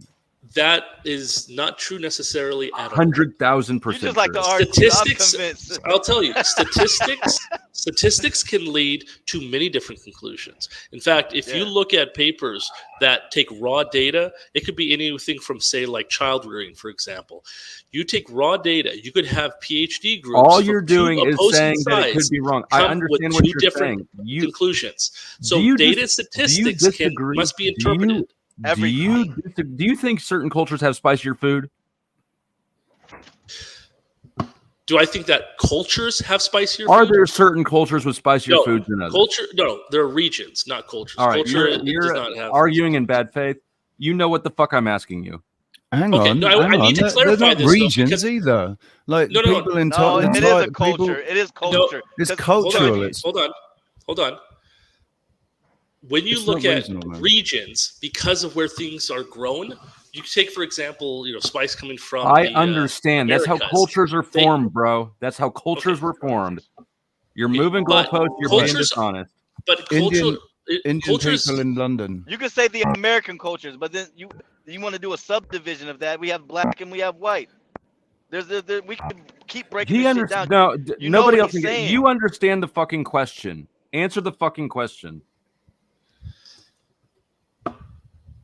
So the question was again, what our culture? Do Can some cultures have spicier? cultures have spicier food than others? Okay, I'll say yes. I'll say that there are cultures that have spicy foods. So Again, spicy is of course relative, but I'm gonna go with it. bro, I know I'm nitpicking, but I've got my Continue. finger on the trigger. I'm about to kick you the fuck out because you're discussing in bad faith. Like I'm this fucking close, dude. You know what? But- I'm gonna give myself a pause. You guys have at it. I'm gonna have a smoke and mute this tab for a minute. You done let this man to go smoke. Goddamn. So I'm curious. Do you have a girlfriend? what would it matter? What if I told you I've? Of course a he virgin, doesn't. I've never been No, married. I'd say no. You said you never had what? You said you never did what? Yeah. What if I told you I've never had a girlfriend, never had sex, virgin? I would believe you, but I think you have a great. I think you have a great. Confirmation. No, Got listen. it. I think Got you it, have a got it. great personality, but Thank like you, I sometimes appreciate that. you gotta understand. Like for really smart people, you have to dumb yourself down in society. Do you agree with that? I get what you're saying. I You're think right. I think you're turned up to 10 Yeah. everywhere you go, and you have to learn that you have to turn that motherfucker down to about a 5, maybe a 4 in some places, because most humans I are get dumb you. as fuck. Do you understand that? I understand what you're saying. You got to adapt. You got to adapt yourself to your environment and to your Some people, to your audience. exactly. Some people don't know how to turn it down. I had to learn that the hard way when I used to live in the hood. Believe it or not, I lived in the hood all my life, pretty much. Last 2 years of high school, I lived in the suburbs, and when I came back, I used to correct people in sentences. Motherfuckers hate that. You know what I'm saying? We would literally fist fight over me correcting their sentences. But anyways, no, literally, I'm not. That's not, all jokes aside. But anyway, so yeah, so when he said that you're having a conversation in bad faith, just dumb it down just a little bit. You don't have to argue. I know it's good to have pushback, but with every motherfucker comment, there has to be, I don't know. Like when I said, do you understand that people can live off it by themselves? I know majority makes the rule, but do you understand there are people who could literally do that, but it's just more convenient for humans to live in society?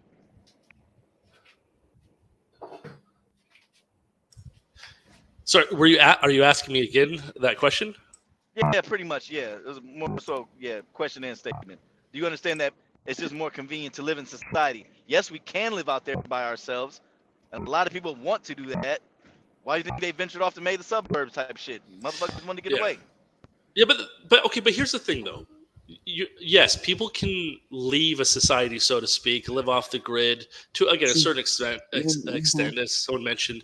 Usually, people still have to get gas. They have to, I mean, you don't need a car. You're living in the woods hunting your food. If you know how to hunt, you don't need anything from anybody. So, speaking purely theoretical, okay, we could theorize that someone was like as off the grid as possible. I'm sure this happened. Okay, gotcha. But even in those instances, they're still coming away from society, meaning that they were still in society for some segment of their life. You know what I mean? Yeah, that's fine. So who they are, essentially, through all their, younger stages of development and growth, were likely within a society, a family, unless you're that child who grew up among the wolves. I've got the name, stories of, the kid, whatever. But basically, there's some element of a person's life that is going to be impacted by society. I even if later on they leave it. Baby of 8, 6 older brothers, pack of wolves. There we go. But also from a sort of I guess like ancestral perspective or anthropological perspective, that they go off the grid alone, they're done. Like from a humanity's perspective, that person's line is done, right? And now everyone else is continuing to having children. I would actually argue that I don't think anybody really wants to be a part of society. If we had it our way, I honestly think we would spread out a little bit more, grow our own farms, and be left the fuck alone. Who likes going to work? That's usually when we're in society. Who likes their coworkers? Nobody. You want to slap the shit out of everybody at your job. Wait, so are you asking to fully disconnect or just to be have more distance between people? That's all. Sounds like it's saying self-sufficient. We can't ever be truly self-sufficient. That's kind of an impracticality. Like I said, we're only in society because one, that's how we're raised. It's convenient for us. If we all knew how, even though we do know how to grow our own shit, we're too fucking lazy. Most motherfuckers, one, don't brush their teeth when they wake up. Two, they don't make their Two, they don't make their beds. Three, a lot of motherfuckers don't wash their hands after they leave the bathroom. Motherfuckers are lazy. Do you understand that? Do you understand that? But there's the comfort side of it as well. Hang on, there's the comfort side of it as well. For me, because I've been homeless a number of times in 3 different countries, and the most important thing to me now is a bed, a roof over my head, and a porcelain pot, and facilities to wash. And when you go out off grid, that's all completely different. And the comfort of that is a massive pull for a lot of people. So, they might go and try off grid and then just like, nah, fuck that, man. I like running water and a nice porcelain pot to sit on in the morning. But if you could live by a stream with running water, bro, we didn't always have this shit. Do y'all understand that part? We didn't always have all this shit. That was exactly my vision when you said live by a stream. We knew how to hunt. We knew how to do this. We knew how to do that. A lot of no offense to everybody when I say this shit, beware. I'm Ella Uncle Man, ladies love Uncle Man. I'm very blunt. But a lot of white people, they go out, they take their kids out to the woods and show them how to hunt deer and shit like that. Most black people, we don't do that kind of shit. You know what I mean? I was taught how to hunt when I was young. And so you know how to hunt. Yeah, but that's America, though. So if we could, there used to be a TV show on CBS. Oh no, wait, which one was it? PBS. On PBS, where a dude every weekend he would make a log cabin. All the old heads in here, I'm 35. All the old heads, y'all know what show I'm talking about. He used to make these log cabins. So we've been shown how to make log cabins. We've been shown how to make fire. White people, you already know how to hunt for deer and fish. A lot of us know how to fish. I don't do it, but we know how to fish. So what can we do to be left the fuck alone? If we really wanted to be left the fuck alone, we could do it. We don't need society. We're just lazy. No, that's ridiculous. Of course you need society. No, we need community. That's all we need. We don't need society. We need community. We don't even function as a community these days. Everybody's so selfish. Everybody's so fucking so we don't even work as a community anymore. We're forced to communities have its own society, or so it's like that's kind of picking hairs there. I mean, Yo, the Denizen. idea that we need to be with other people, right, is what community is, society is. But we just need to be with other people. We're social creatures. Yeah. Right, that's why I say community. We need community, like other people. But when you say So we I- don't need society, how do you differentiate society though from community? Who was that towards? D07, 007? Because he said we don't need society, but we need community. So how do you differentiate the two? one is a kind of a natural thing. The other thing is imposed. But isn't it natural for something to be imposed? I see what you're saying. Such Well, as I see what you're society? saying. So I think what he's saying is like so are you saying like a village or a tribe? So more so a tribe. Like But those are communities too. I mean, a community has structure as well. Well, and with communities society, that we do don't impose we don't expectations. like motherfuckers in society. I think that's the difference. We love our tribe, but we fucking hate everybody in society. We're forced Your to be out children will be there. taught combat skills early as age 5 in order to crush the competition when they fully mature. Little Deborah and Jesse need to fire a pistol with precision accuracy while drowning out the screams of the non-believers. Good job.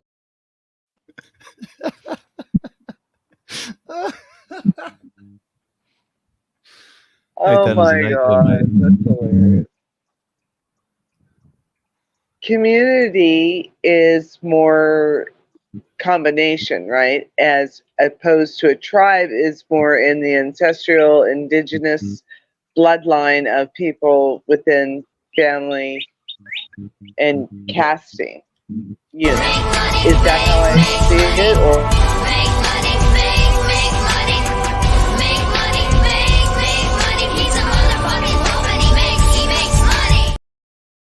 Unk Man, you got a 5-minute timeout. I will bring you back up in 5 minutes if you're still backstage. Somewhere in time, you've also got feedback. You got major feedback. It's I think that might be the lovely lady on panel. Yeah, I don't know if your echo is switched on. If this They both have bad shit. They both have bad shit. Unk Man has the demon burps, and she's got like Yeah. the feedback. The demon feedback. Burps.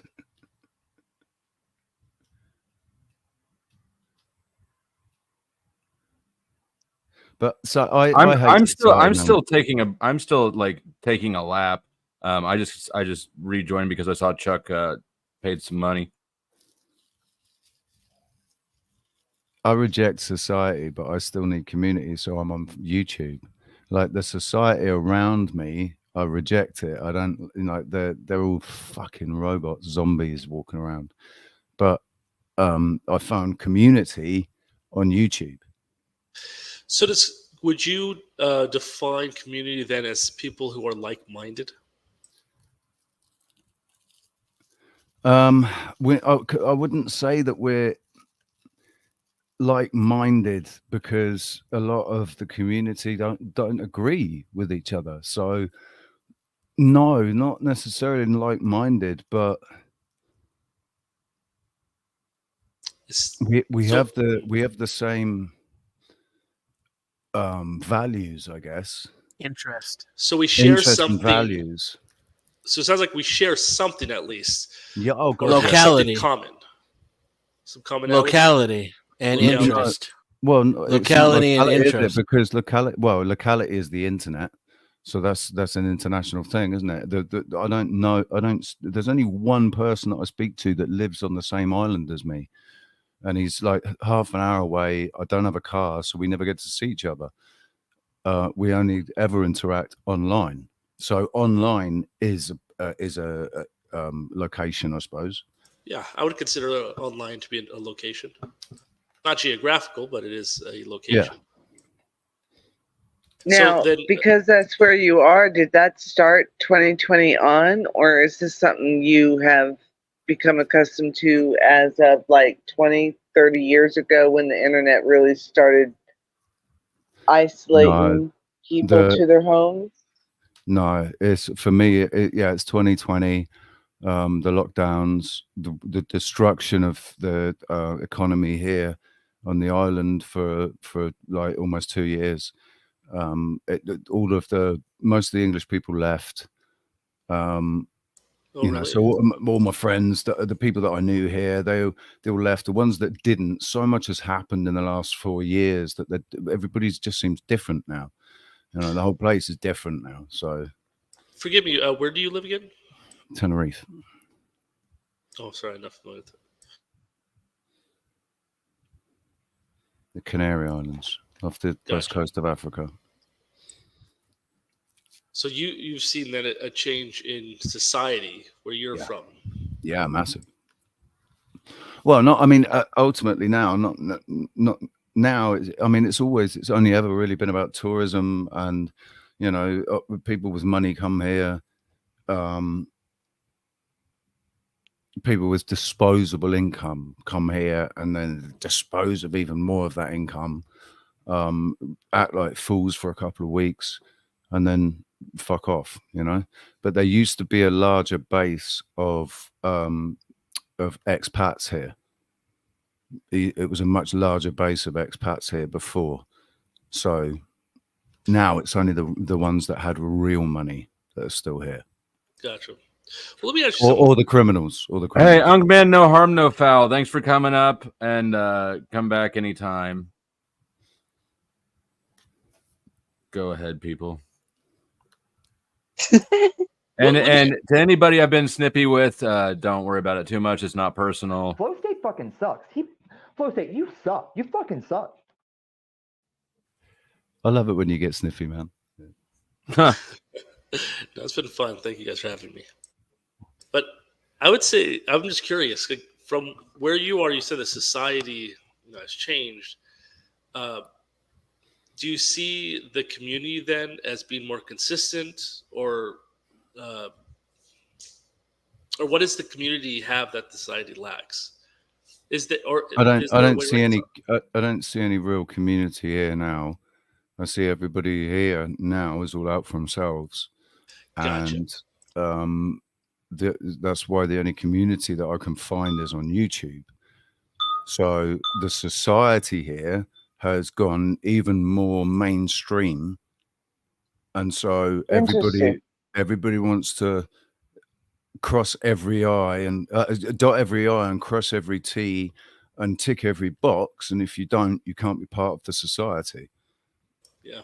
Are they doing a widespread immigration there as well? And Oh are my the God. pubs not something where you can go and enjoy like a man just strumming his guitar and throwing you out something unique? I'm the man that is there strumming his guitar ordinarily, and I haven't been able to work for the last 3 years because of this. Because I didn't cross. Because I was muted. I had such a good one-liner. I said, "Well, he fucks you in the ass" when you said strumming the guitar, and I was muted. But yeah, that is still here, but the only people that can do that are the ones that crossed every T, dotted every I, and ticked every box, and complied with everything. Those are the only ones that get to take part in society here now.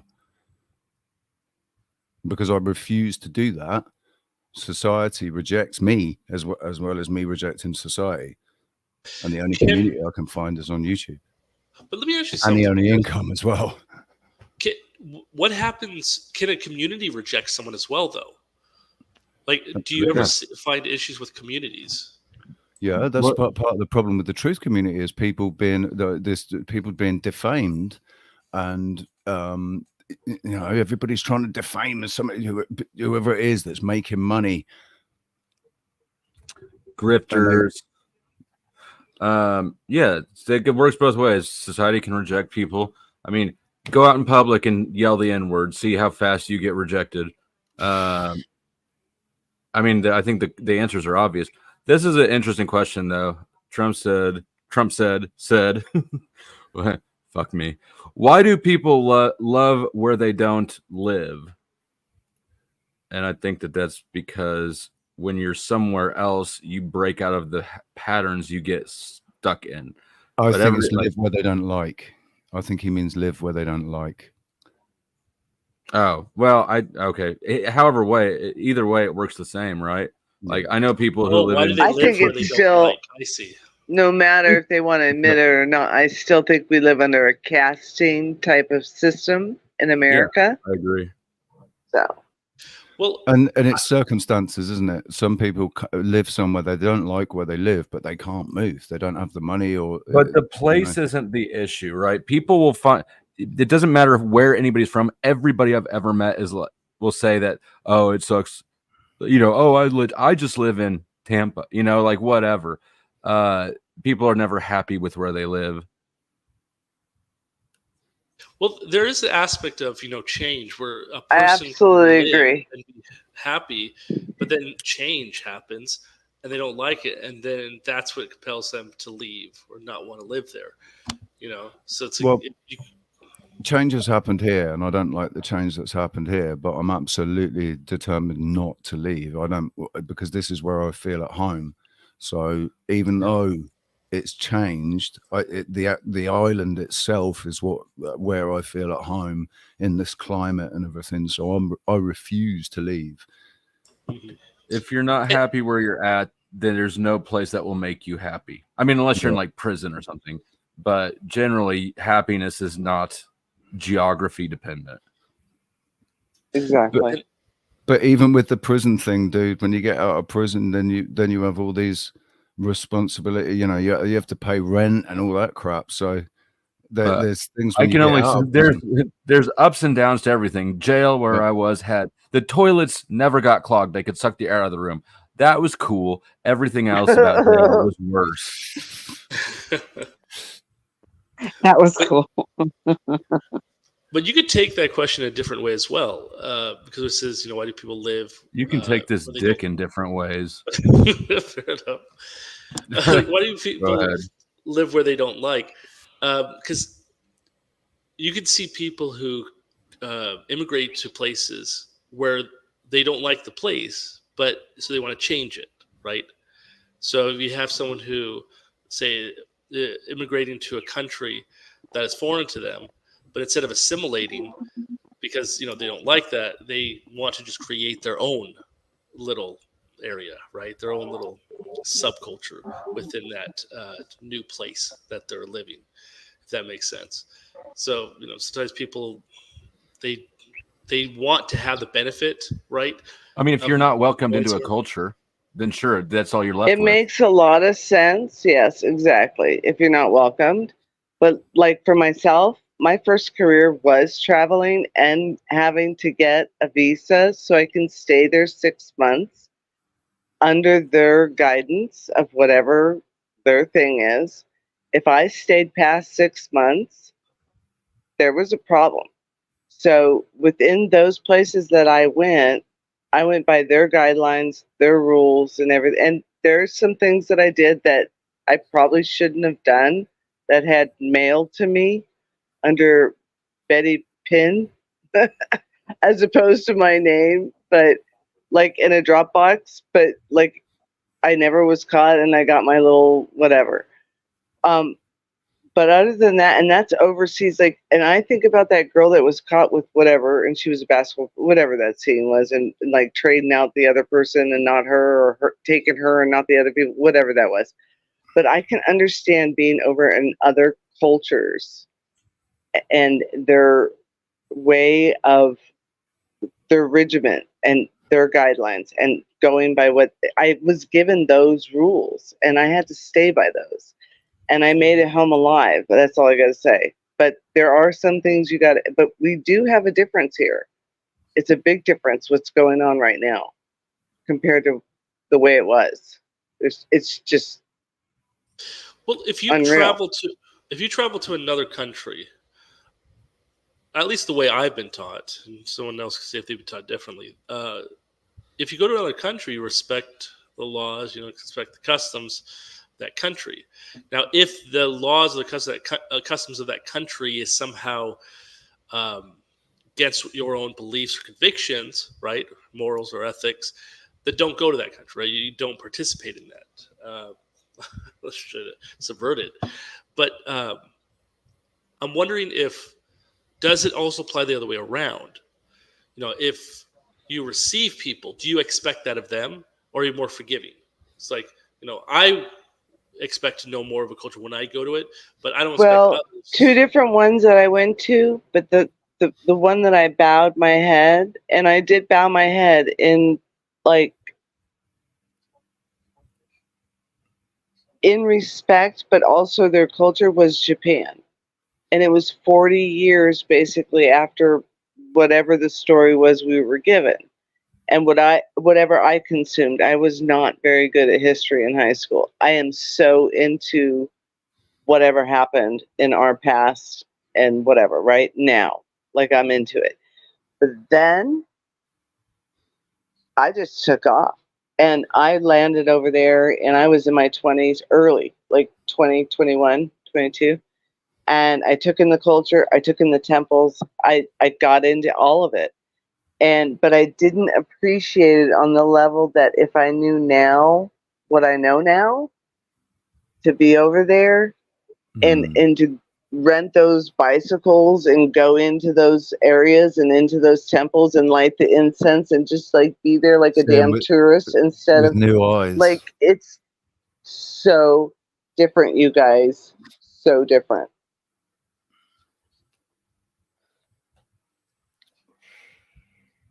That's a pretty intense culture, though, Japan. Like the dynamics between male and female in Japan. Yeah, talk about and they have societal a weird expectations. tentacle fetish.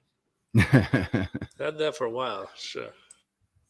But yeah, we're talking about societal expectations. I don't know if it's still the case, but I believe they used to have one of the highest suicide rates in the country. You also look at that's what happens the birth rate. when the individual serves society. Well, sure, there's extremes to anything, but if we look at any society that has prospered, it's been because people have put others before themselves. They've risked their lives. They literally have given of themselves. Look at Western experience. For example. Here. Let me answer an earlier question better now that I've had time to chew on it. Sure. The reason that I think that over intellectualization is a fear-based response is that the biggest problem, the thing that would most improve your life, is not a societal change. I don't care who you are or what it is. It's a personal change. Society's impact on your life is much smaller than your impact on your life.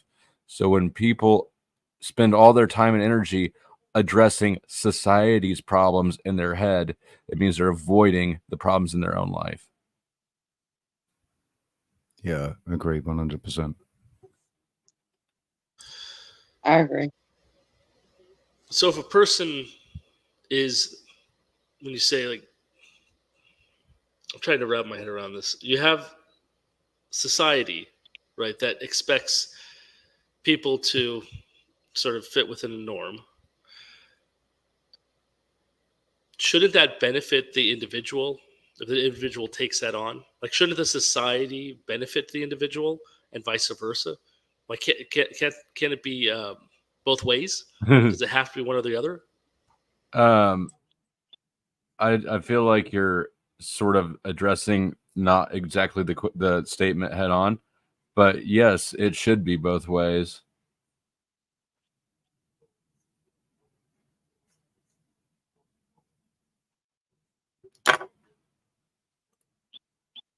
I don't understand I don't understand where this question is supposed to lead, Teddy. It might be because of the title. It might be because of the title of the stream. Okay, yeah. If that's saying I'm off topic of the title, yeah, it's almost 9 hours in. I'm way off topic. I'm not going back. Organic. We've had so many squirrels. It's ridiculous. Organic conversation.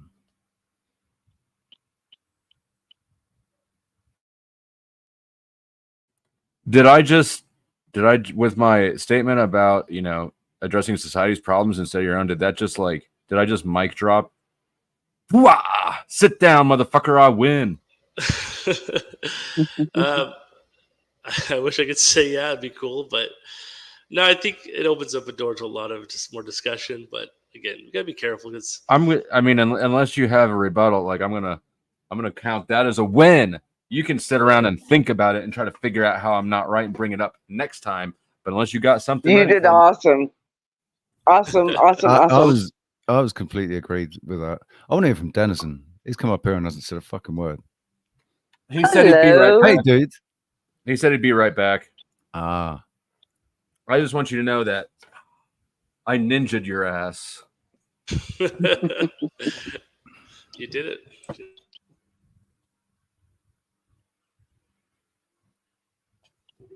And also, I think you have to fix like your own problems before you start going out and trying to help Clean your room, other you people. lobster. Remove the Is that a Jordan grok Peterson from your quote? own eye before trying to remove the speck of dust from your other. You know, Yeah, Jesus learned that from Jordan Peterson.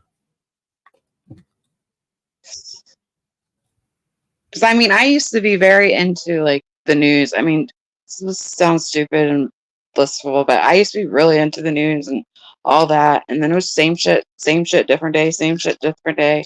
And I was just like, I can't do this anymore. I can't. I got to focus on my life, on my family's life. And right, you know what I mean? I mean, maybe after maybe 2 years, I'll be back and I'll be, back in the community and focus on that because my life will be fixed or not fixed, but it will be better or whatever. But I can't. I'll know enough what's going on in the world just to get me by. But I'm not like I used to be like, what's going on? But now I'm like, I have so much shit in my life going on. I feel bad saying it, but I can't worry about what the fucking world's going through right now. As selfish as that sounds, but I'm like, it's not even about me. It's like my family. I'm more worried about my family. Interesting. When you say family, like what parts of your family? If I may Well, ask? only the children My matter, right? immediate, Sorry, like what? my son, my husband, my immediate family that live in my house. The children, the spouse. Gotcha. Yeah, yeah. Let me. Yeah, I mean that's Like I was your fucking. aunt as well. I mean, I was scared when Beverly was coming. I was like scared, and then luckily it took to come anywhere near Florida because right now I don't have homeowners insurance. And I was like that's a big ass storm, and scared the shit out of me. Let me address this comment first before we go on. You don't have to solve your own. I mean, sure, it's not 100% always all the time, but it's really hard to help other people when you can't help yourself. And I would say that unless your life is in order and now you've got excess time and energy to fix society's problems, all you're really doing is. I bet you won't do anything about it but complain on the internet.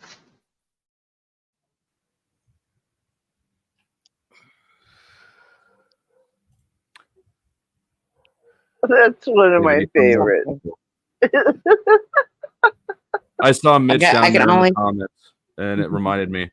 I mean, I can honestly say that my head's barely above water. Yeah. So. Look at that. I appreciate you, Unk Man.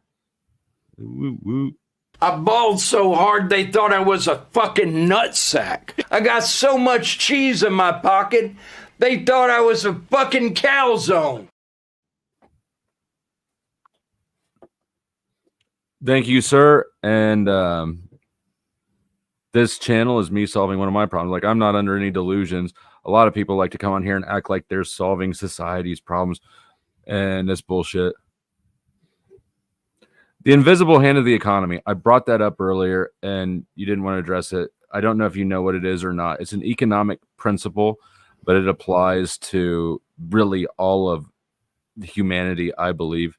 And it is the idea that since nobody is in a better position than me to know what I need in my life, there is the most utility is maximized if I address my own issues than if I address your issues, and vice versa. And if everybody tries to maximize their own utility instead of trying to address other people's problems and ignore theirs and hope they get picked up by someone else. In that method, you maximize utility for the whole society. And I think that that applies in real life.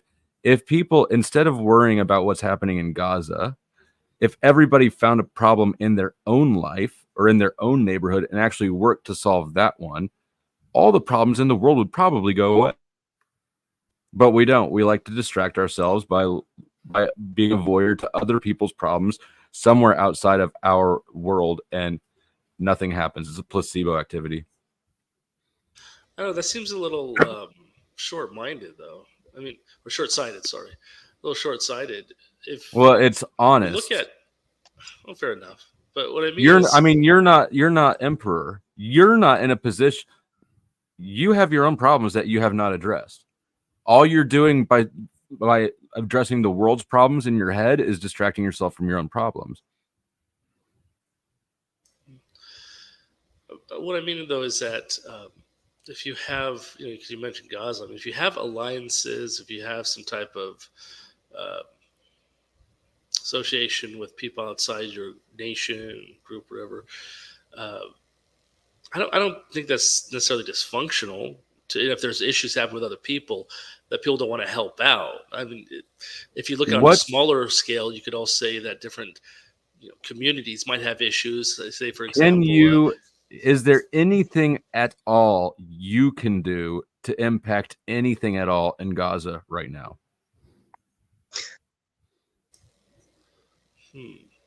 Individual, like what can I do individually? You personally, yes, right now. Say today I want to impact somebody in Gaza. Can you do anything today at all? No, I'd say my reach is far too limited as an individual. So you're actually just wasting your time by focusing on Gaza. That's just an example, but it applies to everybody's life, really. That's a little disingenuous, though. That's a little disingenuous because no, it's not. I mean, because people aren't saying that, oh, an individual is just going to do something. Usually people want to vote, or they want to put someone who is in a position of power, authority, or influence to do something. That's how a lot of like our culture, not to get political, but if you look at cancel culture, for example, individuals wanted to make use of certain platforms, right, to try to impact someone else, and with enough numbers, they want to influence certain companies or institutions or individuals to make a change. I'll reveal something about it. It's hubristic. It's hubris. Sure, it is very hubris. Yes, but it is also effective at times. And I'll tell you from an academic perspective. Can I ask how old you are? He's young. I'm so sorry to interrupt you. May I just ask how old are you? You won't say. I was going to ask what decade. I was going to ask. Are you in your 20s or your 30s? I'd rather 20s, 30s. He's not going to tell us. We respect that decision, even though it feels a little bit dishonest. So my point being, it doesn't matter. It doesn't matter to me, sir. It doesn't matter. Sure, I appreciate that. What I'm going to come down to is what you would dial on your phone so that you could get somebody to come to your house in an emergency. On that date, you do realize that since that date and what was set up for us to suck up, I went 2 weeks after, and that was when the plane went down in Queens as well. So it was highlighted at night when I flew in. But the most I got in 20 years, and having my son, was worrying if he's going to get drafted, to getting patted down at the airports. Other than that, I don't watch TV, but I've watched other people just become completely hypnotized and petrified for 20 years. Yeah, when it happened, I was probably sucked in for about 2 weeks, and then I just realized, like, what the is going on? And ever since then, and what just happened this last 4 years, everything needs a little bit of salt, and you don't need to be so consumed and start rolling with what's going on. and like be present in it, but not part of it. Maybe that's my best. That's why maybe I asked how old you are, because there's a 30-year conditioning that's gone on that I've noticed, and I'm older than that 30-year mark. So that's all I'm giving you in my perspective. I love you all. That makes any And we sense. love you. And we love Mitch, who apparently now has his own place. As Teddy aptly pointed out, Mitch, in a short matter of time, has surpassed Paul Enslaved, who is still living the semi-nomadic, semi-hobo life by lying and mooching off his older girlfriend. Congratulations, Mitch, on being 1,000 times the man that Paul Enslaved is, but we already knew that. Now, well, maybe a better question than can you as an individual affect another place like you mentioned Gaza? Maybe a better question is, can we as a people affect Gaza or some other place? We can. And we can, but, because we live in a nation that is incredibly I'm about to hit you with the butt. Impactful. What's up? It's a waste of time trying to organize people. I think I did a stream actually called Oof, I don't know about that. It is. Oh, it absolutely is. All you do is distract yourself with group fighting and on topics that you can't impact either way. It does not matter at all what you think or I think of Gaza, for instance. It doesn't matter at all what you or I think of, say, Border Patrol.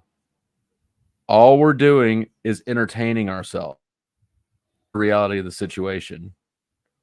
And by entertaining yourself, hold on. That's not being a man. That's not taking responsibility for your life. I would also argue that you could get 1 million people together out on the streets protesting whatever the heck you want. It's not going to make any world of difference nowadays. It's not going to make any difference. And organizing people into a single direction is a massive waste of time. You can't get people to agree on what pizza toppings to get inside of a family. I can't get motherfuckers to agree on what objective and subjective mean. It's a huge distraction from actually living impactful life. It's a placebo. I have to say, I think I disagree. I think that's a naive take. I think what we've seen in the last 20 to 30 years especially has only proven that society changes in waves. The zeitgeist can be affected. It swings back and forth. Well, it's not just swinging back and forth. So and people do impact it, but they do it locally by addressing things in the real world. I disagree. In fact, I think it mostly comes from people who are. Well, I'll tell you directly, specifically. I think there are a few places where it's really. Let me just get to the point. One place is academia. Academia helps to essentially mold individuals, shape them, and sends them out into positions of authority, oftentimes middle management and such, that have the power and ability to make changes, right? Policies. Mm-hmm. This affects company cultures. This then has an effect on society as a whole, because what the culture of companies have in a capitalist society impacts what society. That's why further education was flooded by left-wing ideology and has been for the last 40 years. So if you want to fix society,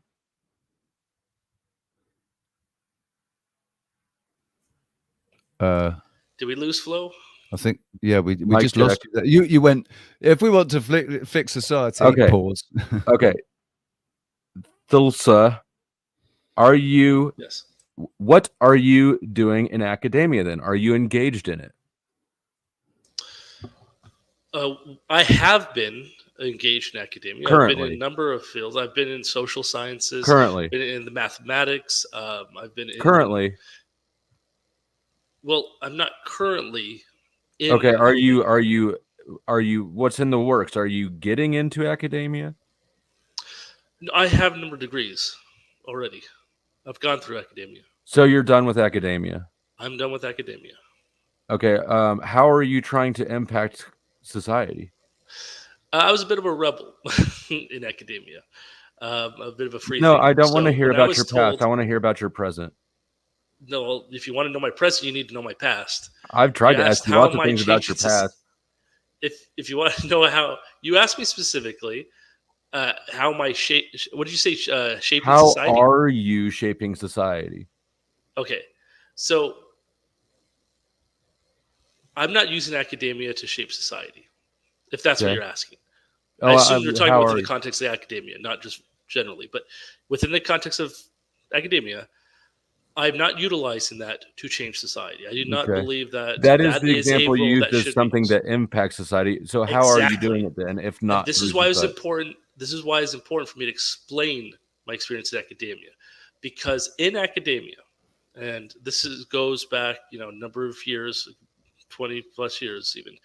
I've been in academia for quite a few years in the past. There was a shift to essentially tell students who are coming through to essentially ask them, what are you going to do for change? How are you going to change the world? So when kids, for example, were going into college, right, we're talking about major universities, competitive universities, and this is US, of course, they were specifically told, okay, if you want to get in, what are you going to do for change? If you want to get, especially if you need to get funding, if you want to get scholarships and such, The reason that what I are you going to do asked for you is change? because I want to That- demonstrate to you that without personal action in your sphere of influence, you're just engaging in entertainment, and that you are engaging in entertainment. Okay. But here's what I'm trying to get at. When I was actually in academia, there is an explicit attempt to essentially direct students to say, what are you going to do for change? And then okay, let me give you an example. I was in an engineering course once, had nothing to do with social sciences, but we were told, what are you going to do to help What's female that thing where students, more samurais female commit students in suicide? this? Seppuku. What do you, but You need a smaller dagger. just though. hear me out for a second. Just give me like 30 seconds. I'll be quick. But in this example, we were asked, and it was literally an engineering course, had nothing to do with social science. Said, how are you going to help women, get more women into the field and such? Like, this has nothing. First of all, it has nothing to do with what we're discussing. Secondly, we help by not being a hindrance, right? But their motive was, hey, you need to do something actively. So what a lot of these students, and I saw them, because I was getting out, a lot of them are coming out of the colleges, get into positions with their little pieces of paper, their degrees, with positions of authority, and they were exercising it. They were saying, okay, let's make some changes with this company. Let's change the culture. And that was a big thing, company culture, etc. This is how they implement their ideas and the thoughts. This is how you drive a change in culture, is by one aspect is academia. Now there's others, but this is the I want you to tell me this be the you are doing. Oh my God. Would this be the Silicon Valley push in the 90s into the early Don't ask any more 2000s that you're questions. referring Don't do to? it. Don't I'm do sorry. it. I don't enable this shit. He's avoiding the question. What are you doing, motherfucker? I already told you, I don't do anything explicitly. You don't for do change. shit. Because to do shit, you would have to engage the world around you, right? This proves my point. I'm trying to illustrate that focusing on abstract problems somewhere else is just a distraction. It has no utility, and you're trying to get your head wrapped around a way that it could be useful hypothetically, but it's No, not. but It doesn't matter. You missed my point, though. You missed my Your point, point which is that is you're that You were making a those point. people who did, but my point was that those people who did come out of the colleges, in the last 15, 20 years, those who did come out and chose to make the change and do what they were told, right, and as they were instructed, they are the ones who have had an impact on what we have literally seen change over these last couple decades. I don't see murder in your eyes too often, Taylor, but I see murder in your eyes right now. How's it going, Benjamin? What's up, Richie? Oh my God. Because this Good to see you, man. motherfucker won't answer a At goddamn least I question. He is. Yeah, you just one second. I told and you then what you're was next. going on in my life, like at the time. This dude We were talking about is marriage. smart and I don't know enough how we got here. to avoid my questions, but he's dishonest enough to avoid my questions, and that is frustrating as fuck. I'm done for a second. You guys take it away. I think he's just generally any scatterbrain. I don't think he's doing it on purpose. He just You need before it's just this may sound cliche, You're but probably what right. do they say when the oxygen mask drops when you're in an airplane? Put your oxygen mask on yourself first, and then your child or whoever else needs help. You first, because if you're not okay, then you can't help anyone else. And then once you fix yourself, or fix your little community or your tribe and your house or whatever, if that gets fixed, then yeah, you can go out and talk to a neighbor. Maybe neighbors can help you within the community if they're your little tribe too.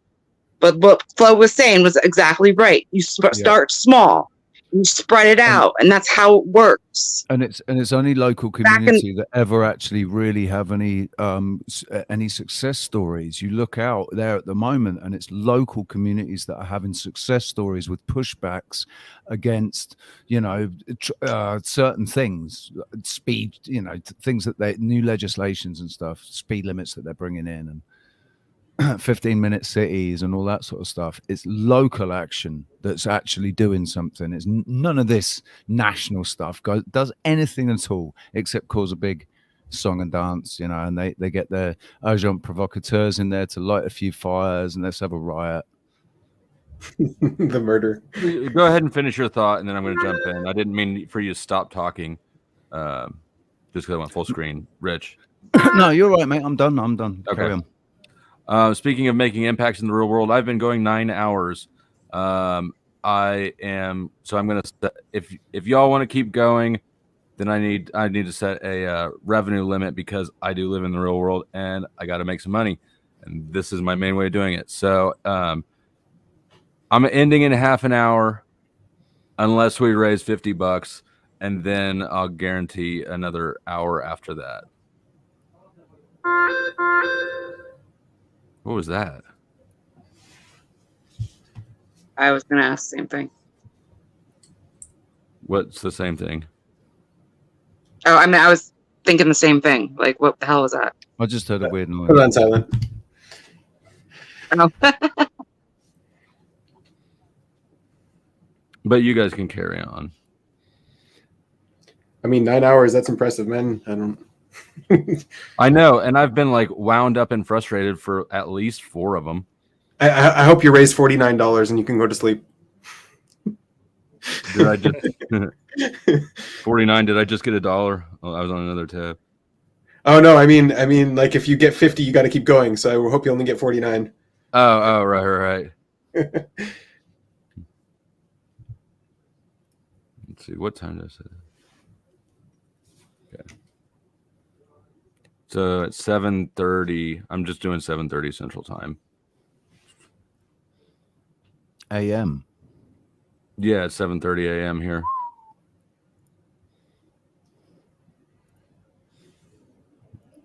I got a stream at 3.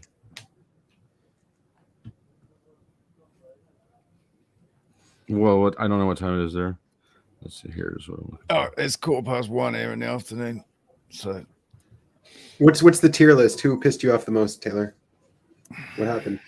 I mean, nobody's pissed me off. It's just been a frustrating conversation, because you're probably right. It's probably an NE thing, and if anybody doesn't know what we're talking about, it's jargon for Jungian psychology shit. But yeah, we think that the new guest is is using cognitive functions different from the ones I use. So neurodivergent. Is that what you're trying to get? No, not really. It's it's like you ever taken the MBTI? No. I don't get it. Are you familiar with what it is? No. Okay, well, I can't believe you spent all that time in academia and didn't come across the MBTI. It's a personality test. There's 16 personalities. It's derived from Carl Jung, the psychologist. There's 16 types. Each type uses a combination of 8 cognitive functions, 4 consciously, 4 unconsciously. And what Ben's basically saying is that you are a high user of extroverted intuition, and I am not. And so when I get frustrated at you, it's because you're utilizing a cognitive function highly, that is one that I use lowly in a very limited capacity. Gotcha. Are you content with that explanation? I said, yeah, you're looking for the NI, and he's not giving it to you. Right. So the opposite of it is, I mean, there's extroverted intuition and introverted intuition. As you can tell, they're two sides of the same cognitive function, except extroverted intuition takes an idea, basically, in a very simplified term, it takes one idea and expands it. And introverted intuition takes a lot of ideas and collapses it into one understanding. And I don't know if Benjamin will agree with that, because the intuitions are the hardest functions to explain. But yeah, more or less. Richie's a dominant NI user. He's using introverted intuition. Richie is, you think? Yeah. I don't use either of those functions in like my ego, the highest functions, but I do value introverted intuition more than extroverted intuition. So even though I'm not very good at either of them, my cognitive desire is to condense information into one understanding, and you're moving the opposite direction from my desire to do that. And it's not intentional, it's not hostile, it's just you have different cognitive processes than I do. And so I think he's right, actually, in his assessment of the situation. Okay, so what do you think could improve then communication? I think that him pointing out that paradigm, me understanding your perspective, that you're using a different thought process than I am, because we helped it already, honestly. So we it makes sense tend to, for you. Because the default is to assume that other people think the same way you do, and in reality, people think vastly differently from each other. And I just needed to be reminded of that reality. It's all right, man. You're going on 9 hours. You can't blame a guy for forgetting. But when you pull out your katana and you got those crazy eyes, I'm like, oh man, you're gonna murder somebody.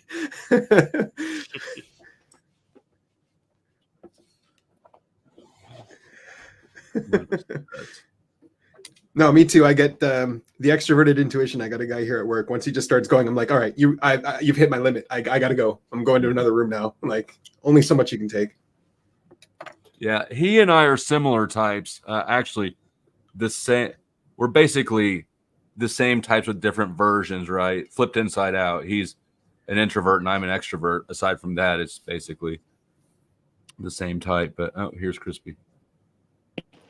9 hours and going strong. 9 hours and going strong. And by the way, I'm not changing that other thumbnail. No. Hey, Crispy, hope you slept well, woman. Hey, Crispy. Hi. Hi. Good to see everybody. Hello. Hello. Well, maybe we should get back to the topic then of love and marriage. Love and marriage. Love and marriage. I think that you would more aptly describe it duty and marriage from your worldview. He said duty. Don't we have a duty when we're married? I mean, there is a responsibility. There's work in it. So yeah, but what's a stronger motivator? Tax break. Love. I'll answer it. Love is a stronger and more consistent motivator for people than duty is. Yeah. Your duty won't matter without either love or narcissism. I mean, I will say yes, because at the end of my sister-in-law's life, 10 years prior, my brother divorced her because it was better financially. It would pay out more for her to go in a home for Huntington's disease. So getting a divorce actually benefited them. That's crazy. Was he still allowed to make her health decisions and things like that? I mean, yeah, that did go down. That's a power of attorney thing, isn't it? Yeah, power of attorney. I have powers of attorneys on all you. You don't know about it, but they're notarized. God, I was a power of attorney for somebody that just passed away recently, and it's a lot. So it's a lot. Yes, it is. hmm Yeah, So you're making decisions for somebody that you might not have spoken about, and you think you speak about all of those things, but turns out you don't. Turns out there's things that you never spoke about, So here's my question regarding love and marriage: why do men cheat, and why do women cheat? Is it different? Is it the same? I don't know that that's. I mean, I don't. I feel like that's an obvious question and an oversimplification. The answer is that there's different reasons for different people, and Unmet needs. But it's also obvious, right? Like, there's just biological desire. There's, I mean, What is it for men? Is it more physical? Women are more emotional? I think it could be either for both. I don't know that it's probably more physical for men, but Yeah, it's I would not agree really with that. cheating if you pay for it. Yeah, it's just unmet needs. Well, my God. But yeah, I would say it's more physical for men and more emotional for women. I would think that. Yeah, for sure. I think it's safe to say that if a man pays for sex while married, he's cheating, right? Yeah. You agree on Yeah. that, right? Yeah. It depends on if he's participating or cool with it. Sometimes it's also just physical for women. Yeah. No emotional attachment. But what about if a man? Okay, so I'm going to try to lead to this. But what if a man watches pornography, right? Is that okay? Like, for the women now, I guess, is it okay that your husband, significant other, watches porn? Or is that an issue? If I was in a relationship and a man made love to me and then got up and thought it was okay to go into another room for another hour or two to watch pornography, then I would feel inadequate as a woman, not fulfilling all of his needs or fantasies. So then it becomes a reverse, maybe remodel. I don't know. Nobody does that right after they have sex. Yeah, no, I don't. I don't know. That sounds, But during sex, maybe? Are you talking about during sex? Because that's a whole different. No.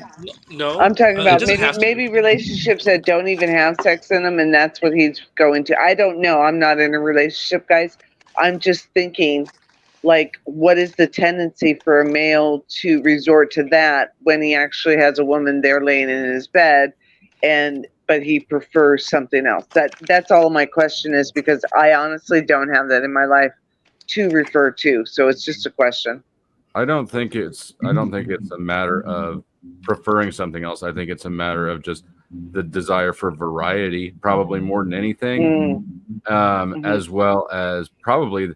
I'm sure there's times when, like, your husband will want to have sex, and you're like, "Go jerk off," right? Like, or you would like to say that at least, you know. Not everybody likes getting woke up all the time with a boner in your back. Yeah, for sure. So when it comes to pornography, then are there certain boundaries, like when it should be done?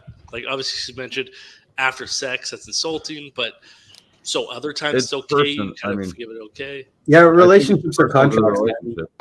Yeah, it depends on the relationship. Relationships are contracts.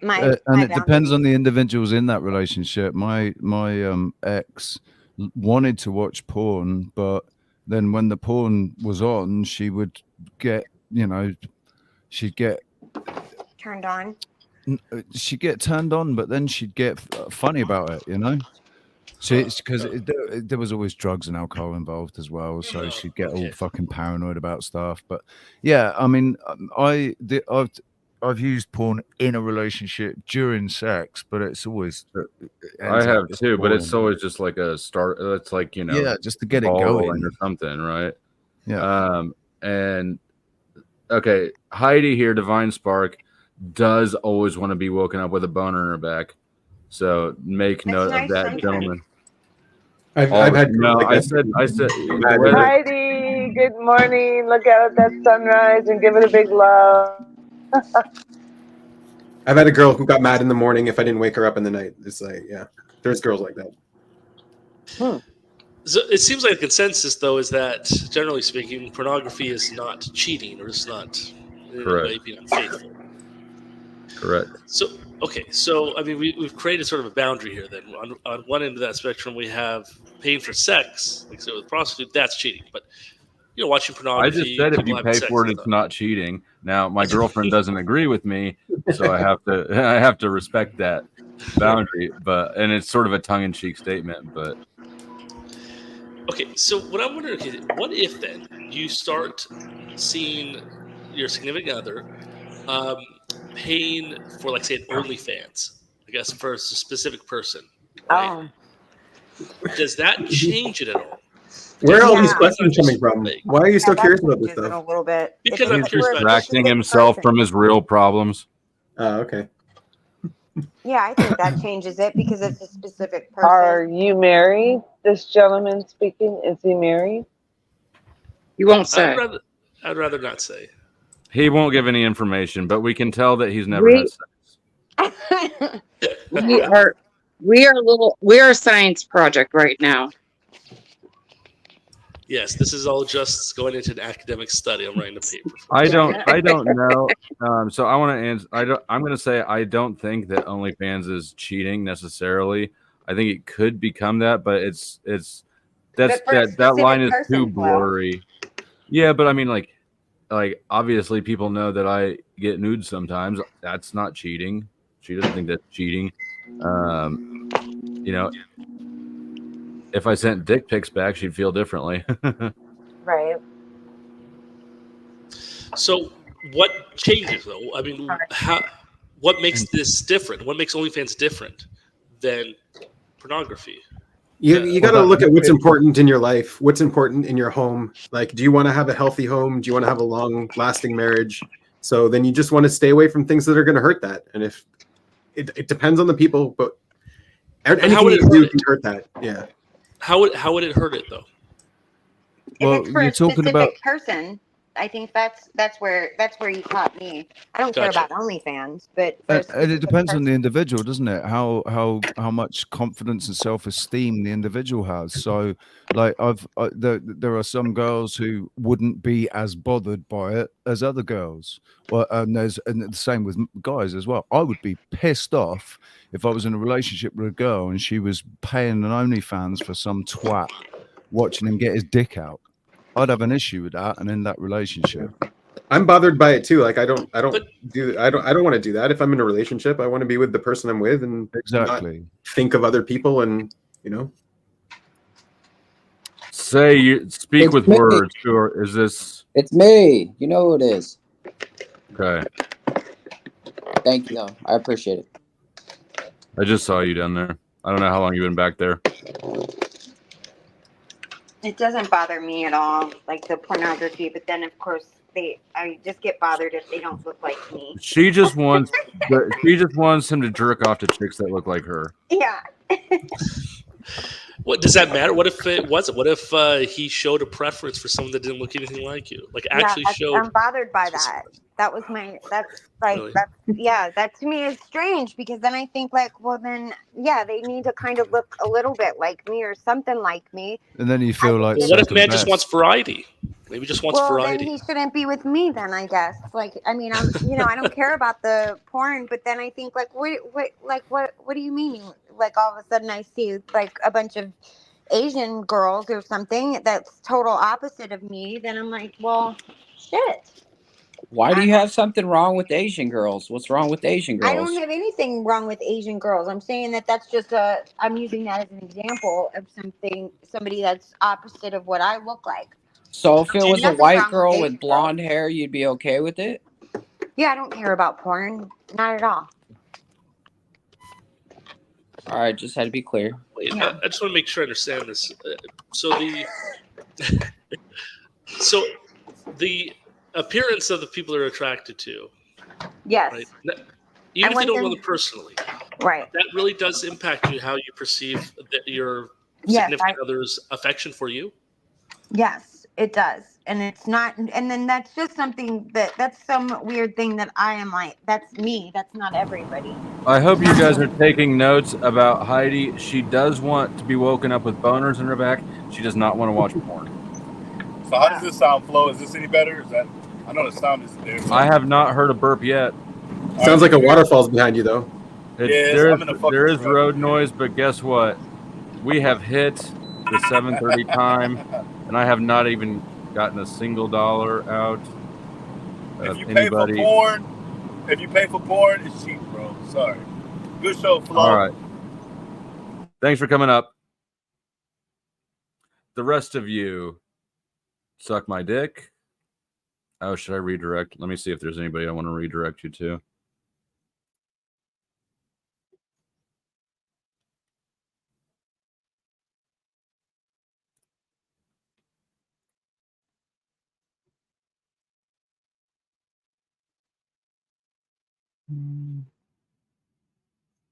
All right, here we go.